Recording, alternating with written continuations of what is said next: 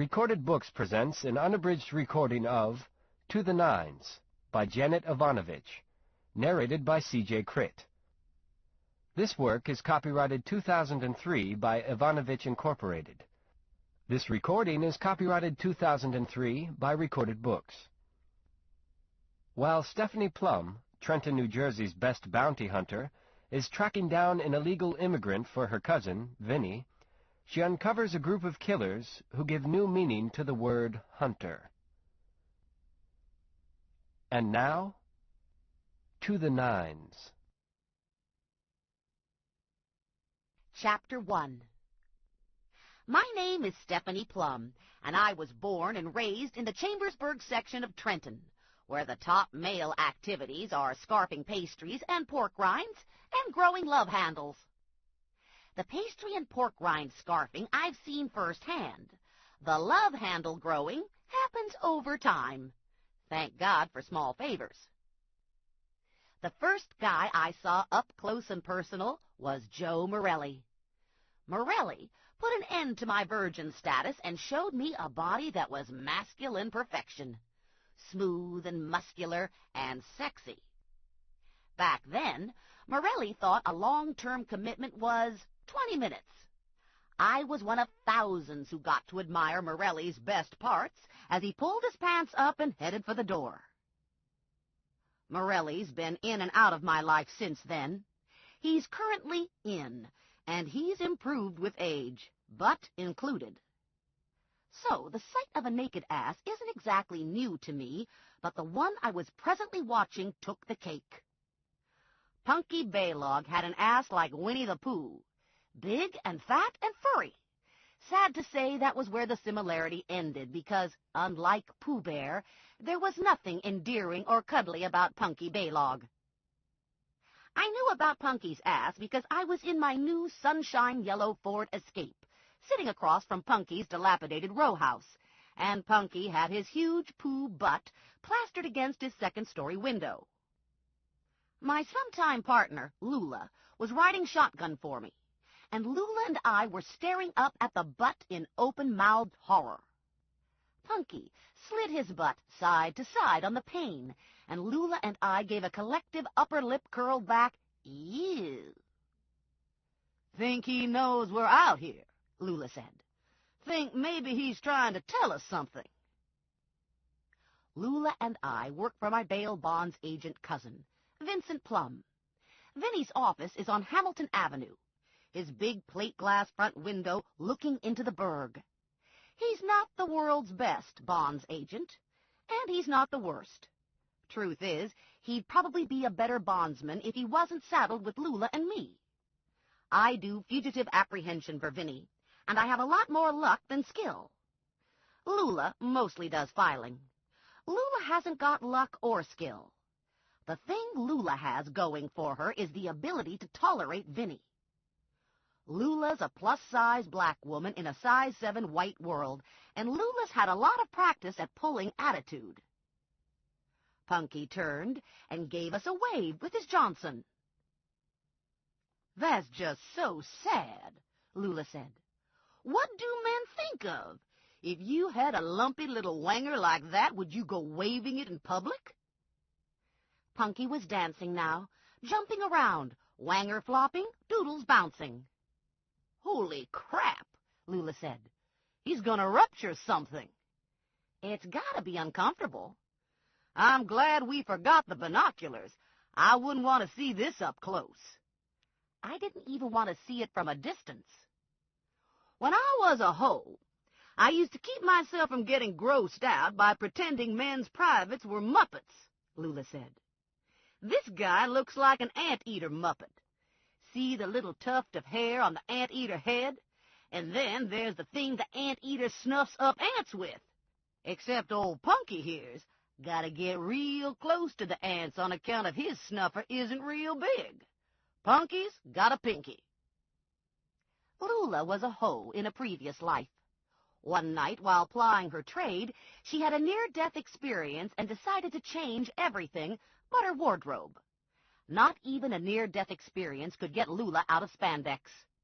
She was currently wearing a skin-tight, hot pink miniskirt and a tiger print top that made her boobs look like big, round, overinflated balloons.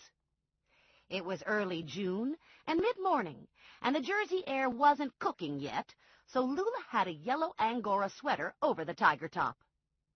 "Hold on," Lula said. "I think his snuffer is growing." This produced another "ew" from us. "Maybe I should shoot him," Lula said. "No shooting." I felt the need to discourage Lula from hauling out her Glock, but the truth was, it seemed like it'd be a public service to take a pot shot at Punky. "How bad do we want this guy?" Lula asked. "If I don't bring him in, I don't get paid. If I don't get paid, I don't have rent money. If I don't have rent money, I get kicked out of my apartment and have to move in with my parents." "So we want him real bad." "Real bad." "And he's wanted for what?" "Grand theft auto." "At least it's not armed robbery. I'm going to be hoping the only weapon he's holding in his hand right now. On account of it don't look like much of a threat to me." "I guess we should go do it." "I'm ready to rock and roll," Lula said. "I'm ready to kick some Punky butt. I'm ready to do the job." I turned the key in the ignition. "I'm going to drop you at the corner, so you can cut through the back and take the back door. Make sure you have your walkie-talkie on so I can let you know when I'm coming in." "Roger that." "And no shooting. No breaking doors down. No Dirty Harry imitations." "You can count on me." 3 minutes later, Lula reported she was in place. I parked the Escape 2 houses down, walked to Punky's front door, and rang the bell. No one responded, so I rang a second time. I gave the door a solid rap with my fist and shouted, "Bond enforcement! Open the door!" I heard shouting carrying over from the backyard, a door crashing open and slamming shut, and then more muffled shouting. I called Lula on the talkie, but got no response. A moment later, the front door opened to the house next to me, and Lula stomped out. "Hey, so excuse me," she yelled at the woman behind her. "So I got the wrong door. It could happen, you know. We're under a lot of pressure when we're making these dangerous apprehensions." The woman glared at Lula and slammed and locked her door shut. "Must have miscounted houses," Lula said to me. "I sort of let myself in through the wrong door." "You weren't supposed to open any door." "Yeah, but I heard someone moving around inside. Guess that's 'cause it was the neighbor lady's house, huh? So what's going on? How come you're not in yet?" "He hasn't opened the door." Lula took a step back and looked up. "That's because he's still mooning you." I followed Lula's line of sight. She was right. Punky had his ass to the window again. "Hey!" Lula yelled up. "Get your fat ass off the window and get down here. We're trying to do some bond enforcement." An old man and old woman came out of the house across the street and settled themselves on their front stoop to watch. "Are you going to shoot him?" the old man wanted to know. "I don't hardly ever get allowed to shoot anybody," Lula told him. "That's darn disappointing," the man said. "How about kicking the door down?" Lula gave the man one of her hand-on-hip, get-real looks. "Kick the door down? Do I look like I could kick a door down in these shoes? These are Via Spigas." "You don't go around kicking down doors in Via Spigas. These are classy shoes. I paid a shitload of money for these shoes, and I'm not sticking them through some cheap-ass door." Everyone looked at me. I was wearing jeans, a T-shirt topped by a black jeans jacket, and cat boots. Cat boots could definitely kick down a door, but they'd have to be on someone else's foot, because door kicking was a skill I lacked. "You girls need to watch more television," the old man said. You need to be more like those Charlie's Angels. Nothing stopped them girls. They could kick doors down in all kinds of shoes. Anyways, you don't need to kick the door in, the old woman said. Punky never locks it. I tried the door, and sure enough, it was unlocked. Sort of takes the fun out of it, Lula said, looking past the door into Punky's house. This is the part where if we were Charlie's Angels, we'd get into crouched positions, holding our guns in 2 hands in front of us, and we'd hunt down Punky. This didn't work for us because I left my gun home in the cookie jar on my kitchen counter, and Lula'd fall over if she tried to do the crouch thing in her Via Spigas. "Hey, Punky," I yelled up the stairs. "Put some clothes on and come down here. I need to talk to you." No way. "If you don't get down here, I'm going to send Lula up to get you." Lula's eyes got wide, and she mouthed, "Me? Why me?" Come up here and get me, Punky said. I have a surprise for you. Lula pulled a Glock out of her handbag and gave it over to me. "You should take this on account of you're going to be the one going up the stairs first, and you might need it. You know how I hate surprises." "I don't want the gun. I don't like guns." "Take the gun." "I don't want the gun," I told her. "Take the gun." "Yeesh. Okay, give me the stupid gun." I got to the top of the stairs, and I peeked around the corner down the hall. Here I come, ready or not, Punky sang out, and then he jumped from behind a bedroom door and stood spread eagle in full view. Ta-da! He was buck naked and slick as a greased pig. Lula and I swallowed hard, and we both took a step backward. "What have you got all over you?" I asked. Vaseline, head to toe and extra heavy in the cracks and crevices. He was smiling ear to ear. You want to take me in? You have to wrestle with me. "How about we just shoot you?" Lula said. You can't shoot me. I'm not armed. "Here's the plan," I said to Lula. "We cuff him and put him in leg irons, and then we wrap him in a blanket so he doesn't get my car greasy." "I'm not touching him," Lula said. "Not only is he an ugly, naked motherfucker, but he's a dry cleaning bill waiting to happen. I'm not ruining this top. I'll never find another top like this. It's genuine fake tiger, and Lord knows what he'd do to Rabbit." I reached for him with the cuffs. "Give me your hand." Make me, he said, waggling his butt. Come get me, sweetie pie. Lula looked over at me. "You sure you don't want me to shoot him?" I took my jacket off and snatched at his wrist, but I couldn't hold tight. After 3 attempts, I had Vaseline up to my elbow, and Punky was skipping around going, "Na, na, na, kiss my can. You can't catch me. I'm the Vaseline man." "This guy's in the red zone on the breathalyzer," Lula said. "Think he might also be missing a few marbles in his greased-up jug head." I'm crazy like a fox, Punky said. If you can't catch hold of me, you can't take me in. If you can't take me in, I don't go to jail. "If I don't take you in, I don't pay my rent, and I get kicked out of my apartment," I told Punky, lunging for him, swearing when he slid away from me. "This here's embarrassing," Lula said. "I can't believe you're trying to grab this funky fat man." "It's my job, and you could help. Take the damn top off if you don't want to get it ruined." Yeah, take your top off, Mama. I've got plenty of extra Vaseline for you, Punky sang out. Punky turned away from me. I gave him a good hard kick to the back of his knee, and he crashed to the floor. I threw myself on top of him and yelled to Lula to cuff him. She managed to get both cuffs on, and my cell phone chirped. It was my Grandma Mazur on the phone.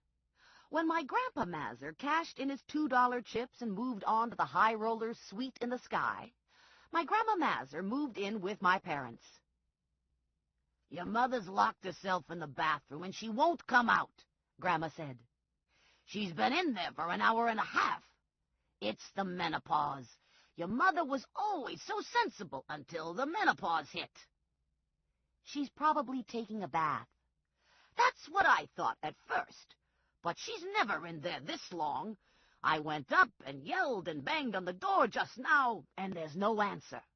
For all I know, she's dead. She could have had a heart attack and drowned in the tub. Oh, my God. Anyways, I thought you could get over here and unlock the door like you did last time when your sister locked herself in the bathroom. At Christmas time, my sister Valerie locked herself in the bathroom with a pregnancy test kit. The test kit kept turning up positive, and if I was Valerie, I would have wanted to spend the rest of my life locked in the bathroom, too. I wasn't the one who unlocked the door, I told Grandma. I was the one who climbed onto the roof over the back stoop and went in through the window. Well, whatever you did, you better get over here and do it again. Your father's off somewhere and your sister's out. I'd shoot the lock off, but last time I tried to do that, the bullet ricocheted off the doorknob and took out a table lamp. Are you sure this is an emergency? I'm sort of in the middle of something. Hard to tell what's an emergency in this house anymore. My parents lived in a small 3-bedroom, 1-bathroom house that was bursting at the seams with my mom and dad, my grandma, my recently divorced, very pregnant sister, and her 2 kids. Emergencies tended to blend with the normal. Hang tight, I told Grandma. I'm not far away. I'll be there in a couple minutes. Lula looked down at Punky. What are we going to do with him? We're going to take him with us. The hell you are, Punky said. I'm not getting up. I'm not going anywhere. I don't have time to mess with this, I said to Lula. You stay here and babysit, and I'll send Vinny over to do the pickup. You're in trouble now, Lula said to Punky. I bet Vinny likes greased-up fat men. People tell me Vinny used to be romantically involved with a duck. I bet he's going to think you're just fine. I hustled down the stairs and out the front door to the escape. I called Vinny on the way to my parents' house and gave him the word on Punky. What, are you nuts? Vinny yelled at me. I'm not going to go out to pick up some greased-up naked guy. I write bonds. I don't do pickups. Read my lips. You're the pickup person. Fine. Then you go to my parents' house and get my mother out of the bathroom. All right. I'll do your pickup. But it's come to a sad state of affairs when I'm the normal member of this family. I couldn't argue with that one. Grandma Mazur was waiting for me when I pulled to the curb. She's still in there, Grandma said. She won't talk to me or nothing. I ran up the stairs and tried the door. Locked. I knocked. No answer. I yelled to my mother. Still no response. Damn. I ran down the stairs out to the garage and got a stepladder. I put the ladder up to the back stoop and climbed onto the small, shingled roof that attached to the back of the house and gave me access to the bathroom window. I looked inside.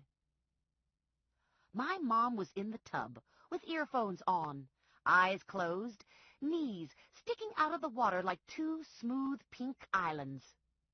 I rapped on the window, and my mom opened her eyes and gave a shriek. She grabbed for the towel and continued to scream for a good 60 seconds. Finally, she blinked, snapped her mouth shut, pointed straight-armed to the bathroom door, and mouthed the word, "Go." I scuttled off the roof, down the ladder, and slunk back to the house and up the stairs, followed by Grandma Mazur.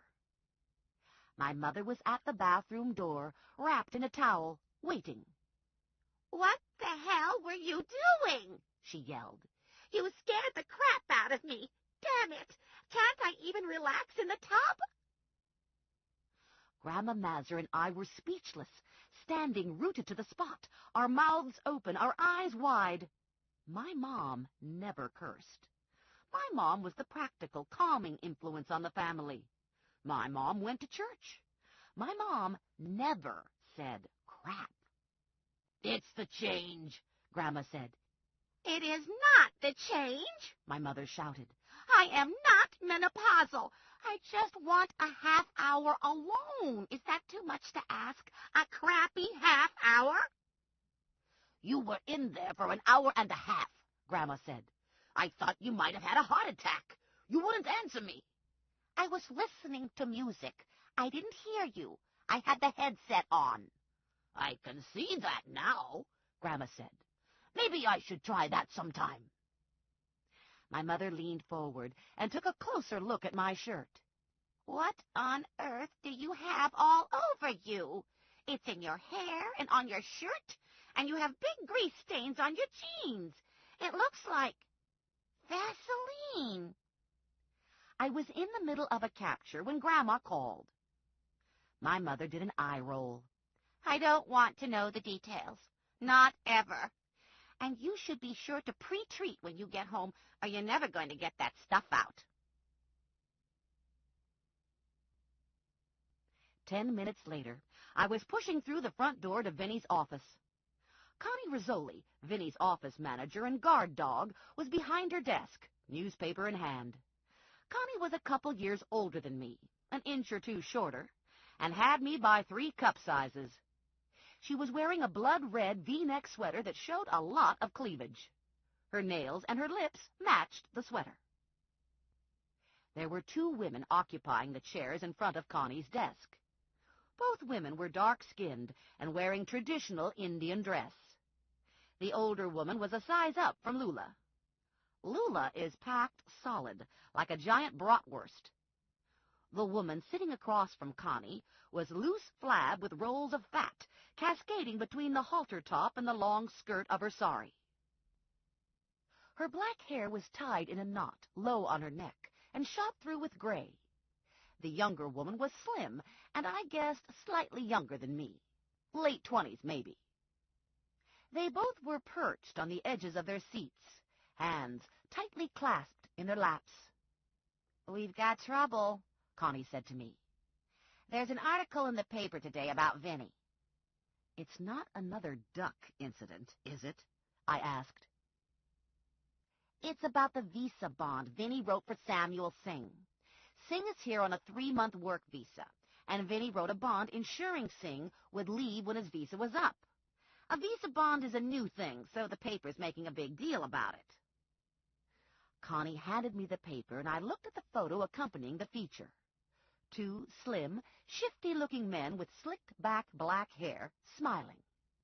Singh was from India, his complexion darker, his frame smaller than Vinnie's.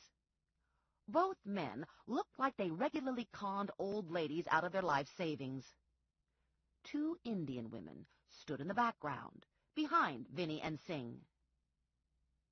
The women in the photo were the women sitting in front of Connie.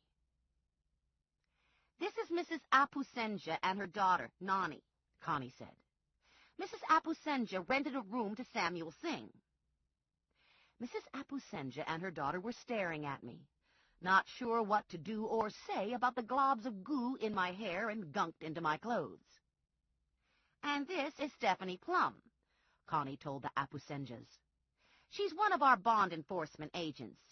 She's not usually this greasy." Connie squinted at me. "What the hell have you got all over you?" "Vaseline." Baylog was covered with it. I had to wrestle him down. "This looks sexual to me," Mrs. Apusenja said.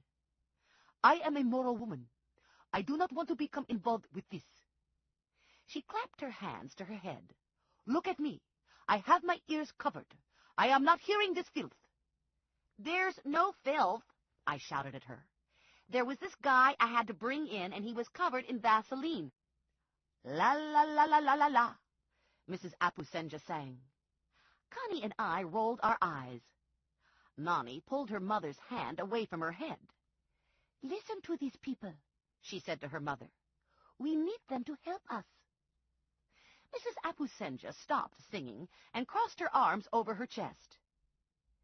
Mrs. Apusenja is here because Singh disappeared, Connie said. This is true, Mrs. Apusenja said. We are very worried. He was an exemplary young man. I skimmed the article. Samuel Singh's bond was up in a week. If Vinny couldn't produce Singh in a week's time, he was going to look like an idiot. We think something terrible happened to him, Nani said. He just disappeared. Poof. The mother nodded in agreement. Samuel has been staying with us while working in this country. My family is very close to Samuel Singh's family in India. It's a very good family.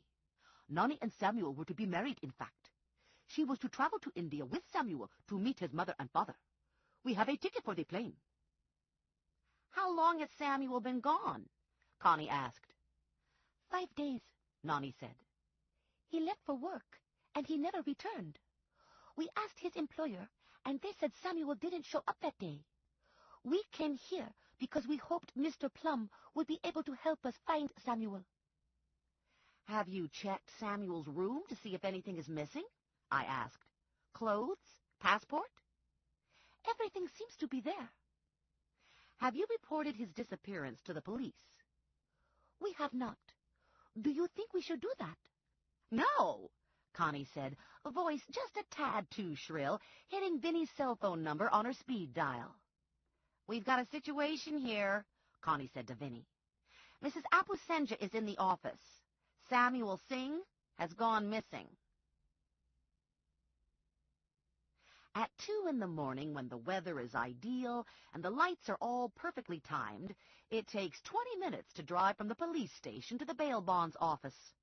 Today, at 2 in the afternoon, under an overcast sky, Vinny made the run in 12 minutes. Ranger, Vinny's top gun, had ambled in a couple minutes earlier at Vinny's request. He was dressed in his usual black. His dark brown hair was pulled back from his face and tied into a short ponytail at the nape of his neck. His jacket looked suspiciously like Kevlar, and I knew from experience it hid a gun. Ranger was always armed, and Ranger was always dangerous. His age was somewhere between 25 and 35, and his skin was the color of a mocha latte. The story goes that Ranger had been Special Forces before signing on with Vinny to do bond enforcement. He had a lot of muscle and a skill level somewhere between Batman and Rambo. A while ago, Ranger and I spent the night together. We were in an uneasy alliance now, working as a team when necessary, avoiding contact or conversation that would lead to a repeat sexual encounter. At least I was avoiding a repeat encounter. Ranger was his usual silent, mysterious self, his thoughts unknown, his attitude provocative. He'd looked me over before taking a chair. "Vaseline?" he asked. "I am thinking it must be something sexual," Mrs. Apusenja said. "No one has told me otherwise. I am thinking this one must be a slut." "I am not a slut," I said. I had to capture a guy who was all greased up and some of the gunk rubbed off on me. The back door burst open, and Vinny came in like gangbusters, followed by Lula. "Talk to me," Vinny said to Connie. "Not much to tell. You remember Mrs. Apusenja and her daughter Nani? Samuel Singh rented a room in the Apusenja house, and they were at the photo session last week.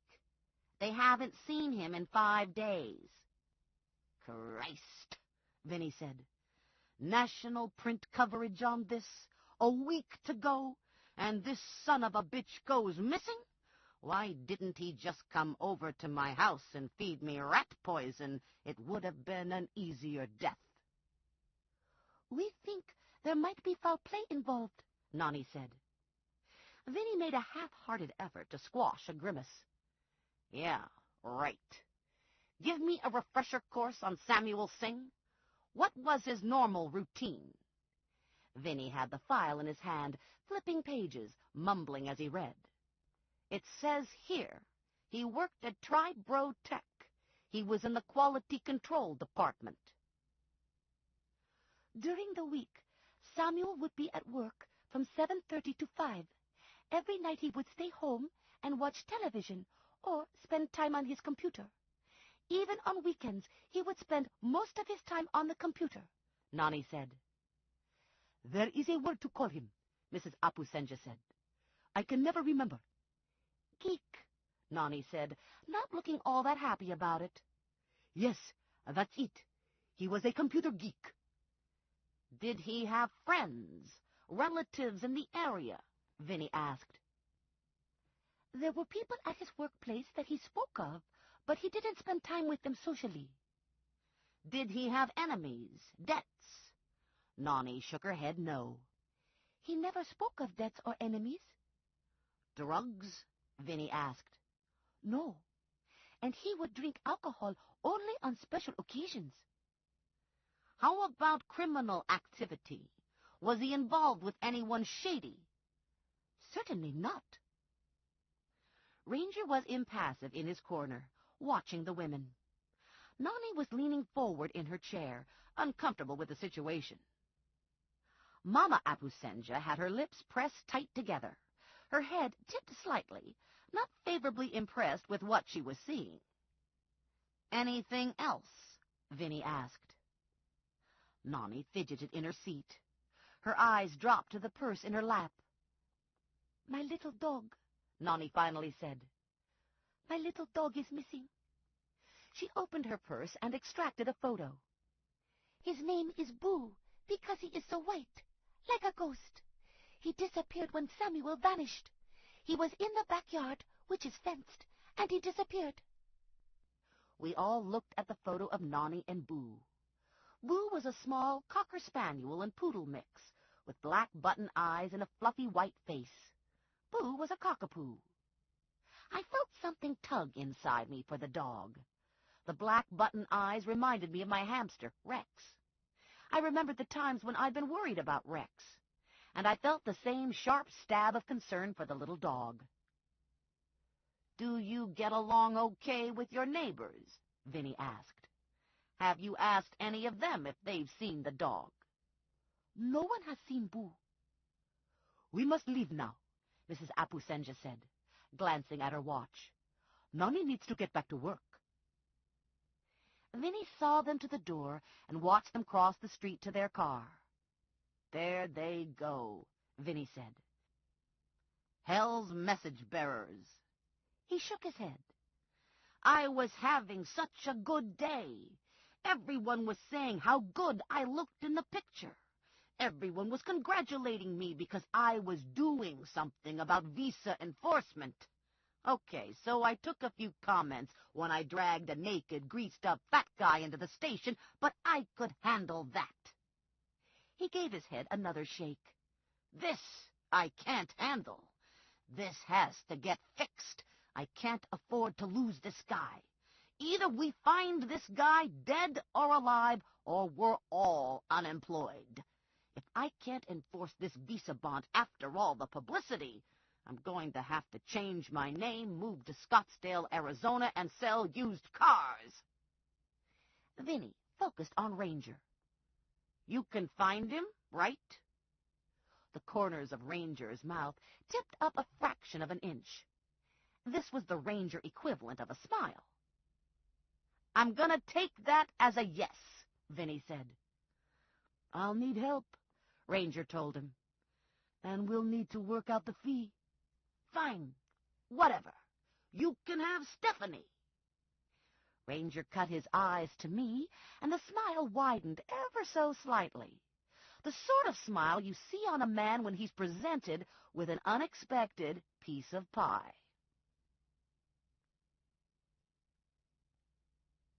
Chapter 2. Connie handed a stack of papers over to Ranger. Here's everything we have, she said. A copy of the bond agreement, photo, background information. I'll check the hospitals and the morgue, and I'll run a full investigative report. I should have some of it tomorrow. This was the information age. Sign up with a service, tap a few keys on the computer, and within seconds, facts start pouring in. All the names on the family tree, employment records, credit history, a chronology of home addresses. If you pay enough and search hard enough, it's possible to access medical secrets and marital infidelities. Ranger read through the Sing file and then looked at me. Are you available?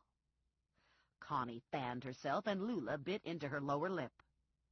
I blew out a sigh. This apprehension was going to create problems. My involvement with Trenton cop Joe Morelli was on the fast track again.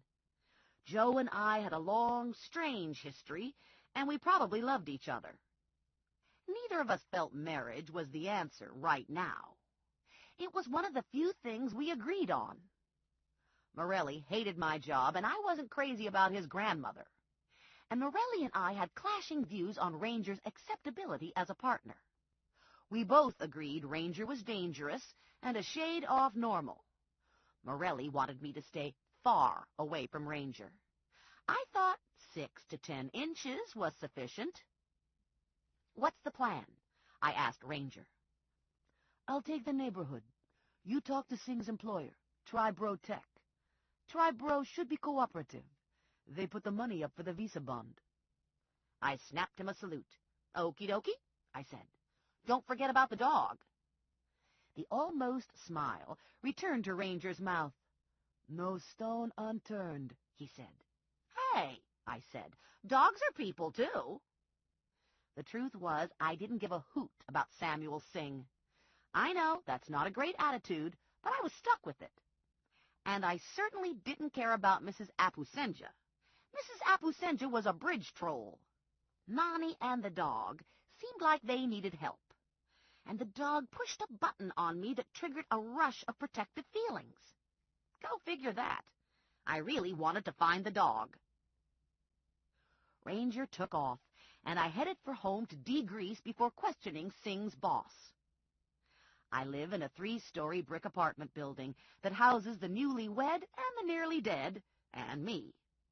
The building lacks a lot of amenities, but the price is right, and I can get pizza delivered. I parked in the lot, took the stairs to the 2nd floor, and was surprised to find my apartment door unlocked. I stuck my head in and yelled, "Anybody home?" "Yeah, it's me," Morelli yelled back from the bedroom. "I'm missing a set of keys. I thought maybe I left them here last night." "I put them in the cookie jar for safekeeping." Morelli walked into the kitchen, lifted the lid on the cookie jar, and removed his keys. Morelli looked like a real badass. Lean and hard in a black T-shirt, washed-out jeans that fit him great across the butt, and new running shoes. He wore his gun at his hip, out of sight under a lightweight jacket. His hair was dark, and his eyes were dark, and he looked like he frequently traveled through places where men's hearts were dark. "I'm not surprised to find the .38 in here," he said. "But what's with the box of condoms?" "They're for an emergency, like the gun." He pocketed the keys and looked me over. "You get into a fight with the guy who owns the lube gun at Midas?" "Punky Baylog. He thought if he was greased up and naked, I wouldn't take him in." "Ha," Morelli said. "Greased up and naked is your specialty. Are you done for the day?" "No. I came home to get cleaned. Did you see the article about Vinny and the visa bond?" "Yeah." Samuel Singh, the bondee, is missing. Morelli grinned. "That's fun." No one wanted to see Vinny selling used cars in Scottsdale, but we all enjoyed watching him sweat.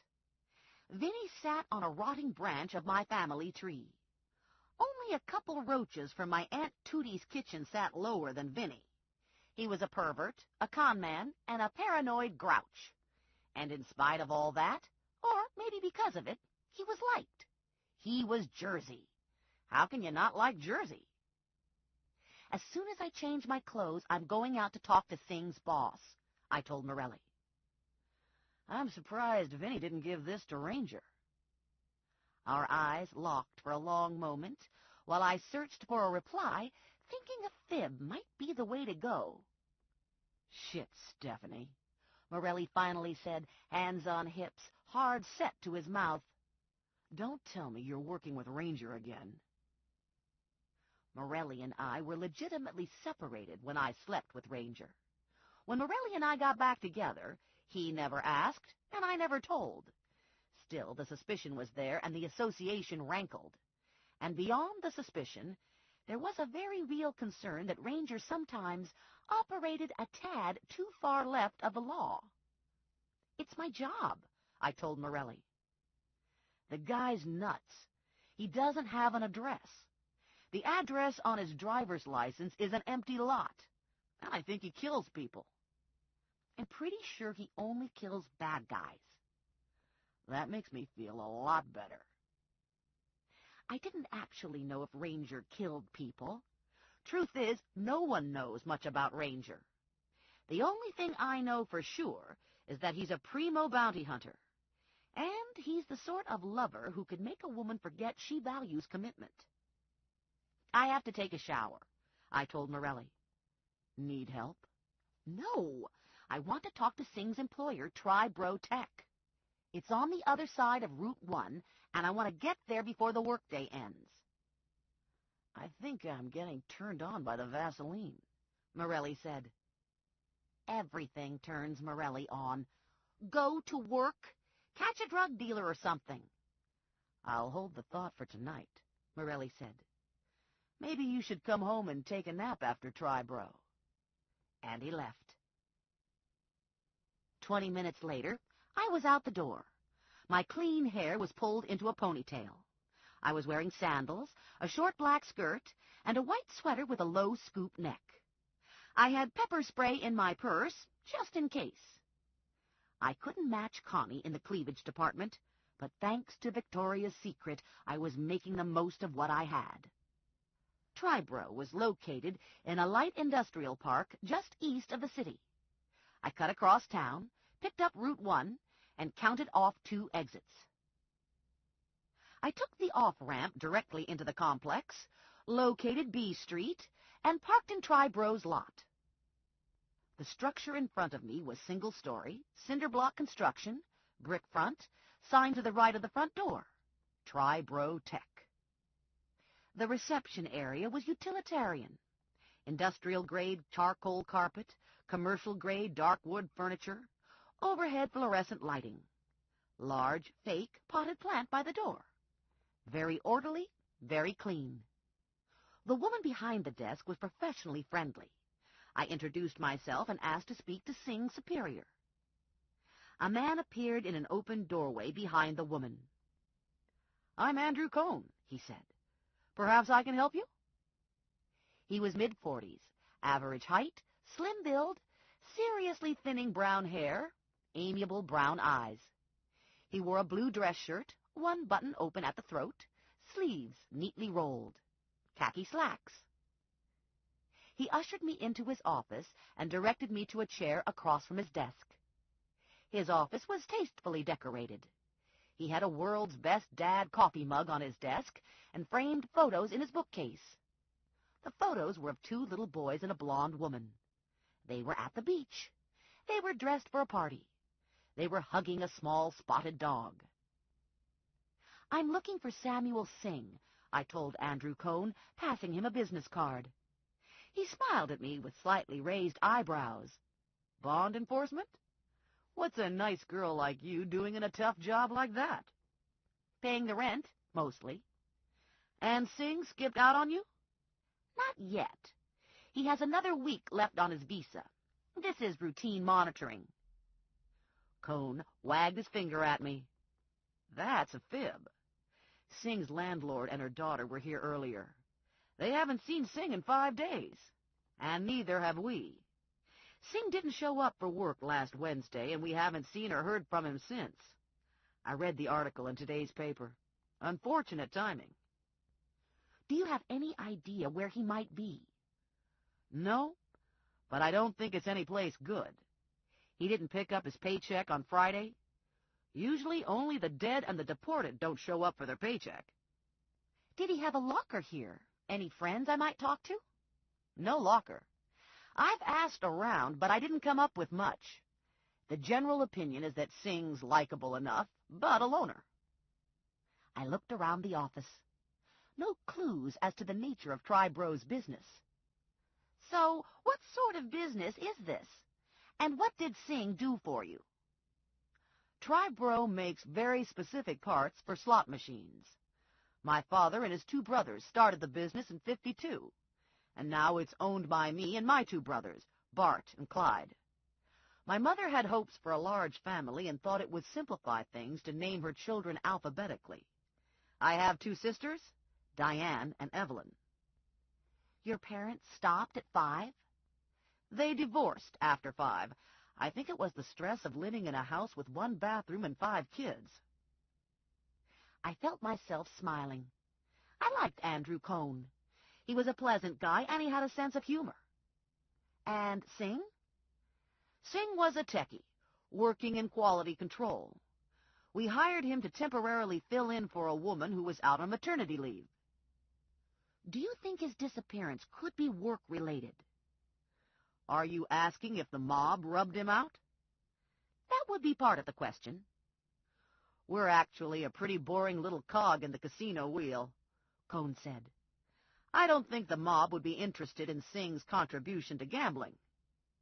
Terrorist connection? Cohn grinned and tipped back in his chair. Not likely. From what I hear, Singh was addicted to American television and junk food and would give his life to protect the country that spawned the Egg McMuffin. Did you know him personally? Only as boss to employee. This is a small company. Bart and Clyde and I know everyone who works here, but we don't necessarily socialize with the people on the line. Raised voices carried into us. My brothers, Andrew said. No volume control. A slightly younger, balder version of Andrew stuck his head in the doorway. We got a problem. He looked my way. And you would be who? I gave him my card. Bond enforcement? A third face appeared in the doorway. This face was round and cherubic, with eyes peering out from behind wire-rimmed glasses. The face came with a chubby body, dressed in homeboy jeans, a Buzz Lightyear sweatshirt that had been washed almost to oblivion and beyond, and ratty sneakers. You're a bounty hunter, right? The baby-faced guy said. Do you have a gun? No gun. They always have guns on television. I left my gun home. I bet you don't need one. I bet you're real sneaky. You just sneak up to someone and bam! You've got him in handcuffs, right? Right. Are you going to handcuff someone here? Not today. My brothers, Andrew said, gesturing to the two men, Bart and Clyde Cohn.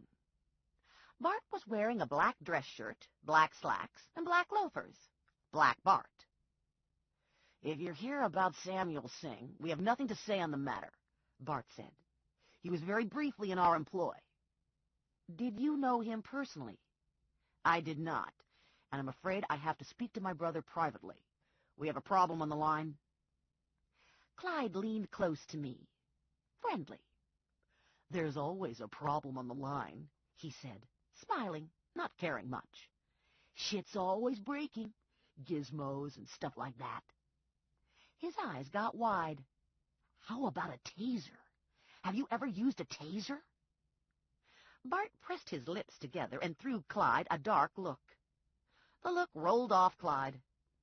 I never met a bounty hunter before, Clyde said, his breath steaming his glasses. I'd hoped for more information from Tribro. The name of a friend or enemy would have been helpful. Some knowledge of travel plans would have been nice.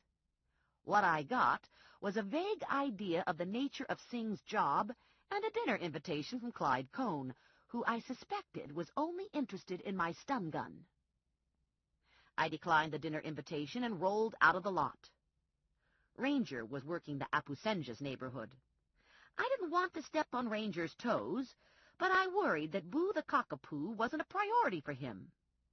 It was getting to be late afternoon. I could cut across town and do a quick drive around, looking for Boo, and then I'd be in a good position to mooch dinner from my mom. I called Morelli and told him the plan. You can mooch dinner, too, I said. Last time I ate dinner at your parents' house, your sister threw up 3 times, and your grandmother fell asleep in her mashed potatoes. And? And I'd like to mooch dinner, but I have to work late. I swear to God, I really do have to work late. Nani and Mama Apusenja lived a quarter-mile from my parents' house, in a neighborhood that was very similar to the burg. Houses were narrow, 2 stories, set on narrow lots. The Apusenja house was a 2-tone clapboard, painted a bilious green on the top and chocolate brown on the bottom. A 10-year-old burgundy Ford Escort was parked curbside. The small backyard was fenced. I couldn't see all the yard, but what I could see didn't contain a dog. I cruised 4 blocks without a boo sighting. Also, no ranger sighting. I turned a corner and my cell phone chirped. "Yo," Ranger said. "Yo yourself," I told him. "Do you have Sing and leg irons?" "Sing is nowhere to be found." "And the dog?"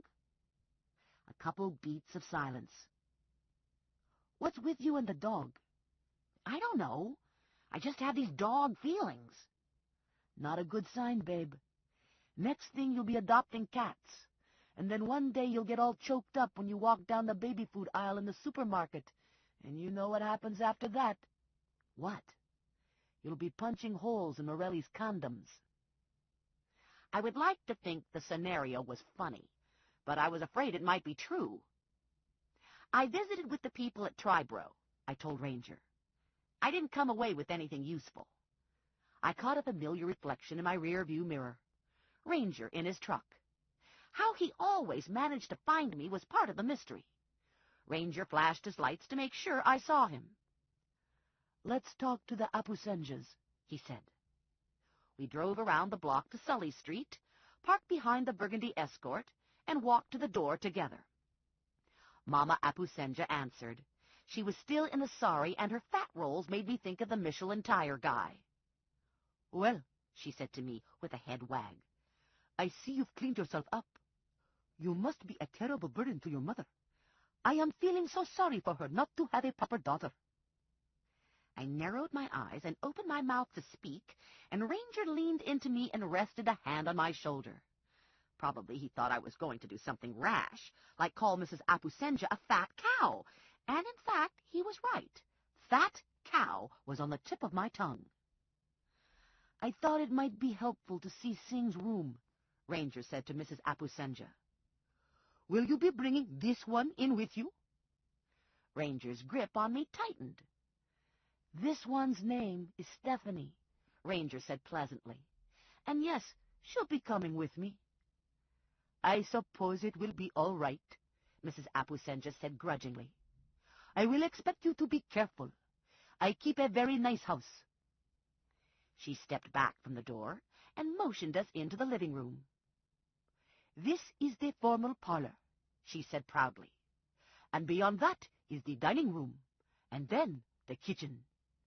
Ranger and I stood, speechless for a moment, taking it all in. The house was filled to the bursting with overstuffed furniture, end tables, lamps, trinkets, dried flowers, faded photos, stacks of magazines, and bowls of fake fruit.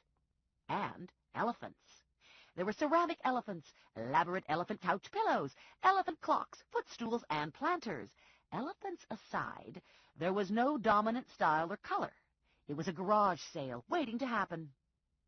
I watched Ranger scan the room, and I suspected he was doing a mental grimace. It would be easy to miss a note in the mess. For that matter, it would be easy to miss Sing. He could be slouched in a chair somewhere and never be noticed. Mrs. Apusenja led the way upstairs, across the short hallway to a small bedroom. She was wearing pink rubber flip-flops that slapped against her heels and hit the floor at an angle, so her heel was always half off the shoe. Her toenails were massive, painted a virulent, shimmering purple. I was directly behind her, and from my angle, her ass looked to be about 3 feet across. "This is Samuel's room," she said, gesturing to the open door. "It's so sad that it's empty. He was such a nice young man, so polite, so respectful." She said this, cutting a look back at me, sending the message that she knew I had none of those wonderful qualities. Ranger and I stepped inside the room, and I was hit with a wave of claustrophobia. The double bed was neatly made, covered with a green, yellow, and purple-flowered quilted bedspread that shouted, "Yikes!" The curtains matched the bedspread and hung over seasick green shears. The walls were plastered with outdated calendars and thumbtack posters, subjects ranging from Winnie the Pooh to Springsteen, the Starship Enterprise, and Albert Einstein. There was a nightstand beside the bed, and a small desk and rickety chair wedged between the bed and the wall. "You see, it's such a nice room," Mrs. Apusenja said. "He was lucky to have this room. We have a room in the basement that we also rent out on occasion, but we gave Samuel this room because I knew he would be a suitor for Nani." Ranger rifled through the nightstand and desk drawers. "Was Samuel unhappy about anything?" "No, he was very happy. Why would he be unhappy? He had everything. We even allowed him kitchen privileges." "Have you notified his family of his disappearance?" "I have. I thought perhaps he was suddenly called home, but they have heard nothing from him." Ranger moved on to the desk. He opened the middle drawer and extracted Singh's passport. "New York is his only entry." "This was his first time away from home," Mrs. Apusenja said.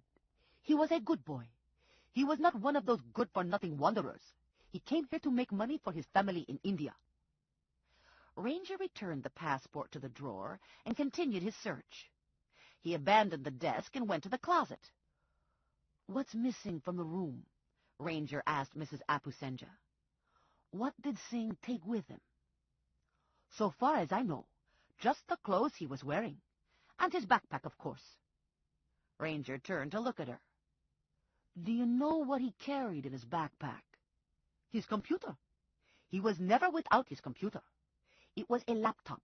It always went to work with him. Samuel was very smart. That's how he got such a good job. He said he got his job over the Internet." "Do you know his email address?" I asked. "No. I don't know anything about that. We don't own a computer. We have no need for such a thing." "How did Samuel get to work?" Ranger asked. "He drove himself." "Has his car been found?" "No. He just drove away in the car, and that was the last we saw of him and the car. It was a gray Nissan Sentra, an older model." Ranger did a quick search of the bathroom and Nani's room, and we all moved downstairs to search the kitchen. We were still in the kitchen when Nani came home. "Have you found Boo?" Nani asked. "Not yet," I said. "Sorry." "It's difficult to concentrate on my work with him missing like this," Nani said. "Nani is a manicurist at Classy Nails in the mall," Mrs. Apusenja said. "She is one of their most popular girls." "I never skimp on the top coat," Nani said. "That's the secret to a superior manicure." It was a few minutes after 6 when Ranger and I left the Apusenjas. There was still time to make dinner at my parents' house, but I was losing enthusiasm for the experience. I was thinking I'd had enough chaos for one day. I was thinking maybe what I wanted to do was get takeout pizza and go home and watch a bad movie. Ranger lounged against my car, arms crossed over his chest. "What do you think?" Nani never asked about Singh. She only asked about Boo. "Not exactly the distraught fiancé," Ranger said. "If we believe everything we hear, we've got a nice geeky guy who got himself engaged and disappeared along with the dog." "The dog could be a coincidence." "I don't think so. My spidey sense tells me the disappearances are related." Ranger grinned at me. "Your spidey sense tell you anything else?" "Is that a mocking grin?" "It's the grin of a man who loves you, babe." My heart skipped around a little, and I got warm in places only Morelli should be warming. "Love?" "There's all kinds of love," Ranger said. "This kind doesn't come with a ring attached." "Nice. but you avoided answering my question about the mocking grin." He gave my ponytail a playful tug. "I'm going back to Triborough tomorrow," I said. "I'll make a pest of myself, find out about the internet job search, talk to co-workers. If it's anything other than a random murder, I should be able to get a lead." I decided against the family dinner, and instead I stopped at Pino's on the way home. I slid the Pino's pizza box onto my kitchen counter, kicked my shoes off, and got a beer out of the fridge. I punched the message button on my machine and listened to my messages while I ate. Stephanie, it's your mother. Hello? Are you there? Disconnect. Second message. Bad news. I'm going to punk out on lunch tomorrow. The kids are sick. It was my best friend, Mary Lou. Mary Lou and I grew up together. We went to school together, and we were married within months of each other. Mary Lou's marriage stuck, and she had a pack of kids. My marriage lasted about 20 minutes and ended in a screaming divorce. The third message was from Vinny. What are you doing at home listening to this dumb machine? Why aren't you out looking for Sing? I'm dying here, for Christ's sake. Do something! And my mother again.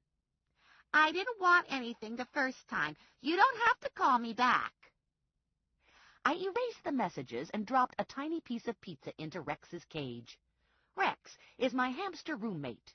He lives in a glass aquarium in my kitchen and sleeps in a Campbell's tomato soup can. Rex rushed out of his soup can, shoved the pizza into his cheek pouch, and scurried back to the can. Quality pet time. I carted the pizza box, the beer, and my purse into the living room, flopped onto the couch, powered up the television, and found a Seinfeld rerun. A couple months ago, I entered the computer age and bought myself an Apple iBook. I keep the iBook on my coffee table so I can check my mail and watch television at the same time. Am I a multitasker or what? I opened the iBook and signed on. I deleted the junk mail advertising Viagra, mortgage rates, and porn sites. A single message was left. It was from Andrew Cohn. If I can be of any further help, don't hesitate to call. The phone jarred me awake at 7 a.m. "Something just came across my desk that I thought you might want to see," Morelli said. "I'm at the station and I have a few things to do, and then I'll come over." I dragged myself out of bed and into the bathroom. I did the shower thing and the hair thing and a half-assed job at the makeup thing. I got dressed in my usual uniform of T-shirt and jeans and felt ready to face the day. I made coffee and treated myself to a strawberry Pop-Tart, feeling righteous because I'd resisted the s'mores Pop-Tart. Best to have fruit for breakfast, right? I gave a corner of the Pop-Tart to Rex and sipped my coffee. I was pouring myself a second cup of coffee when Morelli arrived.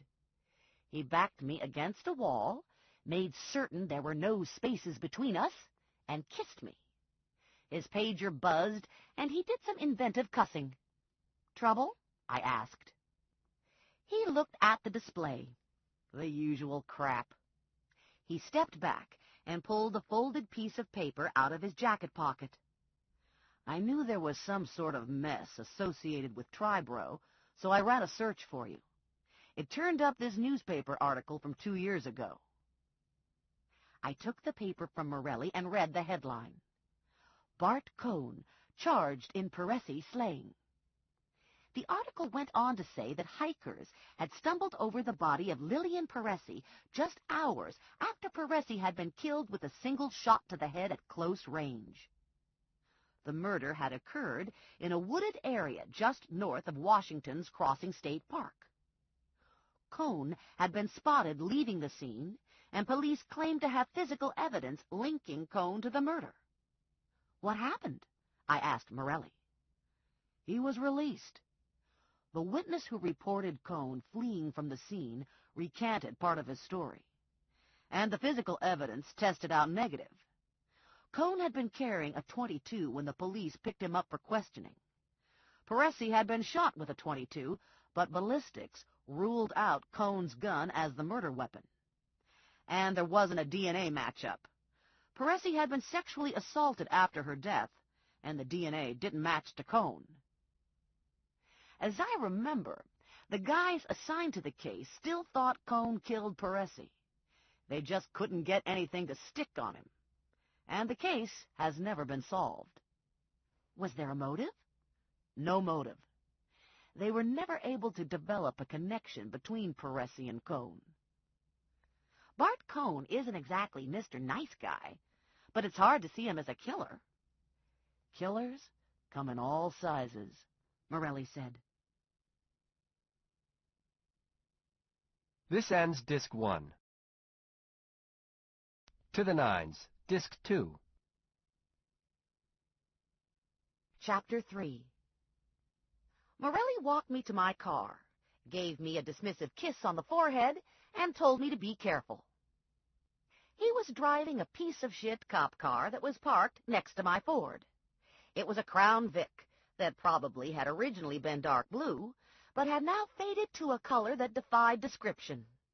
Paint was scraped off the right rear, and part of the back bumper was ripped away. A Kojak light was rolling around on the floor in the back. "Nice car," I said to Morelli. "Yeah, I had a hard choice to make between this and the Ferrari." He angled into the Vic, cranked it over, and rolled out of the lot. It was early morning, but already the day was heating up. I could hear the drone of traffic not far off on Hamilton. The sky was murky above me, and I felt the rasp of ozone in the back of my throat. As the day wore on, cars, chemical plants, and backyard barbecues would make their contribution to the stew that cooked over Jersey. Fancy-pants wimps in L.A. rated their pollution and curtailed activity. In Jersey, we just call it air and get on with life. If you're born in Jersey, you know how to rise to a challenge. Bring on the mob. Bring on bad air. Bring on taxes and obesity, diabetes, heart disease, and macaroni at every meal. Nothing defeats us in Jersey. First thing on my activities list was a drive around the Apusenja neighborhood, keeping my eyes peeled for Boo and Sing. Sometimes missing persons turned up surprisingly close to home. They moved in with neighbors, hid out in garages, and sometimes turned up dead in a dumpster. Neither Boo nor Sing showed up after 15 minutes of searching, so I headed across town to Route 1 and Tribro. I still didn't have a clear idea of Tribro's product. Parts for slot machines. What did that mean? Gears, handles, bells and whistles? Not that it mattered. What mattered was squeezing a lead out of someone. Black Bart hadn't been impressed with my charm or cleavage. I didn't think I'd get a lot of help from him. Clyde was eager, but not real bright. Andrew seemed like my best shot. I took the turn-off to Tribro and called Andrew on my cell phone. "Guess what?" I said. "I'm in your neighborhood. Can I take a couple more minutes of your time?" "Absolutely." Absolutely was a good answer. Very positive. No sign of annoyance. No lecherous side remark. Professional. Andrew was definitely the brother of choice. I parked in the lot, entered the lobby, and was immediately directed to Andrew's office. More good luck. No Bart or Clyde to slow me down. I took a chair across from Andrew and thanked him for seeing me. "Tribro has an interest in finding Sing," he said. "We signed for the visa bond. If Sing skips, Tribro pays the bill." "Do you have other employees on work visas?" "Not now, but we have in the past. And I have to tell you, Sing isn't the first to disappear." I felt my eyebrows raise. "It's nothing suspicious," Andrew said. "In fact, I find it understandable. If I was in a similar position, I might disappear too. These men come to work for 3 months and are seduced by the potential for success. Everything is within their reach. Rental movies, burgers, designer jeans, a new car, microwave popcorn, and frozen waffles. I have some sympathy for their flight. But at the same time, Tribro can't keep absorbing bond losses. If this sort of thing continues, we'll have to stop using visa workers. And that would be a shame, because they make very good temporary employees. Singh must have had some friends on the job. I'd like to talk to them. Andrew Cohn sat through a couple beats of silence, his eyes holding mine, his thoughts private, his expression guarded. "Why don't we put you undercover?" he finally said. "I can give you Singh's job for a day. We haven't filled it yet." "I'm not even sure what you make here." "We make little things, machine-tooled gears and locks. Singh's job primarily consisted of measuring minutiae. Each part we supply must be perfect. The first day on board, you wouldn't be expected to know much." He reached for his phone, and his mouth tipped into a small smile. "Let's see how good you are at bluffing." 10 minutes later, I was a genuine bogus Tribro employee, following after Andrew, learning about Tribro tech. The gears and locks that composed the bulk of Tribro's product were made at workstations housed in a large warehouse-type facility adjoining the reception area and offices. The far end of the warehouse was divided off into a long room where the quality control work was done. Windows looked into the interior. In the entire facility, there were no windows looking out. The quality control area consisted of a series of cubbies with built-in tables, shelves, and cabinets. The tables held an odd assortment of weights, measures, machine torture devices, and chemicals. A single worker occupied each of the tables. There were 7 people in the quality control area, and there was one unoccupied table. Singh's table. Andrew introduced me to the area supervisor, Ann Climmer, and returned to his office. Ann took me table by table and introduced me to the rest of the team. The women were in their 30s and 40s. There were 2 men. One of the men was Asian. Singh would have gravitated to the Asian, I thought. But the women would warm to me faster. After the introductions and an overview lecture on the operation, I was partnered with Jane Locarelli. Jane looked like she'd just rolled off an embalming table. She was late 40s, rail thin, and drained of color. Even her hair was faded. She spoke in a monotone, never making eye contact, her words slightly slurred, as if the effort of speech was too much to manage. "I've worked here for 31 years, she said. "I started working for the senior Cones right out of high school." No wonder she looked like a walking cadaver. 31 years under fluorescent lights, measuring and torturing little metal doohickeys? Geez. Jane hitched herself up onto a stool and selected a small gear from a huge barrel of small gears. "We do 2 kinds of testing here.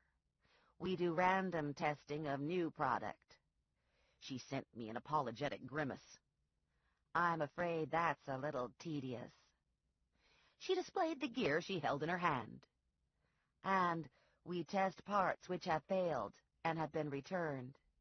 That sort of testing is much more interesting. Unfortunately, today we're testing new product." Jane carefully measured each part of the gear and examined it under a microscope for flaws. When she was done, she reached into the barrel and selected another gear. I had to bite back a groan. 2 gears down. 3,000 gears to go. "I heard Singh didn't show up for work one day," I said, going for casual curious. "Was he unhappy with the job?" "Not sure," Jane said, concentrating on the new gear. "He wasn't very talkative." After extensive measuring, she decided the gear was okay and went on to a third.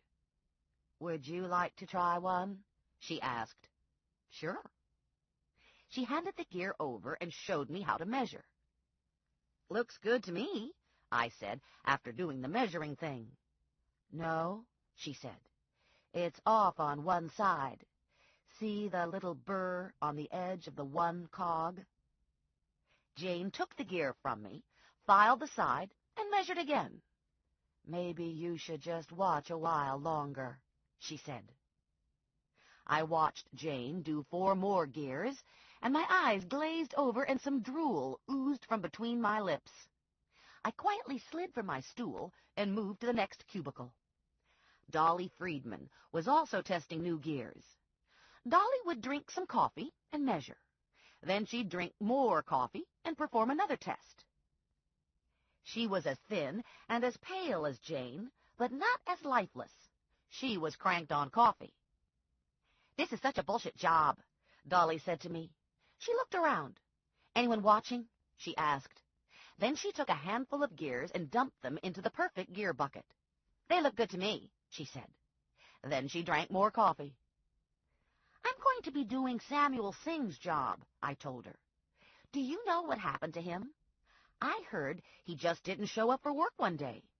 "Yeah, that's what I heard too. No one said much about him. He was real quiet. Carried his computer around and spent all his breaks on the computer." "Playing computer games?" "No. He was always plugged into a phone line, surfing, doing email.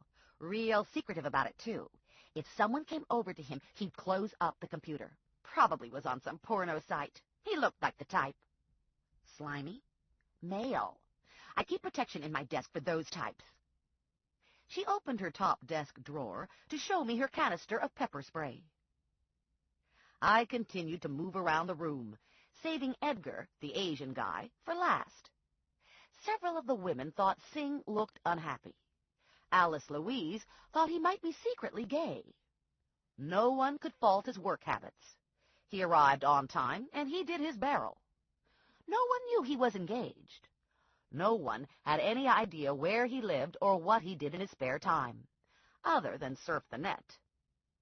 Everyone had seen the newspaper article and thought Vinny looked like a weasel. I called Ranger at noon. "Yo," Ranger said. "Just checking in." "How are the folks at Tribro?" "Not giving me a lot, but it's still early." "Go get 'em, babe." And he disconnected. I drifted over to Edgar's table mid-afternoon. Edgar was dropping acid on a small metal bar with threads at either end. 1 drop at a time. Drip, wait, and measure. Drip, wait, and measure. Drip, wait, and measure. There had to be 1,000 bars waiting to be tortured. Nothing was happening. This job made watching grass grow look exciting. "We're testing a new alloy," Edgar said. "This seems more interesting than the gear measuring." "Only for the first 2 million bars. After that, it's pretty routine." "Why do you keep this job?" "Benefits." "Health insurance?" "Gambling.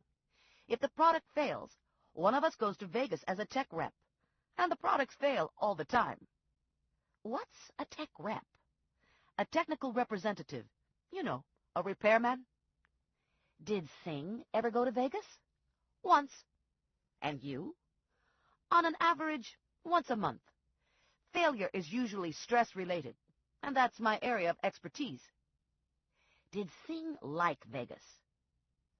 "Why are you so interested in Singh?" Edgar asked. "I'm taking over his job."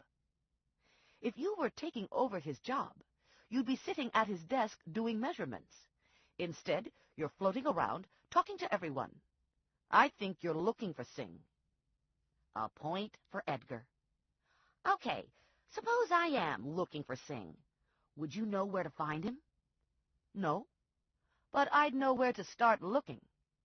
The day before he disappeared, he was in the lunchroom calling all the McDonald's places, asking if a guy named Howie worked there. It was pretty strange. He was all excited, and it was the first time I'd ever seen him make a call." I looked through the window into the manufacturing area, and I caught Bart Cohn's eye. He was examining a machine standing with 3 other men. He glanced up and saw me talking to Edgar. "That's not a happy face," Edgar said, his attention shifting to Bart. "Does he ever have a happy face?" "Yeah. I saw him smile once when he ran over a toad in the parking lot." Bart made a "wait here" gesture to the men at the machine and marched across the work floor to the test area. He wrenched the door open and asked me to follow him out to the offices.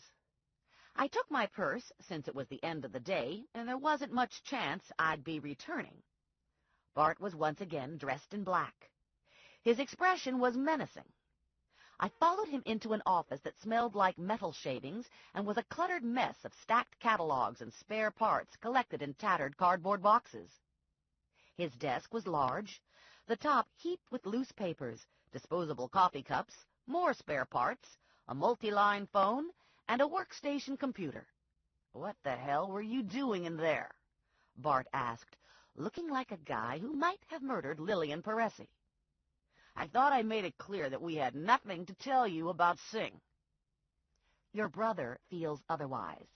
He suggested I work undercover for a day." Bart snatched at his phone and punched a key on speed dial.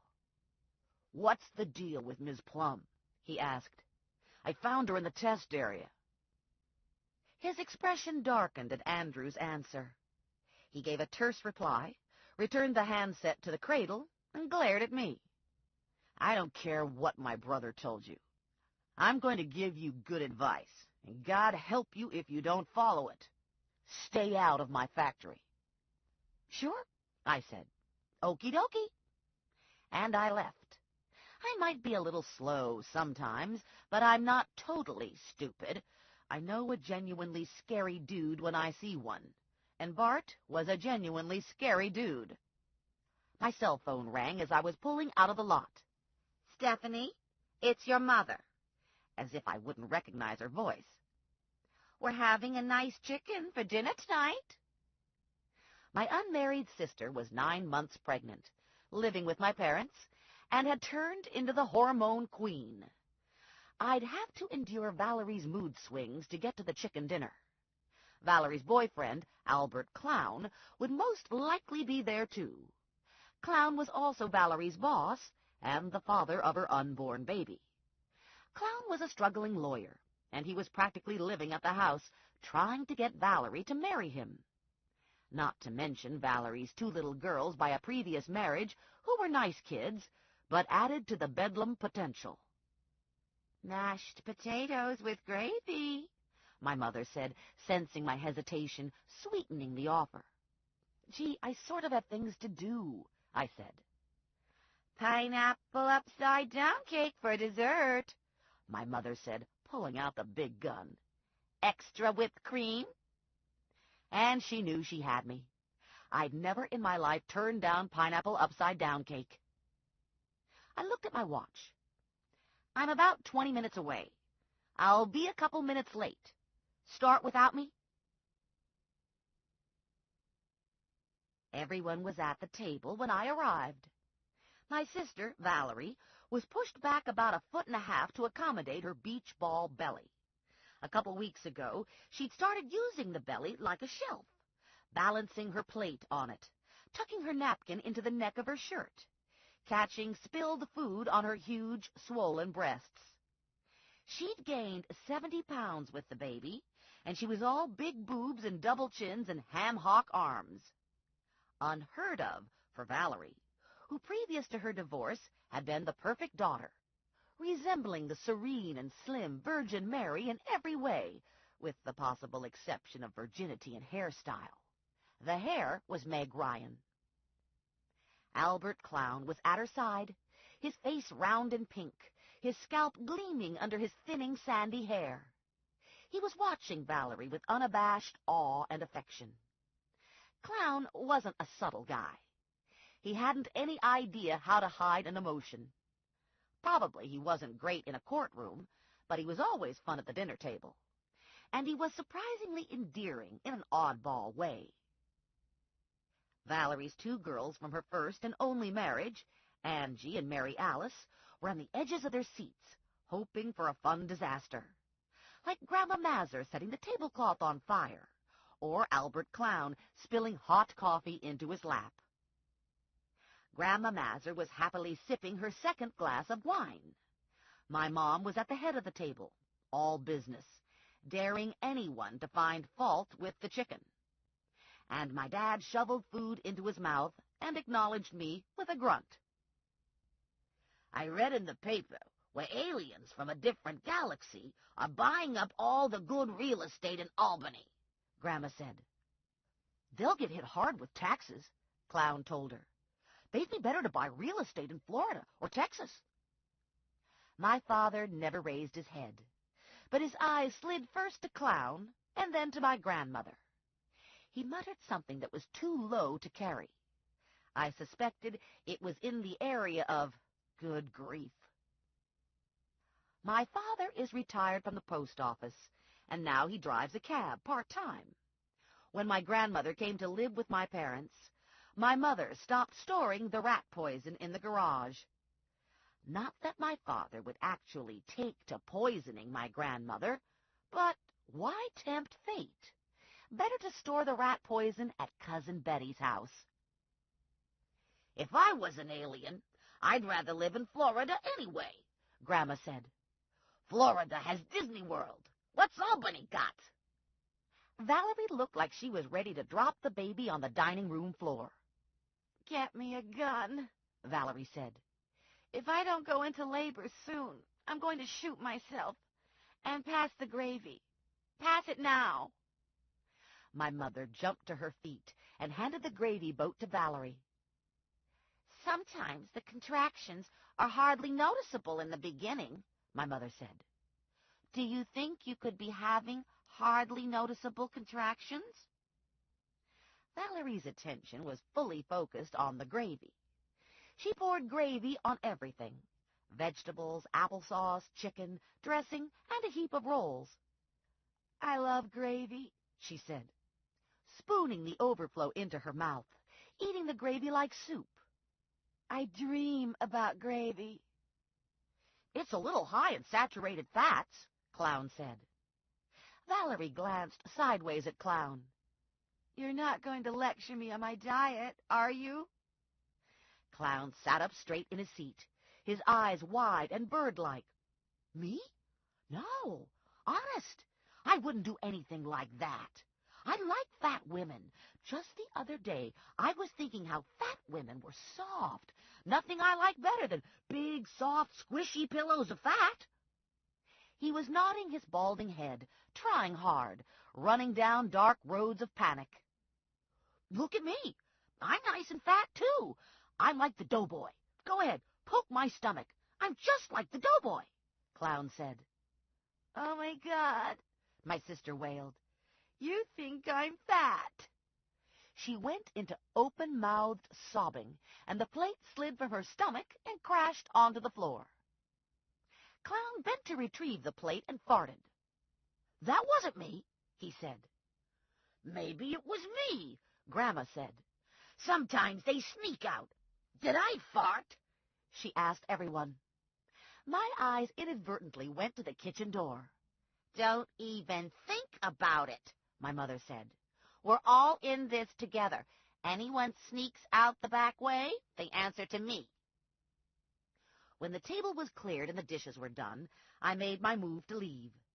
I need to talk to you, my mother said, following me out of the house to stand curbside, where we had privacy.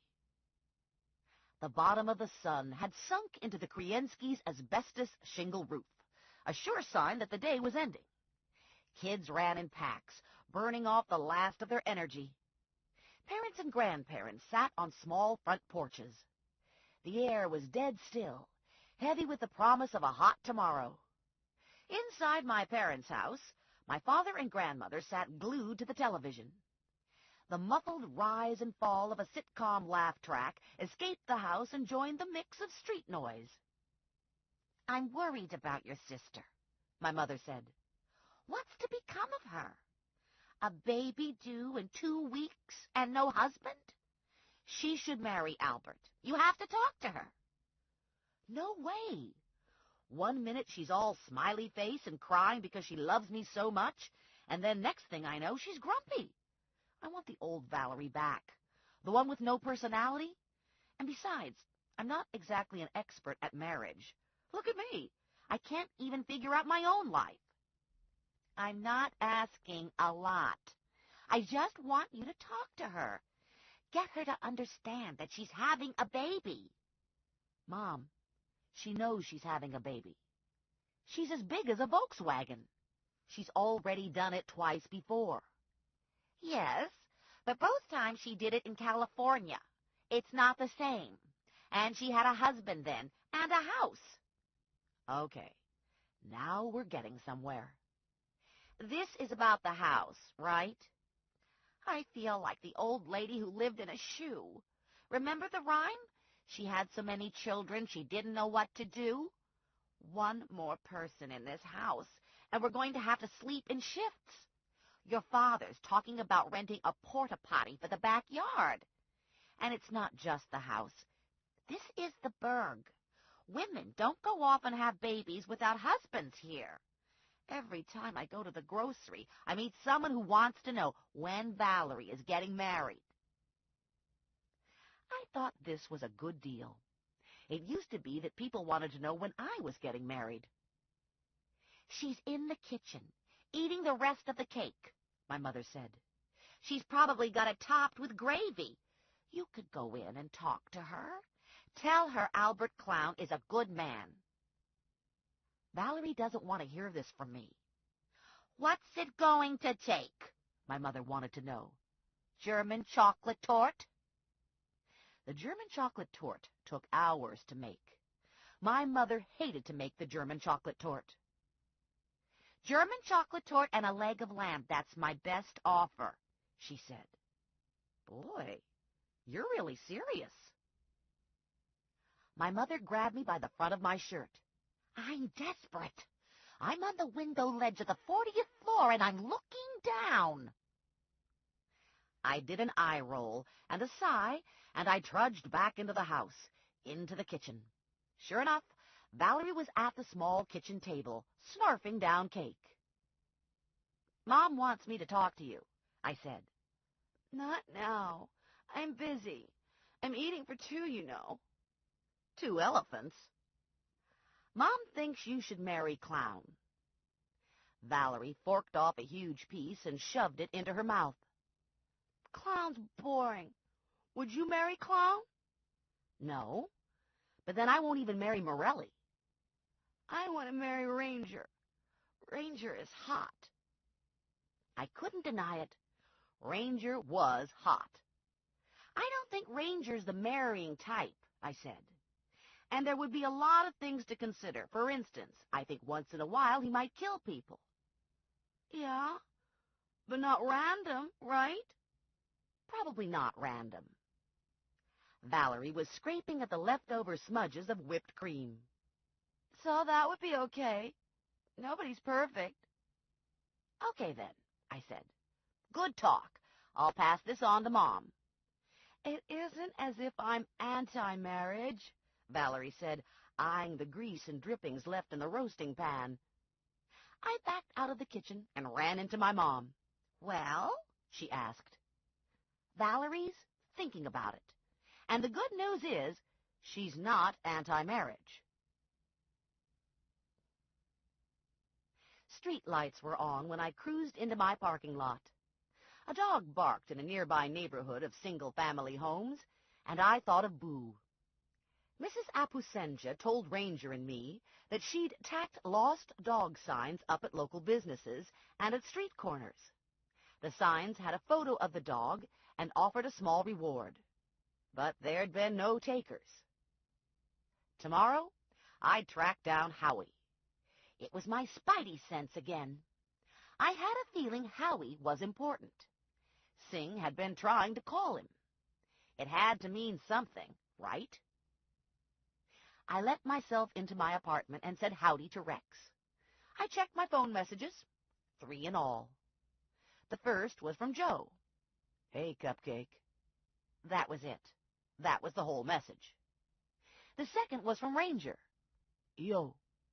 Ranger made Joe look like a chatterbox. The third was a hang-up.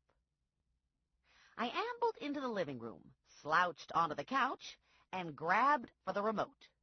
A splash of color caught my eye from across the room. The color was coming from a vase of red roses and white carnations sitting on an end table. The flowers hadn't been there this morning. A white envelope was propped against the vase. My first thought was that someone had broken into my apartment. Ranger and Morelli did this on a regular basis, but they'd never left me flowers, and I was pretty certain they hadn't left them this time either. I did a quick backtrack to the kitchen, with my heart beating way too hard and too fast in my chest. I took my gun out of the Brown Bear cookie jar and started creeping through my apartment. There were only 2 rooms left unseen, bedroom and bath. I looked into the bathroom. No creepy, deranged killers lurking behind the shower curtain. None on the toilet. The bedroom was also monster-free. I shoved the gun under the waistband of my jeans and returned to the flowers. There was a message printed on the outside of the white envelope. Tag, you're it. I had no idea what this meant. I opened the envelope and removed 3 photos. It took a moment for the images to register. I clapped a hand to my mouth when I figured it out. They were pictures of a gunshot victim. A woman, shot between the eyes. The photos were close-ups that were too tight in to reveal the woman's identity. One photo showed part of an eyebrow and an open, sightless eye. The other 2 recorded the destruction to the back of her head, the exit point. I dropped the photos, ran to the phone, and dialed Joe. "Someone broke into my apartment," I said, "and they left me flowers and some photos. Should I call the police?" "Honey, I am the police." "So, I'm covered. Okay, just checking." "Do you want me to come over?" "Yes. Drive fast."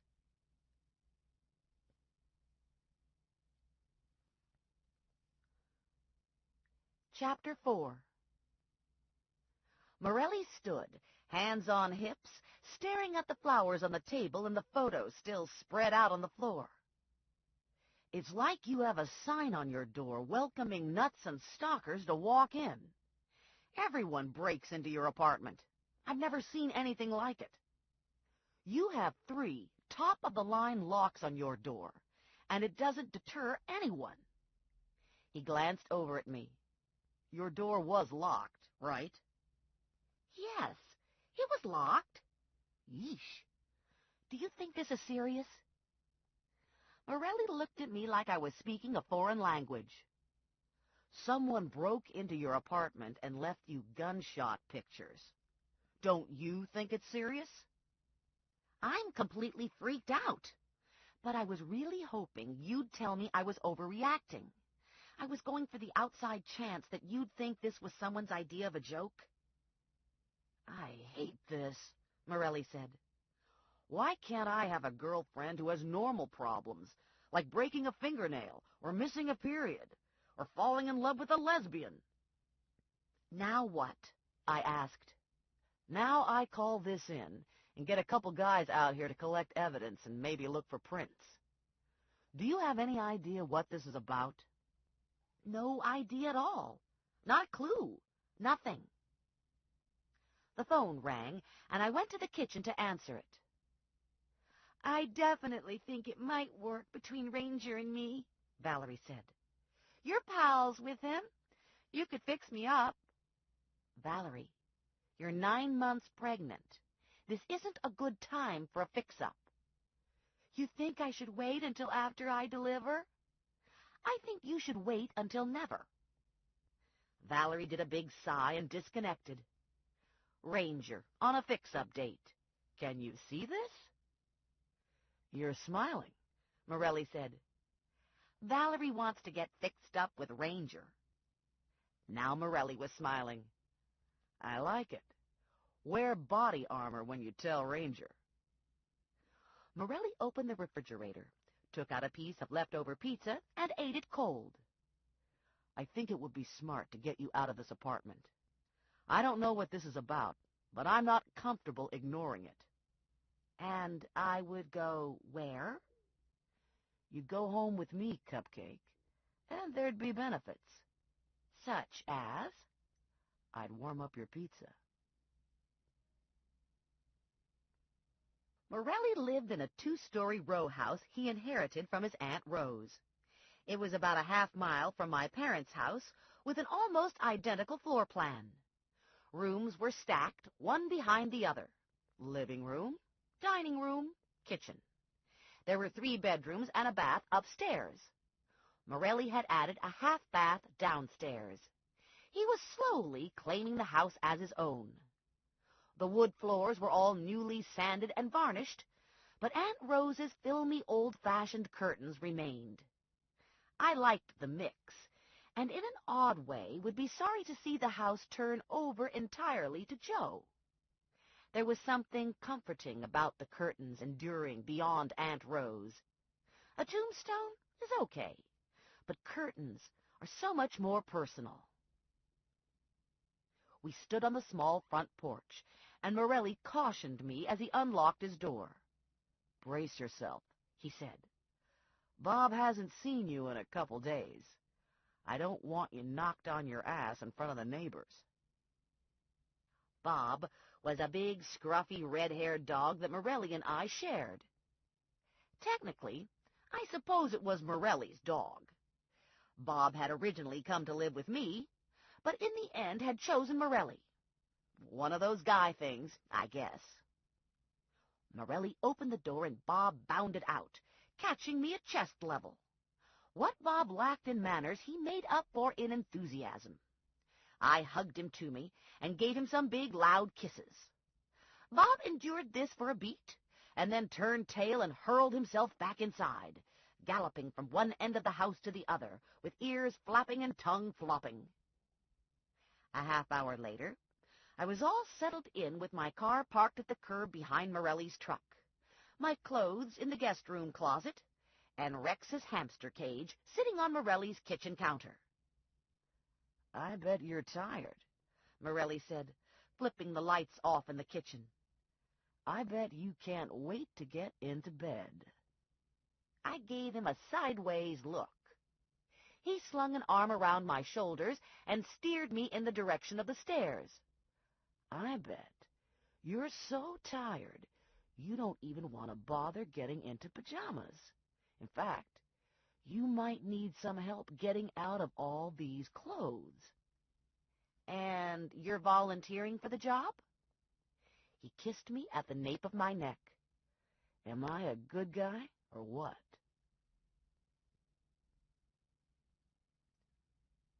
I woke up in a tangle of sheets and nothing else.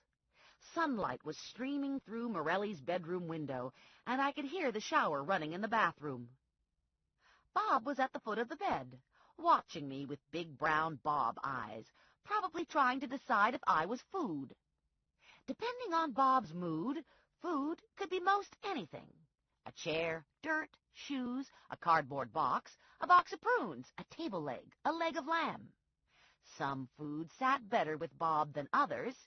You didn't want to be too close after he ate a box of prunes. I pulled on a pair of jeans and a T-shirt and trudged downstairs, hair uncombed, following the smell of coffee brewing. A note on the counter told me Bob had been fed and walked. Morelli was better at this cohabitation stuff than I was. Morelli was invigorated by sex. An orgasm for Morelli was like taking a vitamin pill. The more orgasms he had, the sharper he got. I'm the opposite. For me, an orgasm is like a shot of Valium. A night with Morelli, and the next morning I'm a big contented cow. I was coffee mug in hand, debating the merits of toast versus cereal, when Morelli's doorbell rang. I scuffed to the door with Bob close on my heels, and I opened the door to Morelli's mother and grandmother. The Morelli men are all charming and handsome, and with the exception of Joe, they're all worthless drunks and womanizers. They die in barroom fights, kill themselves in car crashes, and explode their livers. The Morelli women hold the family together, ruling with an iron hand, spotting a fib a mile away. Joe's mother was a revered and respected pillar of the community. Joe's Grandma Bella sent a chill down the spine and into the heart of all who crossed her path. "Aha!" Grandma Bella said. "I knew it. I knew they were living together in sin. I had a vision. It came to me last night." 2 doors down, Mrs. Frioli stuck her head out her front door so she didn't miss anything. I was guessing Grandma Bella's vision came to her last night after Mrs. Frioli called her. "How nice to see you," I said to the women. "What a nice surprise." I turned and shrieked up the stairs. "Joe, get down here!" It was always a shock to stand next to Mrs. Morelli and realize she was only 5'4" in her chunky 2-inch heeled shoes. She was a dominant and fearful force in a room. Her snapping black eyes could spot a speck of dust at 20 paces. She was a fierce guardian of her family and sat at the head of the table of the large Morelli tribe.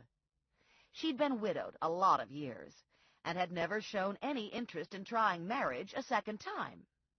Once around with a Morelli man was more than enough for most women. Grandma Bella was half a head shorter than Joe's mom, but no less fearsome. She kept her white hair pulled into a bun, tied at the nape of her narrow chicken neck. She wore somber black dresses and sensible shoes, and some people believed she had the ability to cast a spell. Grown men scurried for cover when she turned her pale old woman's eye on them, or pointed her bony finger in their direction. "This is a temporary arrangement," I told Mrs. Morelli and Bella. "I had to leave my apartment for a couple days, and Joe was nice enough to let me stay here." "Ha!" Bella said. "I know your type. You take advantage of my grandson's good nature, and the next thing you know, you've seduced him and you're pregnant. I know these things. I see them in my visions." Geez. I hoped these visions weren't too graphic. I didn't like the idea of being naked and woman on top in Bella's home movies. "It's not like that," I said. "I'm not going to get pregnant." I felt Joe move in behind me. "What's up?" Joe asked his mother and grandmother. "I had a vision," Bella said. "I knew she was here." "Lucky me," Joe said, and he ruffled my hair. "I see babies," Bella said. "Mark my words, this one is pregnant." "That would be nice," Joe said, "but I don't think so. You're getting your visions confused. Stephanie's sister is pregnant. Right kitchen, wrong pot." My breath stuck in my chest. Did he say it would be nice if I was pregnant?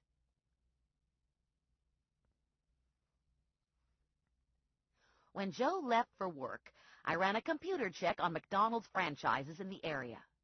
I started dialing the numbers that turned up, asking for Howie, and I got a hit on the 3rd McDonald's.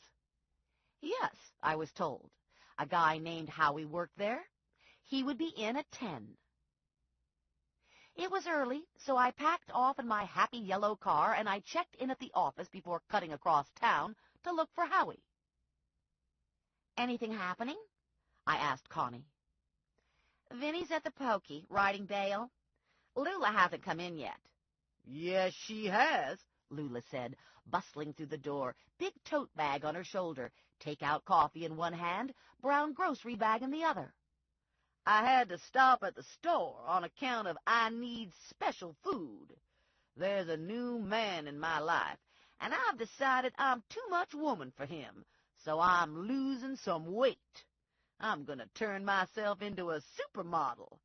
I'm going to lose about 100 pounds. It'll be easy, because I joined Fat Busters last night. I got everything I need to lose weight now.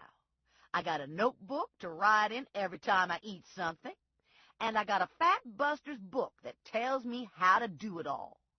Every single food's got a number assigned to it. All you got to do is add up those numbers and make sure you don't go over your limit. like my limit is 29.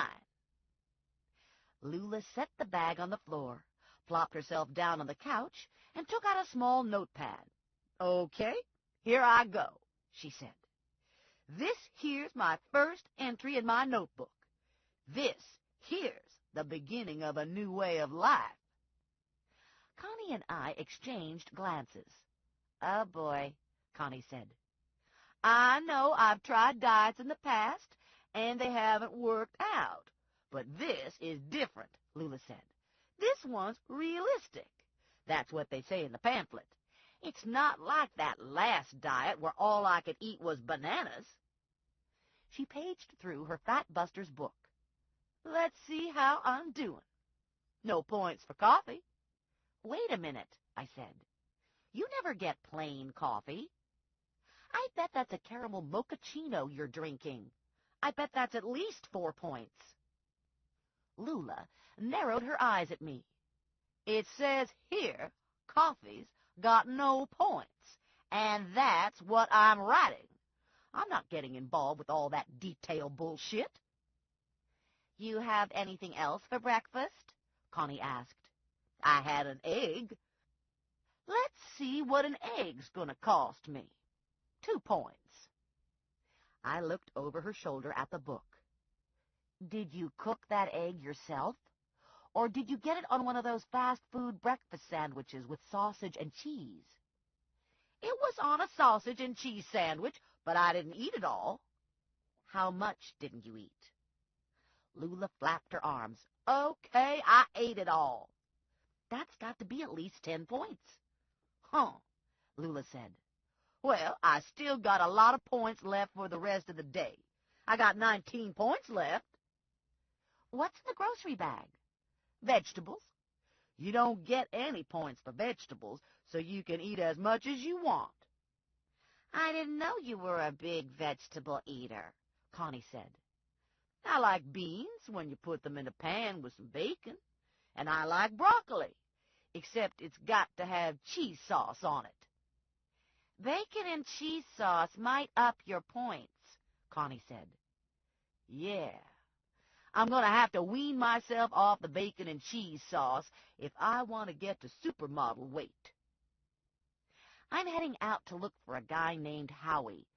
Supposedly he and Sing were buddies," I said to Connie. "Anything new come in that I should know about?" "We got a new skip this morning, but Vinny doesn't want anyone working on anything other than Sing. Vinny's in a state over this Sing thing." Maybe I should go look for Howie with you, Lula said. If I stay here, I'll file all day, and filing makes me hungry. I don't know if I got enough vegetables for a full day of filing. "Bad idea. Howie works at a fast food place. You have no willpower when it comes to that stuff." No problemo. I'm a changed woman. And anyway, I got my fill of fast food for the day. I had a good fast food breakfast. A half hour later, Lula and I parked in the McDonald's lot. Lula had gone through a bunch of celery and was halfway into a bag of carrots. "This isn't doing much for me," she said. "But I guess you gotta sacrifice if you want to be a supermodel." "Maybe you should wait in the car?" "Hell no. I'm not missing out on the questioning. This could be an important lead. This Howie guy and Sing are supposed to be friends, right?" "I don't know if they're friends. I just know Sing tried to find Howie the day before he disappeared." "Let's do it." As soon as I was through the door to the restaurant, I spotted Howie. He was working a register, and he looked to be in his early 20s. He was dark-skinned and slim. Pakistani, maybe. I knew he was Howie because he was wearing a name tag, Howie P. "Yes?" he asked, smiling. "What will it be?" I slid a card across to him and introduced myself. "I'm looking for Samuel Sing," I said. "I understand you're friends?" He went immobile for a moment while he held my card. He appeared to be studying it, but I had a suspicion his mind wasn't keeping up with his eyes. You are mistaken. I do not know Samuel Singh, he finally said. But what would you like to order? Actually, I'd just like to talk to you. Perhaps on your next break? Oh, that would be my lunchtime at 1 o'clock. But you must order now. It is a rule. There was a big guy standing behind me. He was wearing a sleeveless T-shirt, scruffy cutoffs, and mud-clogged, grungy boots. "Cripes, lady," he said. "You think we got all day? Give him your order. I gotta get back to work." Lula turned and looked at him, and he moved to another register. "Huh," Lula said. "I must take your order," Howie said. "Fine, great. I'll have a cheeseburger, a large fries, a Coke, and an apple pie." "Maybe some chicken nuggets," Lula said. "No nuggets," I told Howie. "What about Samuel Singh?" "First, you must pay me for your food." I shoved a 20 at him. "Do you know where Singh is?" "I do not. I am telling you I do not know him. Would you like extra ketchup packets with this cheeseburger? I have extra ketchup packets to give at my discretion." "Yeah, extra ketchup would be great." "If it was me, I would have gotten some chicken nuggets," Lula said. "Always good to have nuggets." "You're not eating this, remember?" "Well, maybe I could have had a nugget." I took my bag of food. "You have my card. Call me if you think of anything," I said to Howie. "I'll try to stop back at 1. Howie nodded and smiled. "Yes, thank you. Have a good day. Thank you for eating at McDonald's." "He was nice and polite," Lula said when we got back to the car. "But he didn't give us a lot." She looked at the bag of food. "Boy, that smells good. I can smell the fries. Wonder how many points it would cost me to eat a French fry." "No one can eat just one French fry." "I bet supermodels eat just one French fry." I didn't like the way Lula was looking at the bag. Her eyes were too wide and sort of bugged out of her head. "I'm going to throw this food away," I said. "I got it so I could talk to Howie. We don't really need this food." "It's a sin to throw food away," Lula said. "There's children starving in Africa. They'd be happy to get this food. God's gonna come get you if you throw that food away." "First off, we're not in Africa, so I can't give this food to any of those starving kids. Second, neither of us needs this food, so God's just going to have to understand." "I think you might be blaspheming God." "I'm not blaspheming God." But just in case, I did a mental genuflect and asked for forgiveness.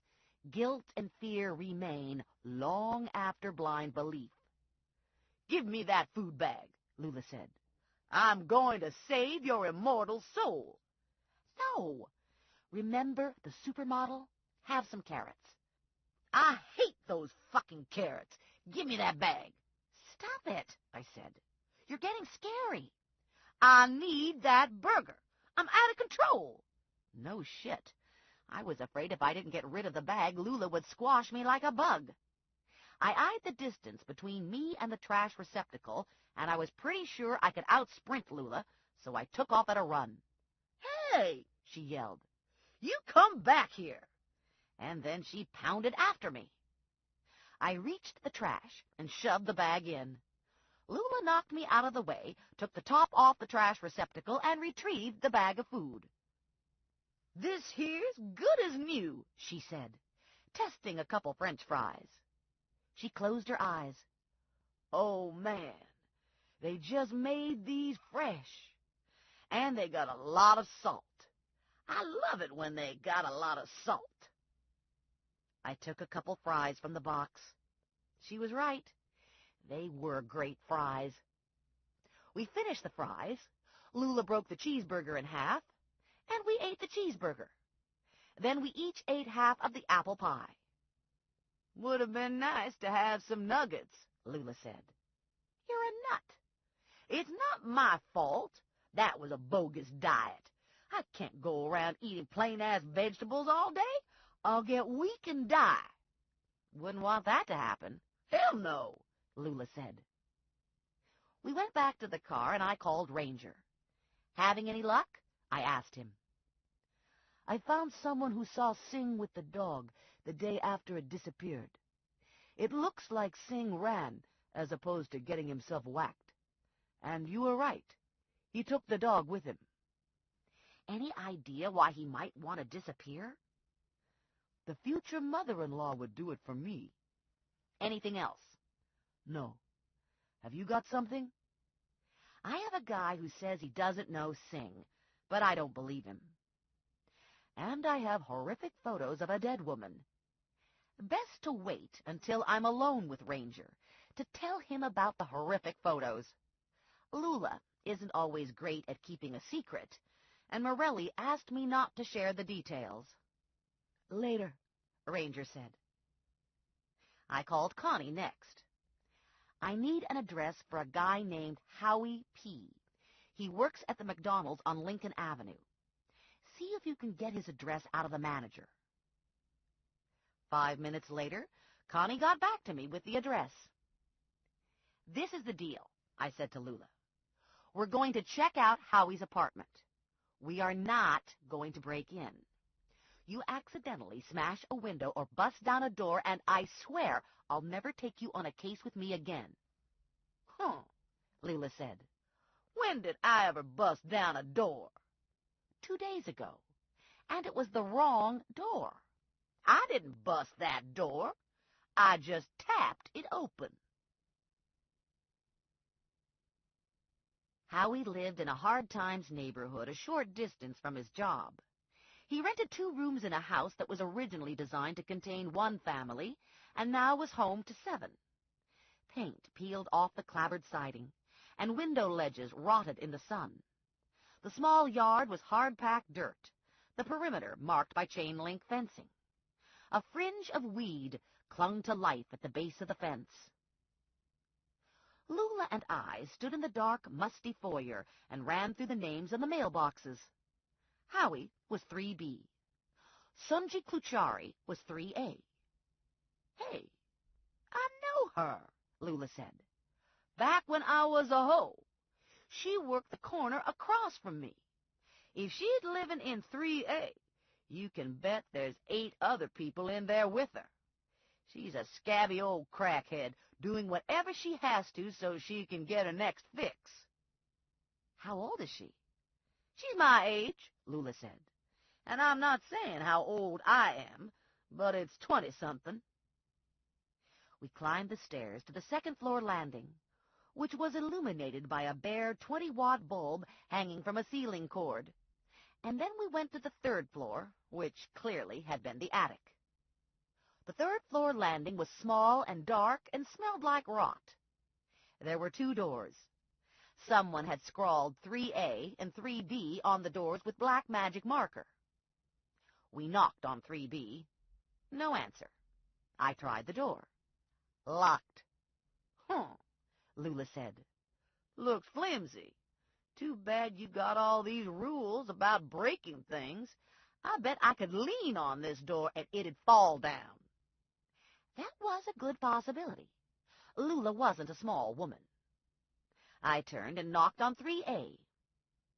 I knocked louder the second time, and the door opened and Sonji peered out at us. She was bloodless white with red-rimmed eyes and yellow straw hair. She was rail thin, and I would have put her age closer to 50 than 20. Not easy being a crackhead hoe. Sonji stared at Lula, recognition struggling through the dope haze. Girl, Lula said, you look like shit. Yeah, Sonji said, flat-voiced, dull-eyed. Now I remember. Lula, how you doing, you big ugly hoe? I'm not a hoe anymore, Lula said. I'm working for a bail bondsman, and we're looking for a scrawny little Indian guy. His name's Samuel Singh, and he might know Howie. Howie? The guy across the hall from you? I showed Sonji a photo of Singh. I don't know, she said. These guys all look the same to me. Anybody living over there besides Howie? I asked her. Not that I know. From what I can tell, Howie's not exactly Mr. Social. Maybe Sing came over once, or somebody who looked like him. Don't think anybody but Howie's living there. But hell, what do I know? I gave Sonji my card and a 20. Give me a call if you see Sing. Sonji disappeared behind her closed door, and Lula and I trudged down the stairs. We went outside, walked around the building to the backyard, and looked up at Howie's single window. Could be me living here, Lula said. I still got some pain from what that maniac Ramirez did to me, but turned out it was a favor. He stopped me from being a hoe. When I got out of the hospital, I knew I had to change my life. God works in strange ways. Benito Ramirez was an insane boxer who loved inflicting pain. He'd beaten Lula to within an inch of her life and tied her to my fire escape. I found her body, bloody and battered. Ramirez wanted the beating to serve as a lesson for Lula and for me. I thought getting brutalized like that was a pretty harsh wake-up call. So what do you think? Lula asked. You think Sing could be hiding out up there? It was possible, but it was a long shot. There were a million reasons why Sing could have been looking for Howie, and for that matter, I wasn't even sure I had the right guy. There were a lot of McDonald's around. Sing could have been calling McDonald's in Hong Kong, for all I knew. I'd been keeping watch for the gray Sentra, but it hadn't surfaced. It could be in a nearby garage, or it could be in Mexico. A rusted fire escape precariously clung to the back of the building. The ladder had been dropped and hung just a few inches from the ground. I could go up the fire escape, I said. Then I could look in the window. Now you're the nut. That thing's falling apart. No way I'm going up that rusted-out piece of junk. I grabbed a rail and pulled. The rail held tight. It's in better shape than it looks, I said. It'll hold me. Maybe, but it sure as hell won't hold me. Only one of us needed to go up anyway. I'd be up and down in a couple minutes, and I'd be able to see if there was any indication of Sing or the dog. You need to stay on the ground and do lookout anyway, I told Lula. This ends Disc 2. To the Nines, Disc 3. Chapter 5. Nothing ventured, nothing gained. I went hand over hand up the ladder and pulled myself onto the first level. I climbed the second ladder, steadied myself on the third-floor platform, and looked into Howie's window. Howie lived directly under the roof. There were rafters where the ceiling should be, and the floor was chipped linoleum. Howie had a sofa that was lumpy and faded, but looked comfy in a dilapidated sort of way. He had a small television and a card table and 2 metal folding chairs. That was the extent of his furniture. A sink hung on the far wall. A half refrigerator had been placed beside the sink. There were 2 wood shelves over the refrigerator. Howie had stacked 2 plates, 2 bowls, and 2 mugs on one of the shelves. The other shelf held condiments, a couple boxes of cereal, a jar of peanut butter, and a bag of chips. When you come right down to it, this is really all anyone needs, isn't it? A television and a bag of chips. I could see the front door and a doorway leading to another room, but the second room wasn't visible. The bedroom, obviously. I tried the window, but it was either locked or painted shut. Coming down, I said to Lula.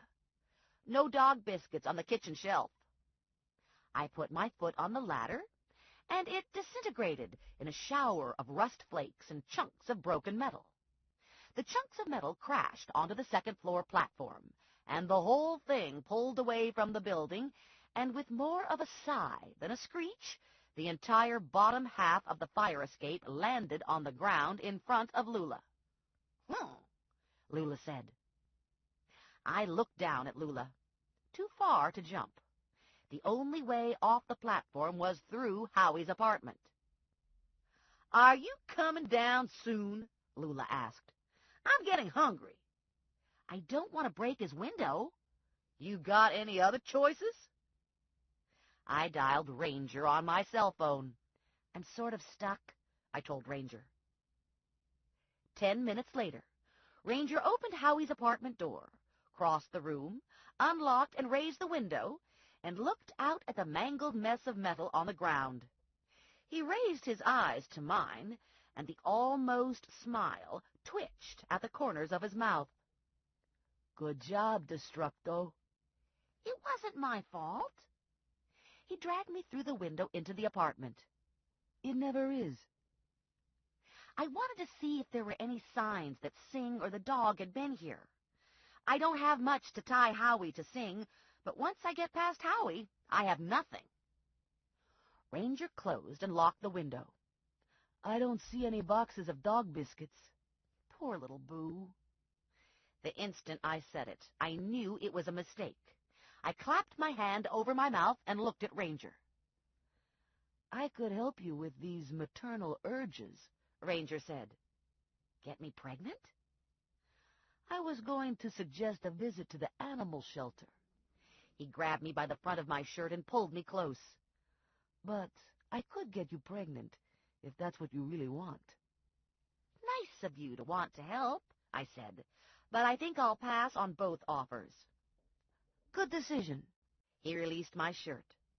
Let's take a look at the rest of the apartment. We moved from the living room to the bedroom and found more clutter, but no evidence of Sing or Boo. Howie had placed a double mattress on the floor and covered it with an inexpensive quilt. There were 2 cardboard boxes filled with neatly folded pants and shirts and underwear. The poor man's dresser. No closet in the room. A bare bulb hung from the ceiling. It was the only light source. A laptop computer with a cracked screen was on the floor near the only outlet. I looked around. No bathroom. There's a common bathroom on the 2nd floor. Yikes. Howie shares a bathroom with the scabby hoe and her crackhead friends. I tried to remember if he used gloves when he handled my food. Spartan, I said to Ranger. Adequate, Ranger said. He looked down at the mattress. I don't think Howie's been sharing his apartment with anyone lately. I was feeling a little panicky about being alone in a room with a mattress and Ranger, so I scooted out of the room and out of Howie's apartment. Ranger followed and closed and locked Howie's door. We descended the stairs in silence. Ranger was smiling when we got to the front foyer. Not the half smile either. This was a full-on smile. I narrowed my eyes at the smile. What? It's always fun to see you get worried about a mattress. Lula hustled over. So, what's going on? Lula asked. You find anything up there? Any dog hairs in the bedroom? Nothing. It was clean, I told her. Lula turned her attention to Ranger. I didn't hear you breaking any doors down. It wasn't necessary to break the door down. How'd you do it then? You use a pick? You use some electronic gizmo? I wish I could open doors like you. I'd tell you, but then I'd have to kill you, Ranger said. It was an old line, but it was worrisome when Ranger said it. Huh, Lula said. Tell me about Boo and Sing, I said to Ranger. Who saw them? Where were they? A kid working the drive-through window at Cluck in a Bucket saw him. He remembered Sing and the dog because the dog was barking and jumping around. He said Sing got a bucket of chicken and 2 strawberry shakes, and the dog ate 2 pieces of chicken before Sing got the window rolled up to drive off. Guess he was hungry. Speaking of hungry, Lula said, we haven't had lunch yet. We just had a cheeseburger, I told her. We shared it. That don't count. If you share, it's a snack. I want to go back to talk to Howie at 1 o'clock. Can you wait until then? I guess. What are we going to do in the meantime? I want to wander around the neighborhood, maybe snoop in a few garages. Lula looked up and down the street. You're going to snoop in this neighborhood? You got a gun on you? Ranger reached behind him, under his shirt, and pulled out a .38. He pulled my T-shirt out of my jeans, and he shoved the .38 under my waistband and draped my shirt over the gun. The gun was warm with his body heat, and his fingers had been even warmer, sliding across my belly. "Thanks," I said, trying to keep my voice from cracking. He curled his hand around my neck and kissed me lightly on the lips. "Be careful," and he was gone, off to make the world a better place in his shiny new black Porsche. "He had his hand in your pants and he kissed you," Lula said. "I'm wetting myself." "It wasn't like that. He gave me a gun." "Girl, he gave you more than a gun. I tell you, he ever put his hand in my pants, I'll stop breathing and faint dead away. He is so hot." Lula did some fanning motions with her hand. "I'm getting flashes. I think I'm sweating. Look at me. Am I sweating?" "It's 90 degrees out," I said.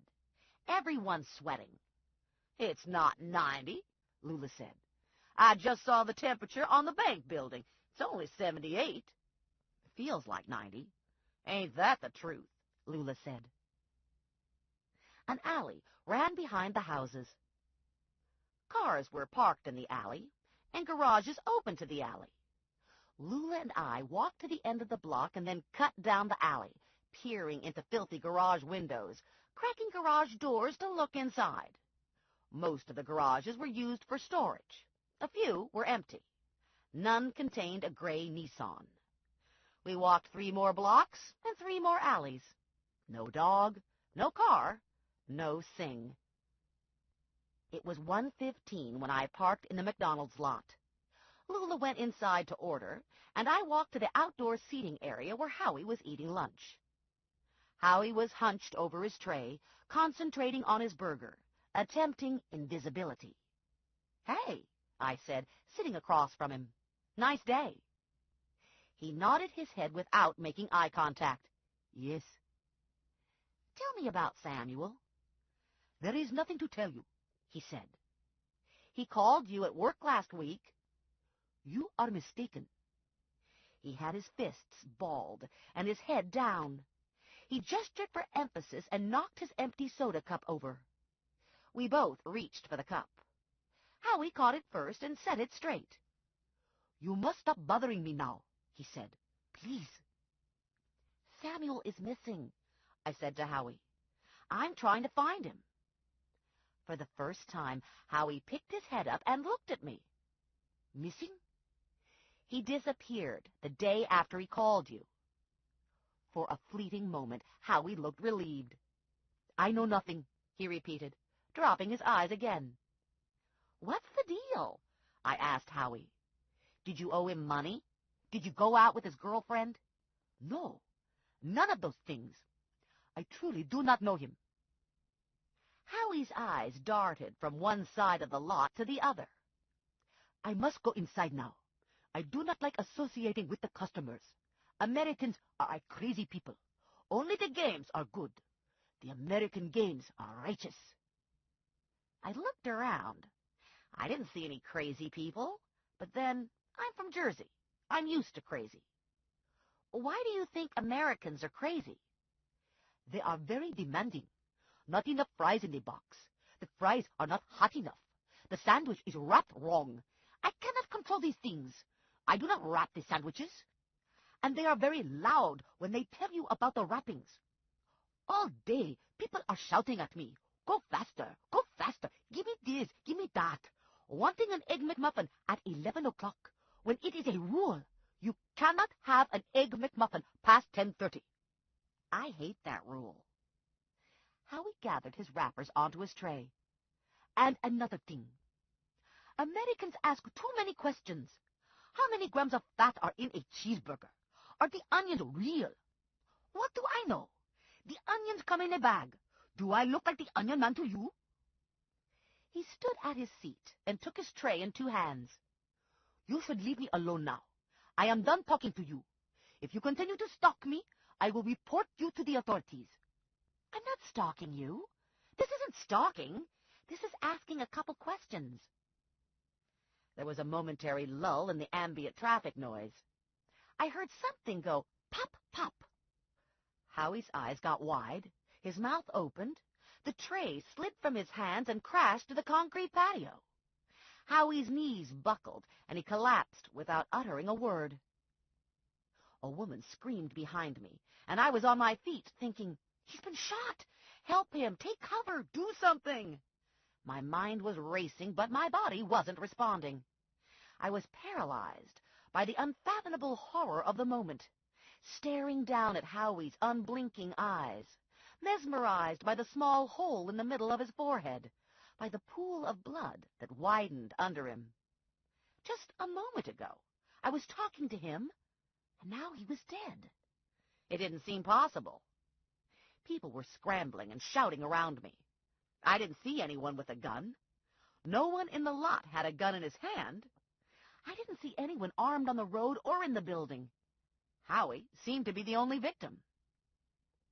Lula ran to me with a big bag of food in one hand and a large chocolate shake in her other hand. "Holy crap," she said, eyes bugged out, looking down at Howie. "Holy moly! Holy Jesus and Joseph! Holy cow!" I eased away from the body, not wanting to crowd Howie, needing some distance from the shooting. I wanted to make time stand still, to back up 10 minutes and change the course of events. I wanted to blink and have Howie still be alive. Sirens screamed on the highway behind us, and Lula furiously sucked on the shake. "I can't get anything up this freaking straw," she shrieked. "Why do they give you a straw if you can't suck anything up it? Why don't they give you a goddamn spoon? Why do they make these things so freaking thick anyways? Shakes aren't supposed to be solid. This here's like trying to suck up a fish sandwich." "And don't think I'm hysterical either," Lula said. "I don't get hysterical. You ever see me hysterical before? This here's transference. I read about it in a magazine. It's when you get upset about one thing, only you're really upset about something else. And it's different from hysterical. And even if I was hysterical, which I'm not, I'd have a perfect right. This guy got shot dead in front of you. If you'd have moved an inch to the left, you probably would have lost an ear, and he's dead. Look at him. He's dead. I hate dead." I grimaced at Lula.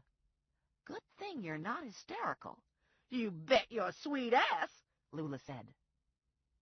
A Trenton PD, blue and white, angled to a stop, lights flashing.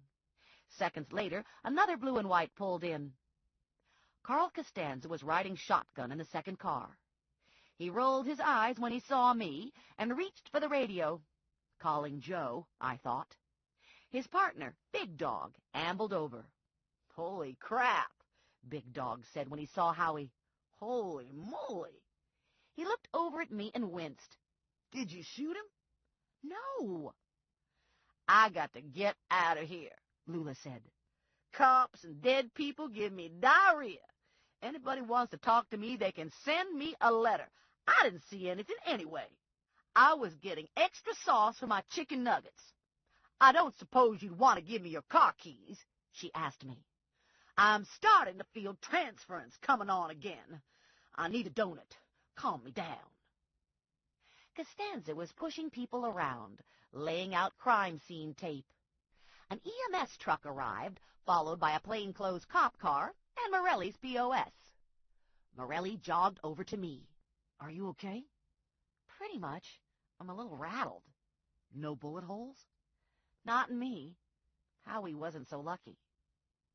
Morelli looked down at Howie. "You didn't shoot him, did you? Tell me you didn't shoot him." "I didn't shoot him. I never even carry a gun." Morelli dropped his eyes to my waist. Looks to me like you're carrying one now. Shit, I'd forgotten about the gun. Well, I almost never carry a gun, I said, doing my best to smooth out the bulge in my T-shirt. I looked around to see if anyone else noticed. Maybe I should lose the gun, I said to Morelli. There might be a problem. Besides carrying concealed without a permit? It might not be registered. Let me guess. Ranger gave you the gun. Morelli stared down at his feet and shook his head. He muttered something indiscernible, possibly in Italian. I opened my mouth to speak, and he held a hand up.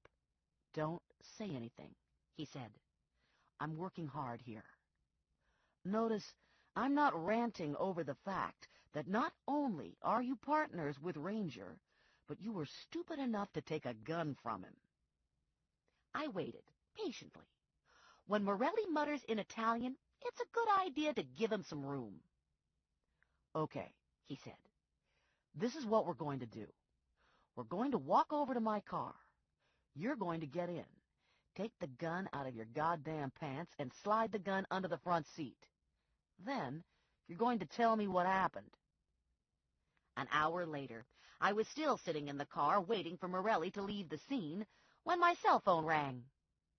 It was my mother. "I heard you shot someone," she said. "You've got to stop shooting people. Elaine Minardi's daughter never shoots anyone. Lucille Rice's daughter never shoots anyone.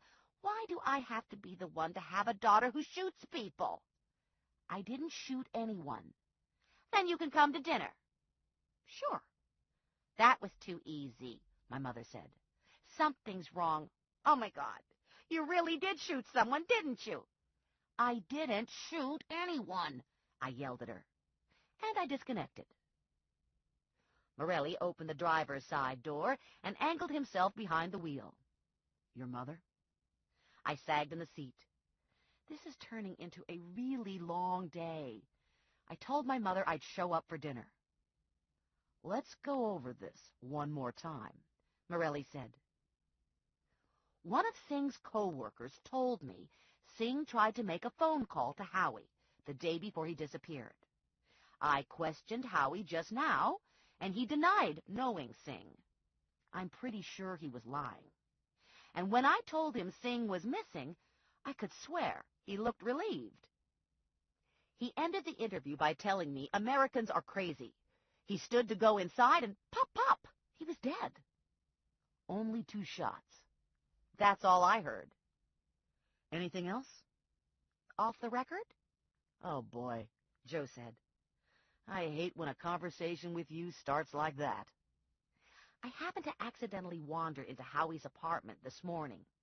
"I don't want to hear this," Morelli said. "They're going to go to Howie's apartment and dust for prints, and you're going to be all over the place." I chewed on my lower lip. Unfortunate timing. Who knew Howie would get killed? Morelli raised eyebrows and questioned. "So?" "The apartment is clean," I told him. "No sign that Singh's been there. No diary detailing secret activities. No hastily scribbled notes that someone wanted him dead. No evidence of drugs. No weapons." "It could have been a random shooting," Morelli said. "This isn't a great neighborhood." "He was in the wrong place at the wrong time?" "Yeah." Not for a single second did either of us believe that to be true. Deep inside, I knew Howie's death was tied to Singh and to me. That he was killed in my presence wasn't a good thing. Morelli's eyes softened, and he ran a fingertip along my jawline. "Are you sure you're okay?" "Yeah, I'm okay." And I was, sort of. My hands had stopped shaking, and the pain in my chest was subsiding. But I knew that somewhere hiding in my head were sad thoughts of Howie. The sadness would creep forward, and I would cram it back into crevices thick with brain gunk. I'm a firm believer in the value of denial. Anger, passion, and fear spill out of me in real time. Sadness I save until the edge dulls. Someday, 3 months from now, I'll stroll down the cereal aisle of a supermarket and burst into tears for Howie, a man I didn't even know, for Christ's sake. I'll stand in front of the cereal boxes and blow my nose and blink the tears out of my eyes so no one realizes I'm an emotional idiot. I mean, what about Howie's life? What was it like? Then I'll think about Howie's death, and I'll go hollow inside. And then I'll go to the freezer section and get a tub of coffee-flavored Haagen-Dazs ice cream and eat it all. Morelli turned the engine over and chugged out of the lot. I'll take you back to the office so you can get your car. I have paperwork to do at the station. If I'm not home by 5:30, go to dinner without me. I'll catch up with you as soon as I can. Lula and Connie weren't looking happy when I got to the office. We only have a couple days left before everyone finds out Sing skipped, Connie said. Vinny's freaking.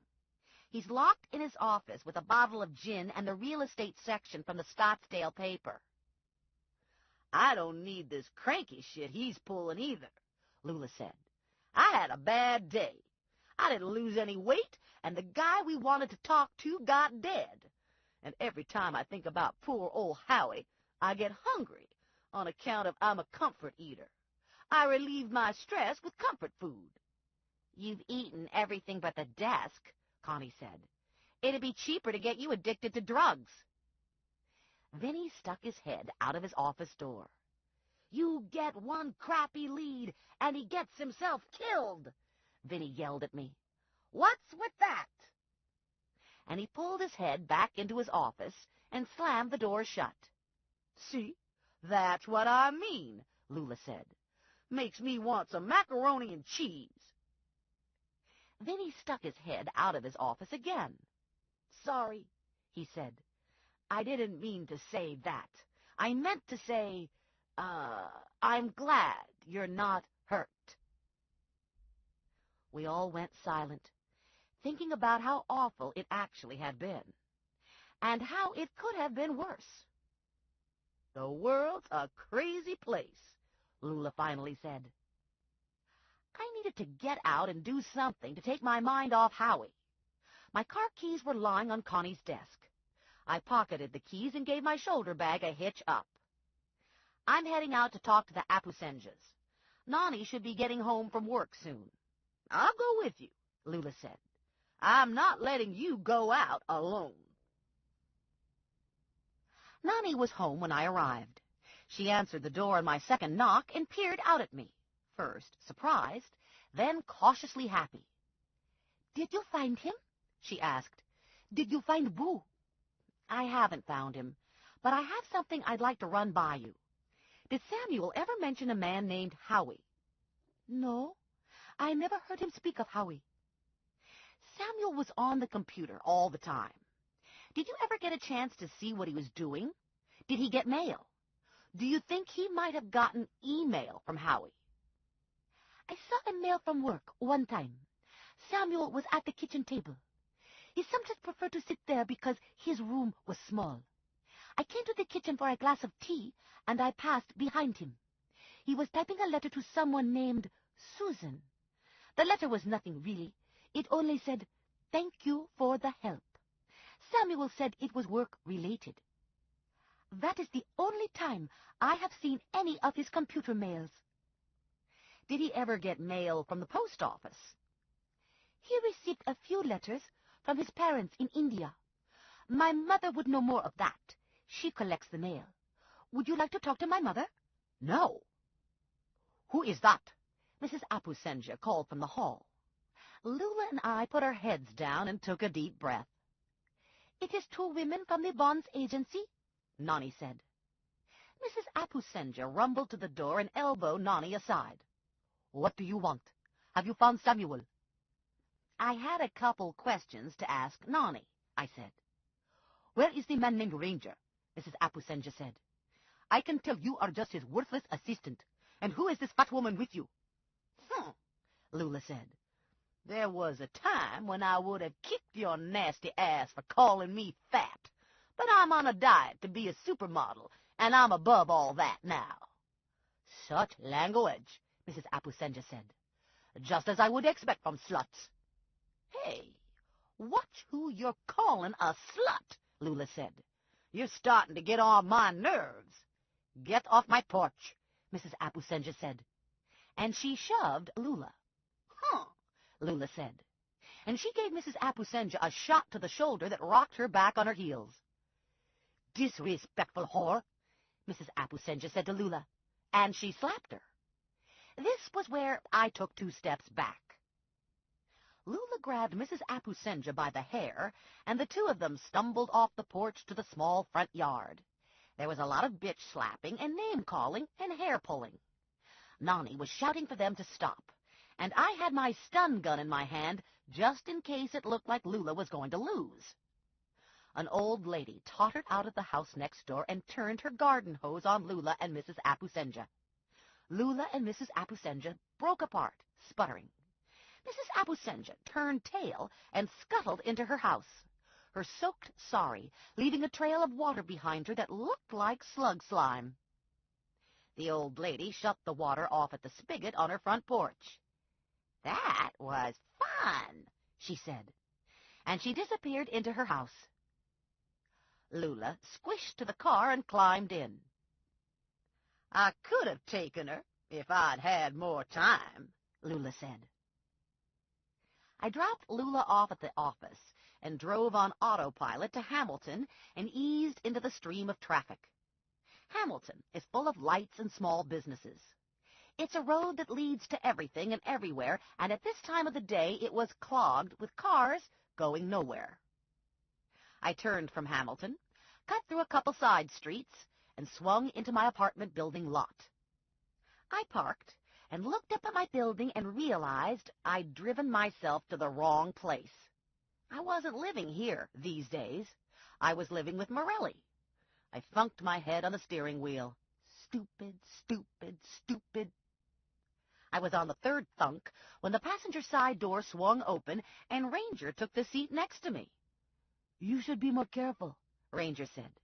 You'll shake something loose in there. I didn't see you in the lot when I pulled in, I said. Were you waiting for me to come home? I followed you, babe. I picked you up a block from the office. You should check your mirrors once in a while. Could have been a bad guy on your tail.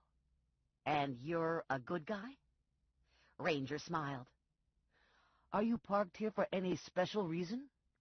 I thought you moved in with Morelli. Navigation error. My mind wasn't on my driving. Do you want to tell me about it? The shooting? Yeah, Ranger said. And anything else I should know about. I told him about the shooting, and then I told him about the flowers and the photos. I could keep you safer than Morelli, Ranger said. I believed him, but I would also be more restricted. Ranger would lock me up in a safe house and keep a guard with me 24/7. Ranger had a small army of guys working for him who made Marine commandos look like a bunch of sissies. I'm okay for now. Is there any word on the street about Bart Cohn? Like, does he rape and murder women? The street doesn't talk about Bart Cohn. The street doesn't even know Bart Cohn. The Cohn brothers run a tight factory, and they pay their bills on time. I had Tank ask around. The only interesting thing he turned up was the murder inquiry. 2 months after the police dropped Bart as a suspect, Bart's wife left him. He's the nuts and bolts guy at the factory. Has an engineering degree from MIT.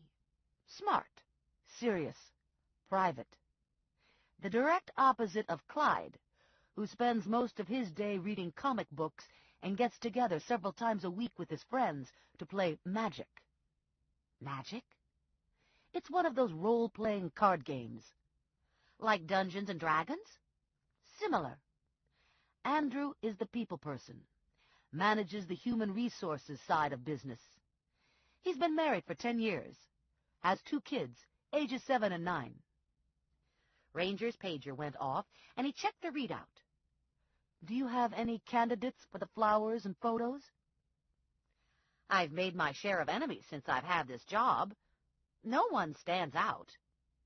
Bart Cohn crossed my mind. The business with the murder is hard to ignore, even though the charge didn't stick. And the break-in occurred right after I was at the factory. Sort of a strange set of coincidences. If he's the nuts and bolts guy, maybe he knows how to open locks. "Don't go walking in the woods with him," Ranger said. And he was gone.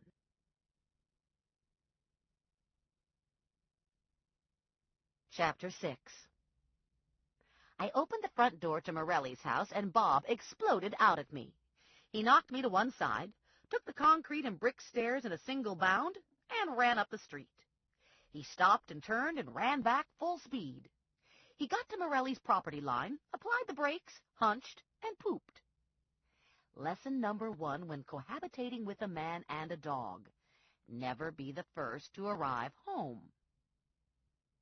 I went to the backyard, got the snow shovel from the shed, and used the shovel to flip the poop into the street.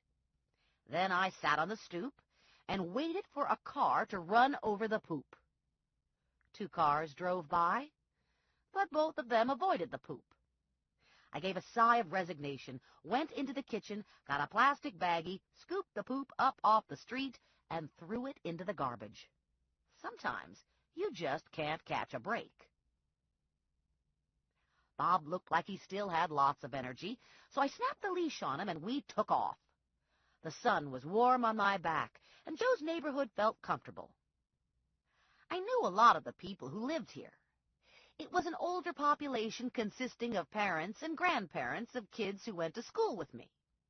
From time to time, a house would turn over to the new generation, and a stroller or baby swing would appear on the porch.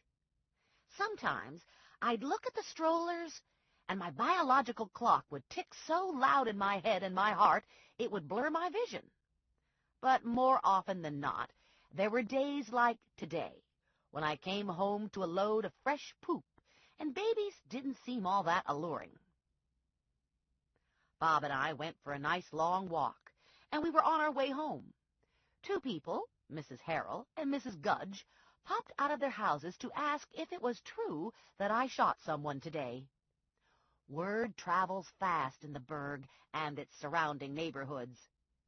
Story accuracy isn't always a top priority. I crossed the street and saw a car pull to the curb in front of Joe's house half a block away. There were 2 women in the car, Joe's mother and grandmother. Damn, I'd rather face Howie's killer. I had a moment of indecision, wondering if I was spotted, if it was too late to sneak off. Joe's mother got out of the car, our eyes caught, and my fate was sealed. By the time Bob and I got to Joe's house, Grandma Bella was out of the car and on the sidewalk beside Joe's mother. "I had a vision," Grandma Bella said. "I didn't shoot anyone," I told her. "You were dead in my vision," Grandma Bella said. "Cold as stone. The blood drained from your lifeless body. I saw you go into the ground." My jaw went slack, and the world lost focus for a moment. "Don't pay attention to her," Joe's mother said. "She has these visions all the time." Mrs. Morelli gave me a loaf of bread in its white paper bakery bag. "I came over to give Joe this bread. It's fresh baked from Italian Peoples. Joe likes it in the morning with his coffee." "I saw you in the box," Grandma Bella said. "I saw them close the lid and put you in the ground." Bella was doing a bang-up job of creeping me out. This wasn't a good time to tell me I was going to die. I was working hard not to get overwhelmed by the shooting, the photos, and flowers. "Stop that," Joe's mother said to Bella. "You're scaring her." "Mark my words," Bella said, shaking her finger at me. The 2 women got back into the car and drove off. I took Bob and the bread into the house. I gave Bob fresh water and a bowl filled with dog crunchies. I sliced the end off the bread and ate it with strawberry jam. A tear slid out of my eye and rolled down my cheek. I didn't want to give in to the tear, So I wiped it away and looked in at Rex. Rex was sleeping, of course. "Hey," I said real loud into the cage. Still no movement. I dropped a chunk of the bread and jam a couple inches away from the soup can. The soup can vibrated a little, and Rex backed out. He stood blinking in the light for a moment, whiskers whirring, nose twitching. He scurried over to the bread, ate all the jam, shoved the remaining bread into his cheek pouch, and scuttled back into his soup can. I checked the phone machine. No messages. I opened my iBook, went online, and my screen filled with more of the penis enlargement, hot chicks with horses, get-out-of-debt ads. "We can send a man to the moon, but we can't find a way to stop junk mail," I yelled at the computer. I calmed myself and deleted the garbage. I was left with one piece of mail. No subject in the subject line. The body of the letter was short. "Did you like my flowers? Were you impressed with my marksmanship this afternoon?" My stomach went hot and sick, and my vision got cobwebby. I put my head between my legs until the ringing stopped in my ears, and I was able to breathe again. This was from Howie's killer. He knew my email address. Not that my email address was a secret. It was printed on my business cards. Still, the message was chilling and eerily invasive. It tied the flowers and the photos to the shooting. It was a message from a madman. I typed back to him, "Who are you?"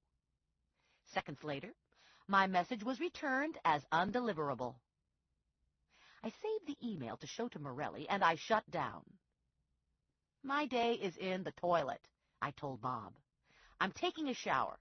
Don't let any maniacs in the house." I stood up as tall as I could, and I made sure my voice was steady. The bravado was partly for Bob and partly for me. Sometimes if I acted brave, I almost became a little brave. And just in case Bob fell asleep on the job, I went to the closet in Morelli's room, helped myself to his spare gun, and took it into the bathroom with me. Grandma Mazur was waiting at the door when I pulled up. "What do you think of my new hair?" she asked. It was punk rock star red and stuck out in little spikes. "I think it's fun," I told Grandma. "It brings out the color of my eyes." "And it's flattering to your skin tone. Definitely drags attention away from the liver spots." "It's a wig," she said. "I got it at the mall today. Me and Mabel Burlew went shopping. I just got home. I missed all the excitement when everybody thought you shot someone again." Albert Clown came in behind me. "What about shooting someone? Do you need a lawyer? I'd give you a real good rate. Business has been a little slow. I don't know why. It's not like I'm not a good lawyer. I went to school and everything." "I don't need a lawyer," I told him. "Too bad. I could use a high-profile case. That's what really helps your practice to take off. You gotta win something big." "What do you think of my hair?" Grandma asked Clown. "It's nice," he said. "I like it. It's real natural looking." "It's a wig," Grandma said. "I got it at the mall." "Maybe that's what I should get," Clown said. "Maybe I'd get more cases if I had more hair. A lot of people don't like bald men. Not that I'm bald, but it's starting to get thin." He smoothed his hand over his few remaining strands of hair. "You probably didn't notice that it was thin, but I can tell when the light hits it just right." "You should try that chemical stuff you pour on your head," Grandma said. "My friend Lois Grison uses it, and she grew some hair. Only problem was she used it at night, and it rubbed off on her pillow and got on her face, and now she has to shave twice a day." My father looked up from his paper. "I always wondered what was wrong with her. I saw her in the deli last week, and she looked like Wolfman. I thought she had a sex change." "I have everything on the table," my mother said. Come now before it gets cold. The bread will go stale. Valerie was already at the table with her plate filled. My mother had put out an antipasto platter, fresh bread from People's, and a pan of sausage and cheese lasagna. 9-year-old Angie, the perfect child, and an exact replica of Valerie at that age, sat, hands folded, patiently waiting for food to be passed. Her 7-year-old sister, Mary Alice, thundered down the stairs and galloped into the room. Mary Alice has for some time now been convinced she's a horse. Outwardly, she has all the characteristics of a little girl. But I'm beginning to wonder if there's more to the horse thing than meets the eye. Blackie tinkled in my bedroom, Mary Alice said, and I had to clean it up. That's why I'm late. Blackie couldn't help it. He's just a baby horse, and he doesn't know any better. Blackie's a new horse, isn't he? Grandma asked. Yep. He came to play with me just today, Mary Alice said. It was nice of you to clean it up, Grandma said. Next time, you should put his nose in it, Clown said. I heard that works sometimes. Valerie impatiently looked around the table. She folded her hands and bowed her head. Thank God for this food, Valerie said, and she dug in. We all crossed ourselves, mumbled thank God, and started passing dishes. There was a rap on the front door, the door opened, and Joe strolled in. Is there room for me? He asked. My mother beamed. Of course, she said. There's always room for you. I set an extra plate just in case you could make it. There was a time when my mother warned me about Joe. Stay away from the Morelli boys, my mother would say. They can't be trusted. They're all sex fiends, and no Morelli man will ever amount to anything. A while back, my mother had decided Joe was the exception to the rule, and that somehow, in spite of genetic disadvantage, he'd actually managed to grow up. He was financially and professionally stable, and he could be trusted. Okay, so he was still a sex fiend, but at least he was a monogamous sex fiend. And, most important, my mother had come to think that Joe was her best and possibly only shot at getting me off the streets and respectably married. Grandma shoved a wedge of lasagna onto her plate. I've got to get the facts straight on the shooting, she said. Mitchell Farber just got laid out, and Mabel and me are going to his viewing at Steva's funeral parlor right after dinner, and people are gonna be on me like white on rice. There's not much to tell, I said. Lula and I stopped for lunch, and the man eating across from me was shot. No one knows why, but it's not a great neighborhood. It was probably just one of those things.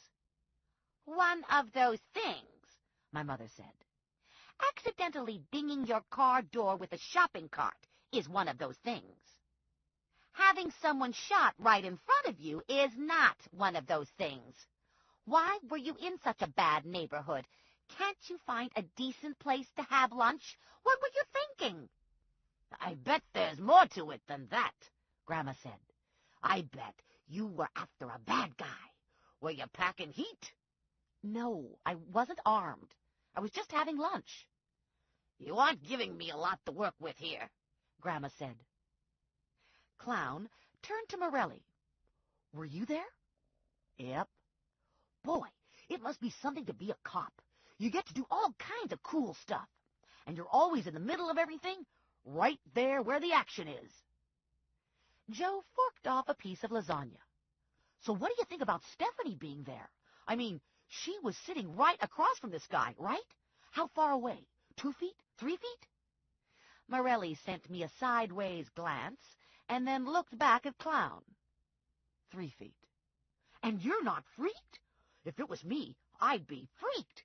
But hey, I guess that's the way it is with cops and bounty hunters. Always in the middle of the shooting. I'm never in the middle of the shooting, Joe said. I'm plainclothes. I investigate. The only time my life is in danger is when I'm with Stephanie. How about last week? Grandma asked. I heard from Loretta Bieber that you were almost killed in some big shootout. Loretta said you had to jump out of Terry Gilman's second-story bedroom window. I swiveled in my seat and faced Joe, and he froze with his fork halfway to his mouth. There had been rumors about Joe and Terry Gilman all through high school. Not that a rumor linking Morelli to a woman was unusual, but Gilman was different. She was a cool blonde with ties to the mob and an ongoing relationship with Morelli. Morelli swore the relationship was professional, and I believed him. That isn't to say that I liked it. It bore a disturbing parallel to my relationship with Ranger. And I knew that as hard as I tried to ignore the chemistry between Ranger and me, it still simmered below the surface.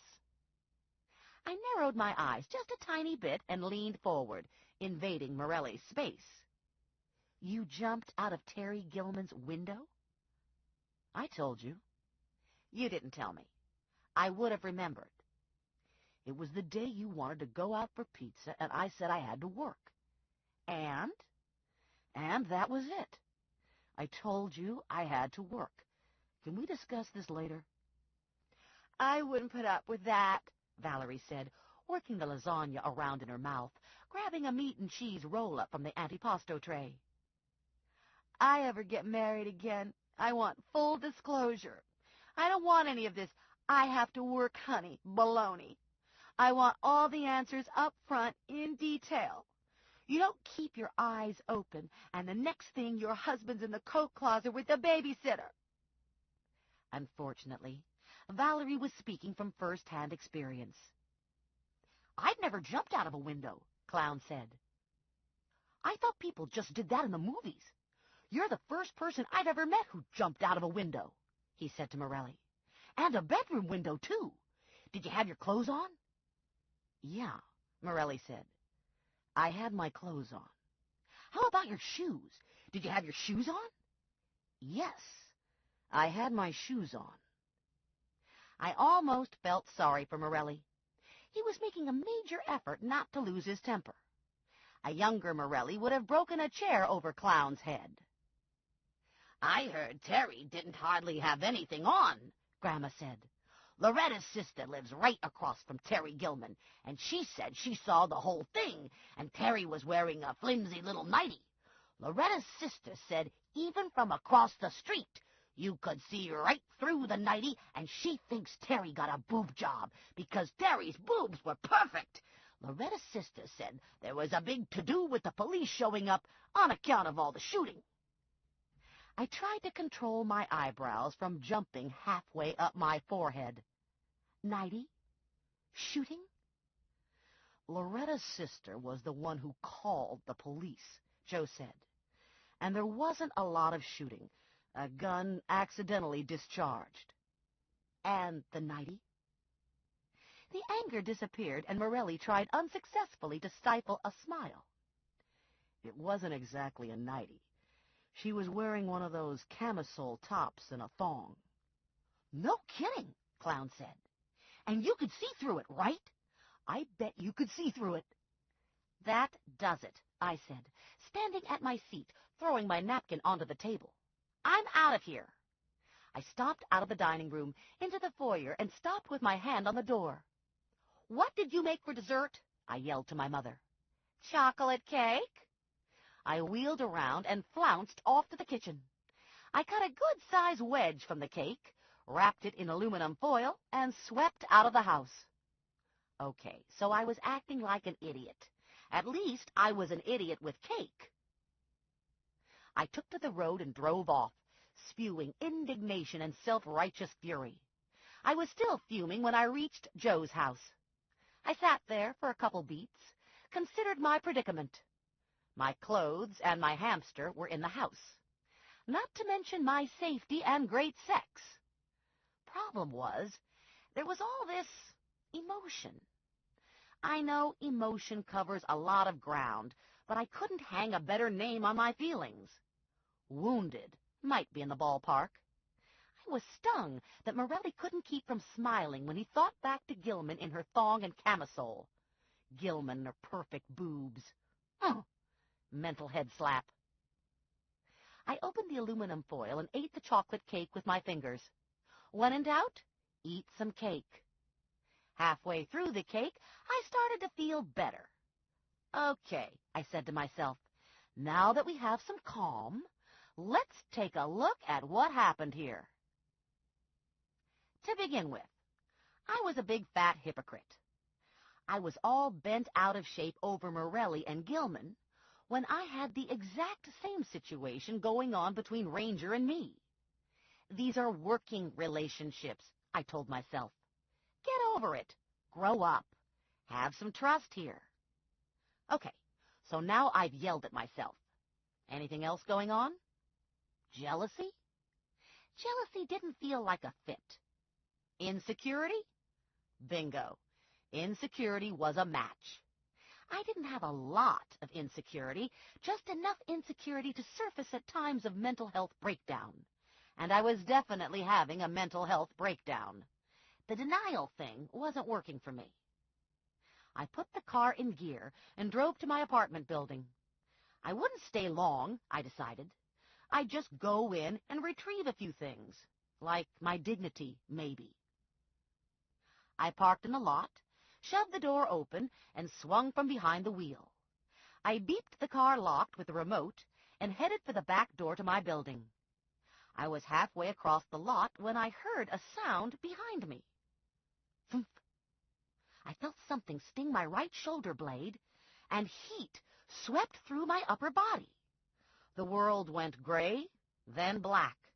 I put my hand out to steady myself and felt myself slide away.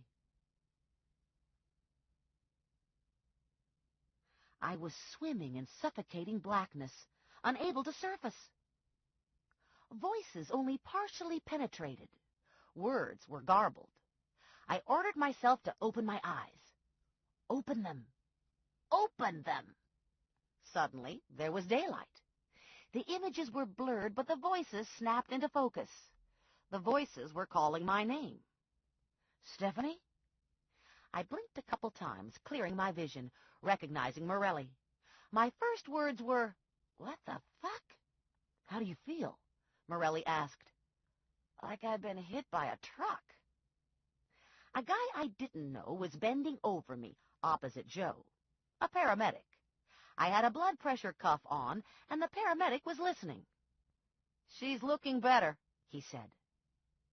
I was on the ground, in the parking lot, and Joe and the paramedic brought me up to sitting. An EMS truck idled not far off. There was a lot of equipment beside me. Oxygen, stretcher, medical emergency kit. A couple Trenton cops stood, hands on hips. A small crowd was gathered behind the cops. "We should take her to St. Francis to have her checked by a doctor," the medic said. "They might want to keep her overnight." "What happened?" I asked Morelli. "Someone shot you in the back with a tranquilizer dart. The impact was partially absorbed by your jacket, but you got enough tranq to knock you out." "Am I okay?" "Yeah," Morelli said. "I think you're okay. More than I can say for me. I just had 3 heart attacks." "I don't want to go to St. Francis. I want to go home, wherever that is." The medic looked over at Morelli. "Your call." "I'll take responsibility," Morelli said. "Help me get her to her feet." I walked around for a couple minutes on shaky legs. I was feeling really crappy, but I didn't want to broadcast it. I didn't want to overnight in the hospital. They take your clothes away and hide them and make you sleep in one of those cotton gowns that your ass hangs out of. "Geez," I said. "What was I shot with? An elephant gun?" Morelli had the dart in a plastic evidence bag in his pocket. He held the bag out for me to see. "Looks to me to be more large dog size." "Oh, great. I was shot with a dog dart. That doesn't even make good bar conversation." Morelli eased me into his truck. "We'll leave your car here. I don't think we want to put you behind the wheel yet." I wasn't going to argue. I was developing a monster headache. There was a single red rose on the dash. A square white card in a plastic evidence bag had been placed beside the rose. Morelli gestured at the rose. That was left on your windshield. He reached across and took the card and turned it so I could read the message. You should be more careful. If you make it too easy, the fun will be gone. This is creepy, I said. This is definitely psycho. It started right after you became involved with Singh, Morelli said. Do you think it's Bart Cohn? He'd be on the list, but I'm not convinced he's the one. I can't see him leaving roses. Bart Cohn doesn't strike me as a man who has a flair for the dramatic. I wanted it to be Bart Cohn. He was an easy mark. I had a fantasy scenario going in my head. Stephanie and Lula break into Bart's home, find the tranquilizer gun stashed beside the gun that killed Howie, and call the police. The police immediately arrest Bart, and Stephanie lives happily ever after. Needless to say, the fantasy scenario didn't include Stephanie doing time for illegal entry. This has moved way beyond my comfort zone, I said to Morelli. If I wasn't shot full of tranquilizer, you'd be seeing some first-rate hysteria. Morelli left-turned out of the lot. What were you doing here anyway? I was returning to my apartment because you liked looking at Gilman in her thong. Shit, Morelli said. You're such a girl. I closed my eyes and rested my head on the seat back. You're lucky I'm drugged. Did you notice anything unusual when you parked? A strange car? A paranoid schizophrenic lurking in the shadows? Nothing. I wasn't looking. I was making the most of my indignation. By the time we reached Morelli's house, the sun was low in the sky and the night insects were singing. I looked down the street, more from comfort than fear. Hard to believe anything bad could happen on Morelli's street. Mrs. Brodsky, sitting on her porch and Aunt Rose's second-story curtains filmy behind the glass, floated like a protective charm. Morelli's neighborhood felt benign. Of course, none of that stopped Morelli from doing his cop thing. He'd been checking his tail all the way over, making sure we weren't followed. He parked and helped me out of the truck, hustling me into the house, partially shielding me with his body. I appreciate the effort, I said, sinking onto his couch. But I hate when you put yourself in danger to protect me. Bob climbed up next to me, leaving no room for Morelli. Bob had a piece of dog biscuit stuck to his head. How does he always get food stuck to him? I asked Morelli. I don't know, Morelli said. It's a Bob mystery. I think stuff falls out of his mouth and he rolls in it, but I'm not sure. About Gilman, I said. I can't talk about Gilman. It's police business. This isn't one of those James Bond things where you sleep with Gilman to get information out of her, is it? Morelli slouched into a chair and clicked the television on.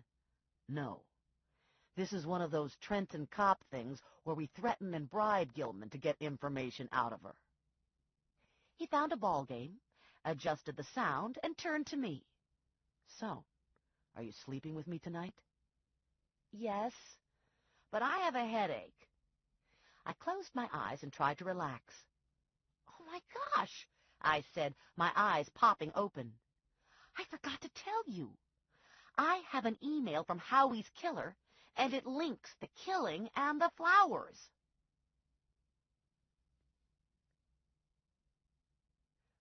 Morelli was long gone by the time I dragged myself out of bed.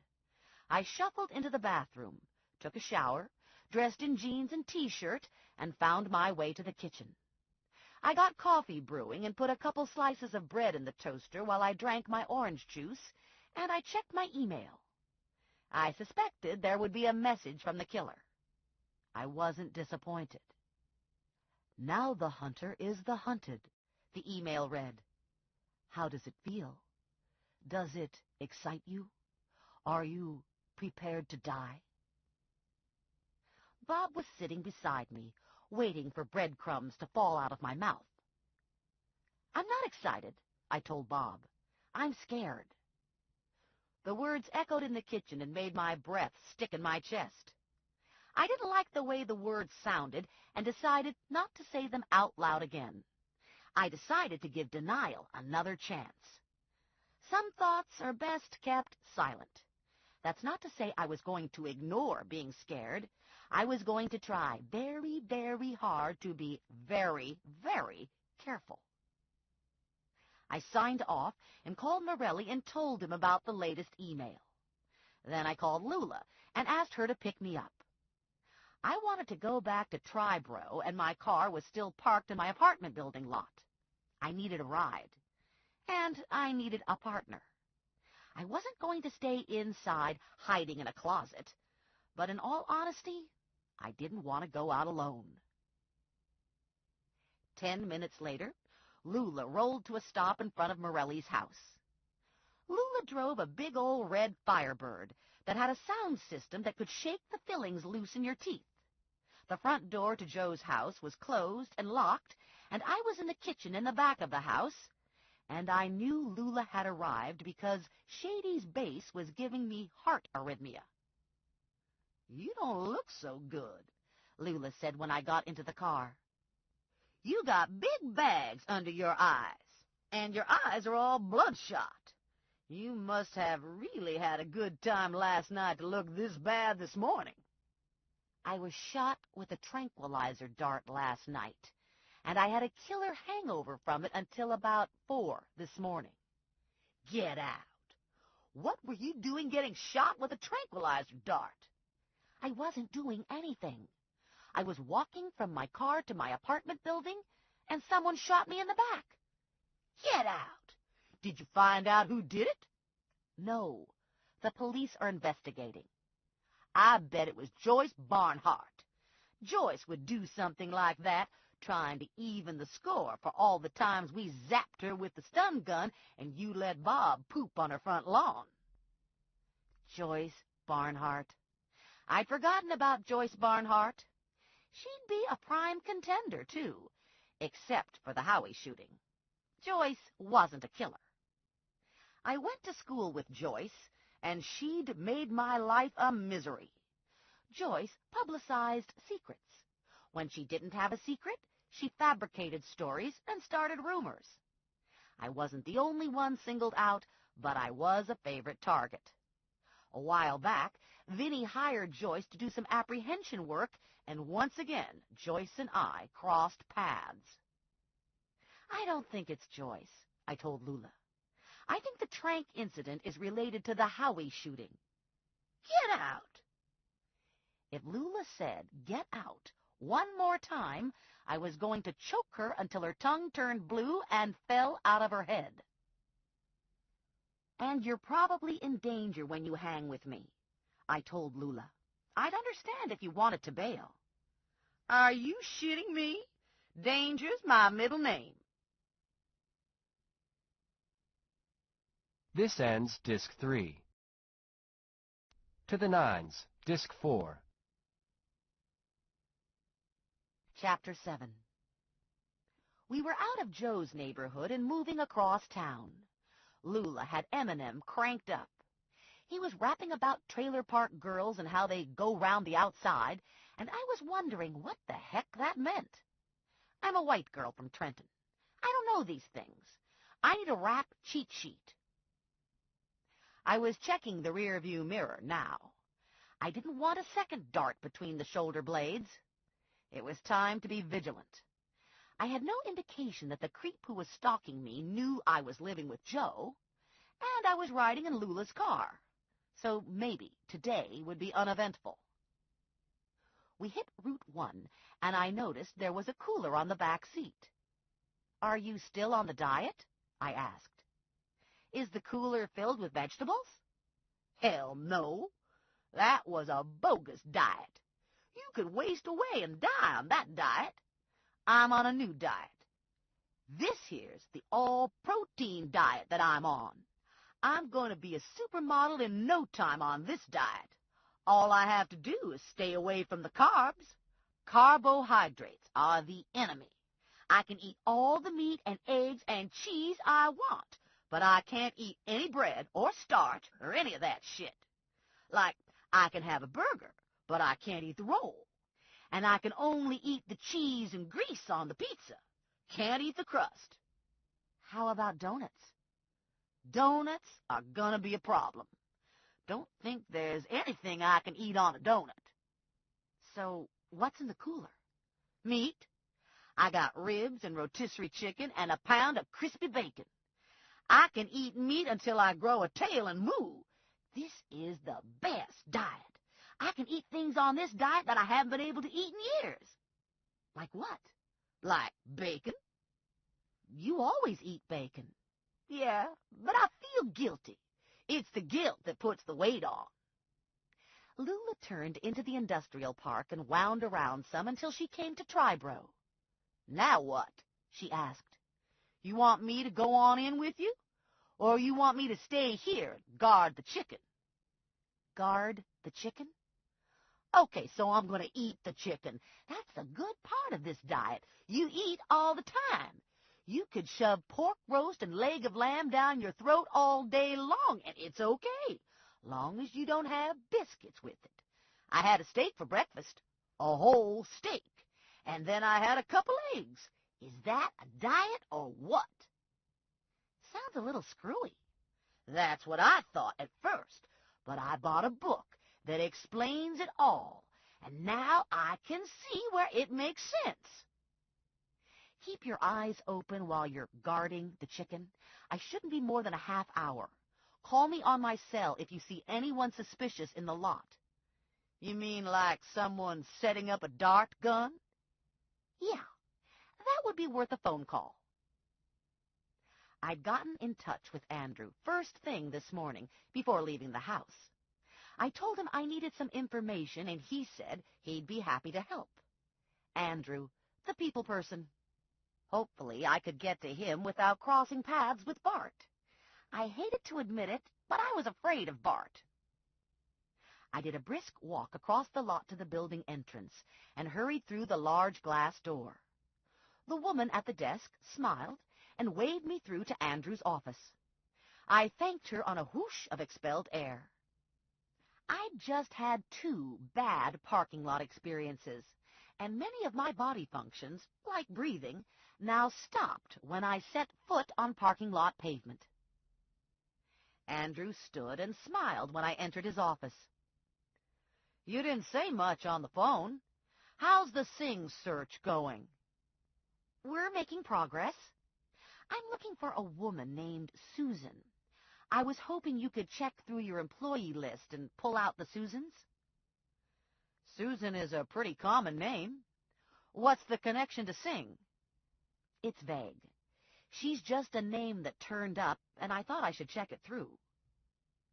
Andrew turned to his computer, typed in a series of commands, and the screen filled with the employee database. Then it executed a search for all Susans. We employ 8 Susans, he finally said. When I set the age at 40 or below, I'm left with 5 Susans. I'll give you a printout, and you can talk to them if you want.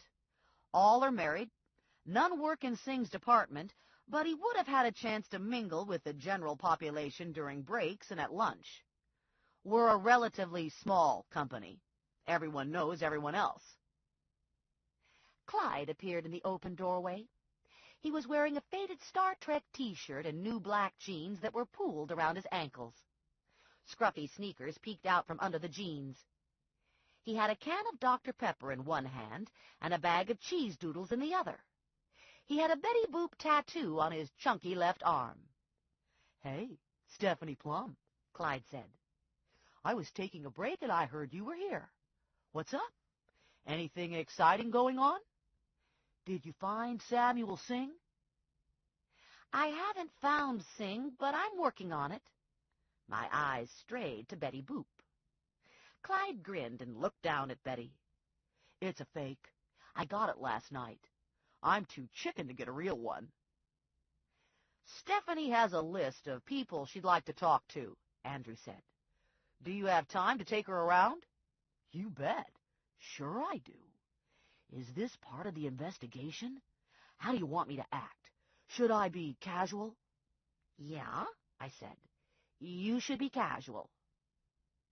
Clyde reminded me a lot of Bob, with the unruly hair and goofy enthusiasm. "These are all Susans," Clyde said, looking at the list. "That's a lead, right? Some woman named Susan knows where Sing is hiding. Or maybe some woman named Susan bumped Sing off. Am I close? Am I getting warm?" "It's nothing that dramatic," I told Clyde. "It was just a name that popped up as a possible friend." "I know all these women," Clyde said, leading me out of Andrew's office. "I can tell you all about them. The first Susan is real nice. She has 2 kids and a beagle, and the beagle's always at the vet. I think her whole paycheck goes to the vet. The dog eats everything. One time he was real sick, and they x-rayed him and found out he had a stomach full of loose change. Her husband works here, too. He's in shipping. They live in Ewing. They just bought a house there. I haven't seen the house, but I think it's one of those little tract houses." Clyde was right about the first Susan. She was very nice. But she only knew Sing from a distance. And the same was true for the other 4 Susans. And I believed them all. None of the Susans seemed like girlfriend material. None of them looked like sharpshooters or killers. They all looked like they might send roses and carnations. "Those are all the Susans," Clyde said. "None of them worked out, huh? Do you have any other leads? Any clues we could work on next?" "Nope. That's it for now." "How about lunch?" "Gee, sorry. I have a friend waiting for me in the parking lot." "Thank God." "I'm a pretty interesting guy, you know," he said. "I have a lot going on." His eyes got round. "You haven't seen my office yet. You have to see my office." I glanced at my watch. "It's getting late. My office is right here." He galloped down the hall and opened the door to his office. "Look at this." I followed him and stepped into his office. One wall was floor-to-ceiling shelves, and the shelves were filled with action figures. Star Trek, professional wrestlers, G.I. Joe characters, Star Wars, Spawn, about 200 Simpsons figures. "Is this an awesome collection or what?" he asked. "It's fun.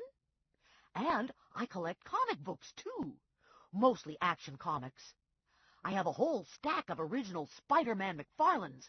Man, I wish I could draw like him." I looked around the room.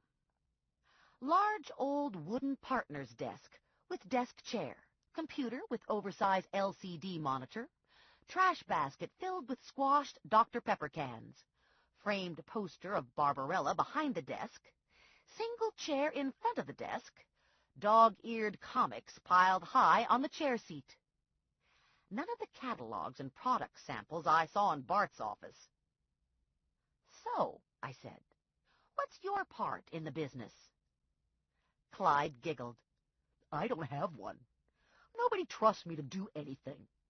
Now, on the surface, that might seem a little insulting, but if you examine it more closely, you see that I have a good deal. I collect a paycheck for staying out of the way. How good is that?"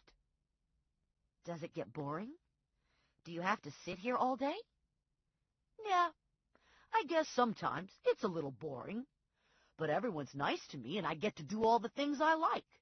I can play with my action figures and read comics and play games on the computer. It isn't like I'm mentally retarded. It's just that I screw up a lot. The truth is, I'm not real interested in making thingamabobs." "What would you like to do?" He shrugged. "I don't know. I guess I'd like to be Spider-Man." Too bad Clyde wasn't older. He'd be perfect for Grandma Mazur. Lula was sound asleep with the driver's seat tipped back when I returned to the car. I jumped in and locked my door and nudged Lula. "Hey," I said, "you're supposed to be on lookout." Lula sat up and stretched. "There wasn't anything to see, and I got sleepy after eating all that chicken. I ate the whole thing. I even ate the skin. I love skin. And you know how all other diets tell you not to eat the skin? Well, guess what? I'm doing the skin diet now, girlfriend." "That's great. Let's get out of here." "Something happen in there to make you in such a rush to take off?" "Just feeling antsy." "Fine by me. Where are we going next?" I didn't know. I was out of leads, out of ideas, out of courage. Let's go back to the office.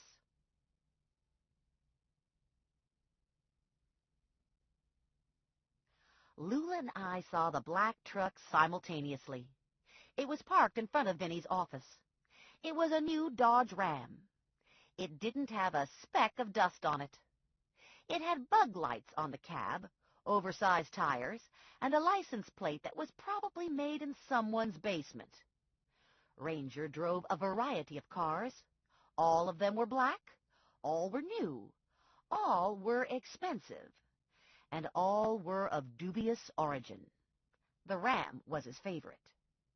"Be still, my beating heart," Lula said. "Does my hair look okay? Am I starting to drool?" I wasn't nearly so excited. I suspected he was waiting for me, and I worried that it wasn't going to be a good conversation. I followed Lula into the office. Connie was at her desk, head down, furiously shuffling papers. Vinny's door was closed. Ranger was slouched in a chair, elbows on the arms, fingers steepled in front of him, his eyes dark and intense, watching us. I smiled at Ranger. "Yo," I said. He smiled back, but he didn't yo. "We're just checking in," I said to Connie, leaning on the front of her desk. "Do you have anything for me?" "I have skips piling up on my desk," Connie said. "But Vinny doesn't want anyone even looking at them until Singh is found." "No calls? No messages?" Ranger unfolded himself and crossed the room, standing close behind me, sucking me into his force field. "We need to talk." A flash of heat rippled through my stomach. Ranger always evoked a mixture of emotion. Usually that mixture was attraction followed by a mental eye roll. "Sure," I said. "Now, outside." Lula scurried behind the file cabinets, and Connie bent into the nonsense paper shuffling. No one wanted to get caught in the line of fire when Ranger was in a mood. I followed Ranger out the door to the sidewalk and stood, blinking in the sun. "Get into the truck," Ranger said. "I feel like driving." "I don't think so." The line of his mouth tightened. "Where are we going?" I asked. "Do you want a full itinerary?" "I don't want to get locked up in a safe house." "I'd love to lock you up in a safe house, babe, but that wasn't my plan for the day." "Promise? Cross your heart and hope to die?" There was a slight narrowing of his eyes. Ranger wasn't feeling playful.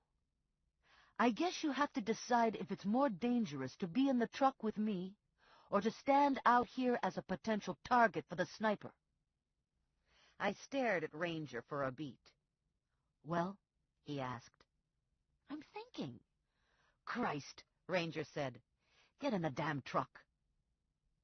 I climbed into the truck, and Ranger drove 2 blocks down Hamilton and turned into the Burg.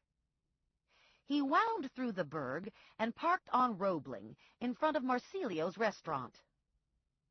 "I thought you wanted to drive," I said. "That was the original plan, but you smell like rotisserie chicken and it's making me hungry." It's from Lula. She's on this diet where she eats meat all day. Bobby V. met us at the door and gave us a table in the back room. The burg is famous for its restaurants. They're stuck all over the place in the neighborhood, between houses, next to Betty's bridal shop and Rosalie's beauty parlor. Most are small. All are family affairs, and the food is always great. I'm not sure where Bobby V. fits in the scheme of things at Marsilio's, but he's always on hand to direct traffic and schmooze. He's a snappy dresser.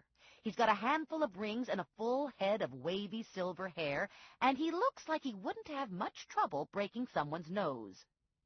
If you're in bad with Bobby V., don't even bother showing up, because you won't get a table. Ranger sat back in his chair, took a moment to scan the menu, and ordered.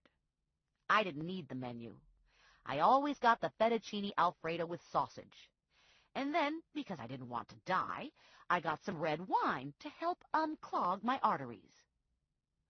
"Okay," Ranger said when we were alone. "Talk to me." I filled him in on the shooting, the dart, the email. And what really has me freaked is that Joe's grandma saw me dead in one of her visions, I said, an involuntary shiver ripping through me. Ranger was motionless, face impassive. "Every lead I get ends up in the toilet," I told him. "Well, you must be doing something right. Someone wants to kill you. That's always a good sign." I guess that was one way of looking at it. Problem is, I'm not ready to die. Ranger looked at the food in front of me. Noodles and sausage and cheese and cream sauce. "Babe," he said. Ranger's plate held a chicken breast and grilled vegetables. He was hot, but he didn't know much about eating. "Where are you now?" Ranger wanted to know. "Do you have any more leads to follow?" "No leads. I'm out of ideas." "Any gut instincts?" "I don't think Singh's dead. I think he's hiding. And I think the freak who's stalking me is directly or indirectly associated with Tribro." "If you had to take a guess, could you pull a name out of a hat?" "Bart Cohn is the obvious." Ranger made a phone call and asked for the file on Bart Cohn. In my mind, I imagined the call going into the nerve center of the Batcave. No one knows the source of Ranger's cars, clients, or cash. He operates a number of businesses which are security-related. And he employs a bunch of men who have skills not normally found outside a prison population. His right-hand man is named Tank, and the name says it all. Tank walked into the restaurant 20 minutes later with a manila envelope. He smiled and nodded a hello to me. He helped himself to a slice of Italian bread, and he left. Ranger and I read through the material, finding few surprises. Bart was divorced and living alone in a townhouse north of the city. He had no recorded debts. He paid his credit cards and his mortgage on time. He drove a 2-year-old black BMW sedan. The packet included several newspaper clippings on the murder trial and a profile on the murdered woman. Lillian Paresi was 26 years old at the time of her death. She had brown hair and blue eyes, and from the photo in the paper, she looked to be of average build. She was pretty, in a girl-next-door way, with curly shoulder-length hair and a nice smile. She was unmarried, living alone in an apartment on Market, just 2 blocks from the Bluebird Luncheonette, where she'd worked as a waitress. In a very general sort of way, I suppose she resembled me. Not a good thought to have when investigating an unsolved murder that had serial killer potential. But then, half the women in the burg fit that same description, so probably there was no reason for me to be alarmed. Ranger reached over and tucked a brown curl behind my ear.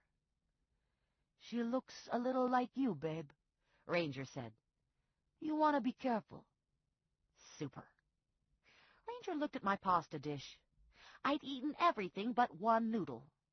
A smile twitched at the corner of his mouth. "I don't want to get fat," I told him. "And that noodle would do it." I narrowed my eyes. "What's your point?" "Do you have room for dessert?" I sighed. I always had room for dessert. "You're going to have dessert at the Bluebird Luncheonette," Ranger said. "I bet they have good pie. And while you're eating the pie, you can talk to the waitress. Maybe she knew Paresi." Halfway across town, I rechecked the reflection in my side mirror for the 4th time. "I'm pretty sure we're being followed by a black SUV, I said. "Tank." "Tank's following us?"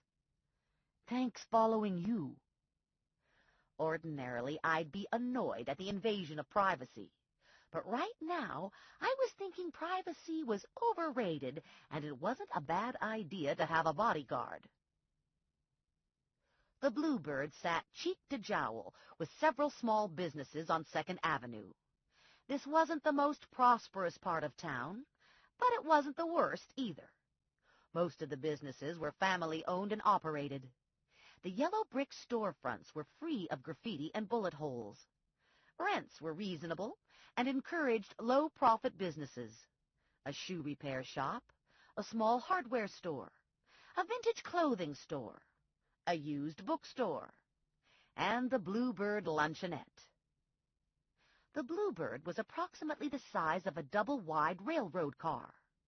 There was a short counter with 8 stools, a pastry display case, and cash register. Booths stretched along the far wall. The linoleum was black and white checkerboard, and the walls were Bluebird blue. We took a booth and looked at the menu. There was the usual fare of burgers and tuna melts and pie. I ordered lemon meringue, and Ranger ordered coffee, black. "Excuse me," I said, palms down on the Formica tabletop. "Coffee? I thought we came here for pie." "I don't eat the kind of pie they serve here." I felt a flash of heat go through my stomach. I knew firsthand the kind of pie Ranger liked. The waitress stood with pencil poised over her pad. She was late 50s with bleached blonde hair piled high on her head, heavily mascaraed eyes, perfectly arched crayoned-on eyebrows, and iridescent white lipstick. She had big boobs barely contained in a white T-shirt. Her hips were slim in a black spandex miniskirt, and she was wearing black orthopedic shoes. "Honey, we got all kinds of pie," she said to Ranger. Ranger cut his eyes to her, and she took a step backward. "But then, maybe not," she said. "I'm not usually in this neighborhood," I told the waitress. "But my little sister knew a girl who used to work here, and she always said the food was real good. Maybe you knew my sister's friend, Lillian Paresi?" "Oh, honey, I sure did. She was a sweetheart. Didn't have an enemy. Everyone loved Lillian. That was a terrible thing that happened to her. She was killed on her day off. I couldn't believe it when I heard. And they never caught the guy who did it. They had a suspect for a while, but it didn't turn out. I tell you, if I knew who killed Lillian, he'd never come to trial." "Actually, I lied about my sister," I said. "We're investigating Lillian's murder. There have been some new developments." "I figured," the waitress said. "You get to be a good judge of people with a job like this, and Rambo's got Fed written all over him. A local cop would have ordered pie." Ranger looked at me and winked, and I almost fell off my seat. It was the first time he'd ever winked at me. Somehow Ranger and winking didn't go together. "Did Lillian have a boyfriend?" I asked. "Nothing serious. She was going out with this one guy, but they broke up. She hadn't seen him for a couple months. His name was Bailey Scruggs. You don't forget a name like Bailey Scruggs. The cops talked to him early on. So far as I know, she wasn't dating anyone when she was killed. She was real depressed after breaking up with Scruggs, and she spent a lot of time on her computer, chat rooms and stuff. Do you know what I think? I think it was one of them random killings. Some nut saw her out walking in the woods. The world's full of nuts. I know this all happened a while ago, I said, but try to think back. Was Lillian ever worried, scared, upset? Anything unusual happened to her? Like, was she ever shot with a tranquilizer dart? The police asked me all those same questions. At the time, I couldn't think of anything to tell them. But there was something that popped into my head months later. I couldn't decide if I should go tell someone. It was sort of an odd thing, and all that time had passed, so I ended up keeping it to myself. What was it? I asked. This is probably stupid, but a couple days before she was killed, someone left a red rose and a white carnation on her car, stuck them under her windshield wiper with a card, and the card said, "Have a nice day." Lillian was kind of upset about it. She brought them in here and threw them away. I guess that's why it bothered me when I remembered. She didn't say anything more about them, like who they were from or anything. Do you think the flowers might have been important? Hard to say, Ranger told her. You should talk to her neighbor, the waitress said to us. Carl. I don't remember his last name. They were real good friends. Nothing romantic, just good friends.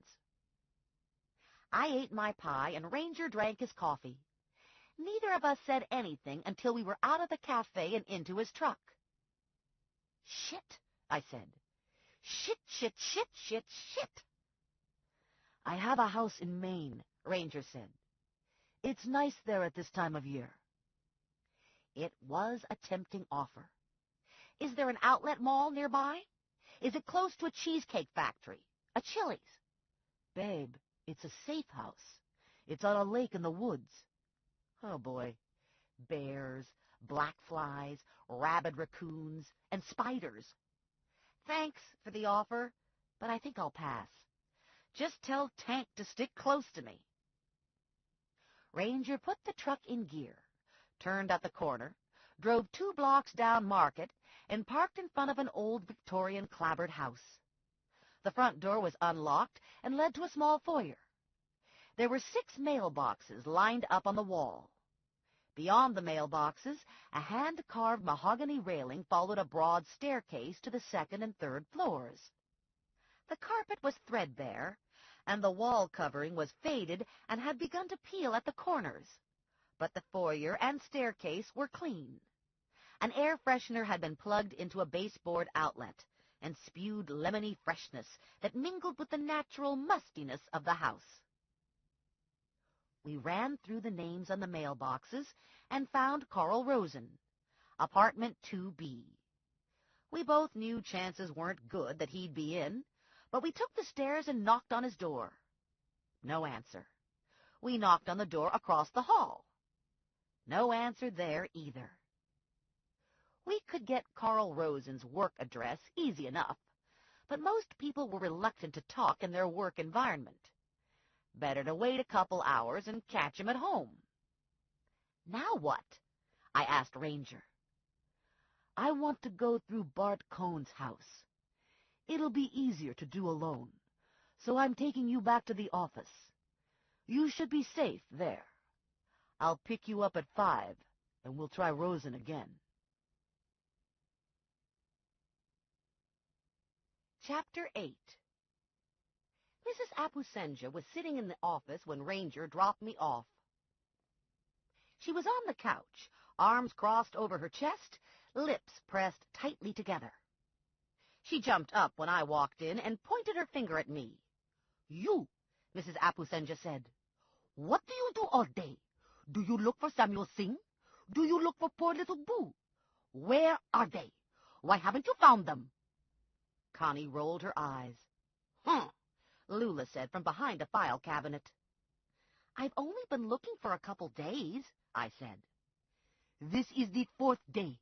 Do you know what I think? I think you don't know what you're doing. I want someone new on the case. I demand someone new. We all looked at the door to Vinny's inner office.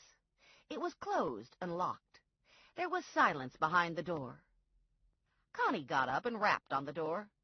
No response. "Hey," Connie yelled. "Mrs. Apusenja wants to talk to you. Open the door." The door still didn't open. Connie returned to her desk, got a key from the middle drawer, and went back and opened Vinny's door. "Guess you didn't hear me," Connie said, standing hand on hip, looking in at Vinny. "Mrs. Apusenja wants to talk to you." Vinny came to the door and smiled an oily smile out at Mrs. Apusenja. "Nice to see you again," he said. "Do you have some new information for us?" "I have this for you. The new information is that I will go to the papers. If you do not find Samuel Singh, I will ruin you. How does it look for my Nani? People will talk, and he owes me 2 weeks' rent. Who will pay that?" "Of course we'll find him," Vinny said. "I've got my best man looking for Singh, and Stephanie's helping him." "You are a boil on the backside of your profession," Mrs. Apusenja said. And she left. "How many years have I been in this business?" "A lot of years, right?" Vinny asked. "And I'm good at it. I'm good at writing bond. I do a service for the community. Does the honest, law-abiding taxpayer have to pay my salary? No. Does the city of Trenton have to hire cops to go find their scofflaws? No. All because of me. I go get the scumbags at no cost to the general population. I risk my neck." Connie and Lula and I raised our eyebrows. "Well, okay, I risk Stephanie's neck," Vinny said. "But it's all in the family, right?" "Yeesh," Lula said. "I should have let Sebring write the damn visa bond," Vinny said. "What was I thinking?" Les Sebring was Vinny's competitor.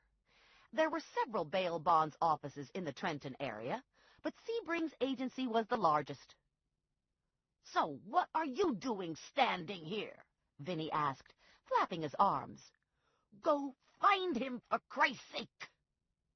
Vinny looked around and sniffed the air. "What's that smell? It smells like roast leg of lamb." "It was my afternoon snack," Lula said. "I got it delivered from the Greek deli. I'm on the all-you-can-eat meat diet. I didn't eat the whole leg, though. I don't want to go overboard." "Yeah," Connie said. "She only ate half a leg." Vinny stepped back into his office and closed and locked the door. "Sounds like we should go find this guy," Lula said. I'd like nothing better than to find Samuel Singh, but I didn't know how. And worse, I was having a hard time focusing on the hunt. I couldn't get Lillian Paresi out of my head. I kept seeing her marching into the Bluebird, angrily clutching the flowers. Red rose, white carnation. The note was innocuous, nothing to get angry over. So the flowers had to be part of a continuing harassment. And surely she talked to someone about it. I was hoping Carl Rosen was that someone. "Earth to Stephanie," Lula said. "You got any ideas?" "No."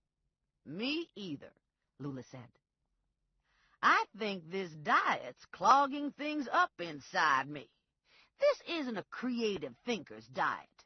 You need cheese doodles to do that shit. And birthday cake.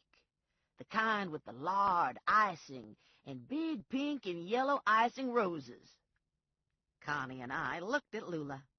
"Not that I'm going to eat anything like that ever again," Lula said. "I was just saying that's why I haven't got any good ideas." Since we were all out of how to find Singh ideas, I asked Lula if she'd give me a ride so I could move my car to Joe's house.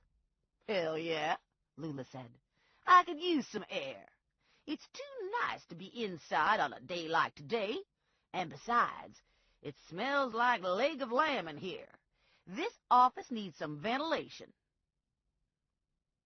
We were half a block down Hamilton when Lula looked in her rearview mirror.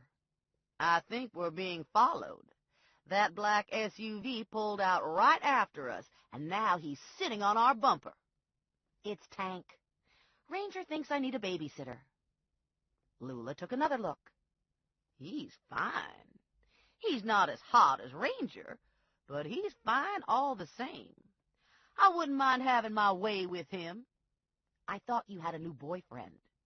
Don't mean I can't think someone else is fine. I'm just going steady, girl. I'm not dead. In a couple minutes, we were at my apartment building, and Lula parked in the lot, beside the Escape. I think you should go up to your apartment just to check it out and shit, Lula said. I could go with you, and I bet King Kong over there go too, and I'd get a chance to see him up close. Sure, I said. I should probably see if everything's okay anyway. We all got out of our cars and walked to the back door. Tank is about 6'6" and is built like a tank. He hasn't an ounce of fat on him. He wears his hair in a marine buzz cut. He was dressed in desert camis. We climbed the stairs and walked down the hall. Tank took the key from me and opened the door. He was the first to step through. He looked around and he motioned us in. It was cool and quiet inside. No flowers, no photos, no killers.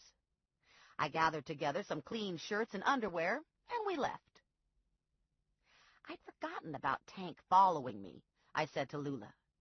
He can chauffeur me around if you want to get back to the office. What are you, crazy?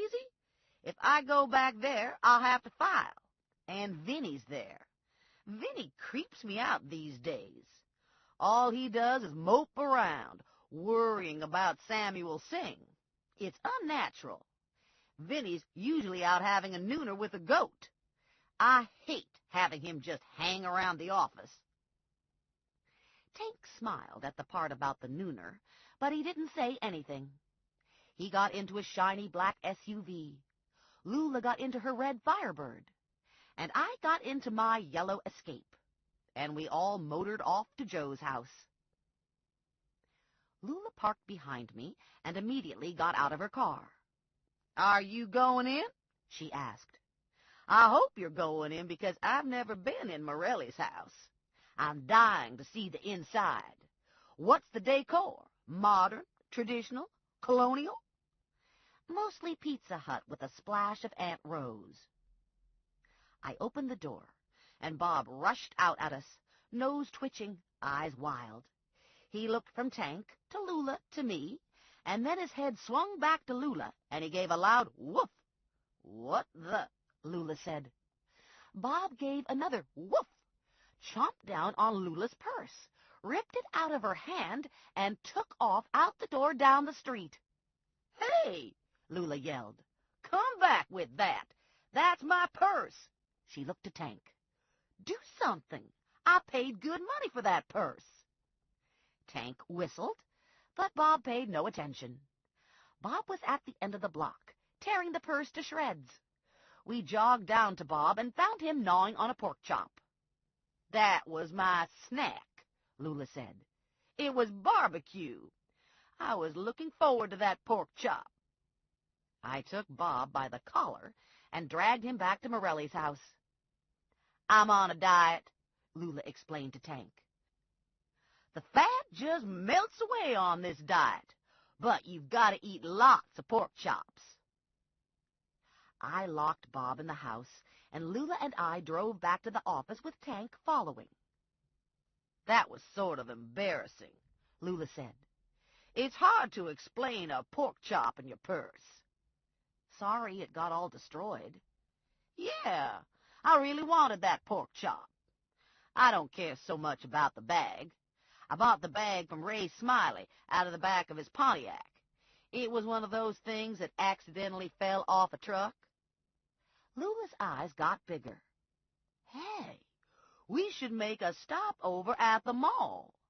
I could get a new purse, and then just for the hell of it, we could go into Victoria's Secret and see if Tank follows us in. That's how you tell what a man's really made of. It's one thing for a man to be big and brave and kill a spider. Any man could do that. Trailing after a woman when she's shopping for thongs and push-up bras is a whole other category of man. And then if you want to see how far you can go with it, you ask him to carry one of those little pink bags they give you. I've never been shopping with Ranger, so I can't say how he'd do with the Victoria's Secret test. Morelli flunked hands down. Morelli takes off for soft-serve ice cream when I head for Victoria's Secret. No time, I told Lula. Ranger's picking me up at 5 o'clock. And Ranger doesn't like to be kept waiting. At precisely 5, I saw Ranger's truck ease to a stop in front of the bonds office. I grabbed my bag and my jacket, and I went out to meet him. The instant I got in beside Ranger, I saw Tank peel away and take off. I thought he was supposed to be guarding my body, I said to Ranger. Ranger looked at me with dark eyes. It's my turn to guard your body, babe. Oh, boy. Ever since I could remember, I've loved adventure stories and heroes. I guess that's true for all kids.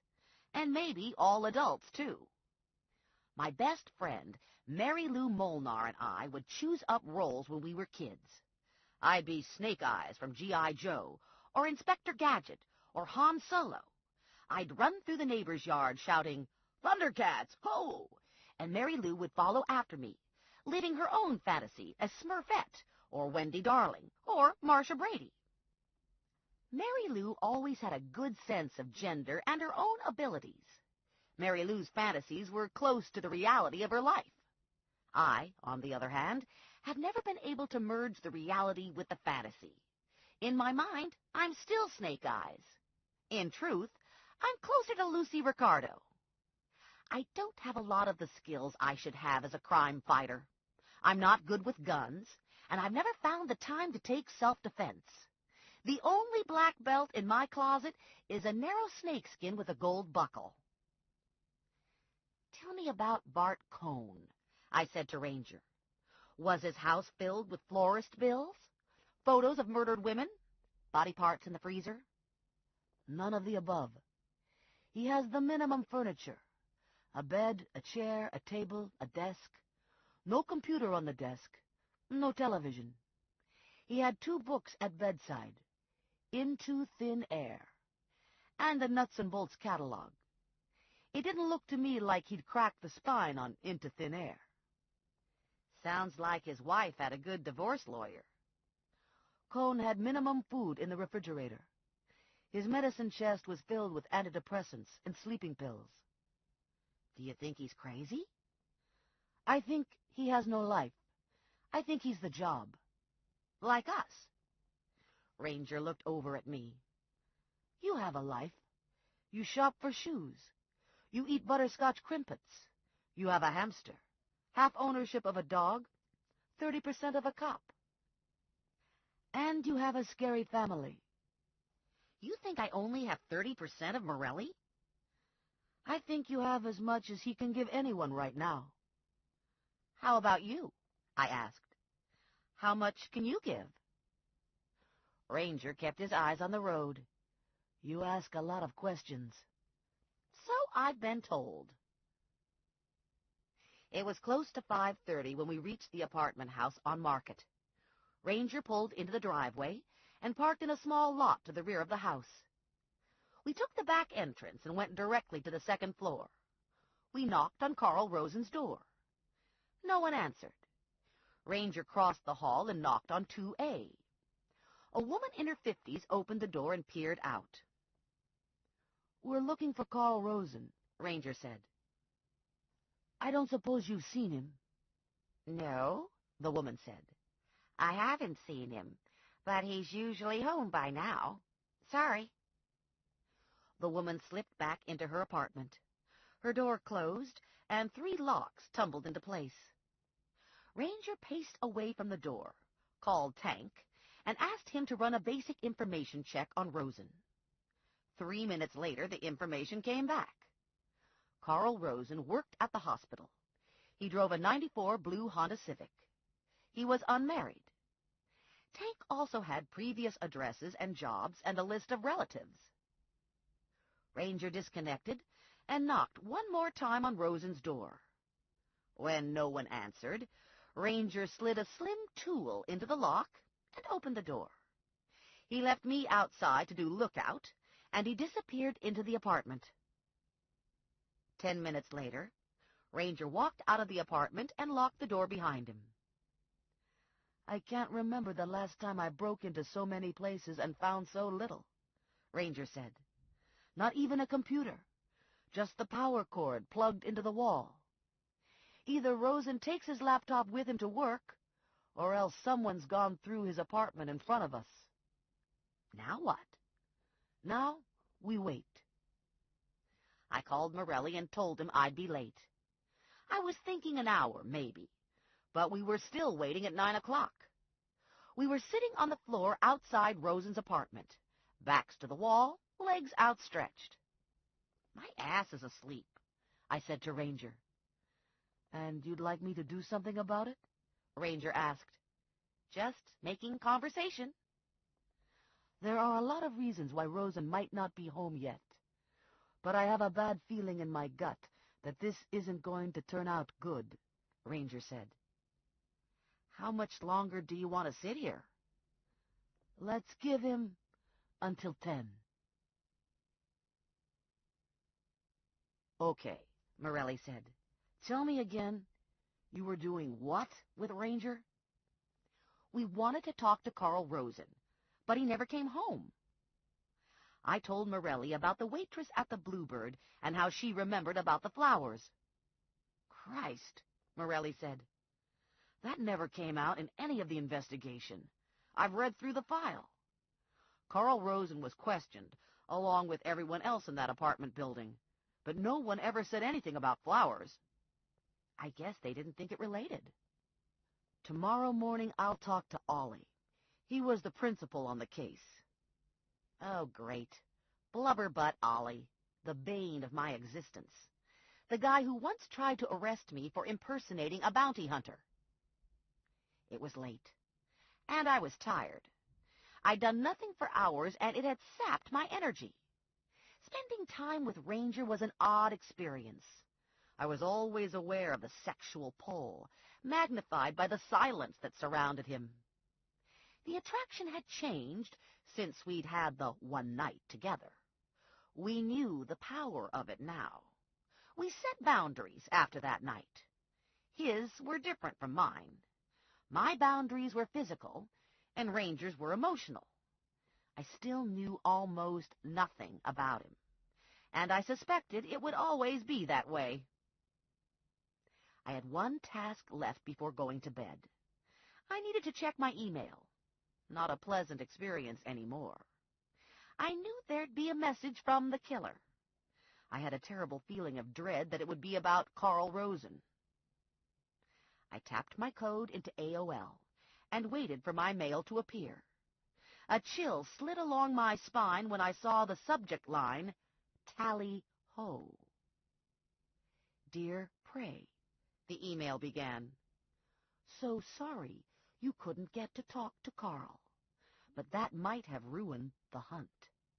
Alas, it's necessary to eliminate participants. After all, this is a survival game, isn't it?" Morelli was reading over my shoulder. "Doesn't sound good for Carl." "This guy thinks he's playing a game." "Have you run across any paranoid schizophrenics lately? Any completely wacko nutcases?" "My path is littered with them. Have you guys had any luck tracking the emails?" "No. Hiding the origin of an email requires some sophistication, but it's possible. The Mercer County Prosecutor's Office is working with us. We'll see what we can do with this new one. I'm going to confiscate your computer for a while." "Were you able to locate the flower source?" "They didn't come from any of the local florists. This guy probably picked them up at a supermarket. We have notices up in all the supermarket lunchrooms for checkers to watch for red roses and white carnations going out. We've dusted your apartment for prints, but nothing worthwhile came up. This is very creepy. Yeah, Morelli said. Let's go to bed, and I'll take your mind off your problems. I woke up the next morning thinking maybe I only had 30% of Morelli, but it was a damn good 30%. My schedule for fighting crime began considerably later in the day than Morelli's, so by the time I wandered into the kitchen, Morelli was already at work. I got coffee brewing and dropped a frozen waffle into the toaster. The morning paper was on the table. I did a fast scan, but saw nothing about a body found floating in the Delaware. I took a mug of coffee and padded out to the living room, opened the door, and looked up and down the street for Tank. No Tank in sight. That didn't mean he wasn't there. I called Ranger and told him about the latest email. "I don't suppose you've seen Carl Rosen this morning?" I asked. "No. His car hasn't surfaced, and he didn't show up for work." "Is Tank out there?" "I didn't see him." "He saw you. He said you were frightening." "I haven't taken a shower yet. My hair might be a little unruly." "Takes a lot to scare Tank," Ranger said. And he was gone. I took a shower, and I did the full-on hair thing. Hot rollers, gel, the works. I tweezed my eyebrows, painted my toenails, and spent an hour applying makeup. I shrugged into a swirly flowered skirt and finished it all off with a stretchy little white knit top. I was Jersey girl right down to the strappy sandals with the 4-inch heels. Not only did I have to do some image correction for Tank, but I'd be damned if I was going to die needing a pedicure. I clacked out of the house, carrying my big leather shoulder bag, and took off for the office in the Escape. I looked great, but I couldn't run for a damn in the shoes, so I had sneakers in my shoulder bag, just in case I had to chase down a bad guy. I turned onto Hamilton, and Andrew Cohn called. "I have something for you," he said. "This is really good. Can you stop around?" Andrew sounded excited. Maybe this was my lucky day. Hot dog. Connie was at her desk when I swung in. "Uh-oh," she said. "Big hair and full face paint, high heels, and a Barbie shirt. What's going on?" It's too complicated to explain. And I wasn't sure I understood anyway. "Where's Lula?" "She's up the street. She's still on the diet. Went through all her meat in a half hour and had to walk up to the coffee shop for some bacon." Lula walked to the coffee shop? That's 2 blocks away. Lula never walks anywhere. "She parked in back and got blocked in by someone. I guess she figured it was faster to walk." She must have really needed the bacon. "She was on a mission." I moseyed over to the door, looked up the street, and spotted Lula at the end of the block. She was walking fast in her Via Spiga heels, holding a white food bag against her chest. 2 dogs, a beagle and a golden retriever, trotted close behind Lula. A 3rd dog crossed the street and joined the pack. Every couple steps, Lula would turn and yell something at the dogs. When the beagle jumped for the bag when Lula was half a block away, Lula let out a shriek and started running. "Stop running," I yelled at her. "You're making it worse. They think it's a game." They were snapping at her heels now and barking. "Do something," Lula yelled. "Shoot them." "Drop the bag. They want the bacon." "No way I'm giving up my bacon." Lula was running, knees high, arms pumping.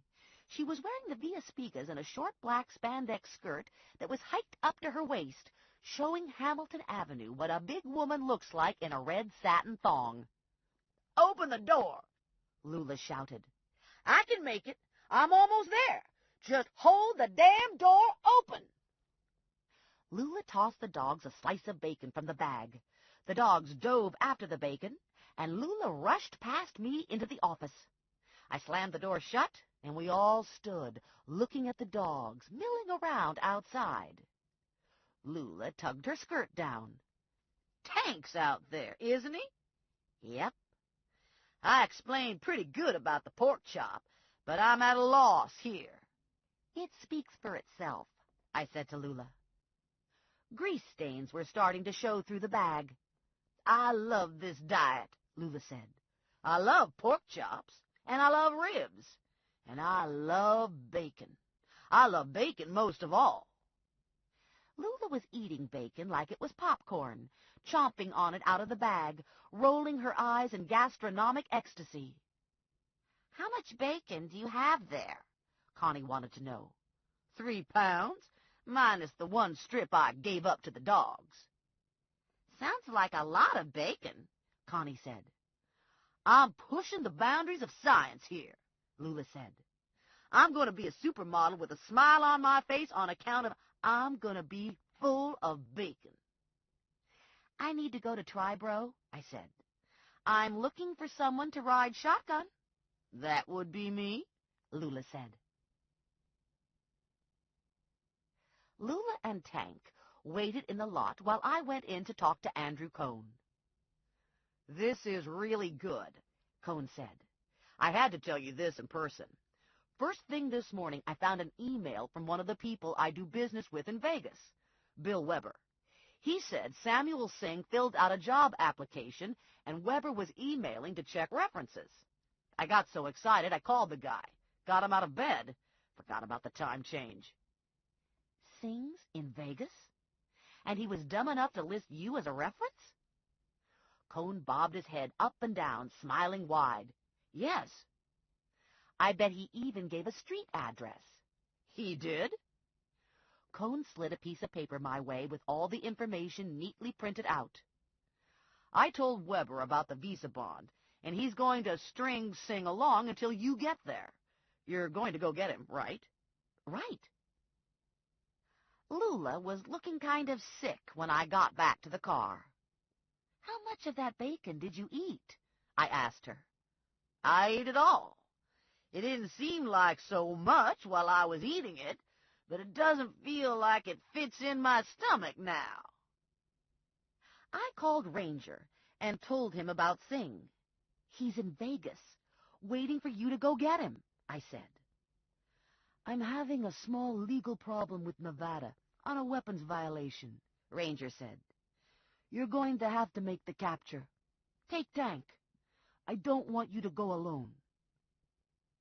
Good grief. This ends Disc 4. To the Nines, Disc 5. Chapter 9. Lula was up straight in her seat.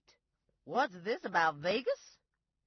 Samuel Singh is in Vegas, and Ranger can't make the capture. So either I go or Vinny farms the capture out to a Vegas agency.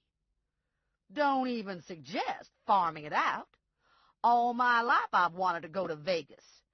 I hear there's a shopping center that's just like being in Venice, with canals and boats and everything. And there's all those casinos and fancy hotels.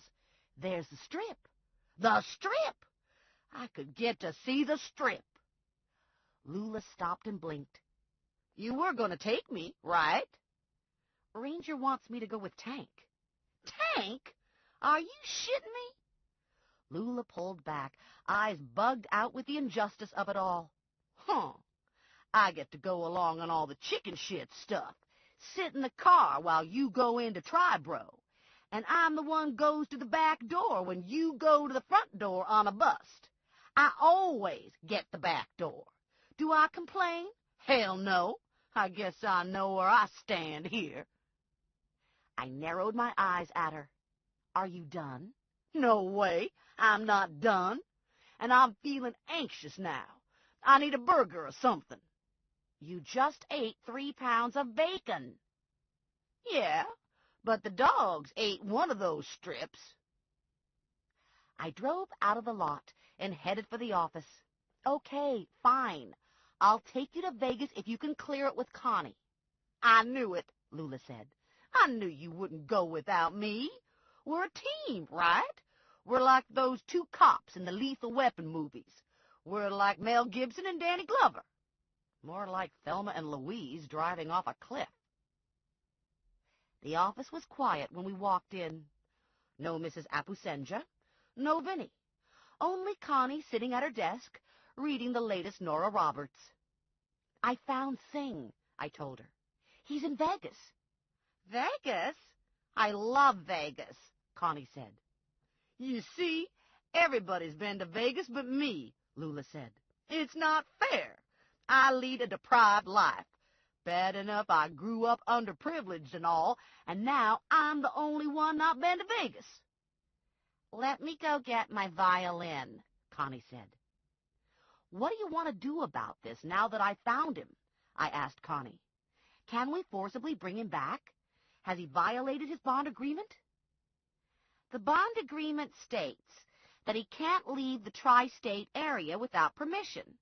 So the answer is yes, you can forcibly bring him back. I'll page Vinny to double-check, but I'm sure he'll want Singh brought back here. Ranger can't go to Vegas to make the capture, I told Connie. Connie nodded. He's got an outstanding weapons violation. Stepped on a few toes last time he was in Nevada. His lawyer's working on it. So that leaves me, I guess, I said. And Lula. I get the picture, Connie said. And Tank, I added. Ranger said I should take Tank. Anyone else? Connie asked, turning to the computer. You want a permit for a parade? Boy, this here's gonna be fun, Lula said. And what with this new diet, I'll probably be real thin by the time I get there. It's only a 5-hour flight, I told her. Yeah, but this diet works fast. Okay, here we go, Connie said. I've got us on a flight out of Newark at 4 o'clock. We have a plane change in Chicago, and we arrive in Vegas at 9. It's not a direct flight, but it's the best I can do. Us? You don't think I'm going to send you and Lula to Vegas without me, do you? I'm feeling lucky. I'm going straight to the craps table. I'm not going to page Vinny either. I'm going to leave him a note. We didn't have a lot of time if we were going to catch a 4 o'clock flight. Here's the plan, I said. It doesn't make sense to take more than one car. I'll tell Tank he's driving, and he can pick all of us up. Everyone go home and pack, and be ready to go in an hour. And remember, there's tight security now. No guns, no knives, no pepper spray, no nail files. What? How am I supposed to travel without a nail file? Lula wanted to know. You have to put it in your suitcase and check your suitcase. What if I break a nail getting onto the plane and I got to file it down? You'll have to gnaw it down with your teeth. I'll get you in an hour. Tank was parked in front of the bonds office, and he was being surveillant. I went out to him and gave him the game plan. He said his assignment was to stick to me and he didn't need to pack.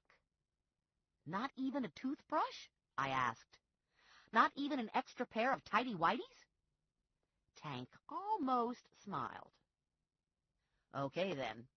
I ran to my car and took off for my apartment. I hit the ground running when I got to my building. I took the stairs, 2 at a time, barefoot with my shoes in my hands. Tank was ahead of me in the hall. He opened my apartment door and stepped inside. 4 8x10 glossies were spread across the floor. We bent to look at them without touching anything. They were photos of a man with half his head blown away. Like the first set of photos, they were enlarged to hide the victim's identity. My first thought, of course, was of Carl Rosen.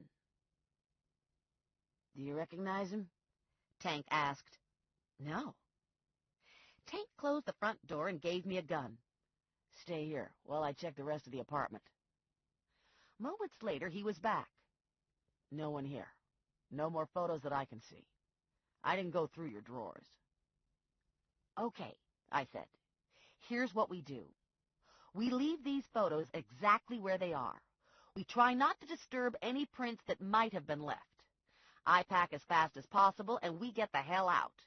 When we're ready to board, I'll call Morelli. If I call him now, I'll have to stay for questioning, and we'll never make the plane. Works for me, Tank said. 10 minutes later, I was out of the apartment, a change of clothes and essential makeup in a tote bag slung over my shoulder. We left my car in the lot and took Tank's SUV.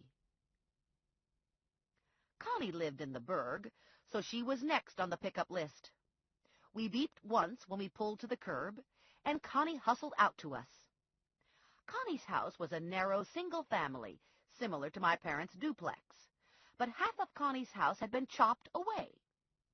Vito Grecci used to live in the adjoining half house. Vito was a mob bag man who came in with a light bag one time too many. Next day, Vito's house mysteriously caught fire, and Vito turned up in the Camden landfill. Fortunately for Connie, the fire didn't go beyond the brick firewall between the two adjoining houses. Connie bought Vito's fire-gutted half at a bank auction, tore the trashed house down, and never rebuilt. Connie liked having the empty lot. She put a big freestanding pool with a wraparound cedar deck in the newly created side yard, and she set up a shrine to the Virgin for sparing her house. Lula lived on the other side of Hamilton, down by the train station. There wasn't a lot of money in the neighborhood, but year after year it held its own. Lula rented a tiny two-room apartment on the second floor of a small house. The house was gray-clapboard with touches of Victorian trim. Last year, the owner painted the trim pink. In a weird way, it seemed just right for Lula. Lula was on the curb waiting when we drove down her street. She had two huge suitcases with her, a big leather purse on her shoulder, and she was holding a large canvas tote. Tank smiled. I bet they're all filled with pork chops. We're only staying overnight, I told Lula when she climbed into the back seat next to Connie. I know that, but I like to be prepared, and I couldn't decide what to wear. I got a whole suitcase filled with shoes. You can't go to Vegas without a change of shoes. How many shoes did you bring? Lula asked me. The shoes I'm wearing and sneakers. How about you? She asked Connie. 4 pairs of shoes, Connie said. Dog, Lula said to Tank. How many shoes you got? Tank looked at Lula in the rear-view mirror and didn't say anything. Lula turned and checked out the luggage in the back of the SUV. I don't even see any Tank suitcases, Lula said. Where's your suitcases?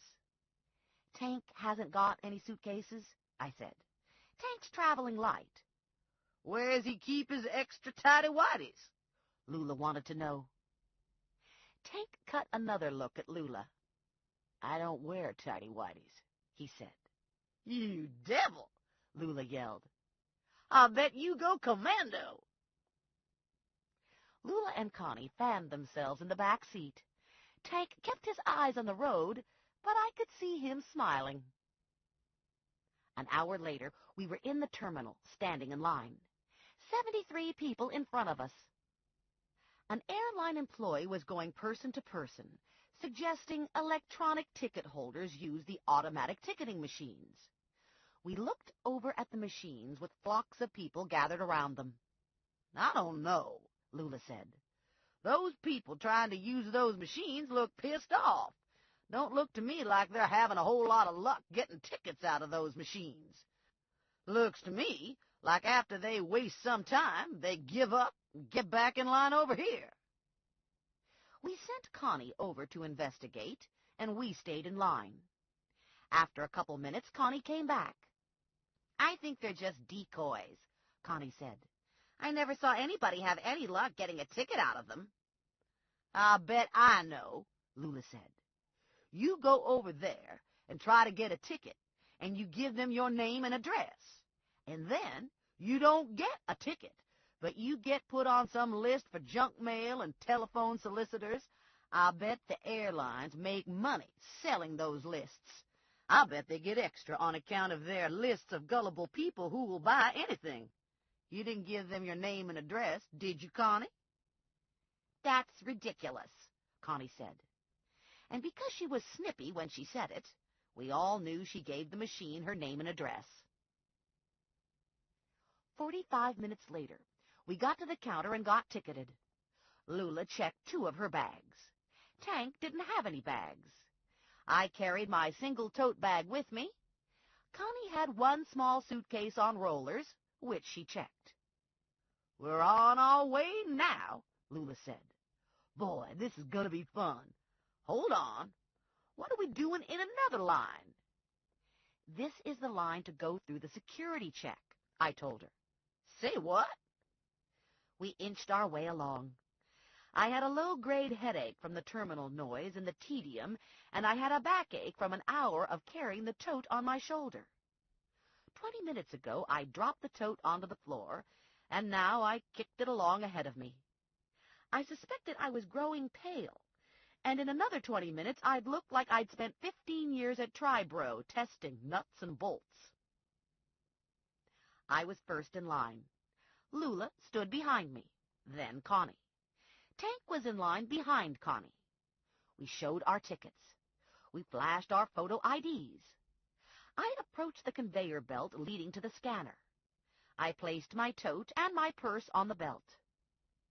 A security attendant asked me to place my shoes on the belt as well. I looked down at the strappy sandals I'd put on first thing this morning.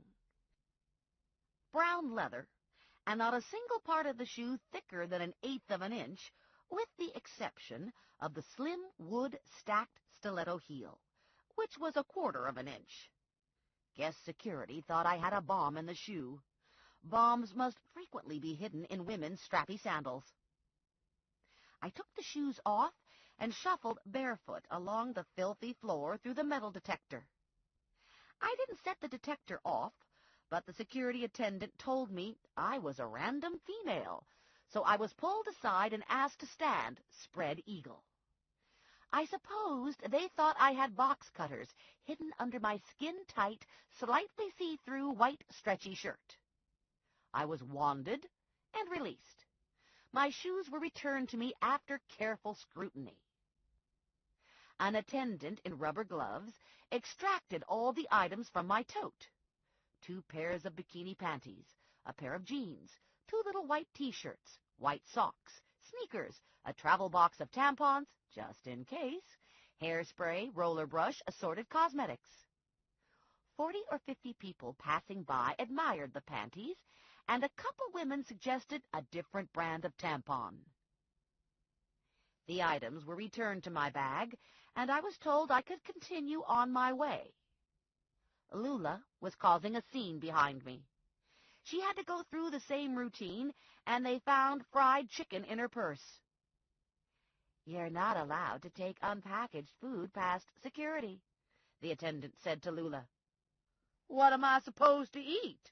Lula wanted to know. "I'm on a diet to be a supermodel. I need this fried chicken. Suppose they don't feed me on the plane?" "There are kiosks by the gate that sell food," Lula was told. I looked at the fried chicken displayed on the examining table. A leg and a breast. I guess security was on the lookout for chicken leg bombs. "I don't like this," Lula said, shouldering her bags. "Had to take my shoes off, my jacket off, got felt up under my bra clip. Had to take my belt off. And look at this. I can't button the top snap on my stretch pants, and now everybody knows. This here's been a humiliating experience. And on top of it all, they took my chicken." Connie had breezed through without a hitch. "That's the way it is now," Connie said. "You want to be safe, right? This is just a small thing to keep us safe." "Shut up," Lula said. "I hate people who don't get searched." Her eyes were wild, and her lower lip was jutting out. I'm feeling a lot of anxiety, Lula said. If this was supposed to make me feel safe, it isn't working. All I can think of now is terrorists. I wasn't thinking of terrorists before. I need some ham. Where's the place they sell ham? It was announced that our plane was boarding, and Tank still hadn't cleared security. I knew he didn't have weapons on him. He'd locked everything in the truck when we parked. They brought a dog in, and 2 armed guards moved closer. Apparently, they were picking up traces of explosives on his shoes and clothes. Wow, big surprise there.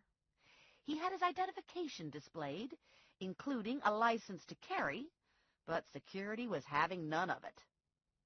He cut his eyes to me, and I sent him a blank-faced look back. No way was I going to come to his rescue. I wasn't taking any chances on guilt by association. I was afraid the airport Gestapo would haul my ass off to a back room and give me a body cavity search. I grabbed Lula and pulled her along. Connie followed. We only had a couple minutes until boarding. What about Tank? Lula asked. He'll catch up with us. Maybe. We got to the gate, and Lula was wide-eyed, looking everywhere. I don't see no kiosk with fried chicken, she said. I just see donuts and ice cream and bagels and big pretzels. I can't eat none of that food. Where's the friggin' meat? Maybe we'll get something on the plane, I said. We'll be in the air over dinner time, so maybe we'll get some dinner. Yeah, right. If we were flying first class, we might get a bag of peanuts. We were seated 3 across, 6 rows back in coach. Lula was on the aisle. I sat next to her. Tank's seat was empty. Connie sat on the other side of the aisle. I called Morelli and told him about the photos. And here's the thing, I said to Morelli. I'm sort of on a plane. Singh is in Vegas, and I'm going out to apprehend him. So I was thinking maybe you could just let yourself in and, take charge. Silence. Joe? This is the sort of thing Ranger usually takes. He has a problem with the state of Nevada. Okay, let me rerun this, Morelli said. You went home to pack and you found some more snuff photos. Then you drove to the airport and waited until you were boarded before calling me, so it was impossible for me to bring you back to Trenton. Yup, that's about it.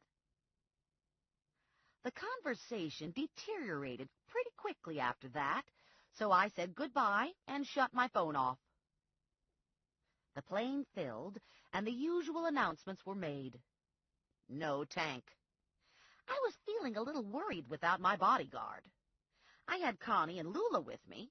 I liked Connie and Lula, but I suspected they were more liability than asset. The flight attendants closed the doors, and the plane began taxiing. Lula was singing with her headset on, her eyes shut. Connie was talking to the woman next to her. All right, calm down, I told myself. Probably flying to Vegas was safer than staying in Trenton. Tank would get the next plane, and everything would be fine. If I'd stayed with Tank, I wouldn't be on the plane. I would have had to call Morelli, and he would have insisted I return to Trenton. Minutes after taking off, it was announced that no food or beverages would be served. What about peanuts? Lula yelled out. Don't we even get any freaking peanuts? Lula turned to me. I want to get off this plane. I'm hungry and I'm uncomfortable. And look at the seat in front of me. It's all ripped.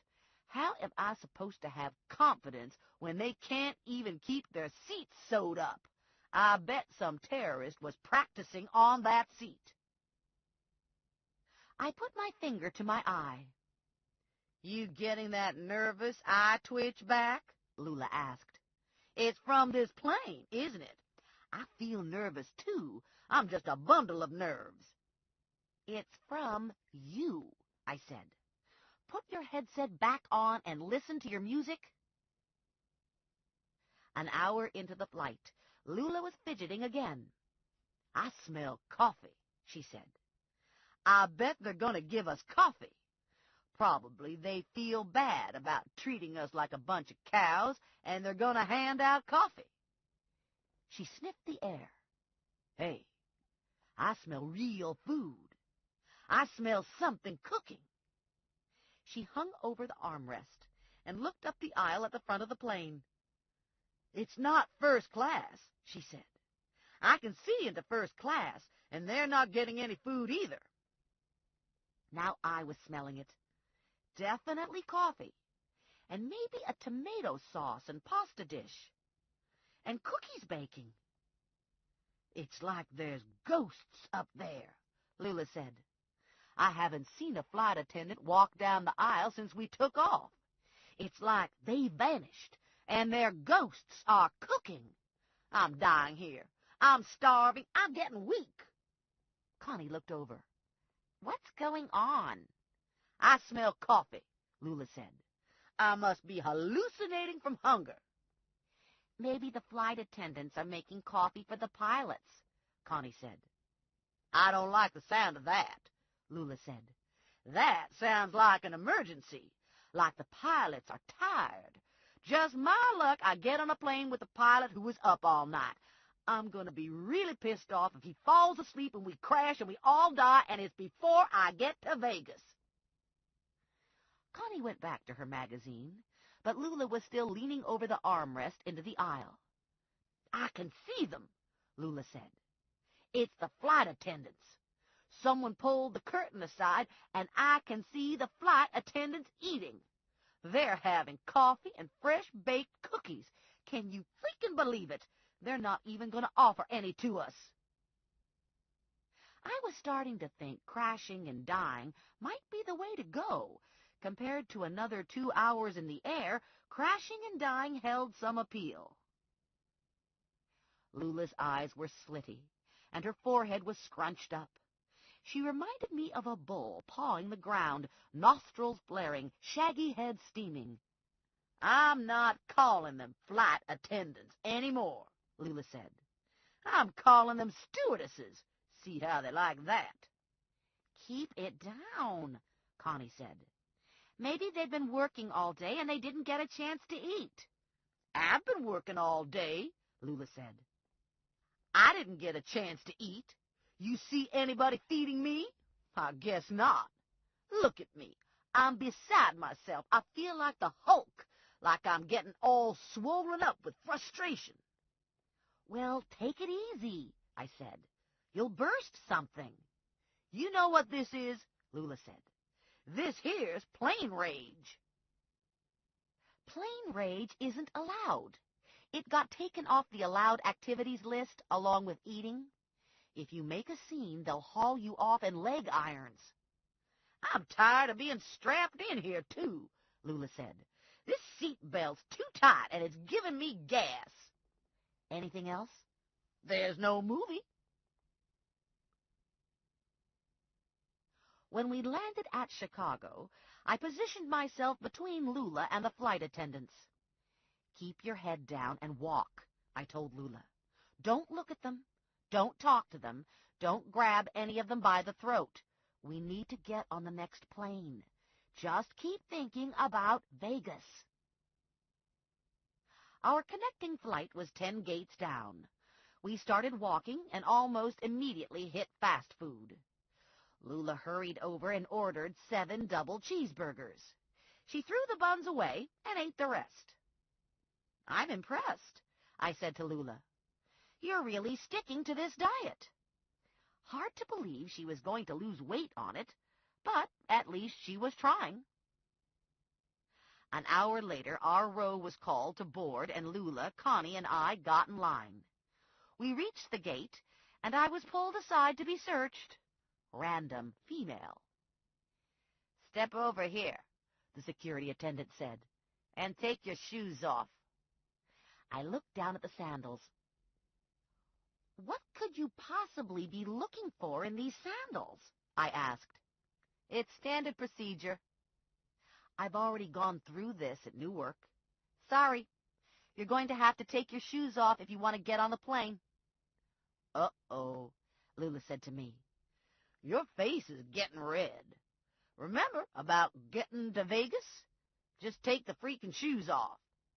It's not like it's personal, Connie said. You should be happy security precautions are in place. Easy for you to say, I told her. You're not the one getting picked on. You're not the one getting singled out for a second time. Your tampons and panties aren't getting pawed through. I stared down at the shoes. There wasn't any way to hide a weapon in them, but I thought I could do some pretty good damage if I hit the security idiot in the head with one. Spike heel directly into the eyeball, I thought. I visualized the bleeding eyeball falling out of the woman's head and felt much more calm. I stepped out of my sandals and waited peacefully for them to be scrutinized. When we were seated on the plane, Lula turned to me. You know, sometimes you can be real scary. I don't know what you were thinking back there when you took those shoes off, but all the hair stood up on the back of my neck. I had airport rage. Fucking A, Lula said. Lula had airport rage when we landed and her luggage wasn't there.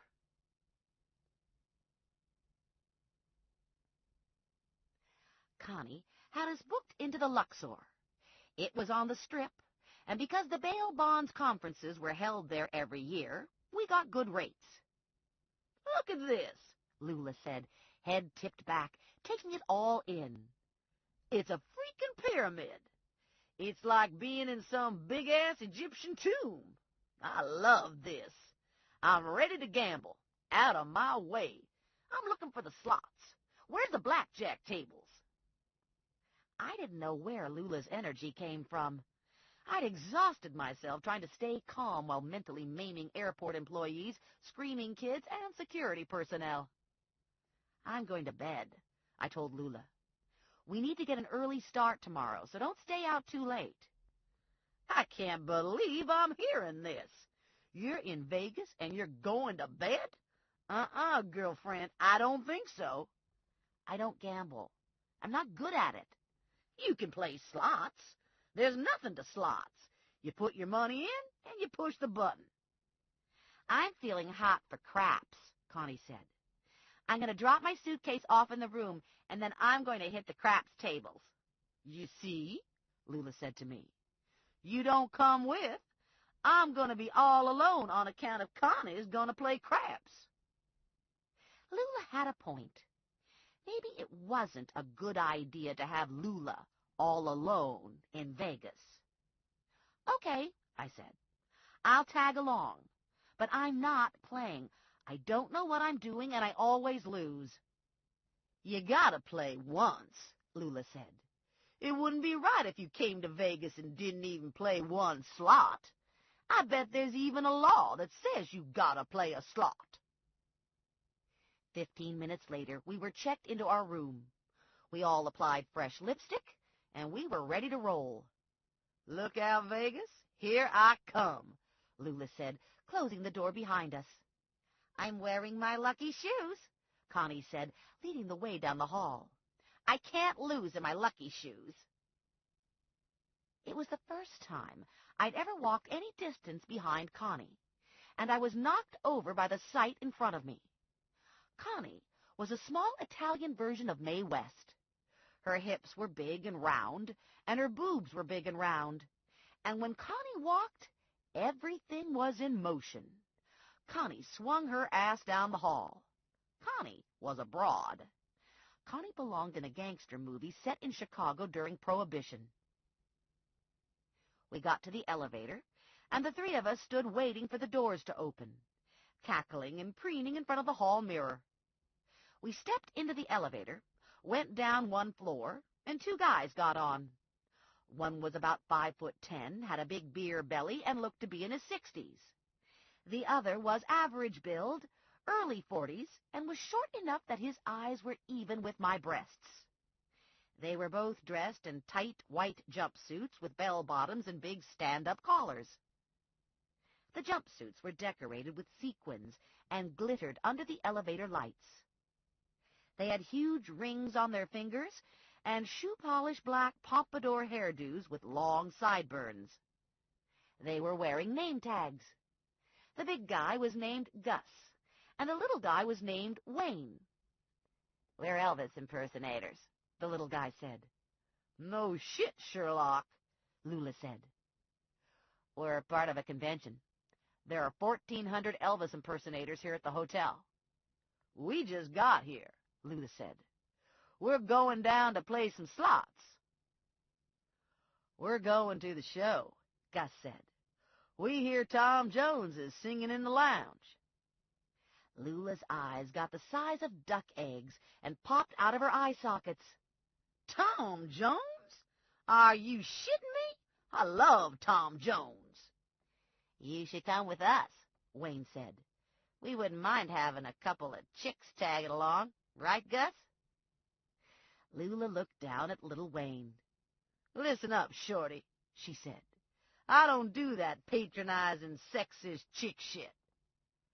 "We gotta say things like that," Wayne told her. "We're Elvis impersonators. We're Vegas, baby." "Oh, yeah, I guess I could see that. Sorry," Lula said.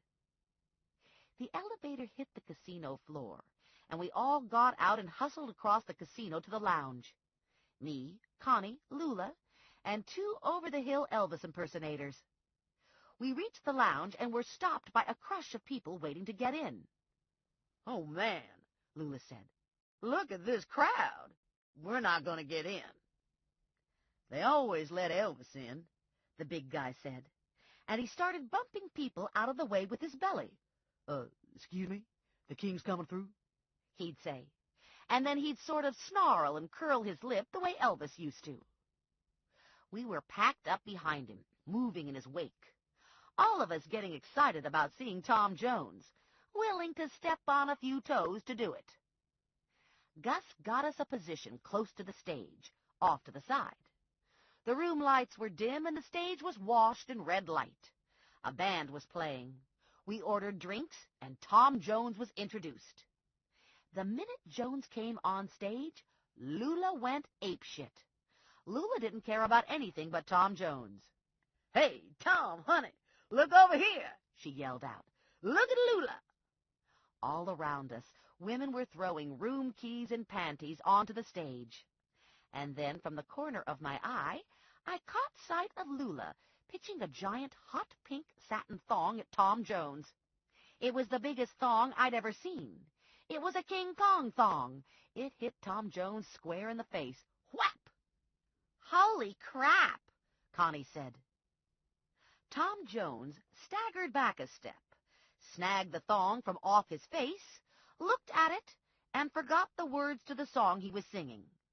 The band was playing, but Tom Jones was just standing there, staring at the thong. "Maybe I should throw my bra, too," Lula said. "No," Connie and I said, worried Tom Jones would go into cardiac arrest at the sight. "Not a good idea. Overkill." Tom Jones snapped out of his coma, stuffed the thong into his tux pocket, and went back to singing. "I don't think Tom Jones looks all that good," Connie said to me. "He looks different somehow, like he's had a facelift that went wrong." "And he's sort of fat," I said. "And he can't sing anymore."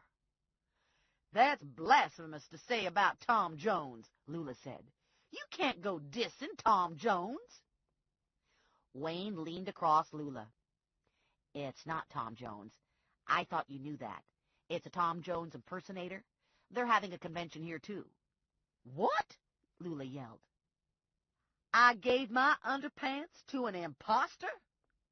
"He's pretty good, though," Gus said. "He's got a lot of the moves down pretty good." "I want my underpants back," Lula shouted to the stage. "I don't go giving away perfectly good underpants to imposters.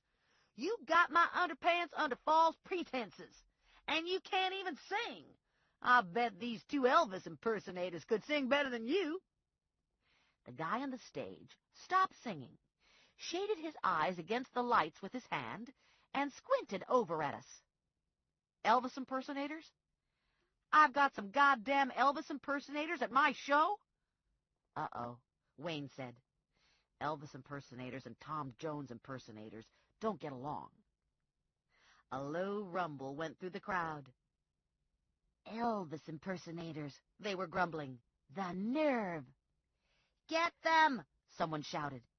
Get the dirty, lousy Elvis impersonators!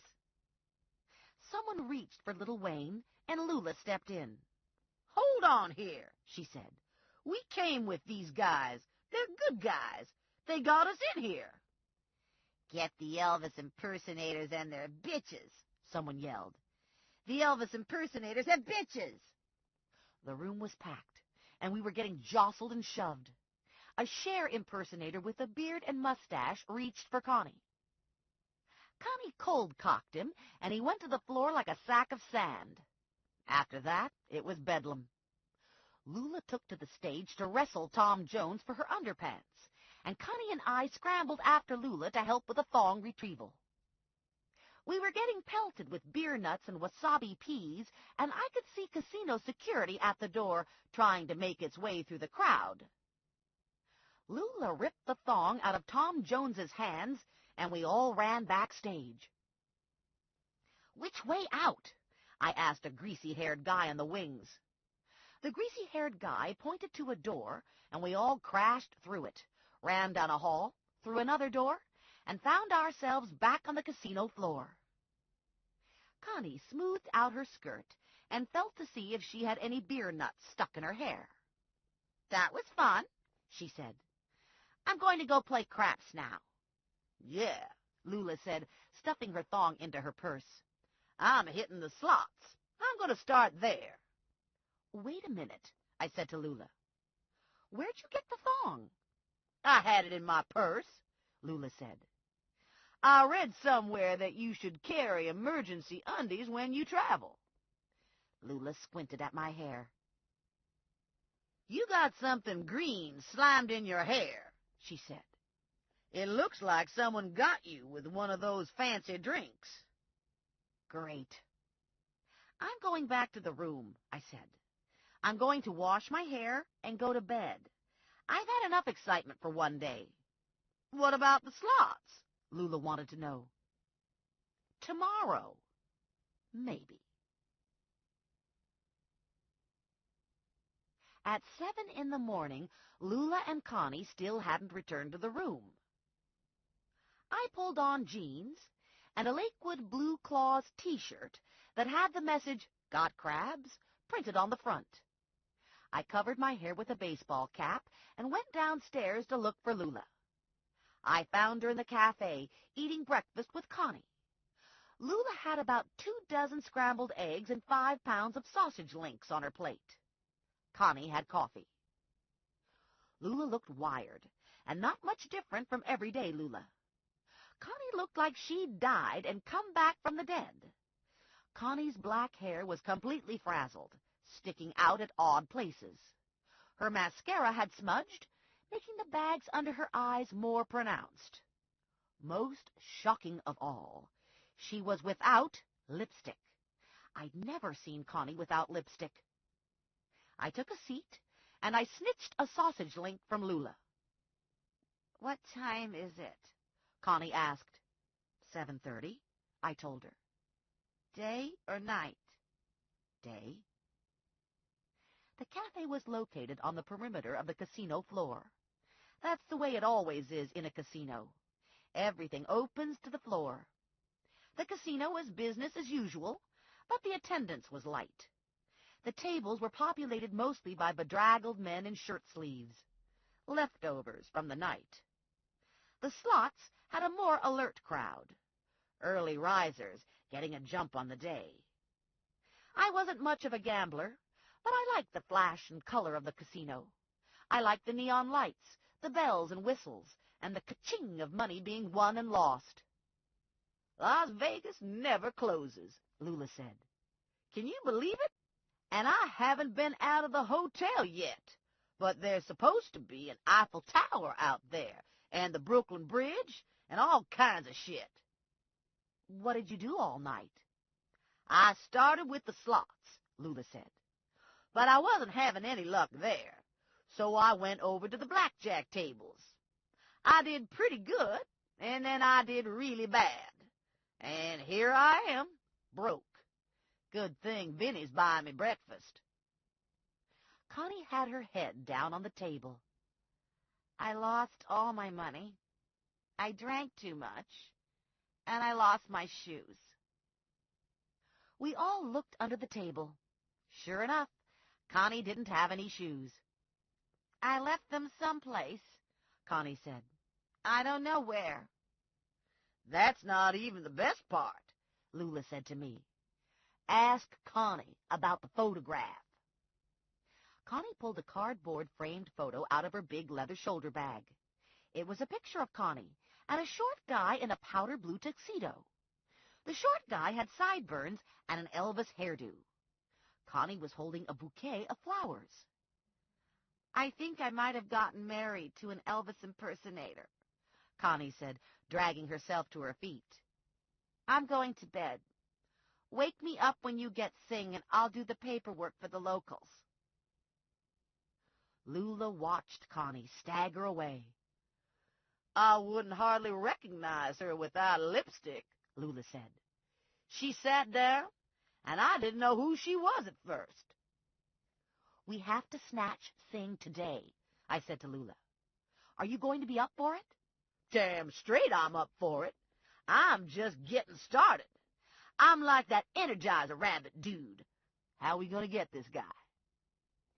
Sing applied for a job at a small casino downtown. My contact's name is Louis Calafonte. He's the casino manager. Cone said I should call Calafonte at 9 o'clock. I'm hoping we can get Sing to come into the casino. It'll be easier to apprehend him there. Get Sing to come in tonight, so I can have the day to go shopping. I gotta see the talking statues at Caesar's, and we gotta stay to see the fountains at the Bellagio. It wouldn't be right if we left before we saw the fountains. Shopping would be fun, but there were other things on my mind. Photos of dead people. Carl Rosen missing. Red roses and white carnations. Plus, I'd never made an out-of-state apprehension, and I was counting on Tank's help. I ate a second sausage, and I punched Ranger's number into my phone. Have you heard from Tank? I asked Ranger. Tank's here. By the time he got security straight, he couldn't get a flight out. The earliest flight we could get him on is today's 4 o'clock. Probably we don't need him. Connie has me on a 7:30 out of Vegas. I don't expect problems. Connie will get me the paperwork necessary to bring Sing back restrained, and she'll make the arrangements with the local police. Now, if I just felt half as confident as I sounded, I'd be in good shape. Unfortunately, the hardware is packed in Lula's suitcase, and the airlines lost both her bags. I'll have everything you need delivered to your room by noon. Did Tank tell you about the photos? Yeah. And I heard from Morelli, too. He's not happy. Did Carl Rosen ever show up? You don't want to know about Rosen, babe. I blew out a sigh and disconnected. Even at 7 in the morning, smoke hung in the air on the casino floor. I squinted into the haze and wondered if they were matching the new photos to Rosen. I called Morelli at home. When he didn't pick up, I realized it was 10 on the East Coast, and I tried a cell. Yeah, Morelli answered, halfway through the morning and sounding pissed off. Guess who? Silence. I grimaced at Lula. He should chill, Lula said, shoveling eggs. We're working hard here. We've got a job to do. I heard that, Morelli said. Tell Lula I've got an outstanding arrest from when she was on the street. Tell me about the photos and Carl Rosen. They're working on the photos now, but at first glance, they look like a match. We found Rosen late last night. Someone dumped him at the corner of Laurel Drive and River Road. He had a white carnation stuffed down his pants, and you've seen the photos, so I don't have to describe his head. Any suspects? A few. No arrests, if that's what you're asking. I wasn't looking forward to returning to Trenton. It felt safer in Vegas, far away from Carl Rosen and the Carnation Freak. I could easily stay here and sit by the pool and do a little shopping and tell Vinny the apprehension was more complicated than expected. Connie tells me you have a flight out at 7:30 tonight, Morelli said. Do you already have Singh in custody? No. If I have problems today, Connie will change the flight. There was a moment's pause. Are you expecting problems? I'm hoping for problems. If there are problems, I might get to stay another day, maybe another week. It feels safer here than it does in Trenton. I disconnected and waited while Lula ate the last sausage. From the conversation I just heard between you and Ranger, I'm guessing they didn't deliver my bags yet, Lula said. So I'm going shopping. I gotta get some clothes. All that dumbass airline gave me was a toothbrush. I thought you gambled all your money away. Yeah, but if I shop here in the hotel, it goes on our room bill, and Vinny pays. It's only right he pays anyway, on account of this is a business disaster. I returned to the room and took a shower while Lula went shopping. We were all packed together to save some money. The room had an Egyptian motif and 2 queen-size beds. Connie was sound asleep with a pillow over her face. She didn't seem to be bothered by my presence, so I ordered room service coffee and a bakery basket and put a call in to Lou Calafanti. Lou suggested he call Singh and ask him to come in to discuss a job.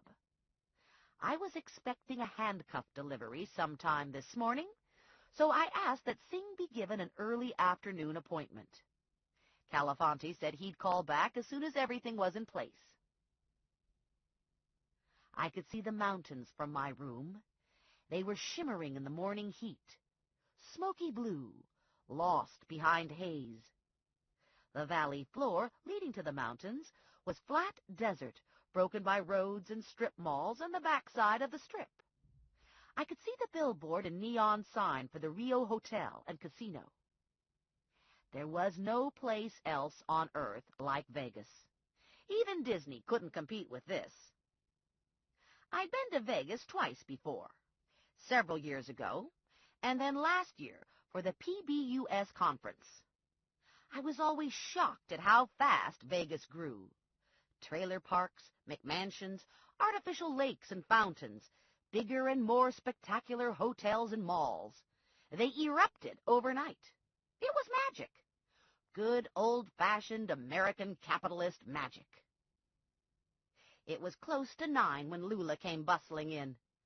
Just give me a minute to jump in the shower and get dressed, and I'm ready to roll, Lula said. This here's a shopping paradise.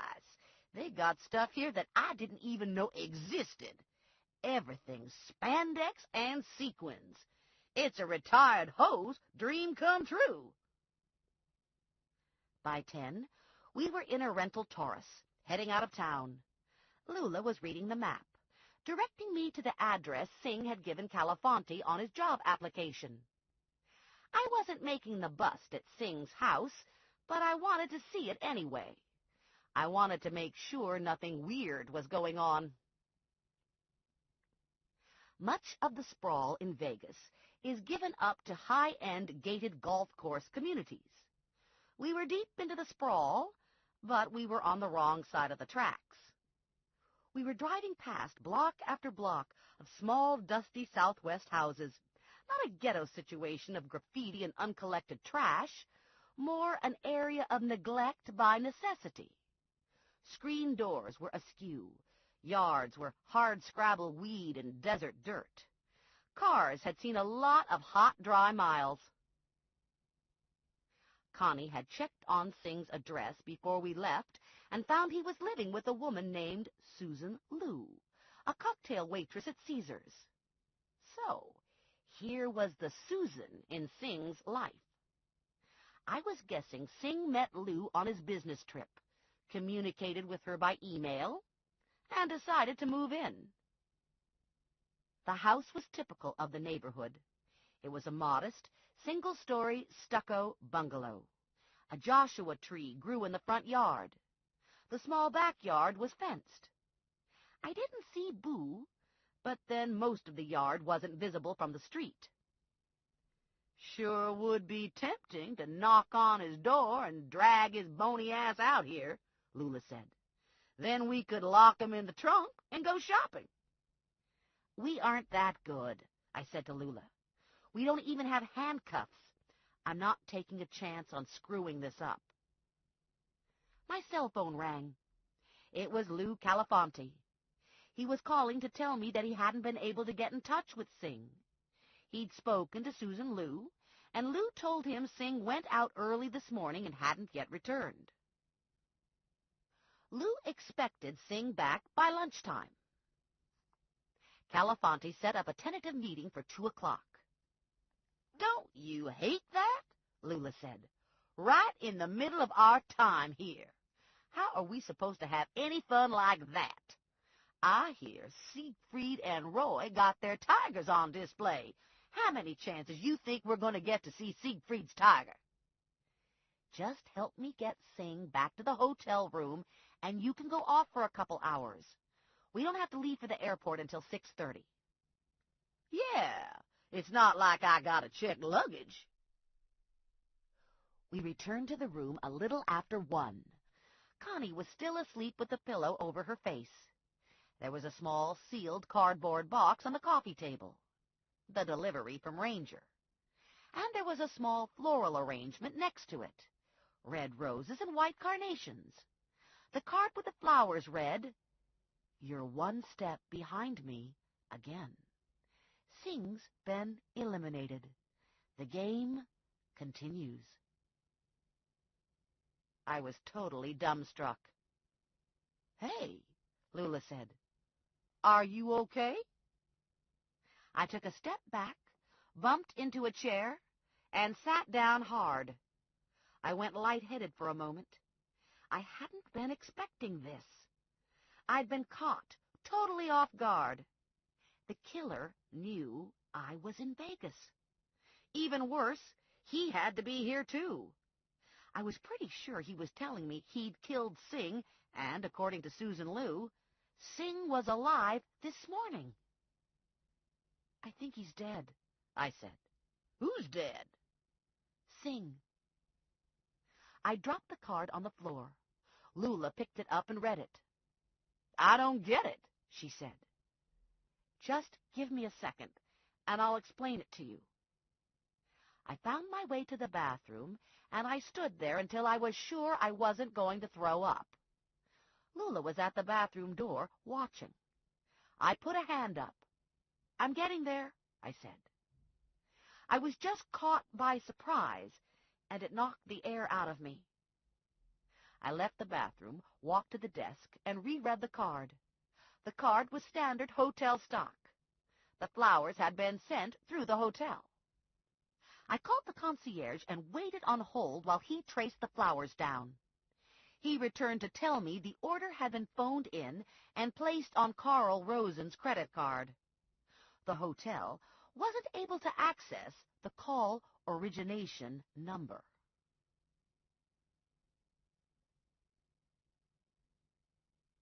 Chapter 10. Lula was standing over Connie. "Do you think she's dead? She's not moving under the pillow." "Take the pillow off her." "Not me. I hate dead. If she's dead, I don't want to see." I walked over and took the pillow off Connie's face. Connie opened an eye and looked up at me. "Did you bring Sing in?" "No. I think Sing might be dead." "Dead or alive," Connie said. "It's all the same to me." She sat up in the bed. I can't get any sleep in this hotel. People keep coming in and out, delivering stuff. Did you see you've got flowers? About the flowers, I said. And I told them about the carnation killer. Holy crap, Lula said. Why didn't you tell me sooner? I didn't know what to say. The whole thing is so bizarre. And the police wanted the details kept from the public while they tried to match the photos to a victim. Hey, I can keep a secret. Look at me. My mouth is zipped, Lula said. You can't keep a secret ever, I said. You have no sense of secret. That's so not true. I didn't tell you about Joe and Terry Gilman, did I? For a couple beats, no one in the room said anything. We just stared at each other with our mouths open. I didn't say that, Lula said. I felt my eyebrows pull together. What about Joe and Terry Gilman? You keep doing that, and you're going to need Botox, Lula said. Are you talking about the jumping out the window incident? No, I'm talking about the coming out of the motel looking chummy incident. When? I guess it must have been about 2 weeks ago. It was a Saturday afternoon, and I was going shopping at Quaker Bridge. And you know how there are a couple motels on Route 1 that are mostly by the hour? Well, I saw them coming out of one of those skanky motels. It was the one with the blue trim and the wishing well in the front. I almost ran off the road. You're sure it was Joe and Terry? I bet they were doing police business, Lula said. That's why I didn't tell you. I knew you'd get that look that you got now, and you'd get all huffy and make a big thing for nothing. I used my fingertips to smooth away the frown line in my forehead. I don't get huffy. Do I look huffy? Fucking A, Lula said. At least she took my mind off the flower freak. It's always nice to have a choice of things to worry about. Open the box from Ranger, I said to Lula. I have to call Morelli and tell him about the flowers. Morelli answered on a sigh. Yeah? I meant to start out with the facts about the flowers, but the wiring between my brain and my mouth got crossed, and I started with Terry Gilman.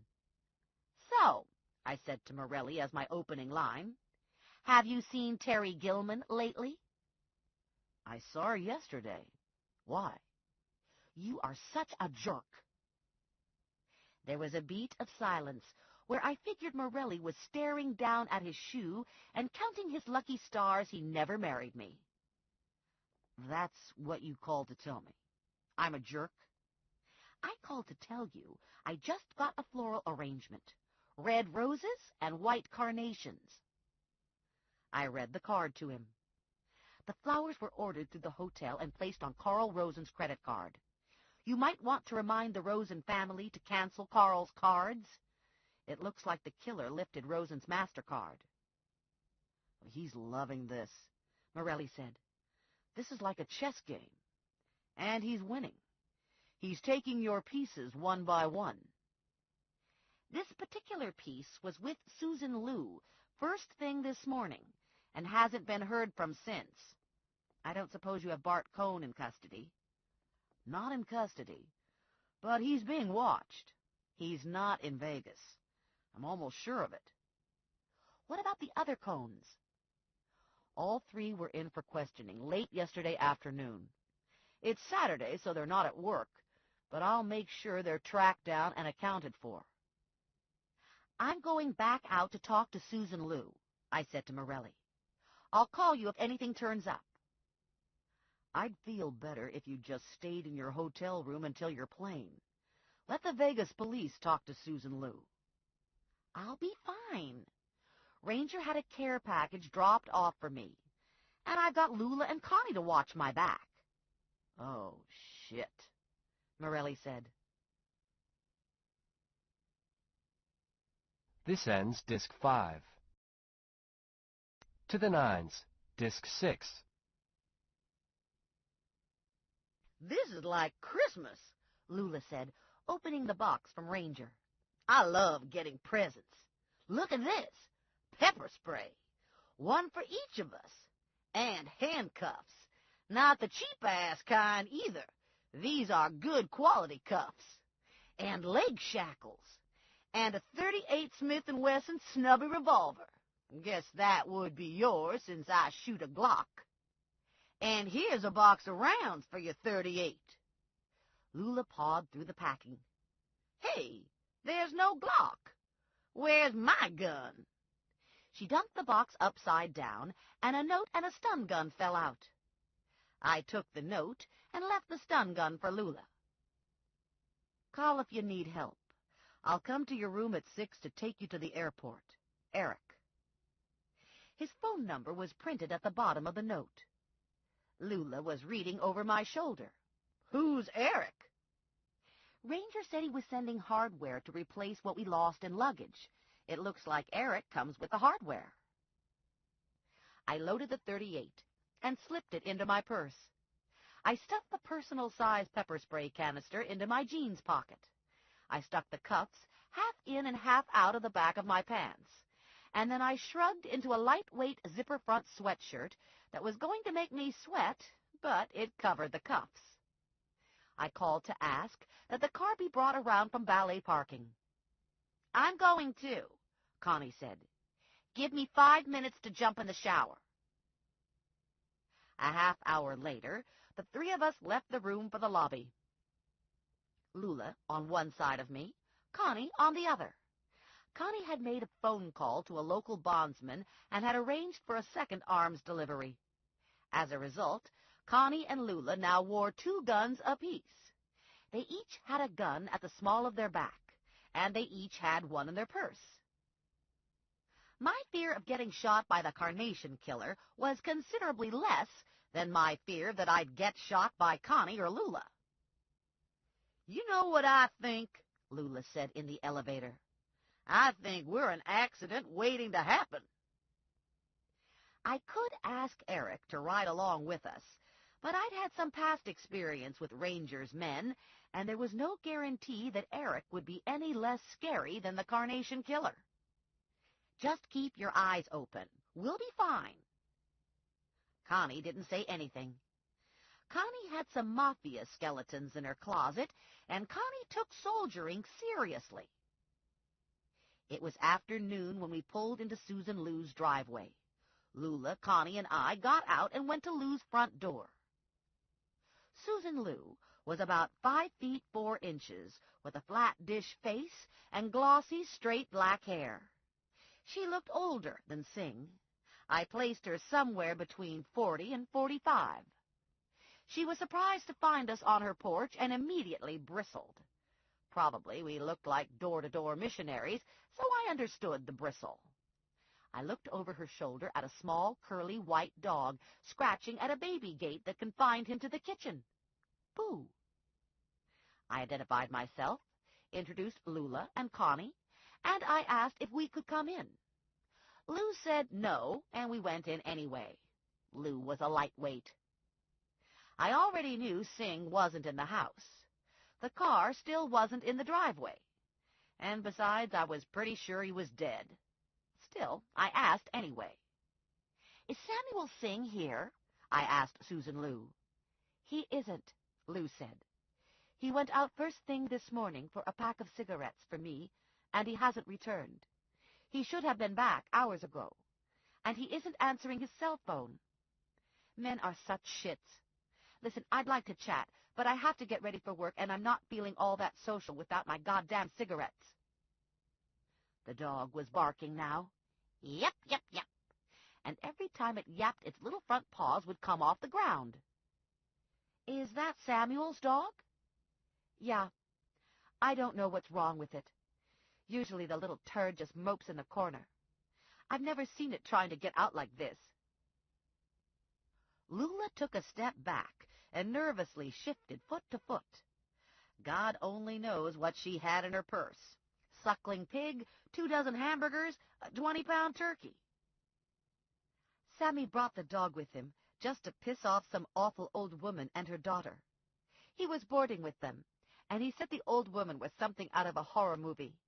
He wanted to take a picture of himself with the dog and send it back to them, but he hasn't gotten around to it. After he gets his picture, the dog's going to the pound. Nasty beast. I gave Susan Lou my card. Tell Samuel to call me when he comes in. Sure. Lula, Connie, and I left Lou, got into the car, and I backed out of the driveway. I drove around the block and parked 3 doors down from Lou, behind a van so we could watch the house. You think Sing's gonna show up? Lula wanted to know. Nope. Me neither. You parking here so you can keep an eye on Lou? Yep. You're waiting for her to leave, and then you're gonna snatch the dog, aren't you? Yep. Connie was in the back seat, probably reviewing in her mind which of the local bondsmen she'd use to bail us out after we were arrested for breaking and entering. After 15 minutes of no air conditioning, the car started to bake under the desert sun. Lula immediately fell asleep in the heat. She was head back, mouth open, and she was snoring. Loud. Holy Mother, Connie said. I've never heard anyone snore like this. It's like being locked in a car with a jet engine. I gave Lula a shove. Wake up. You're snoring. The hell I am, Lula said. I don't snore. And she went back to snoring. I can't take it, Connie said. I've got to get out of the car. I joined her, and we walked down the street. We were wearing baseball hats and dark glasses, but no sunblock, and I could feel the sun scorching the exposed skin on my arm. Let me run through this, Connie said. Lillian Paresi, Howie at McDonald's, Carl Rosen, and possibly Samuel Singh are all tied to the same serial killer. And now he's targeted you? I don't know about Howie, Carl, or Samuel, but Lillian Paresi received red roses and white carnations and a note just before she was killed. Like the flowers and notes you've been getting. Yeah. So I'm guessing he likes to taunt his victims, likes to get them afraid before he strikes. Some kind of game for him. Are you sure it's a him? I'm not sure of anything.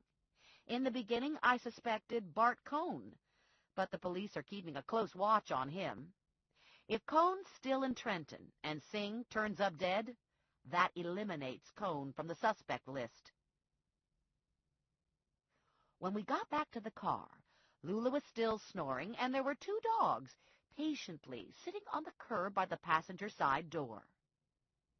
I don't know what's more creepy, Connie said. You getting stalked by a killer, or Lula walking around with a purse filled with pork chops. I'm feeling like I'm in Stephen King land. It was 2:00, so I called Calafanti and asked if Singh was there. Calafanti said no, sorry. I gave Calafanti my cell number and asked him to call me if Singh showed up.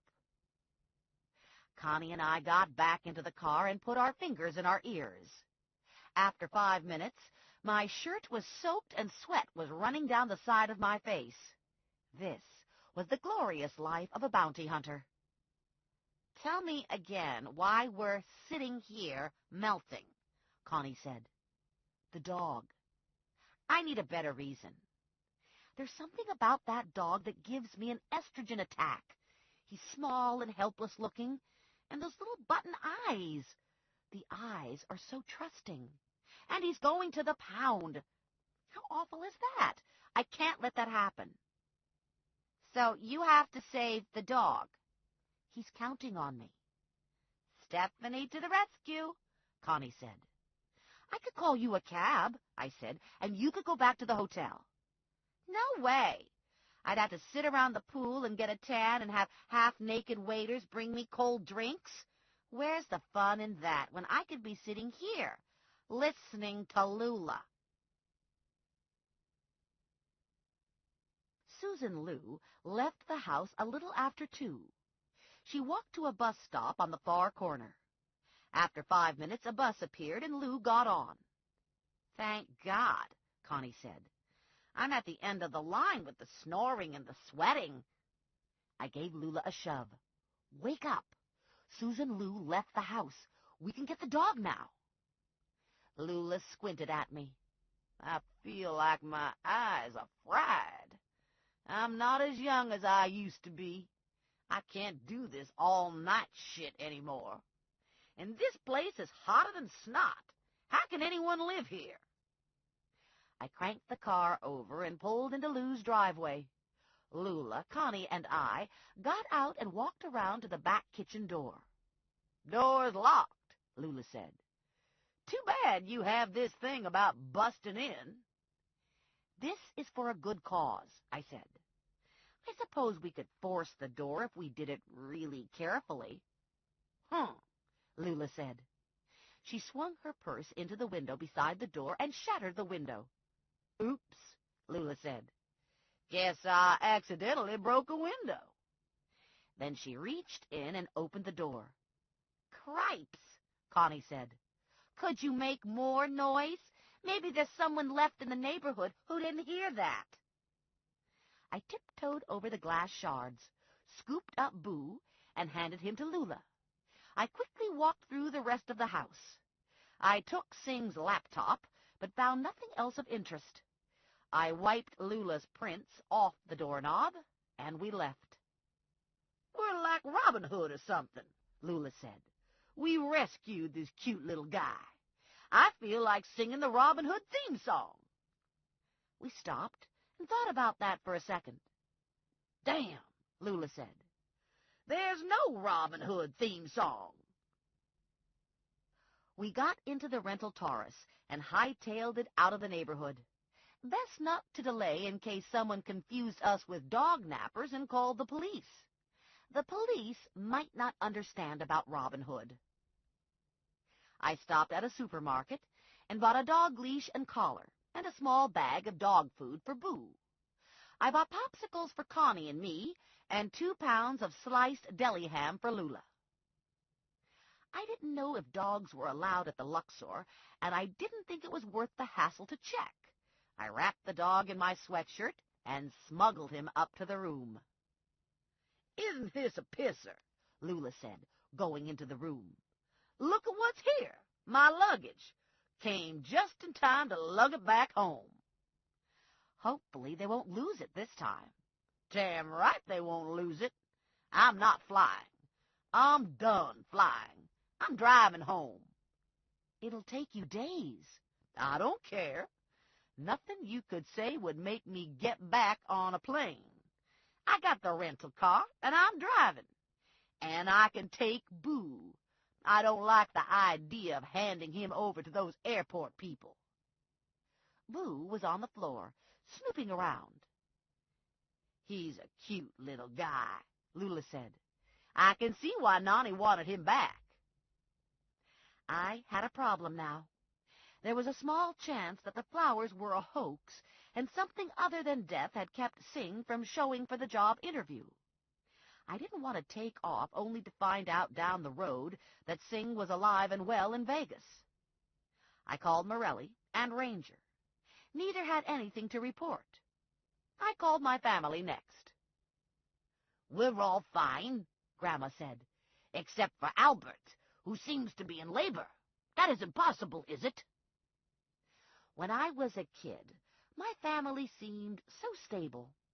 I was the flaky kid, and my mom was always right. My sister was perfect. My dad was the rock. It hasn't been until recently that I've come to realize nothing is that simple. People are complicated and chock full of problems. That said, my family's problems don't seem so huge. We're a family of plodders. We put one foot in front of the other and keep going forward. And eventually, we get someplace. Maybe the place isn't spectacular, but it's a place all the same. And while we're plodding, sometimes the problems solve themselves. Sometimes the problems get pushed low on the list of priorities and get forgotten.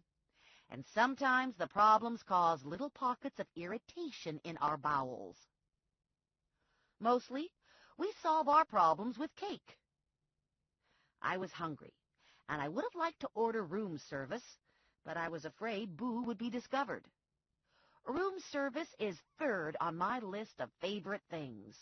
Birthday cake is first, sex is second, and then room service. Room service is better than having a mother. You order what you want, and they bring it to your door. Guilt-free, no strings attached. Pretty amazing, huh? I'm going out for something to eat, I said. And I'm going to check on Susan Lou. I want to make sure she really did go to work. I'm with you, Lula said. Connie was on her feet. Count me in. The Three Mouseketeers. We gave Boo a glass of water and told him to be a good dog. We put the Do Not Disturb sign on the door, locked up, and left. According to Connie's information, Susan Lou worked at Caesar's. Caesar's was exactly the wrong distance from the Luxor. Too short to feel justified taking a cab, too long to hoof it in the heat. We stepped outside and sucked in blast furnace quality air, and Connie made the decision for us. I'm not walking, she said, and I'll shoot anyone who tries to make me. Caesar's is everything a casino should be. Noisy, smoky, gaudy, and bustling with people who can't wait to throw their money away. And if that isn't enough, it has a terrific shopping center. The waitresses servicing the game tables all wore little toga outfits. Some looked better in their togas than others. I suspected Lou would not look wowie-kazowie in her toga. We did a casual walk around the room and didn't spot Susan Lou. This isn't gonna work, Lula said. It's too big. There's too many of the toga women. And there are cocktail lounges on the sides, too, and restaurants. I don't know how to break this to you, Connie said, but I think we're being followed. You see the guy in black over by the statue of Caesar? Lula and I turned and looked. Don't look, Connie hissed. Lula and I stopped looking. You have to be sneaky, Connie said. Lula and I did a sneaky look. I don't recognize him, I said. Connie slid him a sideways glance. He was in the lobby of the Luxor when we came through. Probably just a coincidence, I said. He was about 5 feet 10 inches, an average build. He wore a black suit, black shirt, and black silk tie. His hair was dark and slicked back behind his ears. I bet he's got a purple car with a bobblehead doll on the dash, Lula said. I bet he's a pimp. I guess I know a pimp when I see one. The question is, why would a pimp be following us? Connie and I looked at Lula. What? Lula said. Lula was wearing a skin-tight, pink, stretchy T-shirt with sexy written across her boobs in silver sequins. It had a low scoop neck showing an acre of cleavage, and it was tucked into a matching spandex miniskirt. Hey, I'm not the one wearing a shirt asking if you got crabs, Lula said. I looked down at my shirt. It's for the baseball team in Lakewood. Joe bought it for me. Huh, Lula said. I didn't think the guy in black looked like a pimp. I thought he looked like someone who bought GQ and took it seriously. Probably he was from L.A. and worked in the CAA mailroom. Let's go across the room and find a blackjack table, Connie said to me. See if he follows you. Fine, but I can't play blackjack. I'll just stand and watch. That's ridiculous, Connie said. Everyone can play blackjack. All you have to do is count to 21. Connie was pulling me along by my purse strap. "I'll have Vinny bankroll you." "You play blackjack." "That won't work," Connie said. "I want to see if he's after you. Maybe he's the carnation guy. This way, you sit down and Lula and I can sort of fade away, all the while keeping our eyes on you.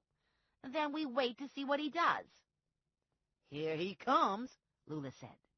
"He's coming along with us. He's trying not to be noticed, but I'm on to him." Connie tugged me toward an empty chair. "Sit," she said.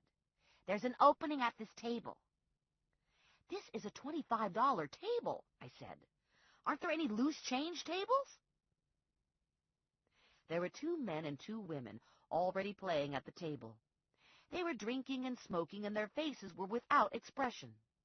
They looked like they knew what they were doing. They'd look at the dealer and tap the table, and obviously that meant something. One of the women wanted to double. She lost her chips after that, so I made a mental note not to double. When the hand was done, Connie dropped $50 on the table. The dealer gave me 2 chips, and the $50 got whisked away by the dealer and stuffed into a slot on the table. Everyone put chips out, so I put one out too. I looked over my shoulder at Connie. Connie was gone. When I swung my attention back to the table, I had 2 cards face up in front of me, a king and an ace. 21 wins, the dealer said, and he gave me a bunch of chips. Wow, I won. I didn't even have to do anything. Everyone else played out their hands, and then we all started again with new chips on the table. I put mine out, too. The dealer gave me 2 cards face up, a 6 and a jack. Panic. I had to add. A jack was worth what? 10? Okay, 10 seemed reasonable for a jack, so I had 16. I looked around. Everyone was waiting for me to say something. The dealer asked me if I wanted a card. More panic. I didn't want to go over 21. I had to subtract. I hate to subtract. "Sure," I said. "Give me another card." The dealer asked me if I was certain I wanted another card. "You have a 6 showing, and the book says not to take another card," the dealer said. I didn't know what book he was talking about, but all the other players agreed with the dealer and the book, so I decided not to take a card. The dealer had a 6 and a 10 on the table. He dealt himself another 10. "Dealer busts," he said. And I got another chip. Hot damn! No wonder people like to gamble. This was easy. We started a new game, and I got 16 again with the first 2 cards. The dealer had a 9 showing. I told him I didn't want any more cards.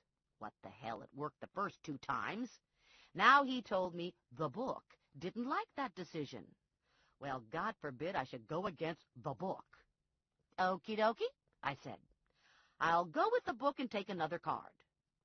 I got dealt a king of hearts. "Busts," the dealer said, and he took my chips and my cards. So much for the book. I played another hand, lost another chip. Everyone played their hands out, and we started over. Connie was nowhere to be seen. The guy in black was behind me, watching me. I could feel him back there. The photo images of shattered skulls popped into my head. The memory of the heat and numbing blackness that followed the hit from the dart washed over me.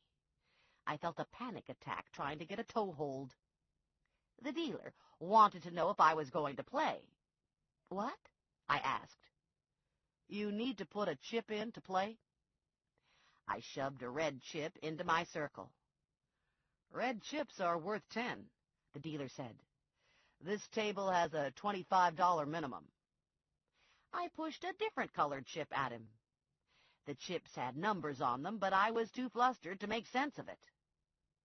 The dealer gave me a 10 of spades and a 2 of hearts. This was easy to add. 12. A long way to go to 21, right? I asked for another card. This started a lot of arguing. Apparently, the book wasn't clear on this one. The dealer gave me a 10 of diamonds. Damn! Busted again. I didn't know exactly how much I had because I was having a hard time adding up all the different colored chips, but I knew I didn't have a lot. One more hand, maybe. When the new game started, I pushed a couple chips into my ring. The dealer gave me a 9 of spades and a 3 of clubs. I bit into my lower lip, unsure what to do, and I felt a hand settle on my shoulder. I turned and looked. It was the guy in black. "I'm going to help you," he said. There was a lot of noise behind me. I heard Lula let out a shriek, and the guy in black gasped in surprise, jerked away from me, and went over backward. Everyone at the table stood and gawked, including me. Lula and the guy in black were on the floor. Lula was ass up on top of the guy in black. You could hardly see him under the pink spandex. He was squashed, spread eagle under Lula so that only his hands and feet stuck out. Connie was standing on one of his hands. Don't freaking move, Connie yelled at the poor smushed guy in black. From what I could see, there wasn't much chance of him moving. I wasn't even sure he was still breathing. Uniformed and plainclothes security instantly appeared and wrestled Lula off the guy in black. "He was going for a gun," Lula said. "He's a killer." The guy in black didn't move. He was still on his back, gasping for air. "I have identification in my inside jacket pocket," he said. "And I think I have a broken back." "Can you move your toes?" one of the security guards asked him. "Yeah." "How about your fingers?" He wiggled the fingers on one hand. Connie was still standing on the other hand. "Ow!" the guy in black said to Connie. Connie stepped off his hand. "Sorry," she said. One of the plainclothes men lifted the identification. "Eric Salvatore. Looks like he's a rent-a-cop." "I'm a licensed private investigator and a security specialist," Salvatore said. "I'm employed by Rangeman LLC, and I was asked to protect Ms. Plum while she's in town. God only knows why when she's got Big Bertha and the Bone Crusher with her." He was Ranger's man. Rangeman was Ranger's corporate name. "Hey," Lula said, "watch who you're calling Big Bertha. Nobody tolerates that political incorrectness anymore, you little candy ass." This was a terrible misunderstanding, I told everyone. My friends and I didn't realize he was assigned to guard me. My usual bodyguard missed his flight. Now they were all wondering who the hell I was that I needed a bodyguard. And that was fine by me, because I wanted this to go away. We were all carrying guns, probably illegally. I had no idea what the gun laws were in Nevada. "I thought he was going for a gun," Lula said. Eric struggled to get up. "I was going for my wallet. I was going to buy her some chips. I was supposed to keep my distance, but I couldn't stand watching her play anymore. She's the worst blackjack player I've ever seen." "Really sorry," I said. "Can we take you to a hospital or something?" "No, I'll be okay. Probably just slipped a disc and possibly a broken bone or two in my hand." "Don't worry about 6 o'clock, I called after him. "I might not be going to the airport." He looked at me, blank-faced, as if taking me to the airport was too terrible to contemplate right now. "Okay," he said, and he limped away. "Sorry," I said to the security people. "I guess we'll be going now, too." "We'll see you out," one of the uniforms said. We were escorted out of Caesar's, the doors closed behind us, and we stood, blinking in the sun, waiting for our eyes to adjust to daylight. That was sort of embarrassing, Lula said. I whipped my phone out and called Morelli. Reporting in, I told him. Anything new? I was just going to call you, Morelli said. I know a guy in the Vegas police force. I gave him a call when I got off the phone with you and asked him to keep his eyes open for Singh. I just got a call back from him. They found Singh in his car in the airport parking lot about an hour ago. Shot twice in the back of the head, close range.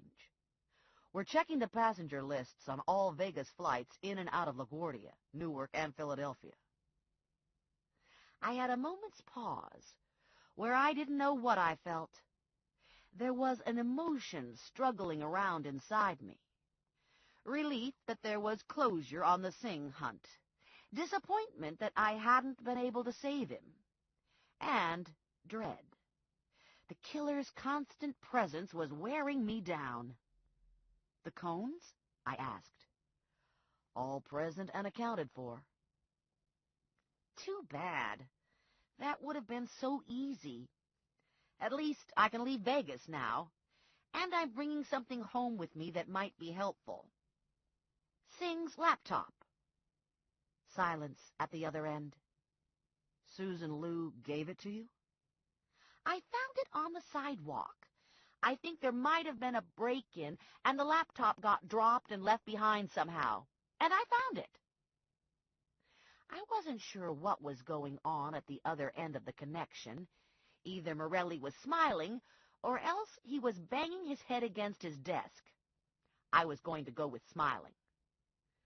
I'll pick you up at the airport, Morelli said. Try to stay out of trouble. Do you need a police escort when you leave your hotel? No. I've had enough police escorts for one day. Thanks anyway.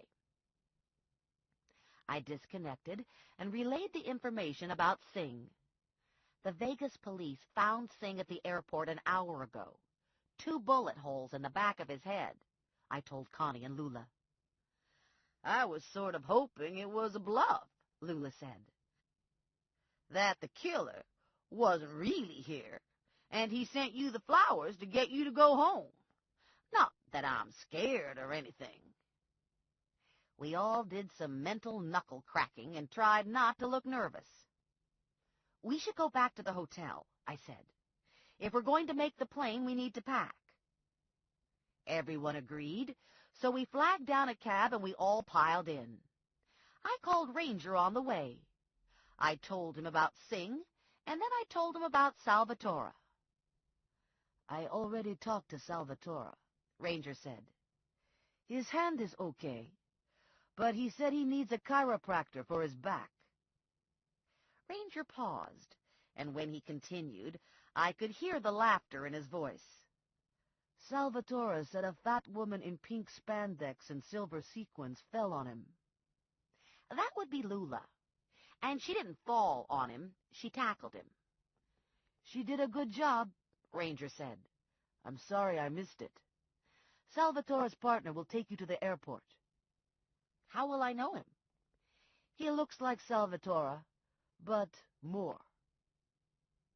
5 minutes later, we were walking through the hotel to the elevators, and we were being very vigilant. We didn't know what the killer looked like. It didn't seem likely that he would strike in a public place, but there was no guarantee. We took the elevator to the 18th floor, walked halfway down the hall, and Connie unlocked our room door. She stepped in and muffled a scream. Lula and I were directly behind her, and we had the same reaction. The dog had destroyed the room. Pillows were chewed. The blanket was shredded. A corner of the mattress was missing. Toilet paper was everywhere. Connie closed and locked the door behind us. Don't anybody panic. It's probably not as bad as it looks. Cheap mattress, cheap blanket, right? How much could a pillow cost? Uh-oh, Lula said. I think he pissed on the cable wire and shorted the television. This here's like traveling with a metal band, Lula said. Boo was on the bed, tail wagging. But look at him, I said. He's so cute. And he looks sorry. Don't you think he looks sorry?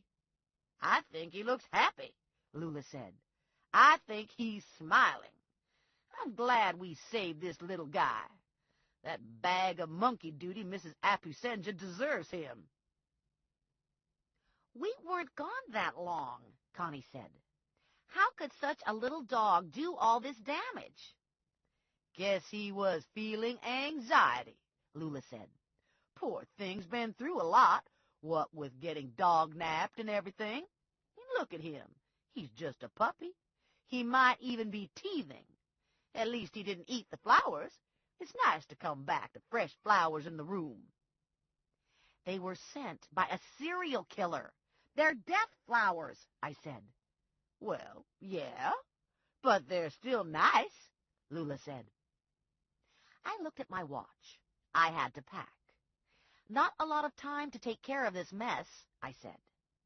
Here's the plan, Connie said. We check out, and it all goes on Vinny's bill. See that? Lula said. This dog's nothing but good luck. We get to stick it to Vinny all because this dog was smart enough to eat the room. I think this here's been a positive experience. That's my new philosophy anyway. Nothing but positive experiences. That's why I'm driving home from here. You've got to be kidding, Connie said. It'll take you days. Don't matter. I'm not getting back on a plane. I'm done with planes. They aren't any fun. All that searching and starving and standing around in lines. I don't do lines. That's another part of my new philosophy. No lines. And I can take Boo with me if I drive. Me and Boo can have a road trip. I'm starting to get real excited about this. I always wanted to have a dog when I was a kid, but I never had the chance. I was dog deprived.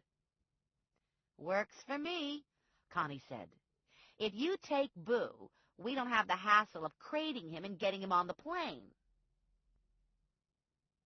I called valet parking and had the car brought around. I gave Lula the pepper spray and the stun gun and $200. Connie contributed another $150. It was all the money we had between us. We loaded Lula, Boo, and Lula's luggage into the car and waved goodbye. I'm not sure if she's the smart one or the dumb one, Connie said. There were only 2 of us now, and we each had a loaded gun in our pockets. We stopped at the snack bar, got a bag of food, and returned to the room to finish packing. My packing was simple. Take all the little complimentary soaps and shampoos from the bathroom and put them in my carry-on bag. Connie's packing was more complicated. Oh, shit, Connie said. Look at this. She was holding up the wedding photo. It had a few dog tooth marks in the lower left corner. Do you suppose you actually got married? I asked her. I don't know. I don't remember. She closed her eyes and groaned. Sweet Jesus, please don't let me be married to an Elvis impersonator. There must be some way you can find out, I said. There have to be records. Probably you can have it annulled. There was a rap on the door, and Connie and I went into panic mode for fear it was the maid. I looked out the security peephole and recognized Eric's partner from Ranger's description. The guy in the hall looked a lot like Eric, but bigger and weirder and scarier. He looked like a Vegas pit boss on steroids. It's our chauffeur, I said. I opened the door and invited the big scary guy in. He was dark-skinned, with slicked-back black hair and dark, heavy-lidded eyes. He was wearing black cowboy boots, black leather pants, a black leather jacket, and a shiny black silk shirt that was unbuttoned half down his chest. He had a colorful crucifixion tattooed onto the back of his left hand, and he had a gun at the small of his back, under the jacket. I'm Miguel, he said. I'm Eric's partner. Geez, I said. We're all really sorry about Eric. I hope he's okay." Miguel gave a brief nod, which I took to mean that Eric had his back straightened out and was recovering nicely. "I'm ready to go," I told him, handing over the cuffs and shackles and guns. "My partner is driving back. She has the rest of the hardware." Another small nod. Fine by him. Connie was packed, but she was in the middle of the room with the photo in her hand, and she was looking conflicted. "I need to get this straightened out," she said. "I'm going to stay and catch a later flight." "I can stay with you," I said. She shook her head. "Not necessary. You'll be safer in Trenton with Morelli." And Connie would be safer in Vegas without me. I gave her a hug and my room key. Miguel shouldered my bag, stepped aside, and followed me wordlessly to the elevator. This is the thing about men who never talk. It's easier to assume that they're strong and that they have the sort of wily cunning a woman wants in a bodyguard. I try not to be judgmental, but in all honesty, I'd feel less secure if Miguel had rambled on about how difficult it was to find a decent silk shirt. So, no conversation was okay by me, because I needed some help being brave. I wanted to think this guy could leap tall buildings in a single bound. I left the hotel and slipped into the air-conditioned security of a new black Mercedes. "Your car?" I asked Miguel. "More or less." He walked me to the security check, waited watchfully while I went through. No hassle this time. And then I was on my own. In theory, this was a safe zone. Still, I found a seat with my back to the wall, and I boarded last, looking for familiar or suspicious faces. I was in the last row, with 3 empty seats next to me: Lula's seat, Connie's seat, and a seat reserved for Singh. If Singh had been with me, we would have boarded first, and if at all possible, through a side door. Walking a guy in chains down the aisle in front of the paying customers doesn't set the tone for a stress-free flight. I was happy to once again have my back to the wall, but I felt naked without hardware. It was a creepy thought that the killer might be on the plane. He could be the preppy-looking guy across the aisle, or the hairy guy 3 rows up. They'd watched me take my seat. Hard to tell if they wanted to kill me, or if they just didn't have anything better to do than to stare. By the time I deplaned in Newark, I was too tired to be afraid. God bless those lucky souls who can sleep while flying. I've never been one of them. I'd arranged to meet Morelli at baggage claim. I didn't have any baggage to claim, but it was the easiest pickup point. It was 7 in the morning, Jersey time. My teeth felt furry and my eyes ached. I searched the crowd for Morelli and felt my heart skip a beat when I found him. Morelli never blended. He was movie star handsome and looked like a man you'd avoid in a fight. Women always looked twice at Morelli, but seldom approached, with the possible exception of Terry Gilman. Morelli's face softened when he saw me.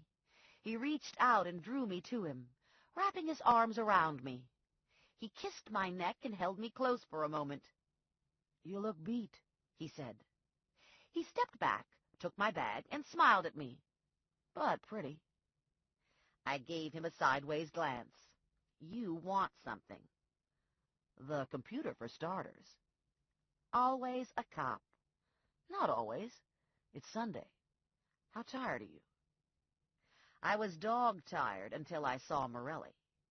Now that I was next to him, I was having some non-sleeping thoughts. The non-sleeping thoughts lasted about 30 seconds into the ride home. I opened my eyes and stared up at Morelli. He was out of the truck, trying to get me awake enough to get me into the house. He had my seatbelt off and my bag slung over his shoulder. "Gee, Steph," he said, "didn't you sleep on the plane?" "I never sleep on a plane. I have to be ready in case it crashes." I heaved myself off the seat and shuffled up the sidewalk. Morelli opened the door, and I braced myself for the Bob attack. We heard him thundering through the house, coming from the kitchen. He reached the small foyer, and Morelli held up a giant dog biscuit. Bob's eyes got wide. Morelli threw the biscuit over Bob's head down the hallway, and Bob turned in mid-gallop and followed the biscuit. "Pretty smart," I said. "I should take him to obedience training, but I never seem to get to it." What Morelli meant was that he should try obedience training again. Bob had flunked out twice before. Morelli set the bag on the floor at the foot of the stairs and removed the computer. "I'm not going to open this. I'm going to turn it over to the experts first thing tomorrow." That had been my thought, too. I hadn't fooled with the computer. "Have you told Vinnie about Sing?" Morelli asked. "I left that for Connie. She stayed behind to clean some things up." "Vinnie'll put a good spin on it. You found Sing. That's the important part. The system worked." "I need more sleep," I said. "Wake me up when it's time for dessert." "Bad news," Morelli said. "Dessert will be too late. We're expected for dinner at my mom's house. We accepted this invitation 2 weeks ago," Morelli said. "It's Mary Elizabeth's birthday." I'd totally forgotten. Mary Elizabeth is Joe's great-aunt. She's a chain-smoking booze hound, and she's a retired nun. And no party for Mary Elizabeth would be complete without Grandma Bella, because Mary Elizabeth is Bella's younger sister. I got a sharp pain in my right temple, and my blood ran cold. I was having dinner with Grandma Bella. "Are you okay?" Morelli asked. "You look sort of white." "I'm having dinner with Grandma Bella. My life is passing in front of my eyes. I'm as good as dead. I should just stand outside and let the carnation killer shoot me." "You have to have the right attitude about Grandma Bella." "And that would be what?" Joe shrugged. "She's crazy." I slept until late afternoon. When I woke, I was in Joe's bed, still dressed in my travel clothes, partially tangled in a lightweight summer patchwork quilt. The sheets were rumpled under me, and the pillowcase was damp with sweat and humidity. Aunt Rose's gauzy curtains hung limp against the open window. The air was heavy, but the light was soft. The room felt like Joe and good sex. There were mental imprints of time spent here that didn't get smoothed away with new sheets. If I closed my eyes in this room, even if I was alone, I could feel Morelli's hands on me. And today, the room smelled like popcorn. The popcorn aroma was drifting up from the living room, where Joe and Bob were watching a ball game. I shuffled downstairs and looked in the popcorn bowl. Empty. I checked out the game. Not interesting. Joe looked over at me. "I could call and cancel." "You can't do that. It's a birthday." "I'd come up with something good.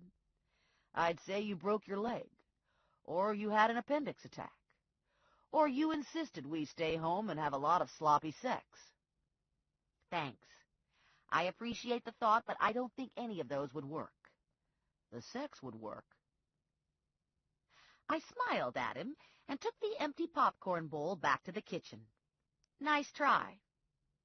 I toasted a bagel, smeared it with too much butter, and ate it with the butter dripping down my arm. Do I know how to eat a bagel or what? I went back upstairs, took a shower, and got dressed for dinner. I was halfway through makeup when Morelli appeared in the bathroom doorway. He leaned a shoulder against the jamb, hands in pants pockets. "We're late," he said. "How's it going?" It wasn't going good. Dinner with Joe's family had me in a state. I'd accidentally poked myself in the eye with the mascara wand and almost gone blind. "It's going great," I said. "Give me another minute." "You have a big black blob on your eye." "I know that. Go away." 10 minutes later, I clattered down the stairs in my high-heeled, strappy sandals, the swirly skirt, and a stretchy top. It was the best I could do under the circumstances. I didn't have a lot of clothes at Joe's house. "Nice," Joe said, eyes on the skirt. "I'm going to have fun with this outfit when we get home. You have panties on, right?" "Right." "I don't suppose you'd want to take them off?" "I don't suppose." "Doesn't hurt to ask," Morelli said with a grin. "It would make dinner more interesting."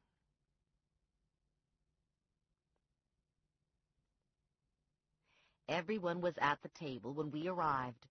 Joe's mom was at the head. Grandma Bella was next to her, then Mary Elizabeth. Joe's sister Kathy was next to Mary Elizabeth. Joe's Uncle Mario was at the foot of the table. Kathy's husband was seated across from her. Joe and I were seated across from Mary Elizabeth and Bella. "Sorry we're late," Joe said. "Cop business." Mary Elizabeth was looking very happy. She had an empty highball glass in front of her and a half-empty wine glass. "More like monkey business," she said. Bella shook her finger at Joe. "All the Morelli men are sex fiends." "Hey," Uncle Mario said, "how's that to talk?" Mario was Bella's first cousin, and the only male Morelli left from Bella's generation. Morelli men weren't especially long-lived. Mario was small and wrinkled, but still had a full head of wiry black hair. It was rumored he colored it with shoe polish. Grandma Bella fixed an eye on Mario.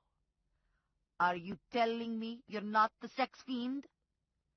"There's a difference between an Italian stallion and a sex fiend. I'm an Italian stallion." Joe filled our wine glasses. "Salute," he said. Everyone held their glasses high. "Salute." "I didn't see you in church today," Grandma Bella said to Joe. "I had to miss today," Joe said. "And last week. And the week before that. And come to think of it, last time Joe was in church was Christmas." "I prayed for you," Bella told him. Joe took a sip of wine and looked at Bella over the rim of his glass. "Thanks." "And I prayed that the Bambinos would get over the death of their mother." Joe's mother gripped her wine glass and narrowed her eyes at Bella. I stopped breathing.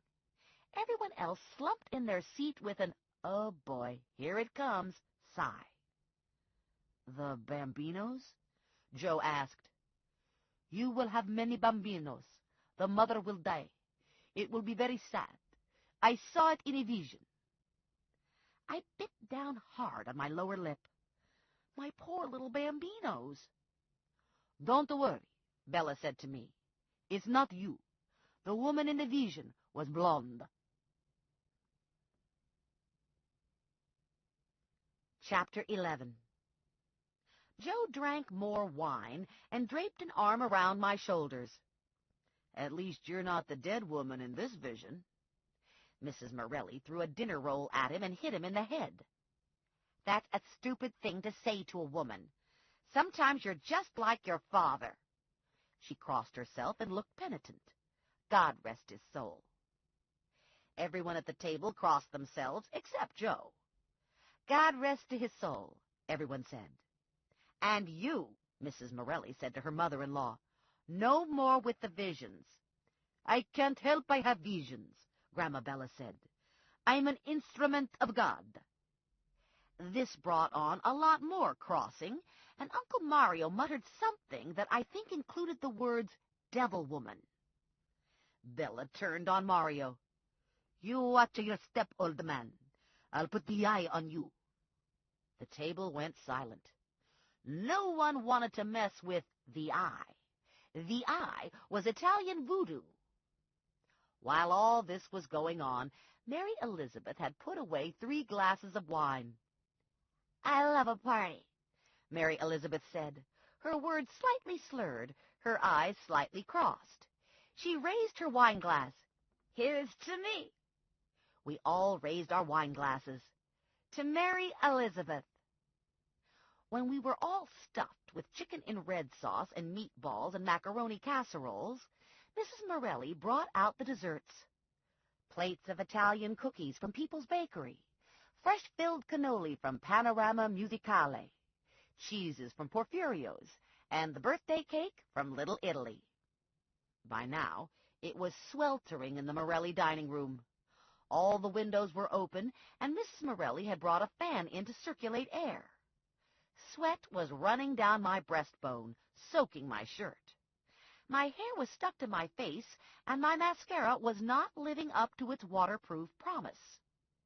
No one cared about the heat. Everyone but Joe and his mom was shit-faced, me included. Candles were lit on the cake, raising the room temperature by another 10 degrees. We all sang Happy Birthday.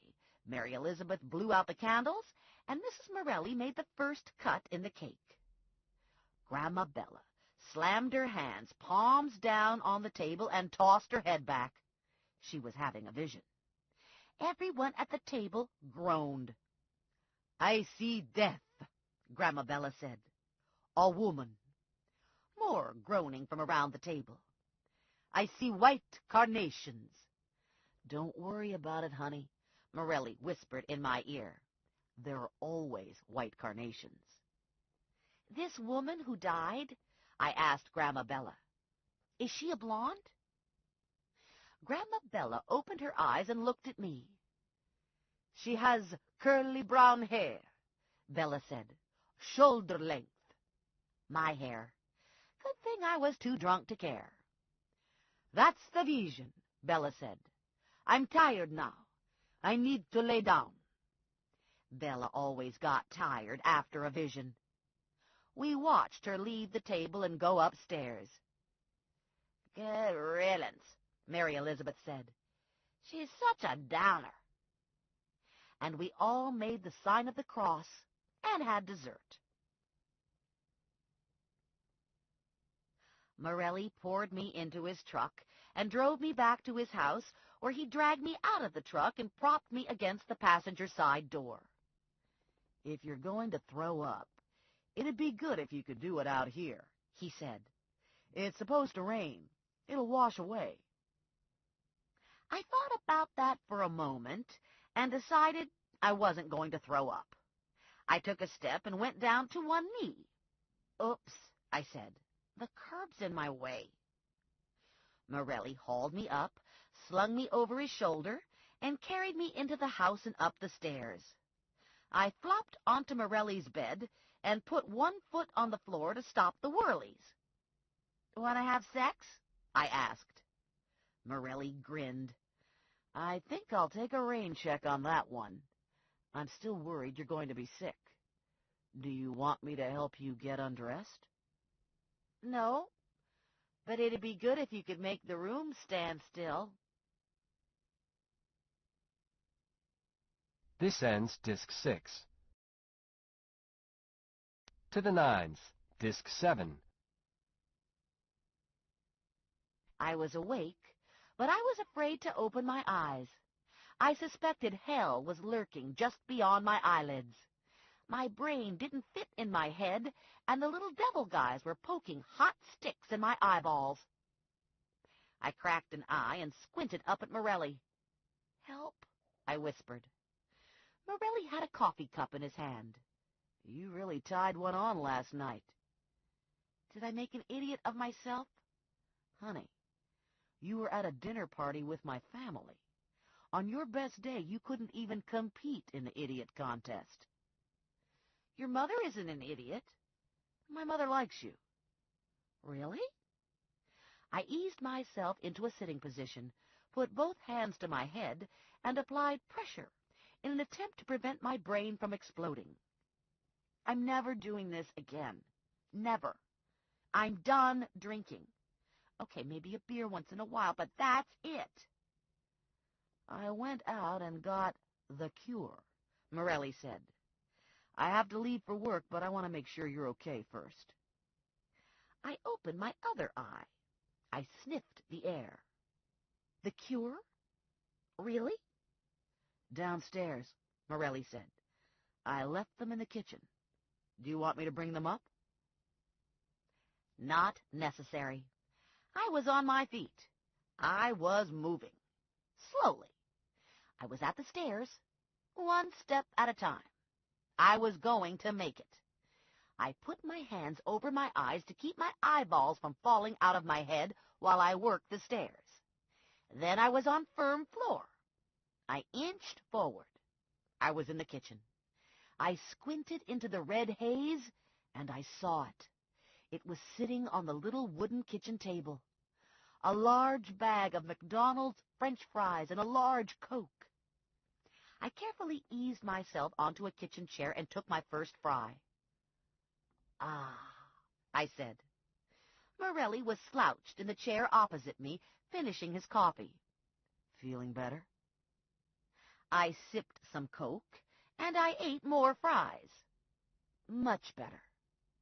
Are you ready for ketchup? Definitely. Morelli got the ketchup out of the fridge and dumped some on a plate for me. I mushed some fries in the ketchup and tested them out. I think the brain swelling is going down, I said to Morelli. The pounding has stopped. Always a good sign, Morelli said. He rinsed his cup and set it in the dish drain. I'm out of here. I have to get the computer to the lab. He kissed me on the top of my head. Be careful. Tank's outside, doing his thing. Try not to lose him. I owe you, I said. Yeah, I know. I already have plans. And he was gone. Bob was patiently sitting beside me, waiting for his share. I fed him a couple fries, finished up the rest, and drank the Coke. I gave a big burp and felt pretty decent. I took a shower and got dressed in a short denim skirt, white sneakers, and a white T-shirt. I pulled my hair into a ponytail, applied some lipstick and a single swipe of mascara, and I was ready for the day. I put a call into Lula and got her at a truck stop. I'm fine, she said. Me and Boo are having breakfast. We're making real good time. We're traveling straight along Route 40 all the way. This here's real interesting. I never drove through anything like this before. This is cowboys and Indians country. I hung up, dropped a raisin and a small chunk of cheese into Rex's cage, gave Bob a hug, and told everybody I'd be back. I locked up after myself and waved to Tank. Tank gave me a nod back. I drove the short distance to my parents' house and parked in the driveway. My grandmother was at the door, waiting for me, responding to some mysterious instinct embedded in Berg women. An early warning signal that a daughter or granddaughter was approaching. That big guy is following you again, Grandma said, opening the door to me. Tank. Yeah, I wouldn't mind spending some time with him. You think he could go for an older woman? Young women, old women, barnyard animals. Hard to say with Tank. Your mother's at the store and the girls are off playing somewhere, Grandma said. Valerie's in the kitchen eating us out of house and home. How's she doing? Looks like she's going to explode.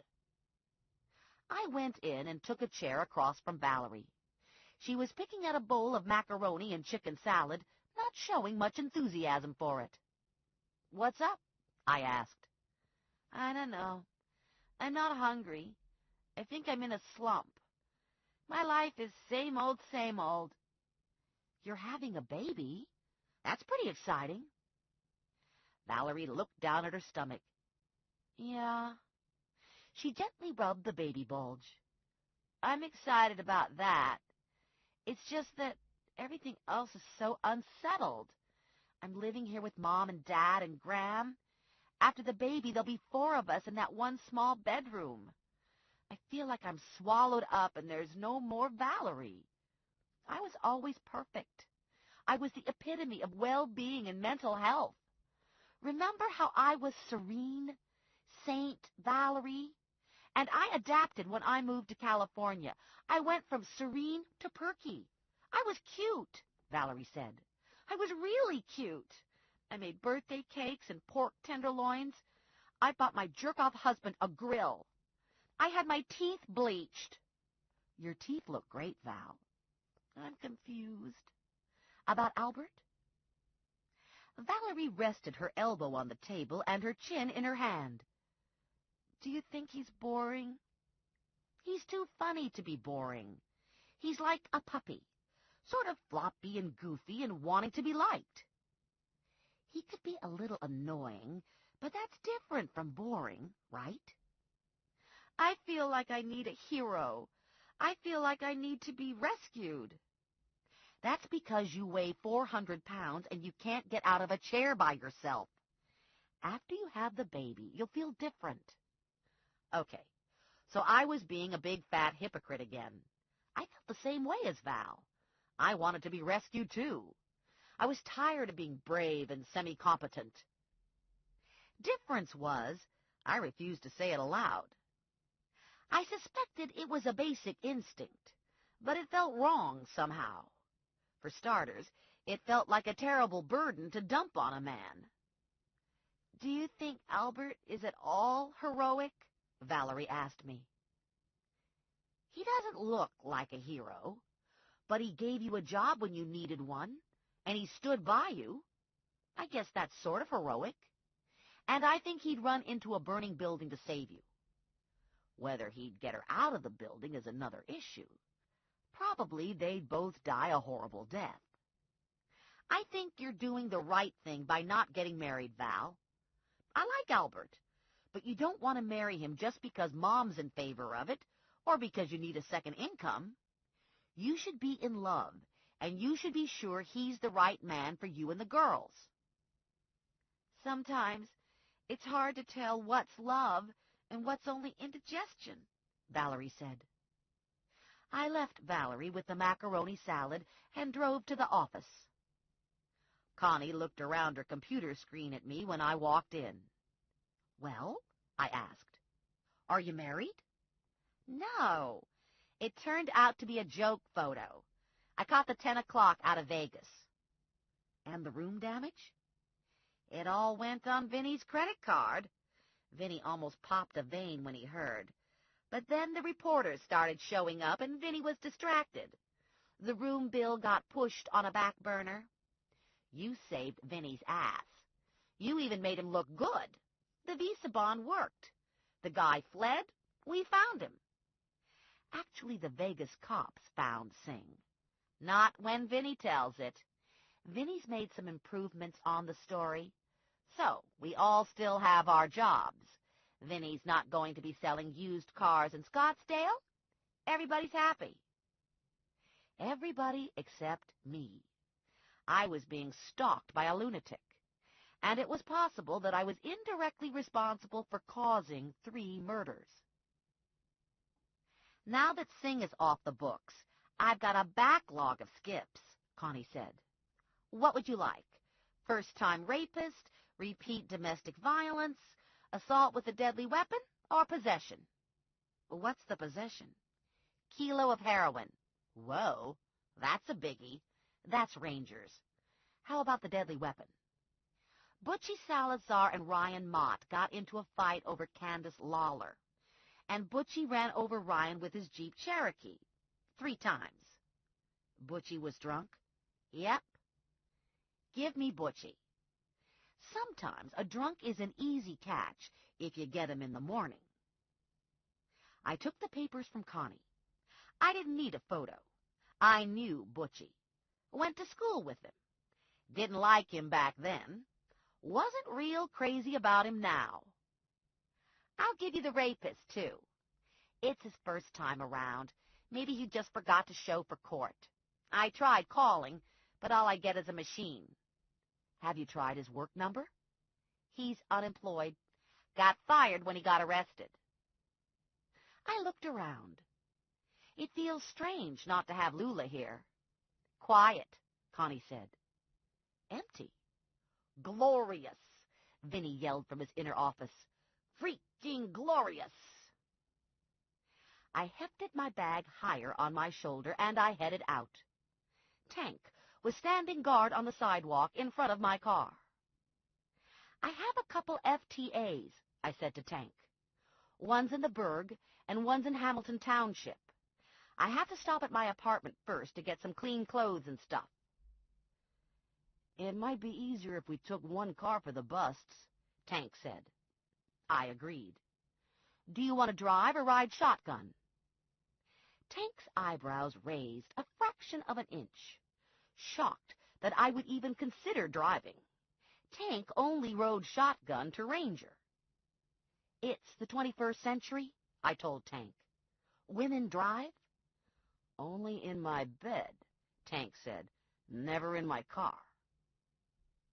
I didn't have a reply to that, but I thought it sounded like an okay philosophy. So I beeped the escape locked, got into Tank's SUV, and we chugged off from my place. We went through the standard routine at my apartment. Tank went in first and did a safety check. The photos were gone from the floor. Residue remained where the police had checked for prints. I gathered a few things together when Tank gave the all clear. Mostly what I wanted from my apartment was hardware. I took the cuffs and pepper spray from my bedside table and dropped them into my shoulder bag. I went to the cookie jar next and added the .38 to my bag of goodies. I knew Tank was fully armed and probably had 50 pairs of cuffs in the back of his truck, but I wanted my own. Am I a professional or what? I locked up, and we took the elevator. 200-year-old Mrs. Bessler was in the elevator, joyriding. Going down, she told us, pressing the button, leaning on her walker. First floor, ladies' handbags, designer shoes. She looked up at Tank. My goodness, you're a big one, she said. Tank smiled at her. Big Bad Wolf reassures Grandma he's not going to eat her for lunch. The doors opened, and we got out. Have a nice day, Mrs. Bessler, I said. Don't take any wooden nickels, Mrs. Bessler sang out. According to Butchie Salazar's bond agreement, he was renting the top half of a two-family house on Allen Street. For years now, Butchie's worked nights tending bar at a dive on Front Street, so chances were good that he'd be at home. Tank did a pass in front of the house. No activity. He returned and parked 2 houses down on the opposite side of the street. I called Butchie on my cell phone and got his machine. I didn't leave a message. Tank and I got out and approached the house. No back door to worry about, so we positioned ourselves to either side of the front door. I rang the bell for the upstairs apartment and waited. No response. I rang again. The downstairs door opened, and an older woman stuck her head out. Butchie isn't home, and my cats hate when people ring his bell, she said. The bell scares my cats. They're very sensitive. Do you know where Butchie is? It's his day off from work. I think he's gone out to do his grocery shopping and stuff.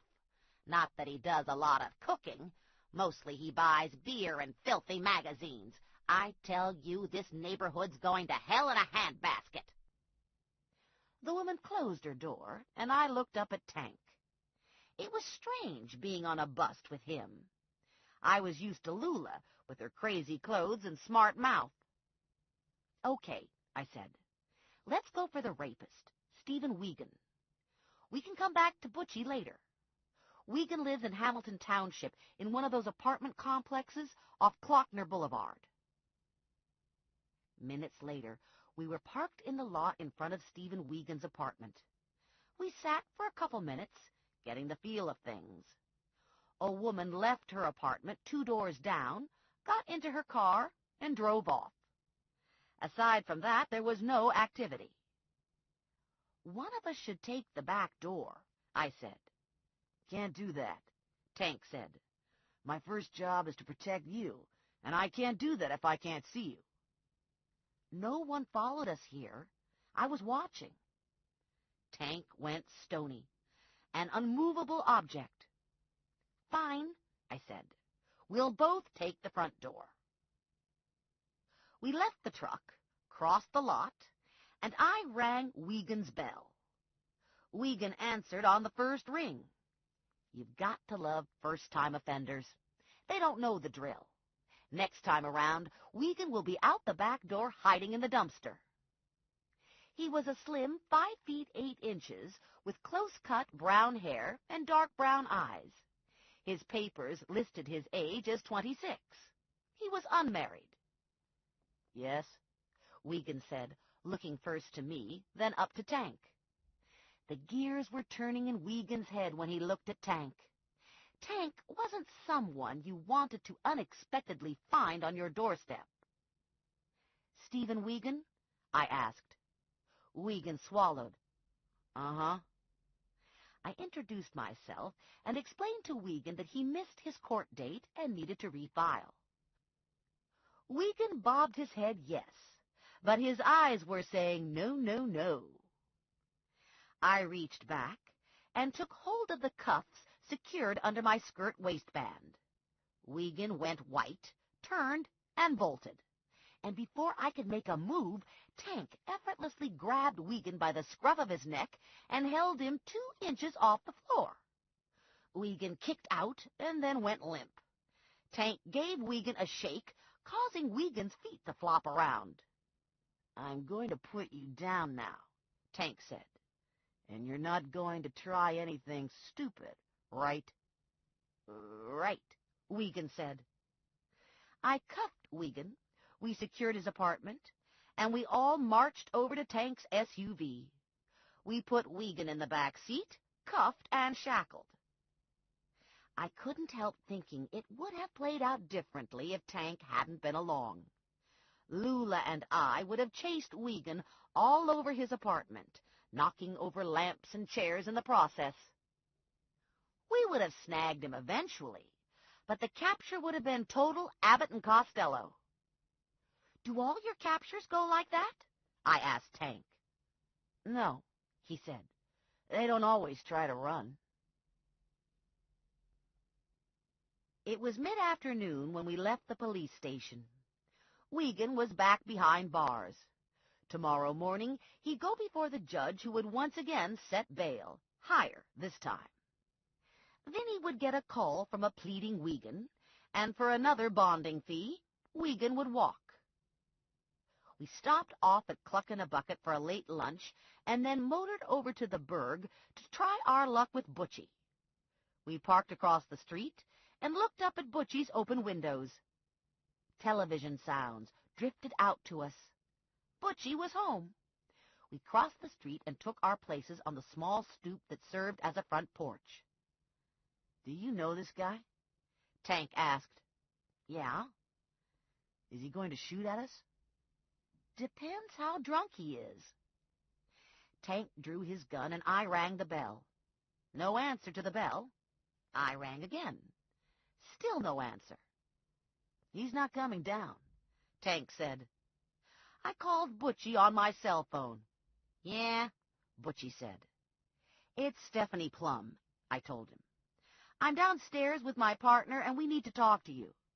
"So go ahead and talk." "You missed your court date and you need to reschedule." And you need to do it now. Come downstairs and open the door." "Suck my dick," Butchie said. "Sure," I told him. "Just come down and open the door." "Fuck off," Butchie said. "I don't feel like going to jail today. Why don't you come back next month? Maybe I'll feel like going to jail next month." I told Tank to back up and stand on the sidewalk where Butchie could see him. "Look out your window, Butchie," I said. See the big guy standing on the sidewalk? Yeah. That's my partner. If you don't open the door, he's going to put his foot through it. And then he's going to go upstairs and root you out like the rodent you are and put his foot up your ass. I've got a gun. Is it as big as Tank's? Tank was holding a .44 Magnum. I swear to God, Butchie said, if you come in, I'll blow your head off. And he disconnected. He's not coming down, I told Tank. And he says he's armed. Tank walked up to the door, put his boot to it just left of the handle, and the door flipped open. Wait here, Tank said. I had my gun in hand, too. No way! This is my bus. Tank turned and looked at me. Anything happens to you, I have to answer the ranger. Frankly, I'd rather take a bullet from this moron. Okay, that made sense to me. I'll wait here, I told him. I'm coming up the stairs, Tank called to Butchie. When I get to the top, I want you unarmed, face down on the floor with your hands where I can see them. I looked up and saw Butchie, ass first, half out the window above me. He was waiting for Tank to get to the top of the stairs, and then Butchie was going to go out the window onto the small roof over the stoop and drop to the ground. I ducked into the doorway so Butchie wouldn't see me. I held my breath and waited to hear him on the roof. Tank got to the top of the stairs, Butchie's feet scuffed on the roof, and I jumped out. I had my gun two-handed, and I yelled for Butchie to stop and freeze. "I've got him," I yelled to Tank. "He's on the porch roof." Tank jogged down the stairs and moved to join me on the small patch of front lawn. He cleared the porch just as Butchie catapulted himself off the roof, and the two of them crashed to the ground with Butchie on top of Tank. I rushed in and grabbed Butchie by the arm, cuffing him behind his back while he still had the air knocked out of him. I rolled him off Tank and shoved him aside. Tank was on his back, with his leg twisted at an impossible angle. "Just shoot me," Tank said. "It'd be less painful." I called EMS, and then I called Ranger. A half hour later, Tank was rolled into the EMS truck, his leg held stable by an inflated cast. Ranger and I stood side by side and watched the truck disappear around the corner. A big, bald, jug-headed guy, neatly dressed in black jeans and T-shirt, stood by Tank's truck. He had his muscle-bound, bulging arms crossed over his massive chest, and his tiny eyes fixed on Ranger and me. "I need to go to the hospital and get Tank admitted," Ranger said. "I've asked Cal to follow you around." Cal has a flaming skull tattooed onto his forehead, and he has muscles in places muscles aren't supposed to grow. Cal looks like Steroidosaurus. "Don't underestimate him," Ranger said. "He can spell his name. He's not overly violent as long as he remembers to take his medication. And he gives good shade." I did a grimace. Ranger pulled me to him and kissed me on the forehead. "You two are going to get along just fine." Ranger stepped back and turned to Butchie, who was sitting cuffed and shackled on the curb. He grabbed Butchie, dragged him to his feet, and handed him over to Steroidosaurus. It was almost 6 when we left the police station. Butchie was chained to a bench across from the docket lieutenant. Stephen Wiegand was in the lockup. I had body receipts for both of them. Not a bad day in terms of income. Not a great day in terms of Tank's leg. Definitely a weird day, having spent it in the company of Ranger's merry men. Halfway through town, my cell phone rang. "Your sister's in labor," Grandma said. "She was working her way through a Virginia-baked ham when she started getting contractions." Is she going to the hospital? She's trying to decide if it's time. Do you think I should call Albert? Definitely call Albert. It's his baby, too. He's been going to the birthing classes with Valerie. It's just that she's not in a good mood. You know how it is when she gets disturbed in the middle of a ham.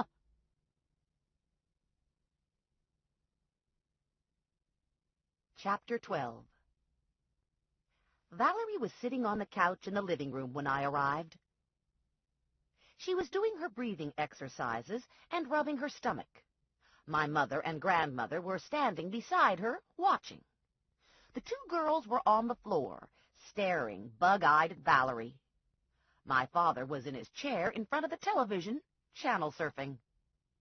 "So," I said, "what's up?" The front door crashed open behind me, and Albert stumbled in. Am I too late? Did I miss anything? What's going on? Mommy's having a baby, Angie said. Mary Alice nodded her head in agreement. Albert looked terrible. His shirt was untucked, and his eyes were glassy. His face was chalk white, with red spots high on his cheeks. You don't look so good, Grandma said to Albert. How about a ham sandwich? I'd never had a baby before, Albert said. I'm a little flubbadubbed. I'm having another contraction, Valerie said. Is anyone timing? Aren't these coming awful close together? I didn't know anything about having a baby, but I knew it worked better if you delivered in the hospital. Maybe we should go to St. Francis, I said. Do you have a suitcase ready? Valerie went into the breathing and rubbing mode again, and my mom ran upstairs for the suitcase. So what do you think, Valerie? I asked when she stopped rubbing and puffing. You've done this before. Are you ready to go to the hospital? I was ready weeks ago, Valerie said. Someone help me get up. Albert and I each took an arm and pulled Valerie up. She looked down. I can't see my feet. Do I have shoes on? Yep, I said. Sneakers. She felt around. And I've got pants on, right? Black, stretchy shorts. Stretched to within an inch of their lives. My mother came down the stairs with the overnight bag. Are you sure you don't want to get married? She asked Valerie. I could call Father Gabriel. He could meet you at the hospital. People get married in the hospital all the time. Contraction, Valerie said, huffing and puffing, holding Clown's hand in a death grip. Clown went down to one knee. Yow, you're breaking my hand.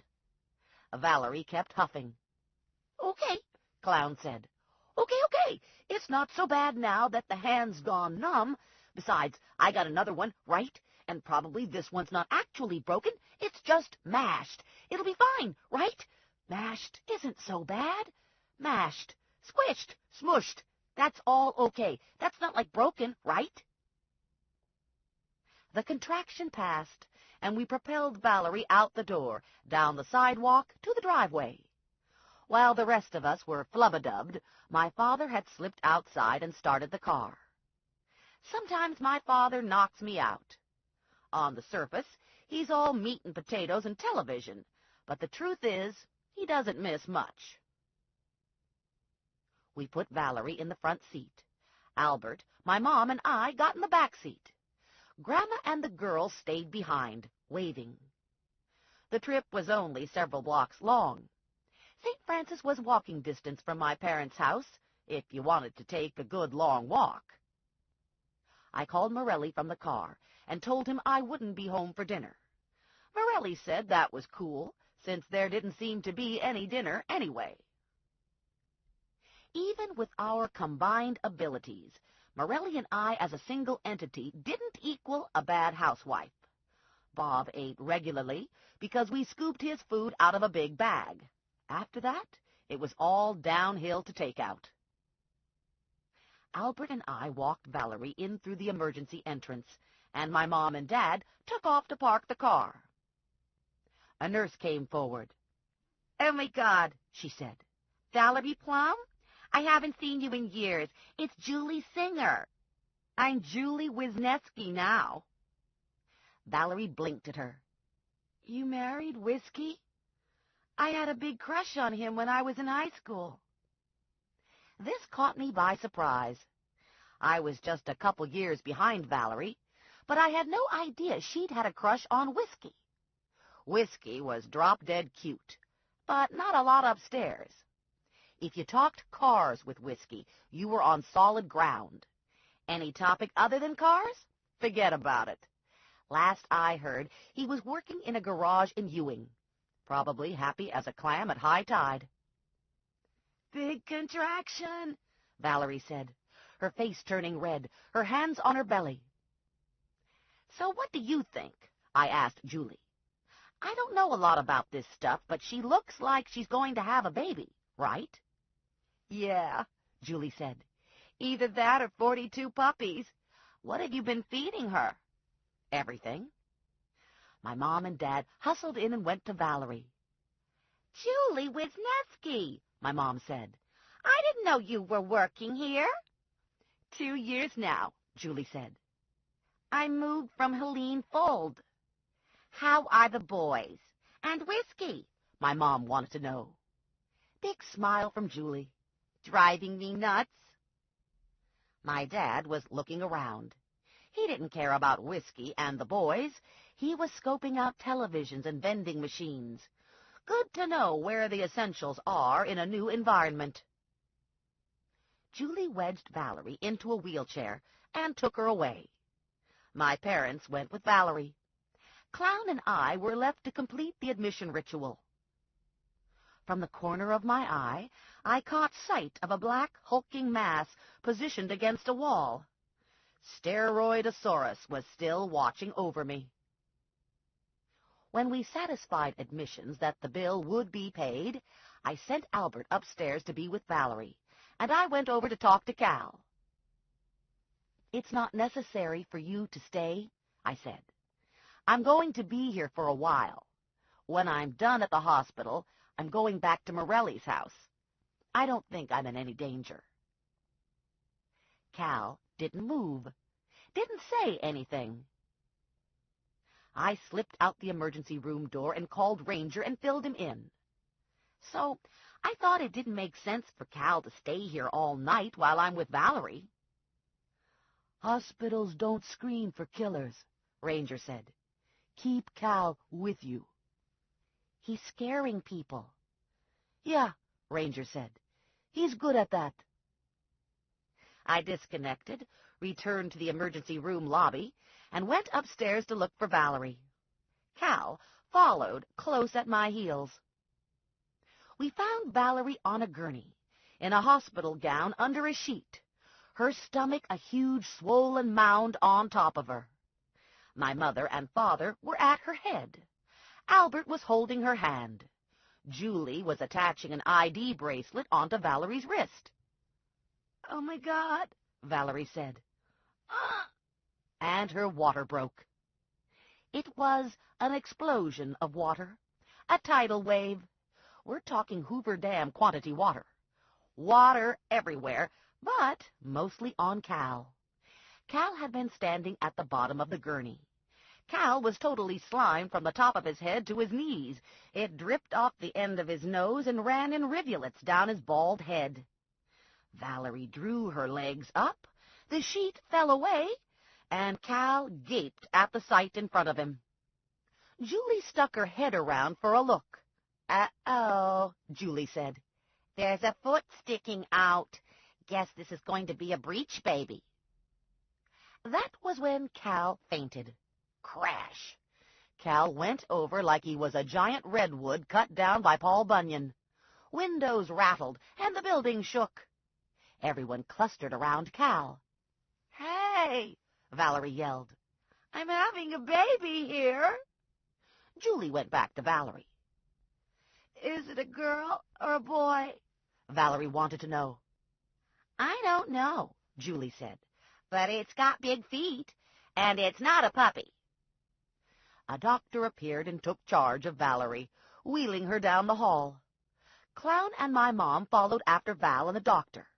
My father wandered into a room that had a ball game going, and I watched the couple nurses pop ammonia capsules under Cal's snout.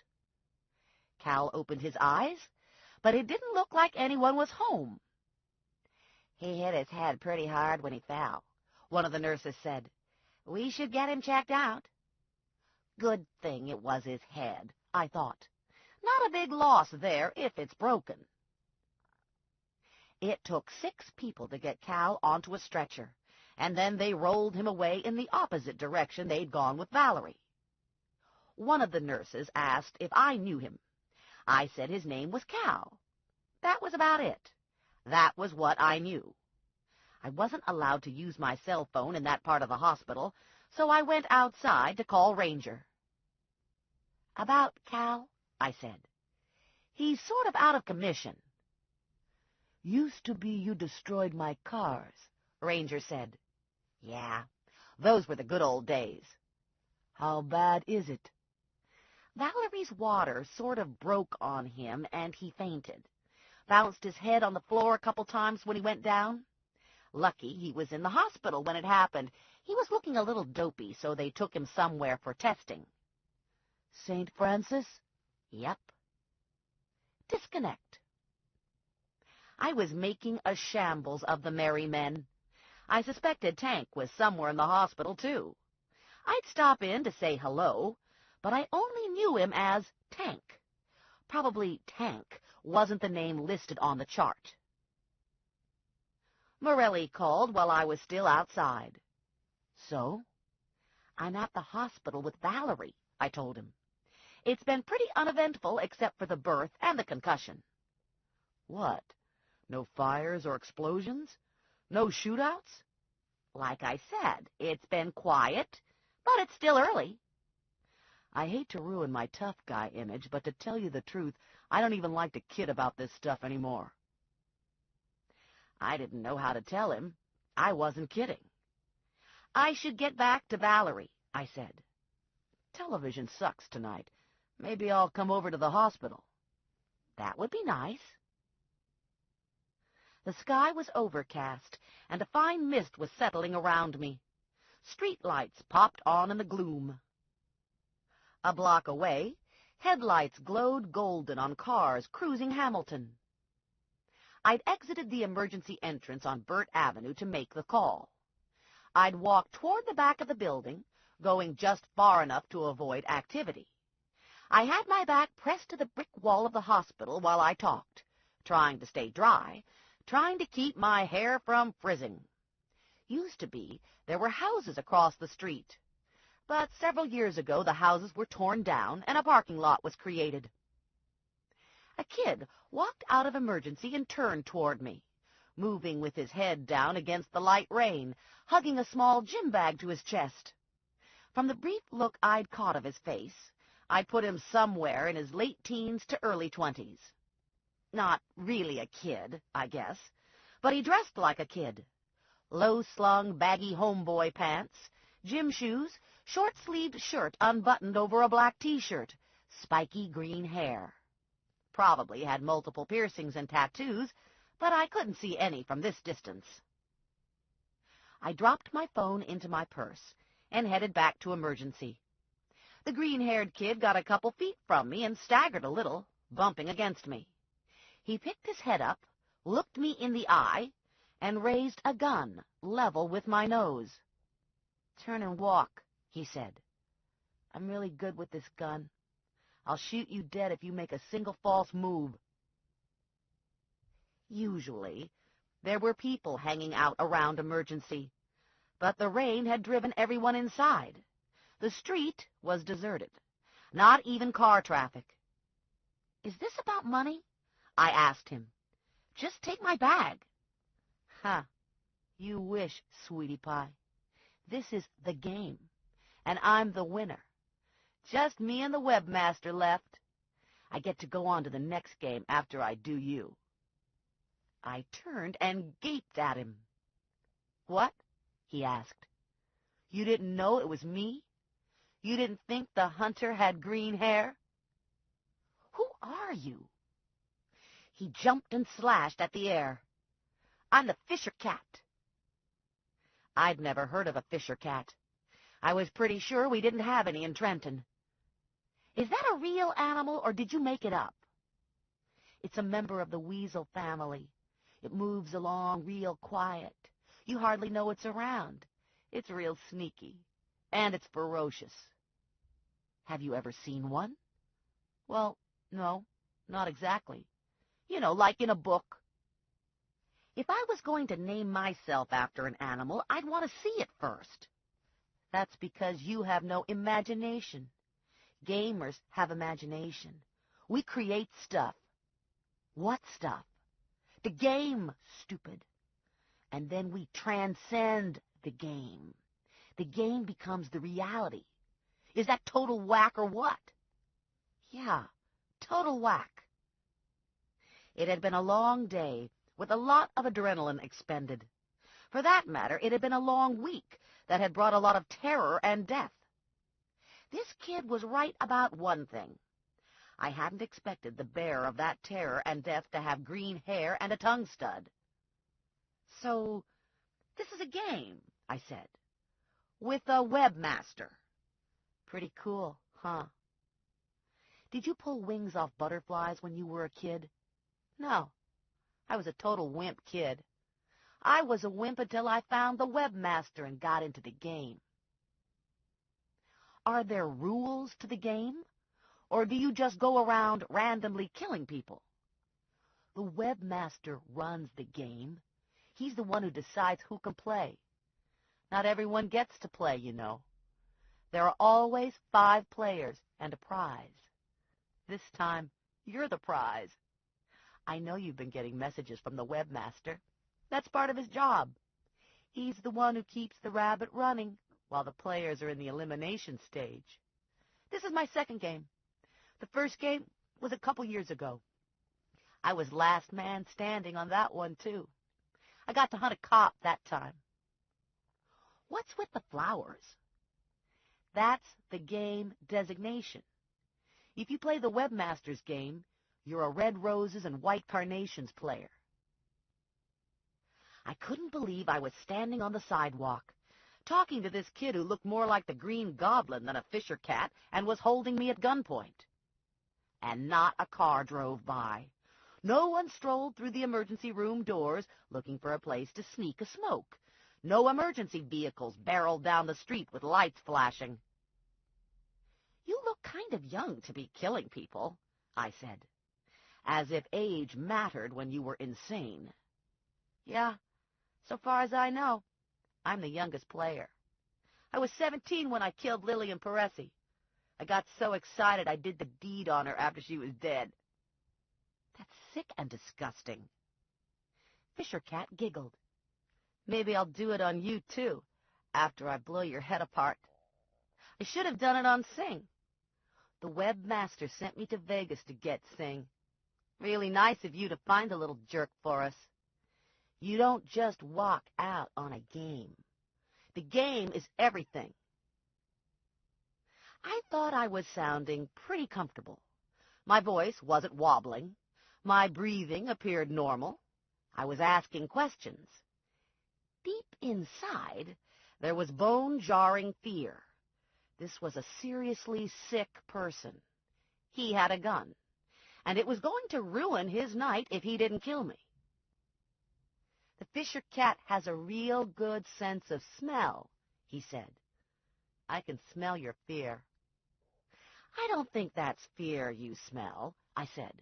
My sister's water broke on me. Don't joke about it, he yelled. This is serious. This is the game. Oh, boy. Good going, Stephanie. Now he's mad.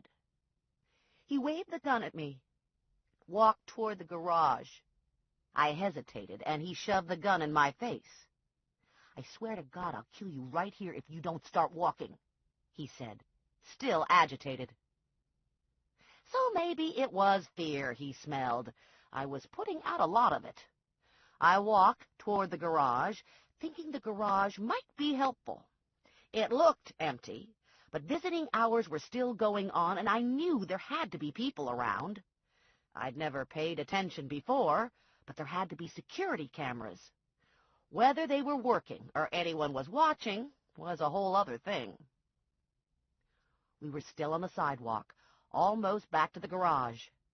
I assumed we were going in through the rear exit, and once we were inside, I would make my move. My plan was to jump behind a car and then run like the wind, screaming my lungs out. Not real sophisticated, but it was all I had. "Stop here," he said. "This is my truck." It was a dark blue pickup parked at the curb. The paint was faded, and there was rust showing around the tailpipe. The bed was covered with an old white fiberglass cap. So much for escape plan A. "Get in the back," Fisher Cat said. "We're going for a ride."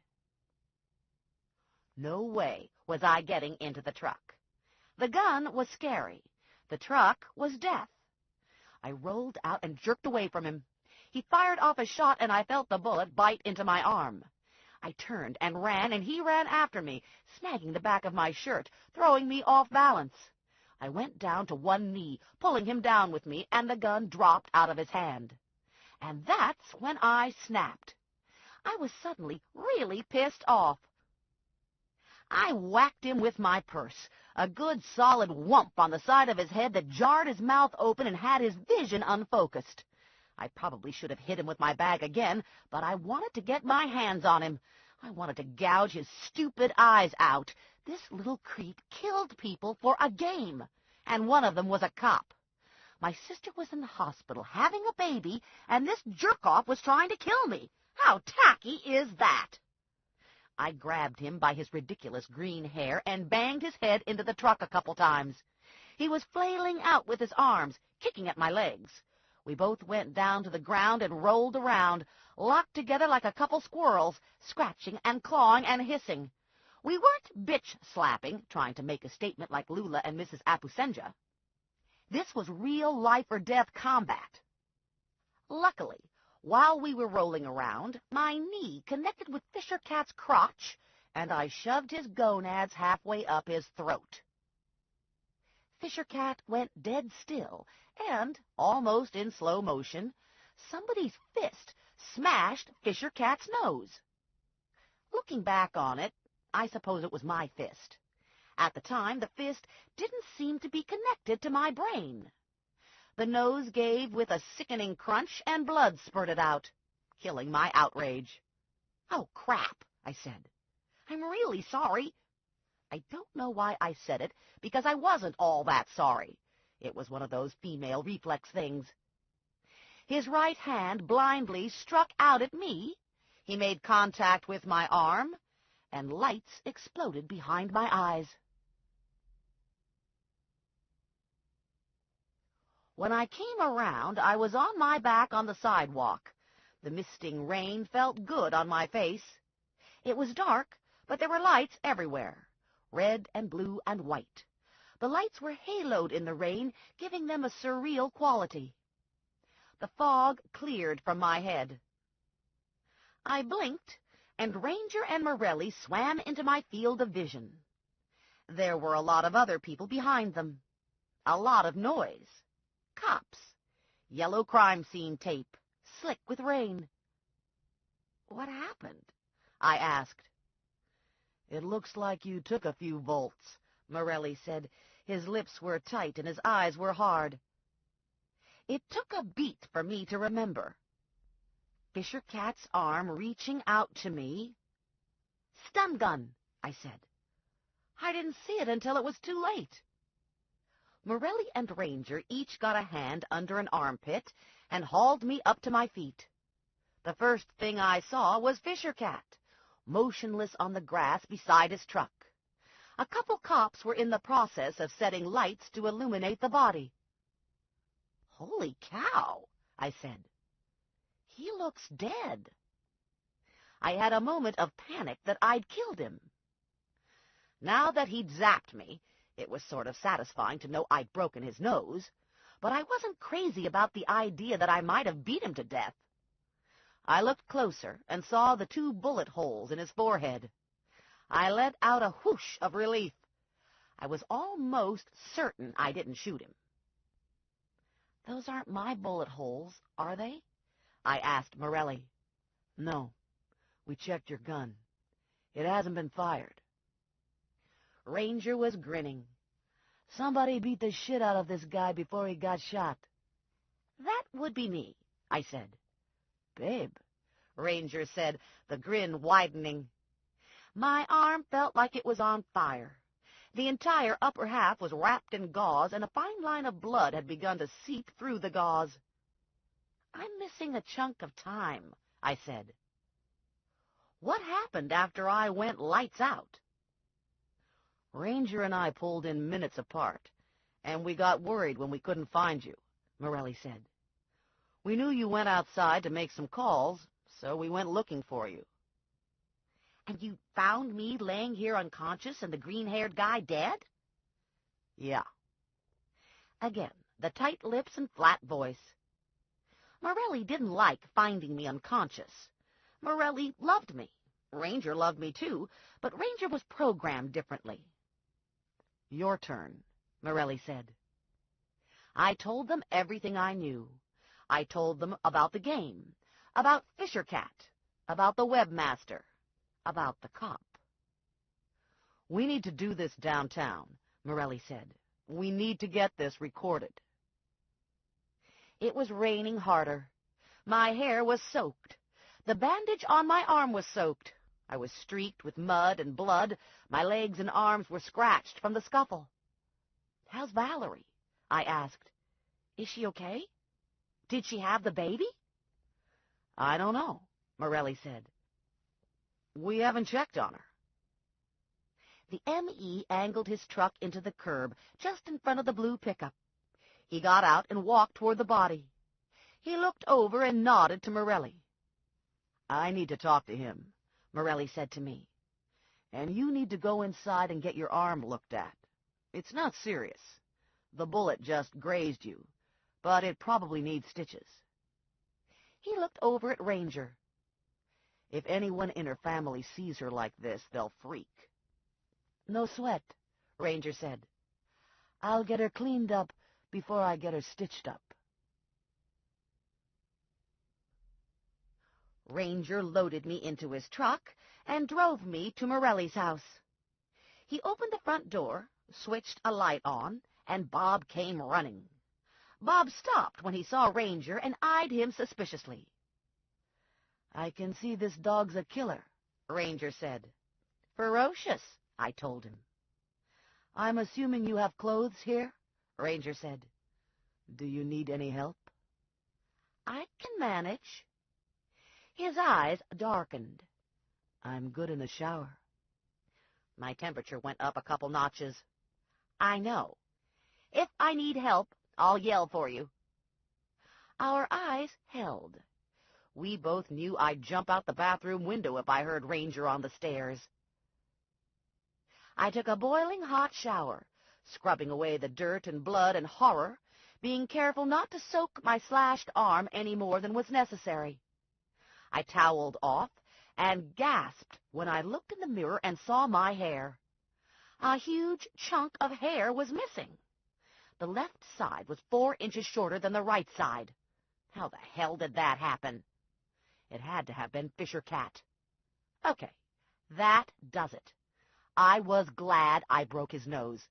To tell you the truth, I wasn't sorry he was dead either. I got dressed in clean jeans, T-shirt, and sneakers. I tucked my wet hair behind my ears, covered it with a ball cap I found in Morelli's closet, and went downstairs. Ranger was slouched on the couch, watching a ball game. Bob was beside him, his big shaggy orange bob head resting on Ranger's leg. "Looks like male bonding going on here," I said. Ranger stood and clicked the television off. "Dogs love me." He slid an arm around my shoulders and herded me to the front door. "I called the hospital. Valerie had a baby girl. They're both doing great." Happiness and relief rushed from the center of my chest clear to my fingertips, and there was a terrifying moment when I was afraid I was going to cry in front of Ranger. I ordered myself to get a grip, and I steadied my voice. "What about Cal and Tank?" I asked. "They've both been discharged. Tank's got his leg in a cast. Cal has a concussion. Not serious enough to keep him in the hospital." Ranger drove me to the hospital and walked me into the emergency room. He waited while my arm was cleaned and stitched. Then he called Morelli. "She's done," Ranger said. "Do you want to take over?" Morelli arrived a couple minutes later, and Ranger disappeared into the night. Some day, when I had more time and emotional energy, I was going to have to think about the odd dynamic that existed between Morelli and Ranger and me. Morelli and Ranger were able to work as a team when necessary, all hostility seemingly put aside. And at the same time, in an entirely different area of the brain, rivalry existed. Morelli and I found our way to maternity and located Valerie. My parents were gone, but Clown was still there, sitting on the edge of a chair at bedside. "Sorry I missed the big event," I said to Valerie. "I had a mishap with my arm here." "She was great," Clown said. "She was amazing. I don't know how she did it. I've never seen anything like it. I don't know how she got that baby out of there. It was magic." Clown's face was still flushed, and his surgical gown was sweat-stained. He looked dazed and a little disbelieving. "I'm a father," he said. "I'm a father." His eyes filled, and his smile wobbled. He swiped at his eyes and his nose. "I think I'm still flub-a-dubbed," he said. Valerie smiled at Clown. "My hero," she said. "I was good, wasn't I? I helped you, right?" "You were very good," Valerie told him. The baby was in the room with Valerie. She was wrapped in a blanket, and she had a little knit cap on her head. She seemed impossibly small, and at the same time too large to have exited through a vagina. When I was in school, I'd taken all the usual courses in human reproduction, and I knew the process: the uterine dilation, the flexibility of the pelvic bones, the muscle contractions. So I knew some of the biology, but it still looked to me like this was a case of threading a walrus through the eye of a needle. There were days when I wasn't sure how Morelli fit. I didn't want to contemplate trying to pass a baby. "We've named her Lisa," Valerie said. "Was it hard to pick out a name?" I asked. "No," Valerie said. "We both agreed on Lisa.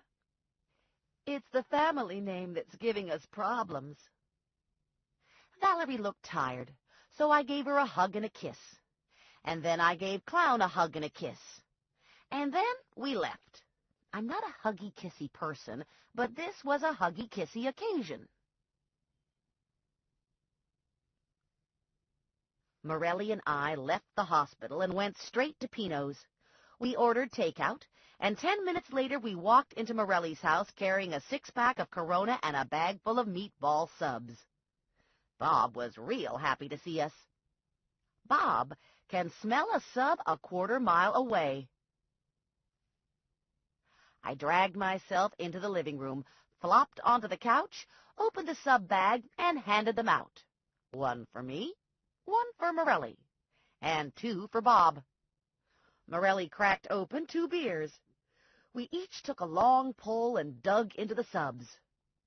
Morelli channel surfed while he ate, finally settling on wrestling. "I'm tired," Morelli said. "You scare the hell out of me, and it makes me tired."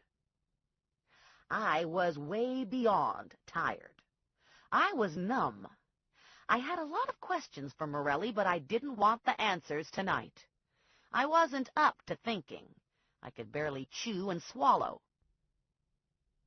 Tomorrow morning, I had to go to the station and tell a recording machine everything I knew about Fisher Cat and the game. Tomorrow would be a big questions and answers day. Hopefully when I woke up, my brain would be back in thinking mode. Good thing wrestling was on. You don't need a brain to enjoy wrestling. Lance Storm was kicking the bejesus out of some new guy who looked like King Kong's mutant brother. Storm was wearing little bright red panties that made him easy to find in my befuddled state. I opened a second beer and silently toasted Storm's panties. This ends Disc 7. To the Nines, Disc 8. Chapter 13. Morelli nudged me awake. "Rise and shine," he said. "I need to get to work, and you need to come with me." There's something poking me in my back. He slid his arms around me. "Actually, we have a couple minutes to spare." How many minutes? "Enough to get the job done." Are we talking about your job or mine? His hand skimmed the length of my belly and settled between my legs. "We're wasting valuable time." Okay, here's the real difference between men and women. I wake up thinking about coffee and donuts, and Morelli wakes up thinking about sex. Morelli kissed the back of my neck, did some really clever things with his fingers down there, and the thoughts of coffee drifted away. Truth is, the magic fingers had my full attention, and the coffee thoughts were replaced by a fear that the fingers might stop. The fear was groundless, of course. Morelli had learned a lot since our first time behind the eclair case in the Tasty Pastry Bakery. "So," Morelli said when we were done, "do you want to be the first in the shower?" I was face down on the bed. My heart rate was around 12 beats per minute, and I was in a state of euphoric, slobbering contentment. In fact, I think I might have been purring. "You go first," I said. "Take your time." Morelli went downstairs and got the coffee going before taking his turn in the bathroom. After a couple minutes, the coffee fumes penetrated my after-sex glow. I rolled out of bed, pulled on a pair of shorts and a T-shirt, and followed the fumes to the kitchen. I poured out a mug of coffee and padded to the front door to get the morning paper. I opened the door and found a red rose and a white carnation wrapped in cellophane sitting on the paper. So much for euphoria. I brought everything inside and locked the door behind me. I left the flowers on the sideboard and opened the small square white envelope that had accompanied the flowers. The envelope held a note written on cardstock. "Are you pleased that I saved you for myself? Do you get hot when you think about me and all I've done for you? I could have killed you last night, just as I could have killed you when I took you down with the dart. But that would have been too easy. Your death must be worthy of a hunter." It was signed, "Lovingly yours." And tucked into the envelope was a lock of my hair, tied together with a slim pink satin ribbon. I got goosebumps on my arm, and a chill ripped through my stomach. The shock was short-lived, and I went back into bravado mode. "Okay," I told myself, "so that solves the mystery of the missing hair." I was sitting in the living room with my coffee and the note when Morelli came down the stairs. He was freshly shaved, and his hair was still damp. He was dressed in jeans and boots and a black T-shirt, and if I hadn't just had the mother of all orgasms, I would have attacked him and lured him back to bed. "I saw the flowers on the sideboard," Morelli said. I handed him the card. "They were left on the porch this morning. They were on top of the paper, so the webmaster stopped around when it was daylight. Maybe someone saw him. He's taking chances, Morelli said. He's glorying in his success, and that's going to make him careless. Something to look forward to. I'll have the neighborhood canvassed. Morelli read the note. Sick, he said. I took a shower and did the best I could with my hair, pushing it behind my ears, lacquering it up with hairspray. I'd get a cut as soon as possible, but I hadn't a clue what could possibly be done with it. I looked close in the mirror. Extensions, maybe? Hair weave? Morelli was on the phone when I came downstairs. He glanced at his watch and ended his conversation when he saw me. Morelli was ready to roll. The day had started without him. That's what happens when you're a sex fiend. I was talking to Ed Silver, Morelli said. We just got the report back from the state techs. They were able to recover some email from Singh's computer, and the email corroborates what you learned last night. There were 5 players and the webmaster. We know Fisher Cat was the last man standing, so we're missing a dead player. Do you know any more about how the game is played? One of the emails spelled out the rules. The webmaster conducts the game. Players only use their game names and can communicate with each other only through the webmaster. So the webmaster always knows all.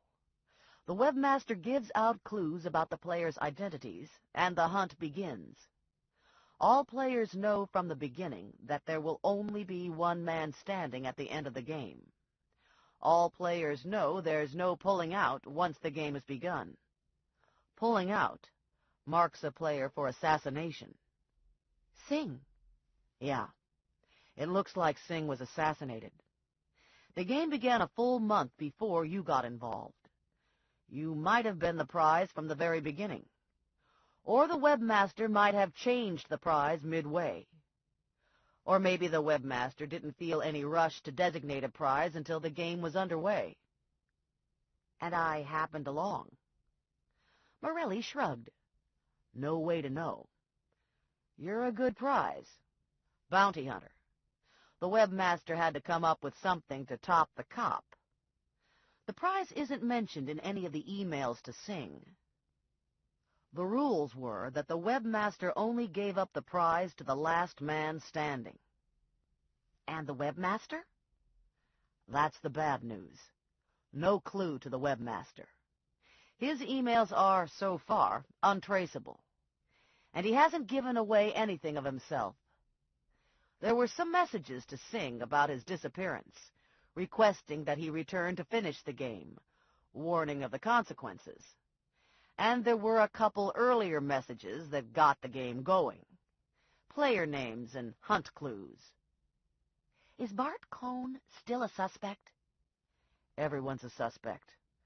Cohn is high up on the list. What about the other victims' computers? We were never able to find Rosen's or Howie's computer. Fisher Cat's?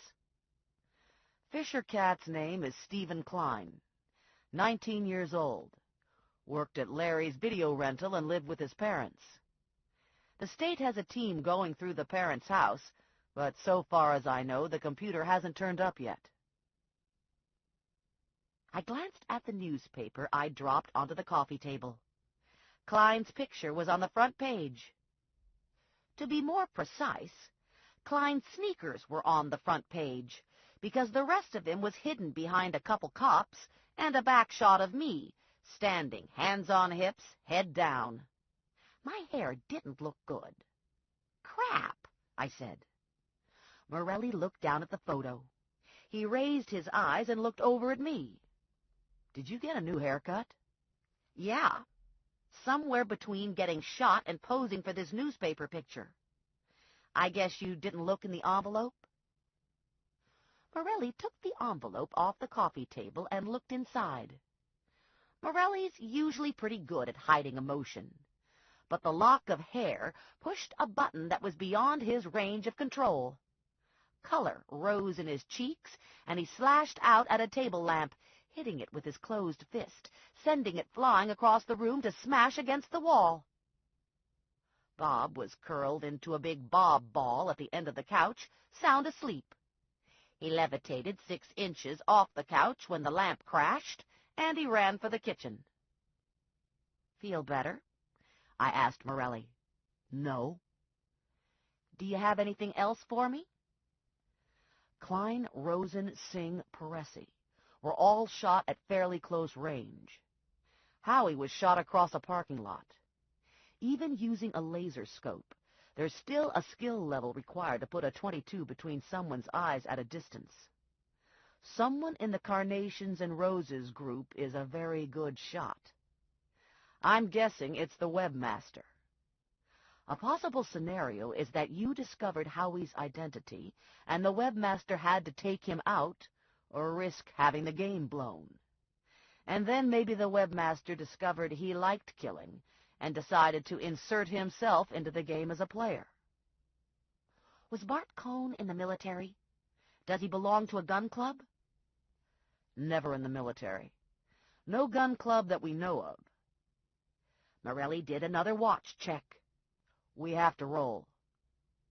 I did a fast scan for Ranger's man when I got outside, but I couldn't spot any shiny new black cars. Morelli beeped his truck unlocked. "If you're looking for your rent-a-thug, I told Ranger you'd be with me this morning." "Did he make you take a blood oath that you'd protect me?" "He asked me if I had adequate health insurance." The rain had stopped, and Jersey was steaming. Grass was growing, and oil-slicked puddles were evaporating. Another hour, and the sun would be bright in the sky, shimmering in the ozone haze. It was a terrific day for sandals, but I was wearing sneakers because it's hard to run fast in sandals, and I thought there was a good possibility that I might have to run fast today. I wasn't sure if I would be running from the webmaster or running after the webmaster.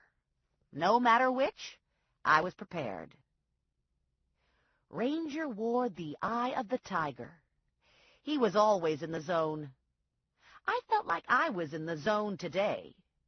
Of course, there was the possibility that I was just delusional after the phenomenal sex, but what the hell, whatever the reason, I felt okay. And I was hardly thinking about the lock of hair. Well, all right. Maybe I was thinking about it a little. The Trenton Cop Shop is located on Perry Street and will never be mistaken for Beverly Hills PD. No potted palms or stylish mauve carpet. Mauve carpet doesn't hold up under pepper spray-induced snot. Morelli brought me into a small room with a table and 2 chairs. He plugged in a tape recorder and punched the on button. I looked around and was ready to confess to anything. Just being in the grim little room under the flickering fluorescent lights made me feel guilty. I walked my way through the conversation with Stephen Klein, giving as much detail as I could recall. When we got to the part where I was zapped unconscious, Morelli shut the machine off and called Ranger. "She's all yours," Morelli said to Ranger. Morelli disconnected and looked over at me. That was a figure of speech. Ranger was driving a black Porsche Carrera. He was wearing black cargo pants, a black T-shirt that looked like it was painted onto his biceps, black Bates boots, and a Glock in full view on his hip. Ranger was in bodyguard mode. "Couldn't coerce any of your men into babysitting me?" I asked him. He cut his eyes to me, and he didn't exactly smile, but he didn't look unhappy either. "You're all mine today, babe." It sounded different when Ranger said it. "I don't know what your plans are for the day," I said to Ranger, "but my plan is to go to the mall and beg for hair help.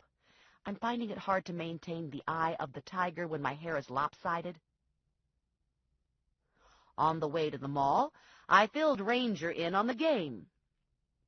"It has to be Bart Cohn," I said.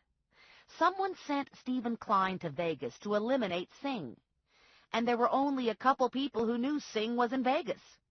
Cohn was one of them. It could also be someone Cohn's talking to, Ranger said. There are 3 brothers, and they all have friends and associates. I'm sure the police have cast a wide net around them, but it wouldn't hurt for you to talk to the Cohns. Sometimes a man will share information with a woman that he wouldn't think to give to a cop. Ranger parked at a mall entrance, and we walked through the mall to the salon. We passed a Victoria's Secret along the way, and I couldn't resist giving Ranger the test. Suppose I wanted to look for a thong, I said to Ranger. Would you come into the store with me? Ranger did the almost smile. Are we cutting a deal? Everything's a deal with you. I'm a mercenary, Ranger said. What's your point? For a couple years now, I've been getting my hair cut by Mr. Alexander. The guy's name is Alexander Dubkowski, but no one calls him Al or Alex or even Alexander. It's Mr. Alexander if you want a decent cut. We walked into the salon, and Mr. Alexander looked our way and sucked in some air. Not only did I have a hair disaster of biblical proportions, I was with the man from SWAT, and the man from SWAT made people nervous. I had a hair accident, I said to Mr. Alexander. Do you have time to fix it? Mr. Alexander went pale under his tanning salon tan, probably afraid Ranger would shoot up the place if I didn't get an immediate appointment. I have a few minutes between clients, he said, motioning me into a chair, draping a cape around me. He did some hair fluffing with his fingers. He bit his lower lip. I'm going to have to cut, he said. Panic. It's not going to be real short, is it? How about a weave or something? I'm good, but I'm not God, he said. It's going to have to get cut. I blew out a sigh of resignation. Fine. Cut. Close your eyes, he said. I'll tell you when it's done. I opened an eye halfway through, and he quickly turned the chair so I wasn't facing the mirror. No cheating, he said. When he was done, he spun me around, and we both stopped breathing. It was short, longer in the back, curling along the nape of my neck, short enough on the sides to have my ears show, a few wispy bangs over my forehead, and the whole thing looking slightly mussed and wind-tossed. Ranger came and stood behind me, checking me out. Cute, he said. Last time my hair was this short, I was 4 years old. When we were back in the car, I turned to Ranger. Is it really cute, or were you just trying to keep me from shrieking? He ran a hand through my hair. It's sexy, he said. And he kissed me, tongue and everything. Hey, I said, we're not supposed to be doing that. A smile hovered at the edges of his mouth. Morelli told me you were all mine today. That was a figure of speech. He trusts us. Ranger turned the key in the ignition. He trusts you. I haven't signed on to the Trust Me program. How about me? Can I trust you? Are we talking about your life or your body? I already knew the answer, so I moved on. Where are we going? Tribro? 20 minutes later, Ranger was in the industrial park where Tribro was located. He pulled into a parking lot for a moving and storage company and cut the engine. I looked over. What's up? He reached behind me and snagged a black molded plastic box with a snap closure. I'm going to wire you. I want to make sure you're safe in there. You're not going in? No one will talk to you if I'm along. I raised an eyebrow. Ranger did the almost grin thing again. "Sometimes people find me to be a little scary." "No. Shocking. You ever think about losing the gun? Or dressing normal?" He opened the box and removed a matchbook-size recorder. "I have an image to maintain." I was wearing a black tank top and jeans. The jeans were hot, but they covered the bruises and scratches on my legs. Not much I could do to hide the bandage on my arm. My heart did a once-over, knowing where the wire was going to get taped. "I don't think I need a wire," I said. Ranger pulled my shirt out of my jeans and slid his hands under the shirt. "You're not going to ruin this for me, are you? I've been looking forward to this." He secured the recorder against my breastbone, just below my bra, with 2 crisscrossed pieces of surgical tape. The wire with the pinhead microphone ran between my breasts. "Ready to rock and roll," Ranger said. He spun the Porsche out of the moving and storage lot and into the Tribro lot. "Let's take stock here. I've got my go-fast feet sneakers on, and I'm wired for sound. I've got pepper spray and a stun gun in my purse. And I'm cloaked in an invisible, invincible protective shield." Okay, so I lied about the shield. Still, 4 out of 5 isn't too bad, right? I crossed the lot and entered the building. I gave a big smile and hello to the receptionist and got waved through to Andrew. Andrew gave me the hero's welcome. "Way to go! You found him. The office called about an hour ago." "Yeah, but he was dead." "Dead or alive makes no difference to me." "All right, I know that's heartless, but I didn't really know him, and you saved me a lot of money. I would have been out the bond if it wasn't for you." "Unfortunately, your problems aren't over. Singh was involved in a killing game. All game members are dead now, with the exception of the game organizer. And I'm pretty sure the game organizer works at Tribro." Andrew went perfectly still, and the color drained from his face. "You're kidding, right?" I shook my head. "I'm serious." "The police have been around talking to us, but no one ever said anything about a killing game." I shrugged. Andrew got up and shut his office door.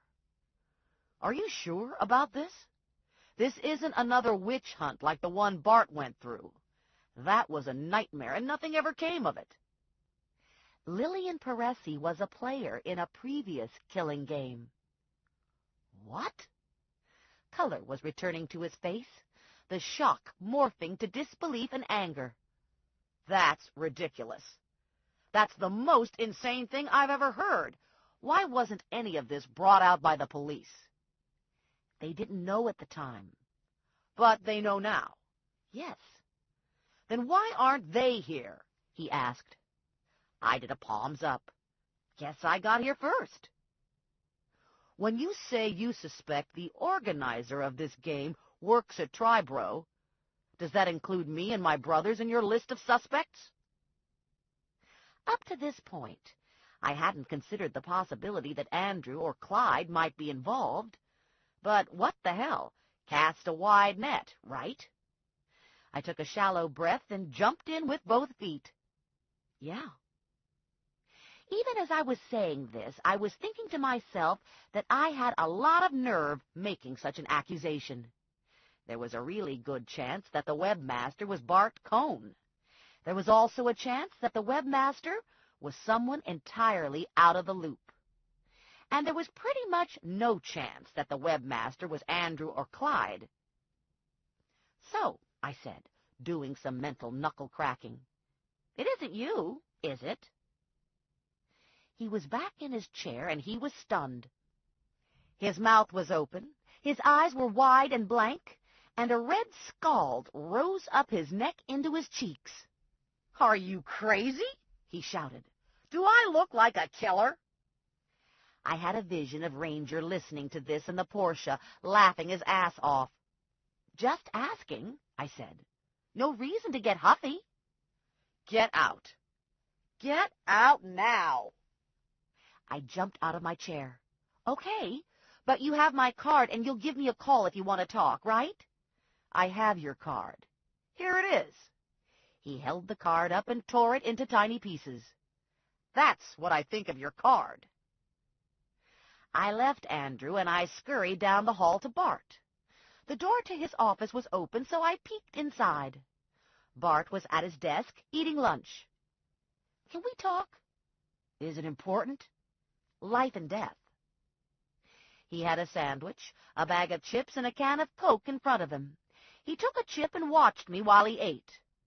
And? He asked. I gave him the same suave spiel. I know about Lillian Paresi, I said. I know she was part of a killing game. Do you have proof of this? Yes, sort of. I also know about the current game, and I think the game organizer works in this building.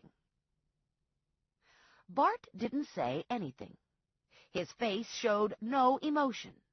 He selected another chip and chewed thoughtfully. That's a serious accusation. It's you, isn't it? You're the webmaster. Sorry to disappoint. I have no knowledge of any of this. I'm not a webmaster, and I'm not involved in a killing game. You're going to have to leave now, and you can talk to my lawyer if you want to continue this conversation. All righty then. You have my card? I do. I backed out of Bart's office, turned, and was almost knocked off my feet by Clyde. Oh, geez, he said, grabbing for me. I heard you were here, and I came looking for you. I guess I wasn't watching where I was going. Shit. He clapped a hand over his mouth. Sorry. I meant to say shoot. I took a step back. No problem. I'm fine. Have you had lunch? Would you want to go to lunch with me? I'd buy. It'd be my treat. Gee, thanks. But my partner's waiting for me. Maybe some other time, Clyde said, not looking the least discouraged. Yeah, some other time. I hustled out of the building, forcing myself to walk, not run, across the lot to the Porsche. Very smooth, Ranger said, smiling.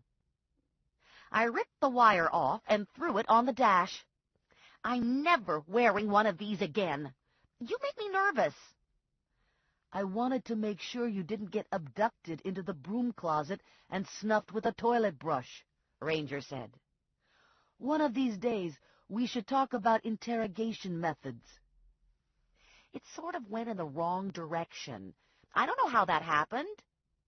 I slumped in my seat. I need lunch. A bag of donuts would be good. Would you settle for pizza? No. Last time you took me for pizza in this neighborhood, there were bloodstains on the table. Ranger rolled the engine over and cruised out of the lot. You didn't talk to Clyde. I talked more than I wanted. I'm afraid I'm going to open the door for the paper some morning and find Clyde sleeping on the doormat. We compromised and went to Pino's for pizza. We were on our way out when my cell phone rang. I have a problem here, Connie said. The police notified the Apusenjas about Singh's death over the weekend, and now I have them sitting in the office. They want to talk to you. Why me? You were in Vegas. Why can't they talk to you? Mrs. Apusenja doesn't want to talk to me. Tell them I'm out of town. No, better yet, tell them I'm dead. Very tragic. Car crash. No, wait, that would be in the paper. Flesh-eating virus. That's always a good one. How long will it take you to get here? Couple minutes. We're at Pino's. 5 minutes later, Ranger parked in front of the office. You're on your own with this one, babe. Coward. Calling me names isn't going to get me in there. I looked through the large plate glass window. Mrs. Apusenja and Nani were sitting on the couch, bodies rigid. What would get you in there? Ranger leaned an elbow on the steering wheel and turned in my direction. And there it was, the eye of the tiger, focused on me. I blew out a sigh and shoved my door open. "Wait here." Both women stood when I walked into the office. "I'm very sorry," I said. "I want to know everything," Mrs. Apusenja said. "I demand to know." Connie rolled her eyes, and I heard the lock click on Vinnie's inner sanctum. I decided it was best to give everyone the abbreviated version. "We had a tip that Samuel was in Vegas," I said. "So Lula and Connie and I flew out." "A tip? Who would tell you about Samuel?" Mrs. Apusenja wanted to know. "He applied for a job, and his previous employer was checked as a reference." "This makes no sense," Mrs. Apusenja said. "Samuel was living with a woman he met on a business trip," I said. "I spoke to the woman, but not to Samuel." Nani and Mrs. Apusenja went perfectly still. "What do you mean, living with a woman?" Nani asked. "He listed her house as his residence, and he was living there. I can't be more specific than that." "I never liked him," Mrs. Apusenja said, narrowing her eyes. "I always knew he was a little pisser." Nani turned on her mother. "You were the one who thought he was wonderful. You were the one who arranged the engagement. I told you these things were not done in this country. I told you young women were allowed to choose their husbands here." "At your age, you can no longer be choosy," Mrs. Apusenja said. "You were lucky to have an arranged engagement." Nani slid me a look under lowered lashes. "Lucky to have him disappear and die," she murmured. Yikes. "Okay, then. Moving along," I said. "We learned from the police that Samuel had been shot and killed at the airport, so we went back and got Boo."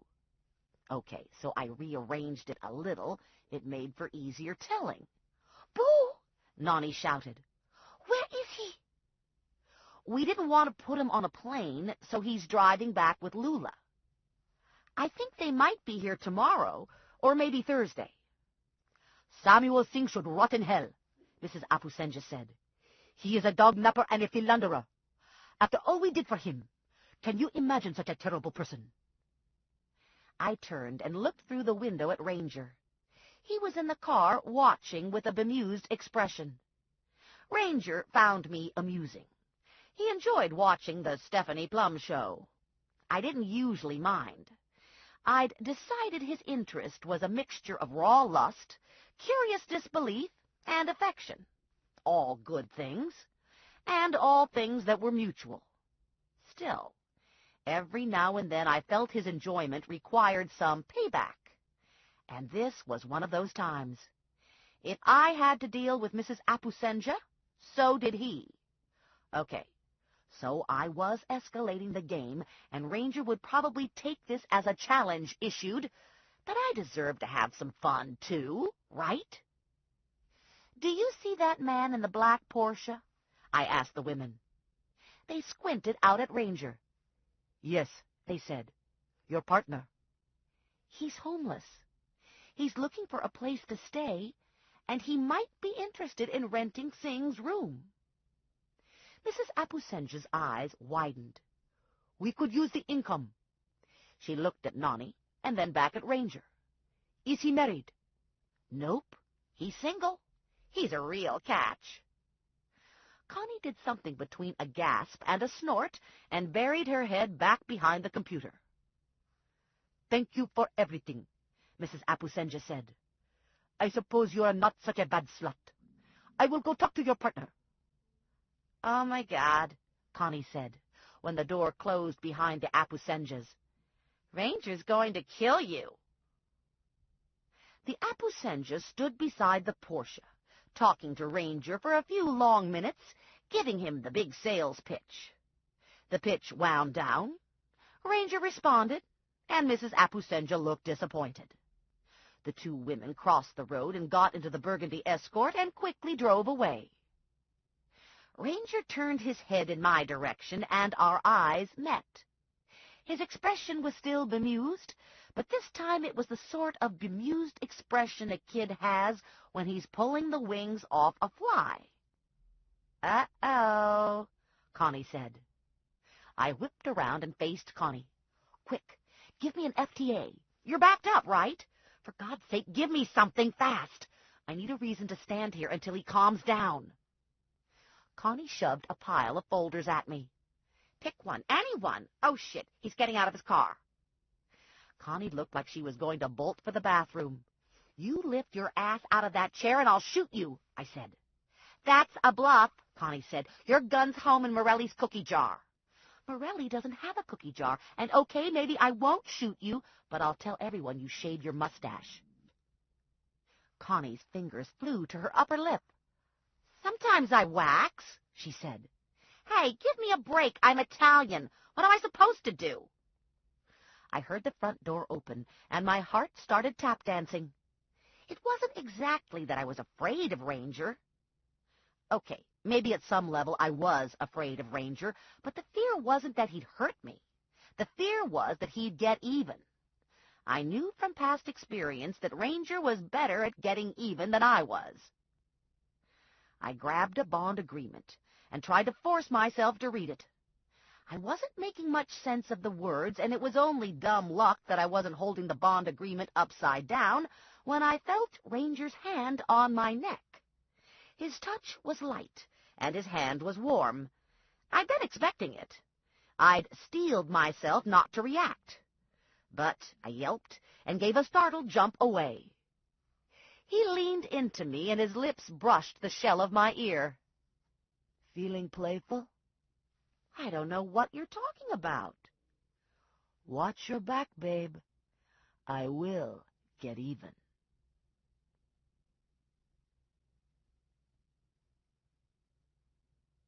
Chapter 14. Ranger reached around me and took the bond agreement I'd been holding. "Roger Pitch," Ranger read aloud. "Charged with assault with a deadly weapon and attempted robbery. Tried to hold up a convenience store. Attempted to shoot the clerk. Fortunately for the clerk, Pitch's gun misfired, and Pitch took out his own thumb."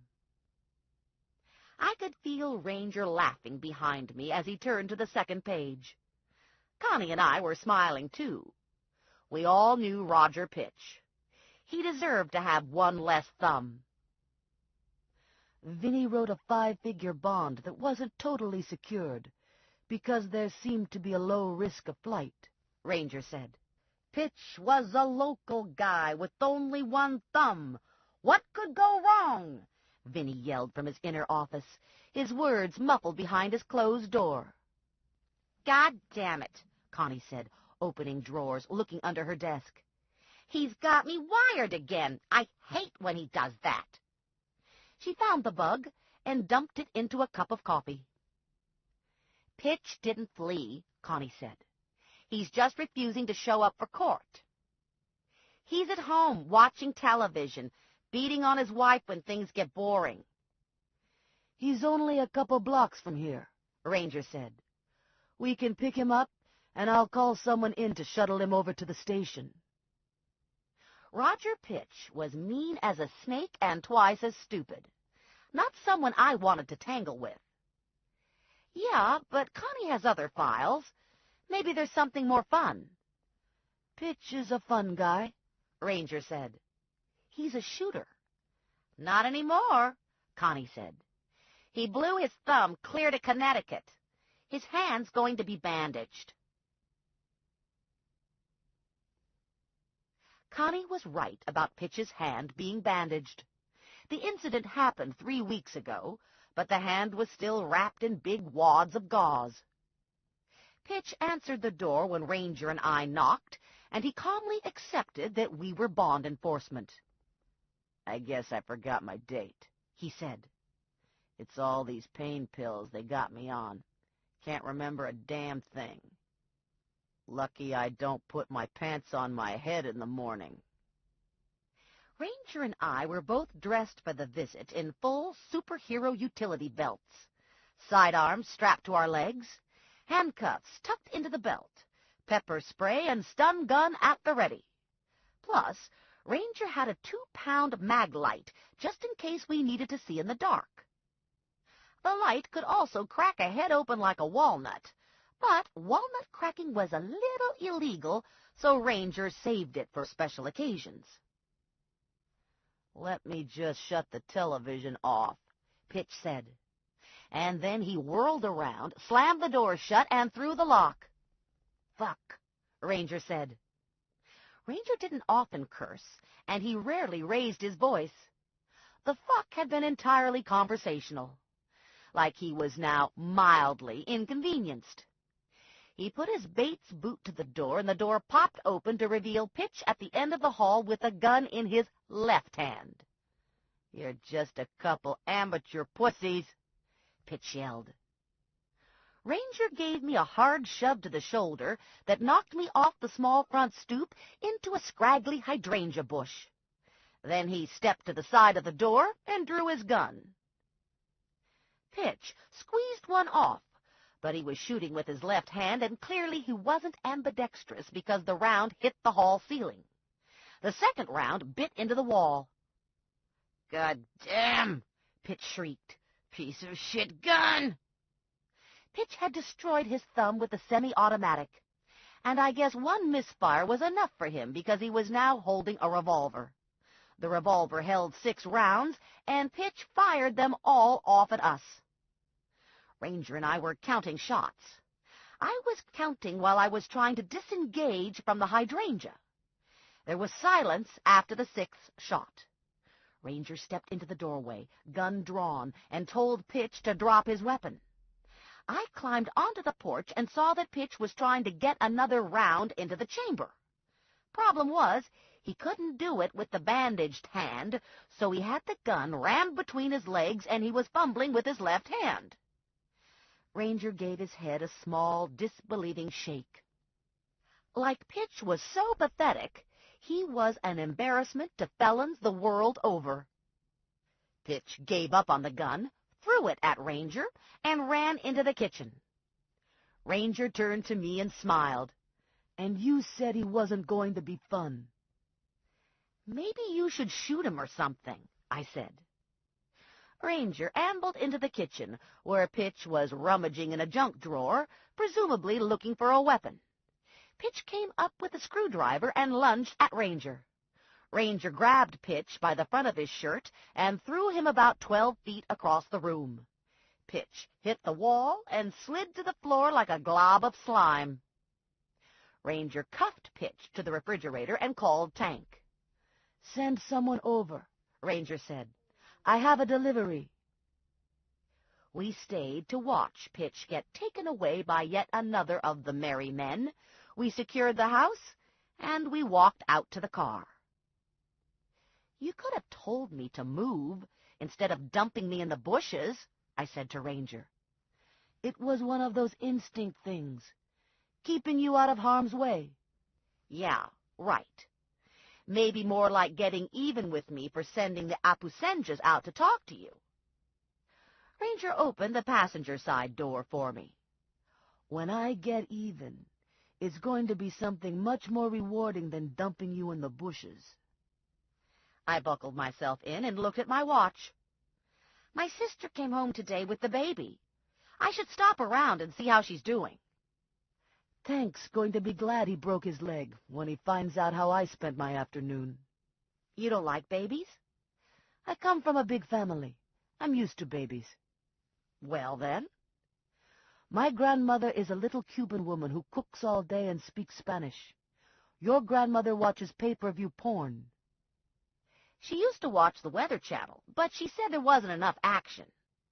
"Maybe you should check the dose on her hormone replacement. Last time I saw her, she was trying to imagine me naked." I burst out laughing. "That's what happens when you're a hottie. Women imagine you naked. Lula imagines you naked. Connie imagines you naked. 200-year-old Mrs. Bessler imagines you naked." How about you? I don't have to imagine. I've seen you naked. Your naked bodies burned into my brain. Ranger turned onto my parents' street. I'm going to wait in the car. And if you send your grandma out to harass me, I swear... Yeah? I don't know what I swear. I can't think of anything awful enough to do to you that wouldn't leave you maimed or psychologically scarred. Nice to know there are boundaries. Ranger parked in front of my parents' house and got out of the car. I thought you weren't coming in, I said. I'm not. I'm going to stay out here.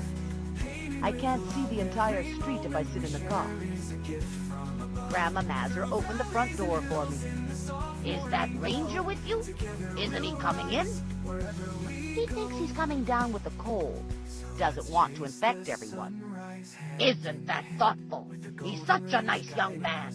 Lots of times men aren't nice like that when they're hot-looking. Maybe I'll bring him something from the kitchen. No, he just ate. He's not hungry. And you can't take a chance on getting infected. What if you got sick and gave the cold to the baby? Oh, yeah. Well, you tell him I was asking about him. You bet. Valerie was on the couch, nursing the baby. The girls were watching Valerie. My father was in his chair, concentrating on CNN. My mother came in from the kitchen, took a look at me, and made the sign of the cross. Your arm is bandaged. You have grass stains on your pants, and pieces of some sort of bush are stuck in your hair. And Ranger is outside wearing a gun. She looked more closely. Is that a wig? It's my real hair. I got it cut. With the exception of the baby, everyone stopped what they were doing and looked at me. Sometimes it's fun to change things, I said. Right? What do you think? It's cute, Valerie said. I wouldn't mind wearing my hair like that, Grandma said. I bet it'd look real good if it was pink. The phone rang. It's Lois Kellner across the street, Grandma Mazur said. She wants to know if we're being invaded. She said it looks to her like there's one of them terrorists in our driveway. It's just Ranger, I said. I know that, Grandma said, but Lois is calling the army. My mother did another sign of the cross. Maybe you should get Ranger out of the driveway, Valerie said. Paratroopers on the roof would upset the baby. Grandma's eyes lit. Paratroopers, wouldn't that be something? I'll try to get back later, I told everyone. I stopped in front of the hall mirror to pick the branches out of my hair and to take a close look at the cut. I'd never before thought of myself as cute. Sometimes I felt sexy, and sometimes I felt downright fat and stupid. Cute was a new one. I opened the front door and waved at Ranger. Visit's over. That was fast. The woman who lives across the street thinks you're a terrorist. She said she was calling the army. You have plenty of time then, Ranger said. It'll take the army a while to mobilize. Ranger drove me back to Morelli's house. We clipped Bob to his leash. I stuffed a couple plastic sandwich bags into my jeans pocket, and we ambled down the street after Bob. Me and the terrorist, out for a stroll with the dog. I feel like I should be doing something to find the Carnation Killer, I said. You have state and local police working on it now. They have a lot of resources, and they have some good stuff to trace back. The photos, the emails, the flowers, and now they have interrelated murders. They can re-examine them and look for commonality. And they'll go back through case histories to see if they can find other victims of the game. Your job right now is to stay alive. I glanced over at Ranger. He'd gone through 3 of the victims' apartments, plus Bart's townhouse. Have you been through Klein's house? I went through last night while the police were there. The police allowed you access? I have friends. Morelli? Juniac. Joe Juniak used to be police chief. He was elected mayor of Trenton and now was running for governor. Klein lived with his parents, Ranger said. His room was a typical kid's room. Messy, posters of rock bands, small arsenal under his bed, and a personal stash of pot in his underwear drawer. You think that's a typical kid's room? It was in my neighborhood. What about a computer? Klein had a laptop. His parents said he took it everywhere with him. It wasn't in his room, and it wasn't in his truck. Probably the webmaster took the computer after he shot Klein. Peressi's computer was missing. Rosen's computer was missing. By the time the police got to Howie's apartment, his computer was missing. Klein slipped up somehow when he took out Singh. He didn't get Singh's computer, I said. He was probably waiting for Lou to leave, but you and Connie and Lula were in place by then. Bob stopped, hunched in front of old Mr. Gallucci's house, and conversation was momentarily suspended while we watched Bob poop. How embarrassing is this? Poop is not something I feel comfortable sharing with Ranger. Actually, I'm not comfortable sharing poop with anyone. And I'm not even comfortable with it when I'm alone. When Bob was done, I scooped the poop up in a sandwich bag. And now the horror continued because I had a bag of poop and no place to put it. "Babe," Ranger said. Hard to tell if he was horrified or impressed by my poop scooping. "I don't suppose you have a dog in the Bat Cave?" I asked him. The Bat Cave is dog-free. Bob pulled at the leash, and we continued walking. Everyone involved had a laptop, I said. Did they have anything else in common? Singh, Howie, Rosen, and Klein were all computer geeks and loners. Peressi doesn't entirely fit the profile, but she became a computer junkie when she broke up with Scruggs. Probably there's a connection between her and Rosen. Maybe Peressi talked to Rosen about the game, and Rosen came on board after Peressi was killed. They were all between the ages of 19 and 27. Rosen was the oldest. None were especially successful. Bart Cohn doesn't fit the profile, does he? Ranger was looking ahead at houses and cars. Not entirely, but he fits better than Andrew. Ranger turned at the sound of a car a block behind us, traveling in our direction. He had his hand resting on his gun, and his eyes stayed steady on the car. The car passed without incident, and Ranger dropped his hand off the gun.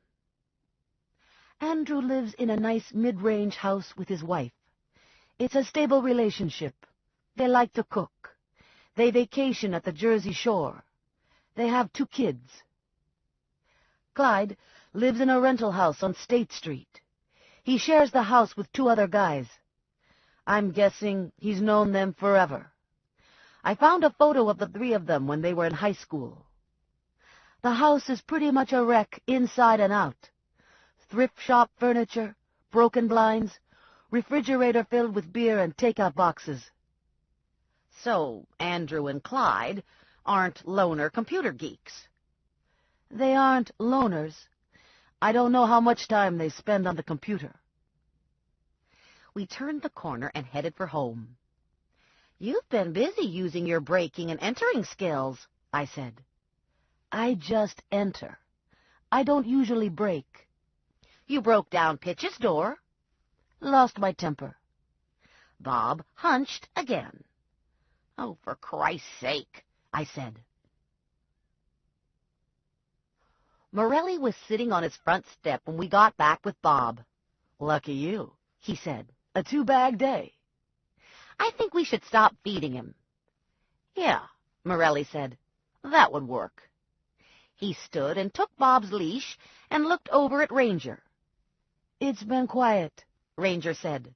"No shooting, no one tailing us, no death threats or poison darts." Morelli nodded. "Your watch," Ranger said to Morelli, and he left. "The bodyguard thing is getting old," I told Morelli. Did you tell that to Ranger? Would it do any good? Morelli followed me into the house. I have some bad news, and then I have some bad news, Morelli said. Let's start with the bad news first. I checked your email account this afternoon just before I left work. You have another carnation letter. It's on the sideboard. I printed it out for you. I looked at the email. It will happen soon. Nothing can stop it. Are you excited? This guy's turning out to be a real pain in the ass, I said. Now, what's the bad news? Grandma Bella's on her way over. What?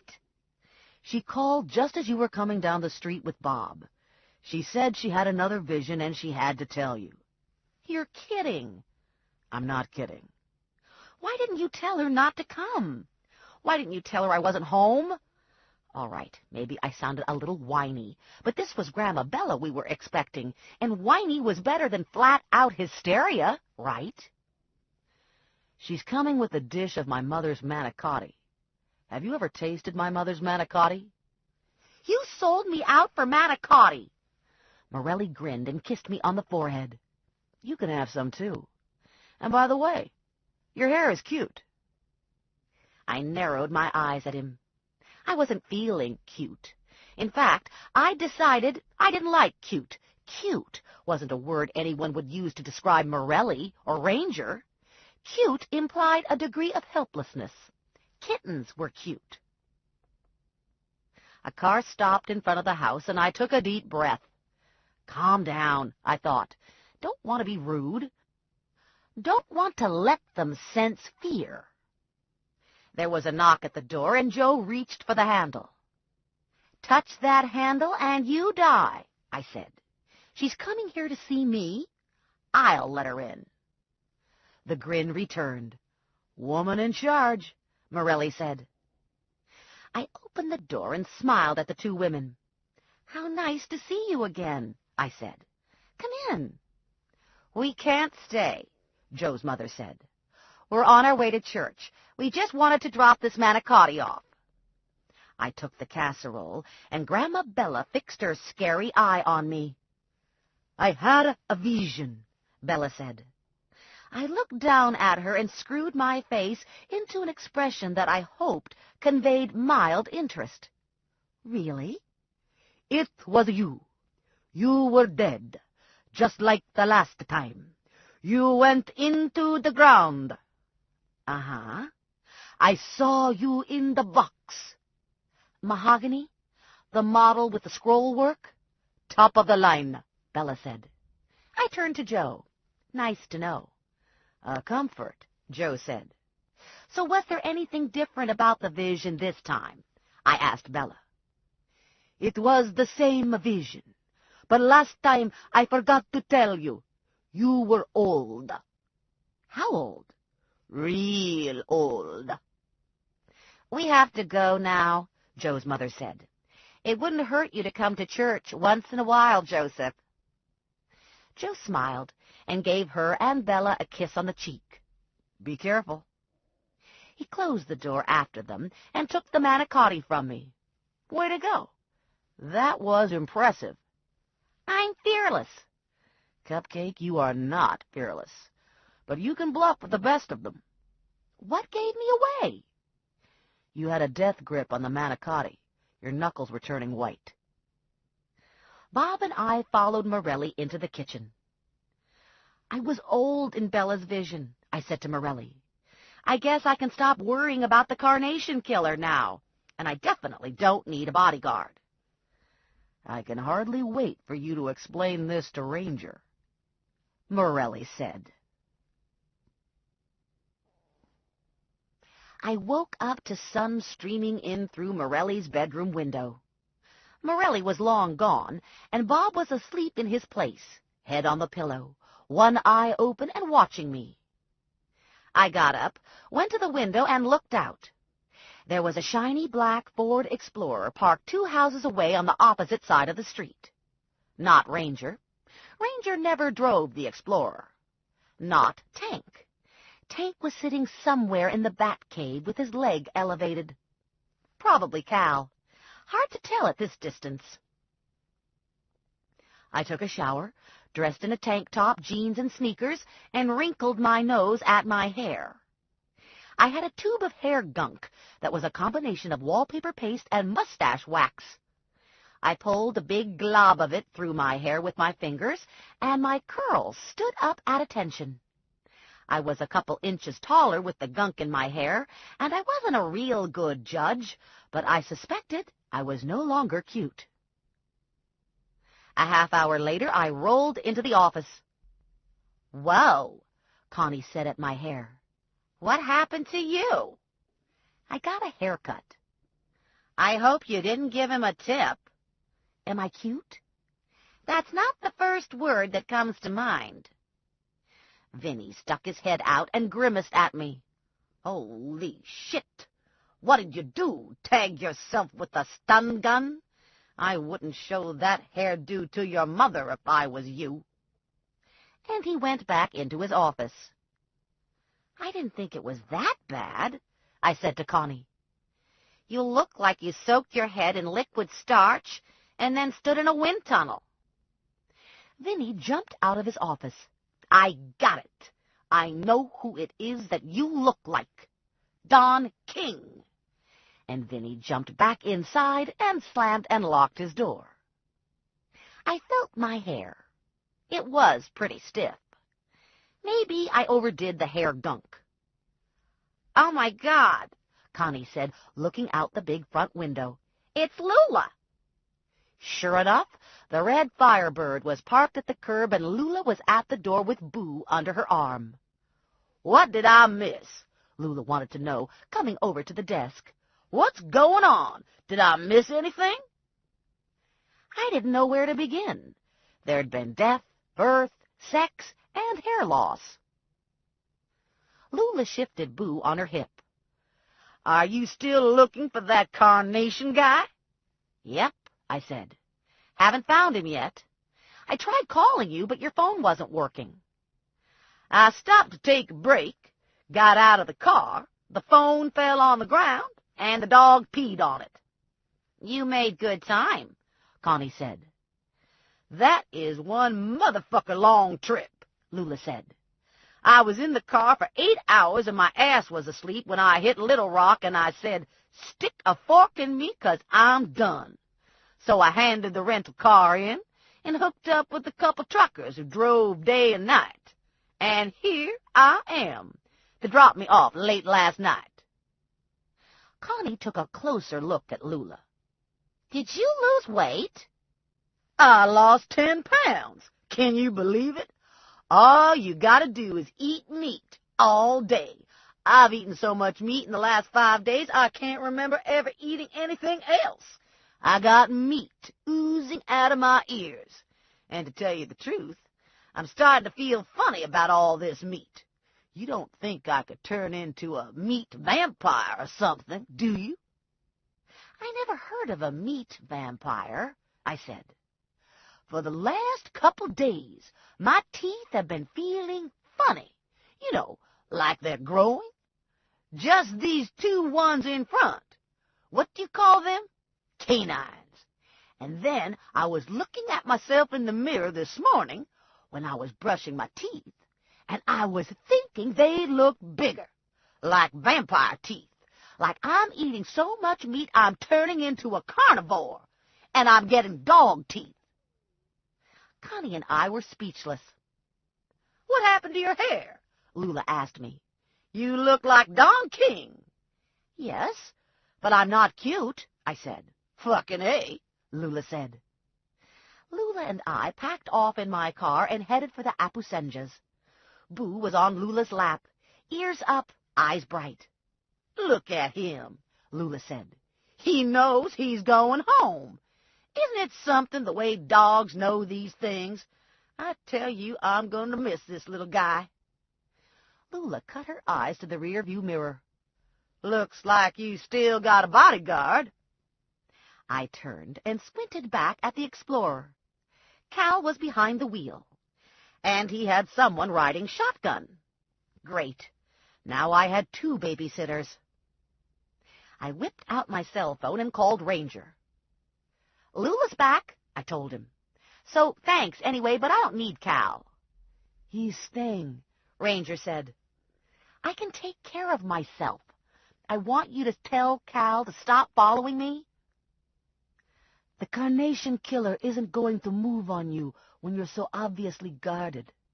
He doesn't want to shoot you in the head from a distance. He wants to play with you." "Yeah, but this is really annoying, and it could go on forever." "Not forever," Ranger said. "Just long enough for the police to do their thing. They have some leads. Having Cal in place buys them some time." "Grandma Bella said I wasn't going to die until I was real old." "That makes me feel so much better," Ranger said, and he disconnected. I parked in front of the Apusenja's house. Lula leaned forward and adjusted the rearview mirror and checked out her teeth. "You're starting to creep me out with this teeth stuff," I said. How do you think I feel? I'm the one turning into a creature. I feel like Michael J. Fox in that werewolf movie. Remember when he started growing hair all over? It was like he was turning into Connie. Lula gave up on the teeth and looked over at the house. I'm bringing this dog back because that's the right thing to do. But the Bride of Frankenstein better not start on me. The Bride of Frankenstein likes us now. She said she guessed I wasn't such a bad slut. Bet you got all excited over that. Lula levered herself out of the escape, holding tight to Boo. She set him down on the ground. Boo ran to the Apusenja's front door and started yapping to be let in. Mrs. Apusenja opened the door and let out a shriek. She scooped up Boo and held him close and got a lot of sloppy Boo kisses. Isn't that nice? Lula said. A family reunited. It almost makes me want to get a dog, except for the peeing and pooping part. Tell me about it. This ends Disc 8. To the Nines, Disc 9. Chapter 15. I was on my way back to the office when Grandma Mazur called. "We got a situation here," she said. "I don't suppose you're in the neighborhood?" "What kind of a situation?" "Valerie decided she's going to marry Albert." "That's great." "Yeah, except Albert's been living with his mom, and his mom isn't happy that Albert's not marrying in his faith. Albert's mom wants him to marry a Jewish girl, and so she's kicked him out of the house. That means everyone's going to be living here. Albert just showed up with a couple boxes of his stuff, and he's moving it into that little room upstairs with Valerie and the girls." "Oh, boy." "Exactly. We need to put rubber walls on this house. We don't all fit in it anymore. Your father says he's moving in with Harry Farnsworth. He's upstairs packing, and your mother's all upset." "My dad's moving out?" "I can sort of see his point on this. He had to drive to the gas station on Hamilton to use the bathroom this morning. So I don't exactly blame him. But what's your mother going to do if your father moves out permanent? Where's she going to find another man? It's not like she's a live wire." I did a large mental sigh. "I'll be right there." "Don't tell nobody I called you," Grandma said. I made a U-turn on Hamilton and smiled, knowing Cal was scrambling to follow me in the big Explorer. Lula leaned over the seat, watching him. "Good to keep a man on his toes," Lula said. "I bet he's all worried back there, cursing you out. He can't find a place to wheel that SUV around. Uh-oh. He just jumped the curb and knocked over a garbage can. Ranger won't be happy to see a scratch on that shiny new car." I pulled into the driveway, blocking my father's car so he couldn't make a getaway. Then I ran back to Cal, who was parking in front of the house. His face was red, and a trickle of sweat traced a path down his temple. "It's okay if you park here," I said to Cal and Junior, "but don't get out of the car. Both of you stay here and try to look normal." Even as I said it, I knew it was an impossible request. "And don't worry about that big gash in the right front fender. It's really not all that bad," I said. The red in Cal's face kicked up a notch. Lula was waiting for me on my parents' front porch. "You are so evil," she said. "There's no gash in the right front fender." Grandma Mazur opened the door to me. "What a surprise," she said, real loud. "Look, everyone, Stephanie's here." Mary Alice was back to being a horse, galloping around the house, making horse sounds. The baby was screaming surprisingly loud for a newborn, and Valerie was furiously rocking it in the rocking chair. Angie was drawing on a pad in the dining room. She had cotton wads stuck in her ears, and she was singing, trying to drown out the noise.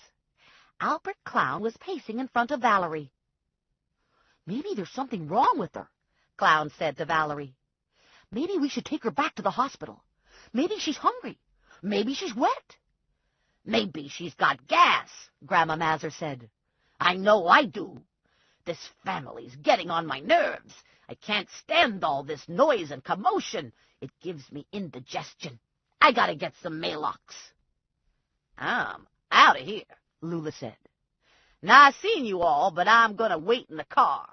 I'm not good with crying babies. I've been locked in a truck cab with a dog and 2 horny truck drivers for the last couple days, and on top of that, I'm worried I'm turning into a carnivore." "I wouldn't mind hearing about the 2 horny truck drivers," Grandma said.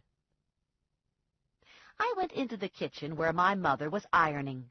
She always irons when she's upset. Ordinarily, no one would approach my mother when she's got an iron in her hand, but I thought I should say something. "This house is bedlam," I said to her. "I got a nice almond ring from the bakery," my mother said. "Help yourself, and there's fresh coffee." Even when my mother was in a state, she was still a mother. "What do you think of my hair?" I asked her. She looked at me and made the sign of the cross. "Holy Mary, Mother of God," she said. Then she smiled. "I can always count on you to top anything we have going on here." "I hear Val's getting married." "Thank goodness." "And I hear they're all going to live here." "What can I do?" my mother said. "They have to live someplace. Am I going to turn my daughter out on the street? They're going to buy a house as soon as Albert gets a little more established." There were heavy footsteps on the stairs. "Your father," my mother said. "He's moving out. We've been married for over 30 years, and now he's moving out." Only if he pushed my car out of the driveway. I went back to Val in the living room and shouted over the baby. "I'm living with Morelli these days," I said. "Why don't you and the kids and Albert move into my apartment?" This was right up there with poking myself in the eye with a hot stick. I didn't really want to turn my apartment over to Valerie, but it was the only way I could immediately get her out of my parents' house. "It would just be temporary," Clown said. "Just until we find a place of our own. Boy, that's really nice of you. Valerie, isn't that nice of Stephanie?" "It is," Valerie said, shifting the baby so it could nurse. Lisa stopped crying, and Valerie looked like she was morphing back to the serene Saint Valerie. I was thinking that there was probably a lot of my mother in Valerie. "There's nothing like a baby," Grandma said. Mary Alice galloped by and stopped to look. "I'd rather have a horse," she said. "When she gets older, you'll be able to help feed her," Valerie said. "And she'll be as much fun as a horse." "Horses have nice silky tails," Mary Alice said.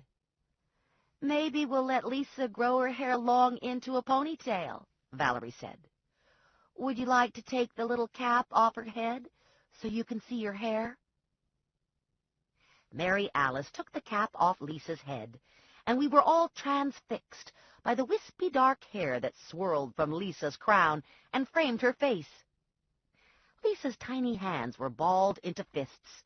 Her eyes were open and fixed on Valerie.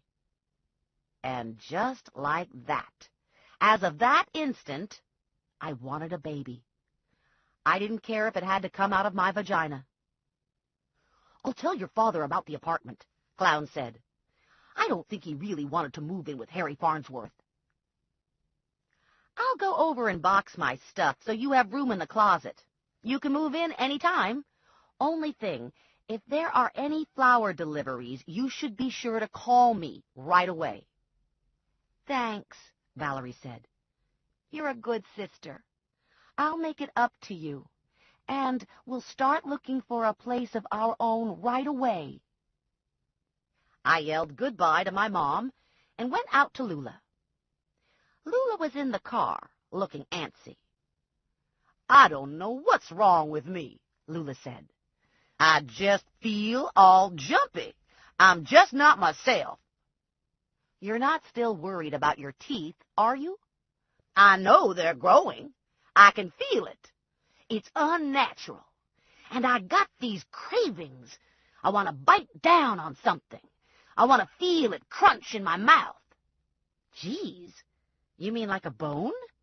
Like an apple or a cheese doodle. Nothing crunches on this diet.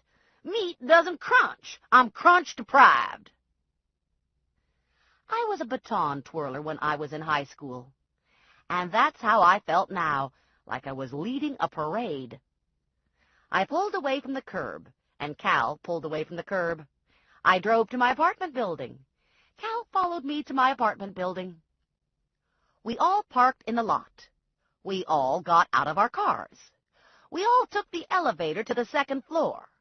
Then everyone followed me down the hall to my apartment. First Lula, then Cal, and then Junior. Junior was a clone of Cal, except for the tattoo. Junior was tattoo-free. At least what I could see of him was tattoo-free, and that was more than enough for me. Cal opened the door to my apartment and took a look inside. Nothing out of the ordinary popped up, so we all trooped in. I filled a laundry basket with clothes and personal stuff and moved some things around to free up space for Valerie. While I was freeing space, I could hear Lula trying to make conversation with Cal. Hey, Lula said. What's going on? What do you mean? Cal asked. I don't mean anything, Lula said. That's one of those things you say when you're trying to be friendly. That's an opening line. Oh. I heard you hit your head when you fainted in the hospital, Lula said. Yeah. Are you okay now? Yeah. I could be wrong here, Lula said, but I think you're dumb as a box of rocks. Sticks and stones, Cal said. There was a moment of silence where I figured Lula was regrouping. So, Lula finally said to Cal, are you married? The whole packing process took less than 10 minutes. I'd been moving clothes piece by piece to Morelli's house over the last couple days, and there wasn't a lot left. I handed the laundry basket over to Junior, and everyone marched out to the hall and waited while I locked up. I took a last look at the closed door and had to choke back a panic attack. I was turning my apartment over to my sister. I was homeless. What if I had a fight with Morelli? What then? Junior put the laundry basket in the back of the Escape, and we all got into our cars. Where are we going? Lula wanted to know. We're going to Tribro. I'm not sure what I'm going to do once I get there. I guess I'll figure it out then. I cut across town and picked up Route 1. It was the middle of the day and traffic was light. Cal had no problem following me. I took the off-ramp that led to the industrial park and wound through the park to Triborough. I parked toward the back of the lot, and I sat there, watching. "The killer's in that building," I said to Lula. "You think it's Bart?" "I don't know. I just know it has to be someone at Triborough." After a half hour, Lula was restless. "I gotta get something to eat," she said. "I gotta stretch my legs. I'm all cramped up in this car." I was hungry, too. I didn't know what I was doing in the lot anyway. Waiting for divine intervention, I supposed. A message from God, a sign, a clue. I put the car in gear and left the lot, with the steroidopods following close behind. I drove down Route 1 for a couple miles, took the turnoff to the mall, and parked at the Macy's entrance. This is always a good place to park because you hit the shoe department first thing while you still have lots of energy. Lula pushed through the double glass doors and stood in the middle of the aisle. "They're having a sale," she said. "Look at all those racks of shoes on sale." I looked at the racks, and for the first time in Plum history, I didn't want to shop. My mind wouldn't move off the Carnation Killer. I was thinking of Lillian Peresi and Fisher Cat and Sing and Howie, and probably there were a lot others. I knew of 2 games, but there might have been more. I was thinking of my sister's baby and the fact that I didn't have one, and maybe never would. "Look at those sandals with the 4-inch heels and rhinestones," Lula said. "You can't go wrong with rhinestones, and heels always make your legs look real shapely.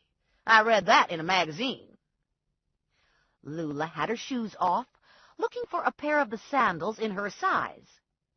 She was wearing a poison green spandex tube top and yellow stretch pants that matched my car and came to mid-calf. She found the sandals, slipped them on, and paraded in front of the mirror. Cal and Junior were at the edge of the aisle, looking uncomfortable. They probably had expected to follow me around and catch some scofflaws when they got their marching orders from Ranger. And here they were, in the Macy's shoe department, gaping at Lula, who was all boobs and booty in the rhinestone shoes. "What do you think?" Lula wanted to know. "Should I get these shoes?" "Sure," I said. "They'll go with the pink outfit you got in Vegas." What if Ranger's wrong, I thought. What if the Carnation Killer is tired of the game and doesn't want to play with me? What if he just wants to kill me? He could be watching me now, lining me up in his sights. Lula paid for the shoes, and we hit the food court next. Lula got a chicken. I got a cheeseburger. Cal and Junior got nothing. Guess they didn't eat while working. Didn't want to have a burger in their hand if they had to go for their guns. That was fine by me. I was scanning the mall, and my eyes were rolling around in my head so fast I was getting a headache. I watched Lula tear into her food, and I had a creepy thought that she might be right about her teeth. She could really rip apart a chicken. "What are you staring at?" Lula wanted to know. "Are you staring at my teeth?" "No. Swear to God, I was just daydreaming." After we ate, we went back to the cars. I drove about a half-mile down Route 1, and Lula and I turned our attention to the motel coming up on the right. It was the Morelli and Gilman Motel. "Probably I didn't see what I thought I saw that day," Lula said. "Probably I was just imagining." Lula stopped talking because Morelli's truck was parked in front of one of the units. "Uh-oh," Lula said. I'd been doing 80, and I was a quarter-mile past the hotel by the time I screeched to a stop. Cal and Junior went flying past me, utter surprise and horror on their faces. I put the Escape into reverse, backed up on the shoulder at a modest 50 miles per hour, and turned into the motel parking lot. No sign of Cal and Junior. Suppose it's police business? Lula wanted to know. Like maybe it's a sting. He's not working Vice anymore. And this isn't even in Trenton. You aren't going to do something stupid like beat down the door, are you? I parked at the far end of the lot, behind a tan van. Do you have a better idea? We could sneak around back and listen in. Then if we hear them doing the deed, we can beat down the door. I'd rather knock and have Morelli answer the door half-dressed than catch Morelli and Gilman in the act. I couldn't think of too many things that would be more depressing than hearing or seeing Morelli playing hide-the-salami with someone other than me. On the other hand, I didn't want to make a false accusation. "Okay," I said. "We'll go around back." We walked around the side of the motel and began counting off units. Each unit had 2 windows on the back side. I was guessing 1 window was in the bathroom and 1 in the bedroom. There were 12 units in the first building. All were at ground level. A strip of grass hugged the back of the building. Beyond the grass was a chunk of overgrown woods filled with refuse.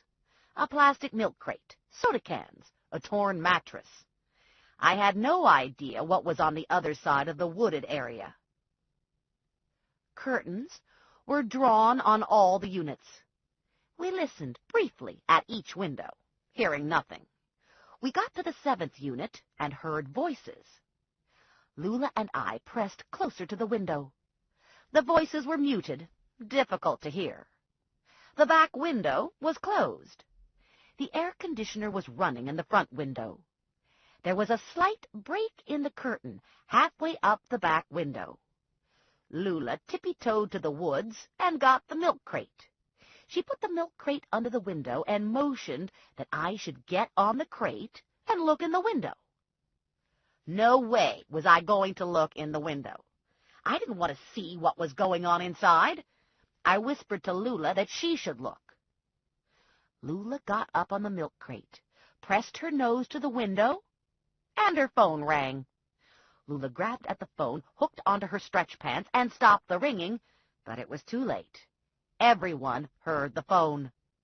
Shouting erupted from inside the motel room. A gunshot rang out, and a large man in a tan suit crashed through the window and knocked Lula off the milk crate. "What the hell?" Lula said, sprawled on the ground in a tangle of curtain sprinkled with window glass. I wasn't sure what any of this was about, but I'd heard the shot, and the guy who came through the window wasn't Joe, so I roundhoused him with my purse and sent him to his knees. I had him at gunpoint when Morelli stuck his head out the broken window. "Oh, Christ," Morelli said when he saw me, and he ducked back inside. Guys came running from either side of the building. Obviously cops, but I didn't know any of them. 2 were in FBI T-shirts. Morelli joined them. I didn't see anything of Terry Gilman. Morelli grabbed me by the arm and pulled me aside. "What the hell are you doing here?" "I saw your truck." "And?" "I thought I'd stop by to say hello." "I'm working." I was getting annoyed. He was just a notch below yelling at me. How was I to know? This isn't Trenton. You're not driving your crappy cop car. And a couple weeks ago, Lula saw you coming out of this motel with Terry Gilman.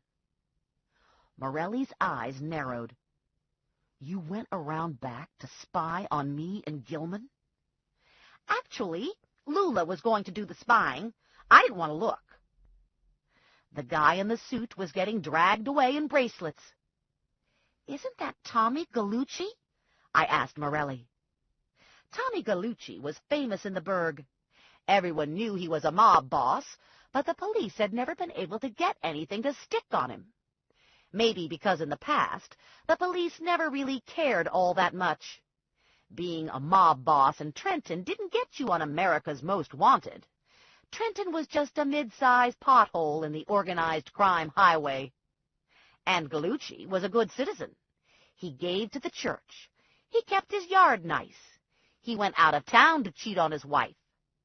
But lately, it was rumored Gallucci was having a midlife crisis, wanting to make more of a name for himself, pushing his associates around. Yes, it's Tommy Gallucci. Some of his business partners aren't happy with him and want to see him removed some way other than a one-way ticket to the landfill. They decided it would be a good thing for everyone if Tommy got to spend a couple years relaxing on a farm. Like a federal-run farm surrounded by razor wire? Yeah, something like that. The business partners decided they wanted me to run the operation. Probably that was Uncle Spud's suggestion. And Gilman was acting as the go-between. People see me and Gilman together, and the first thought isn't Sting. It wasn't my first thought. Why this motel? It's owned by Gallucci's brother-in-law. Gallucci did a lot of business here. Felt safe to him.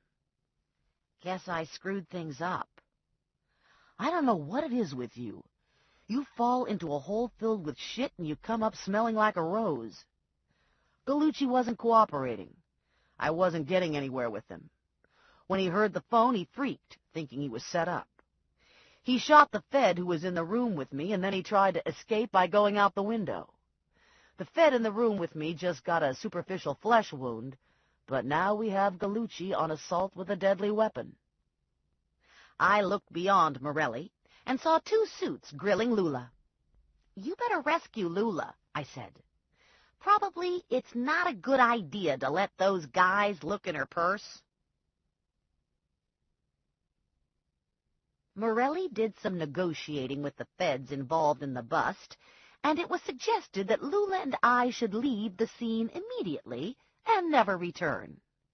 Lula and I were happy to comply with the suggestion.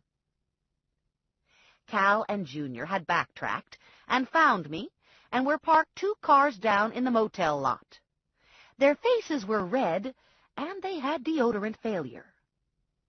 Ranger wouldn't have been happy if they'd lost me. "See that?" Lula said when we were all heading south on Route 1. "I told you Morelli was there on account of work. You should be more trusting of Morelli."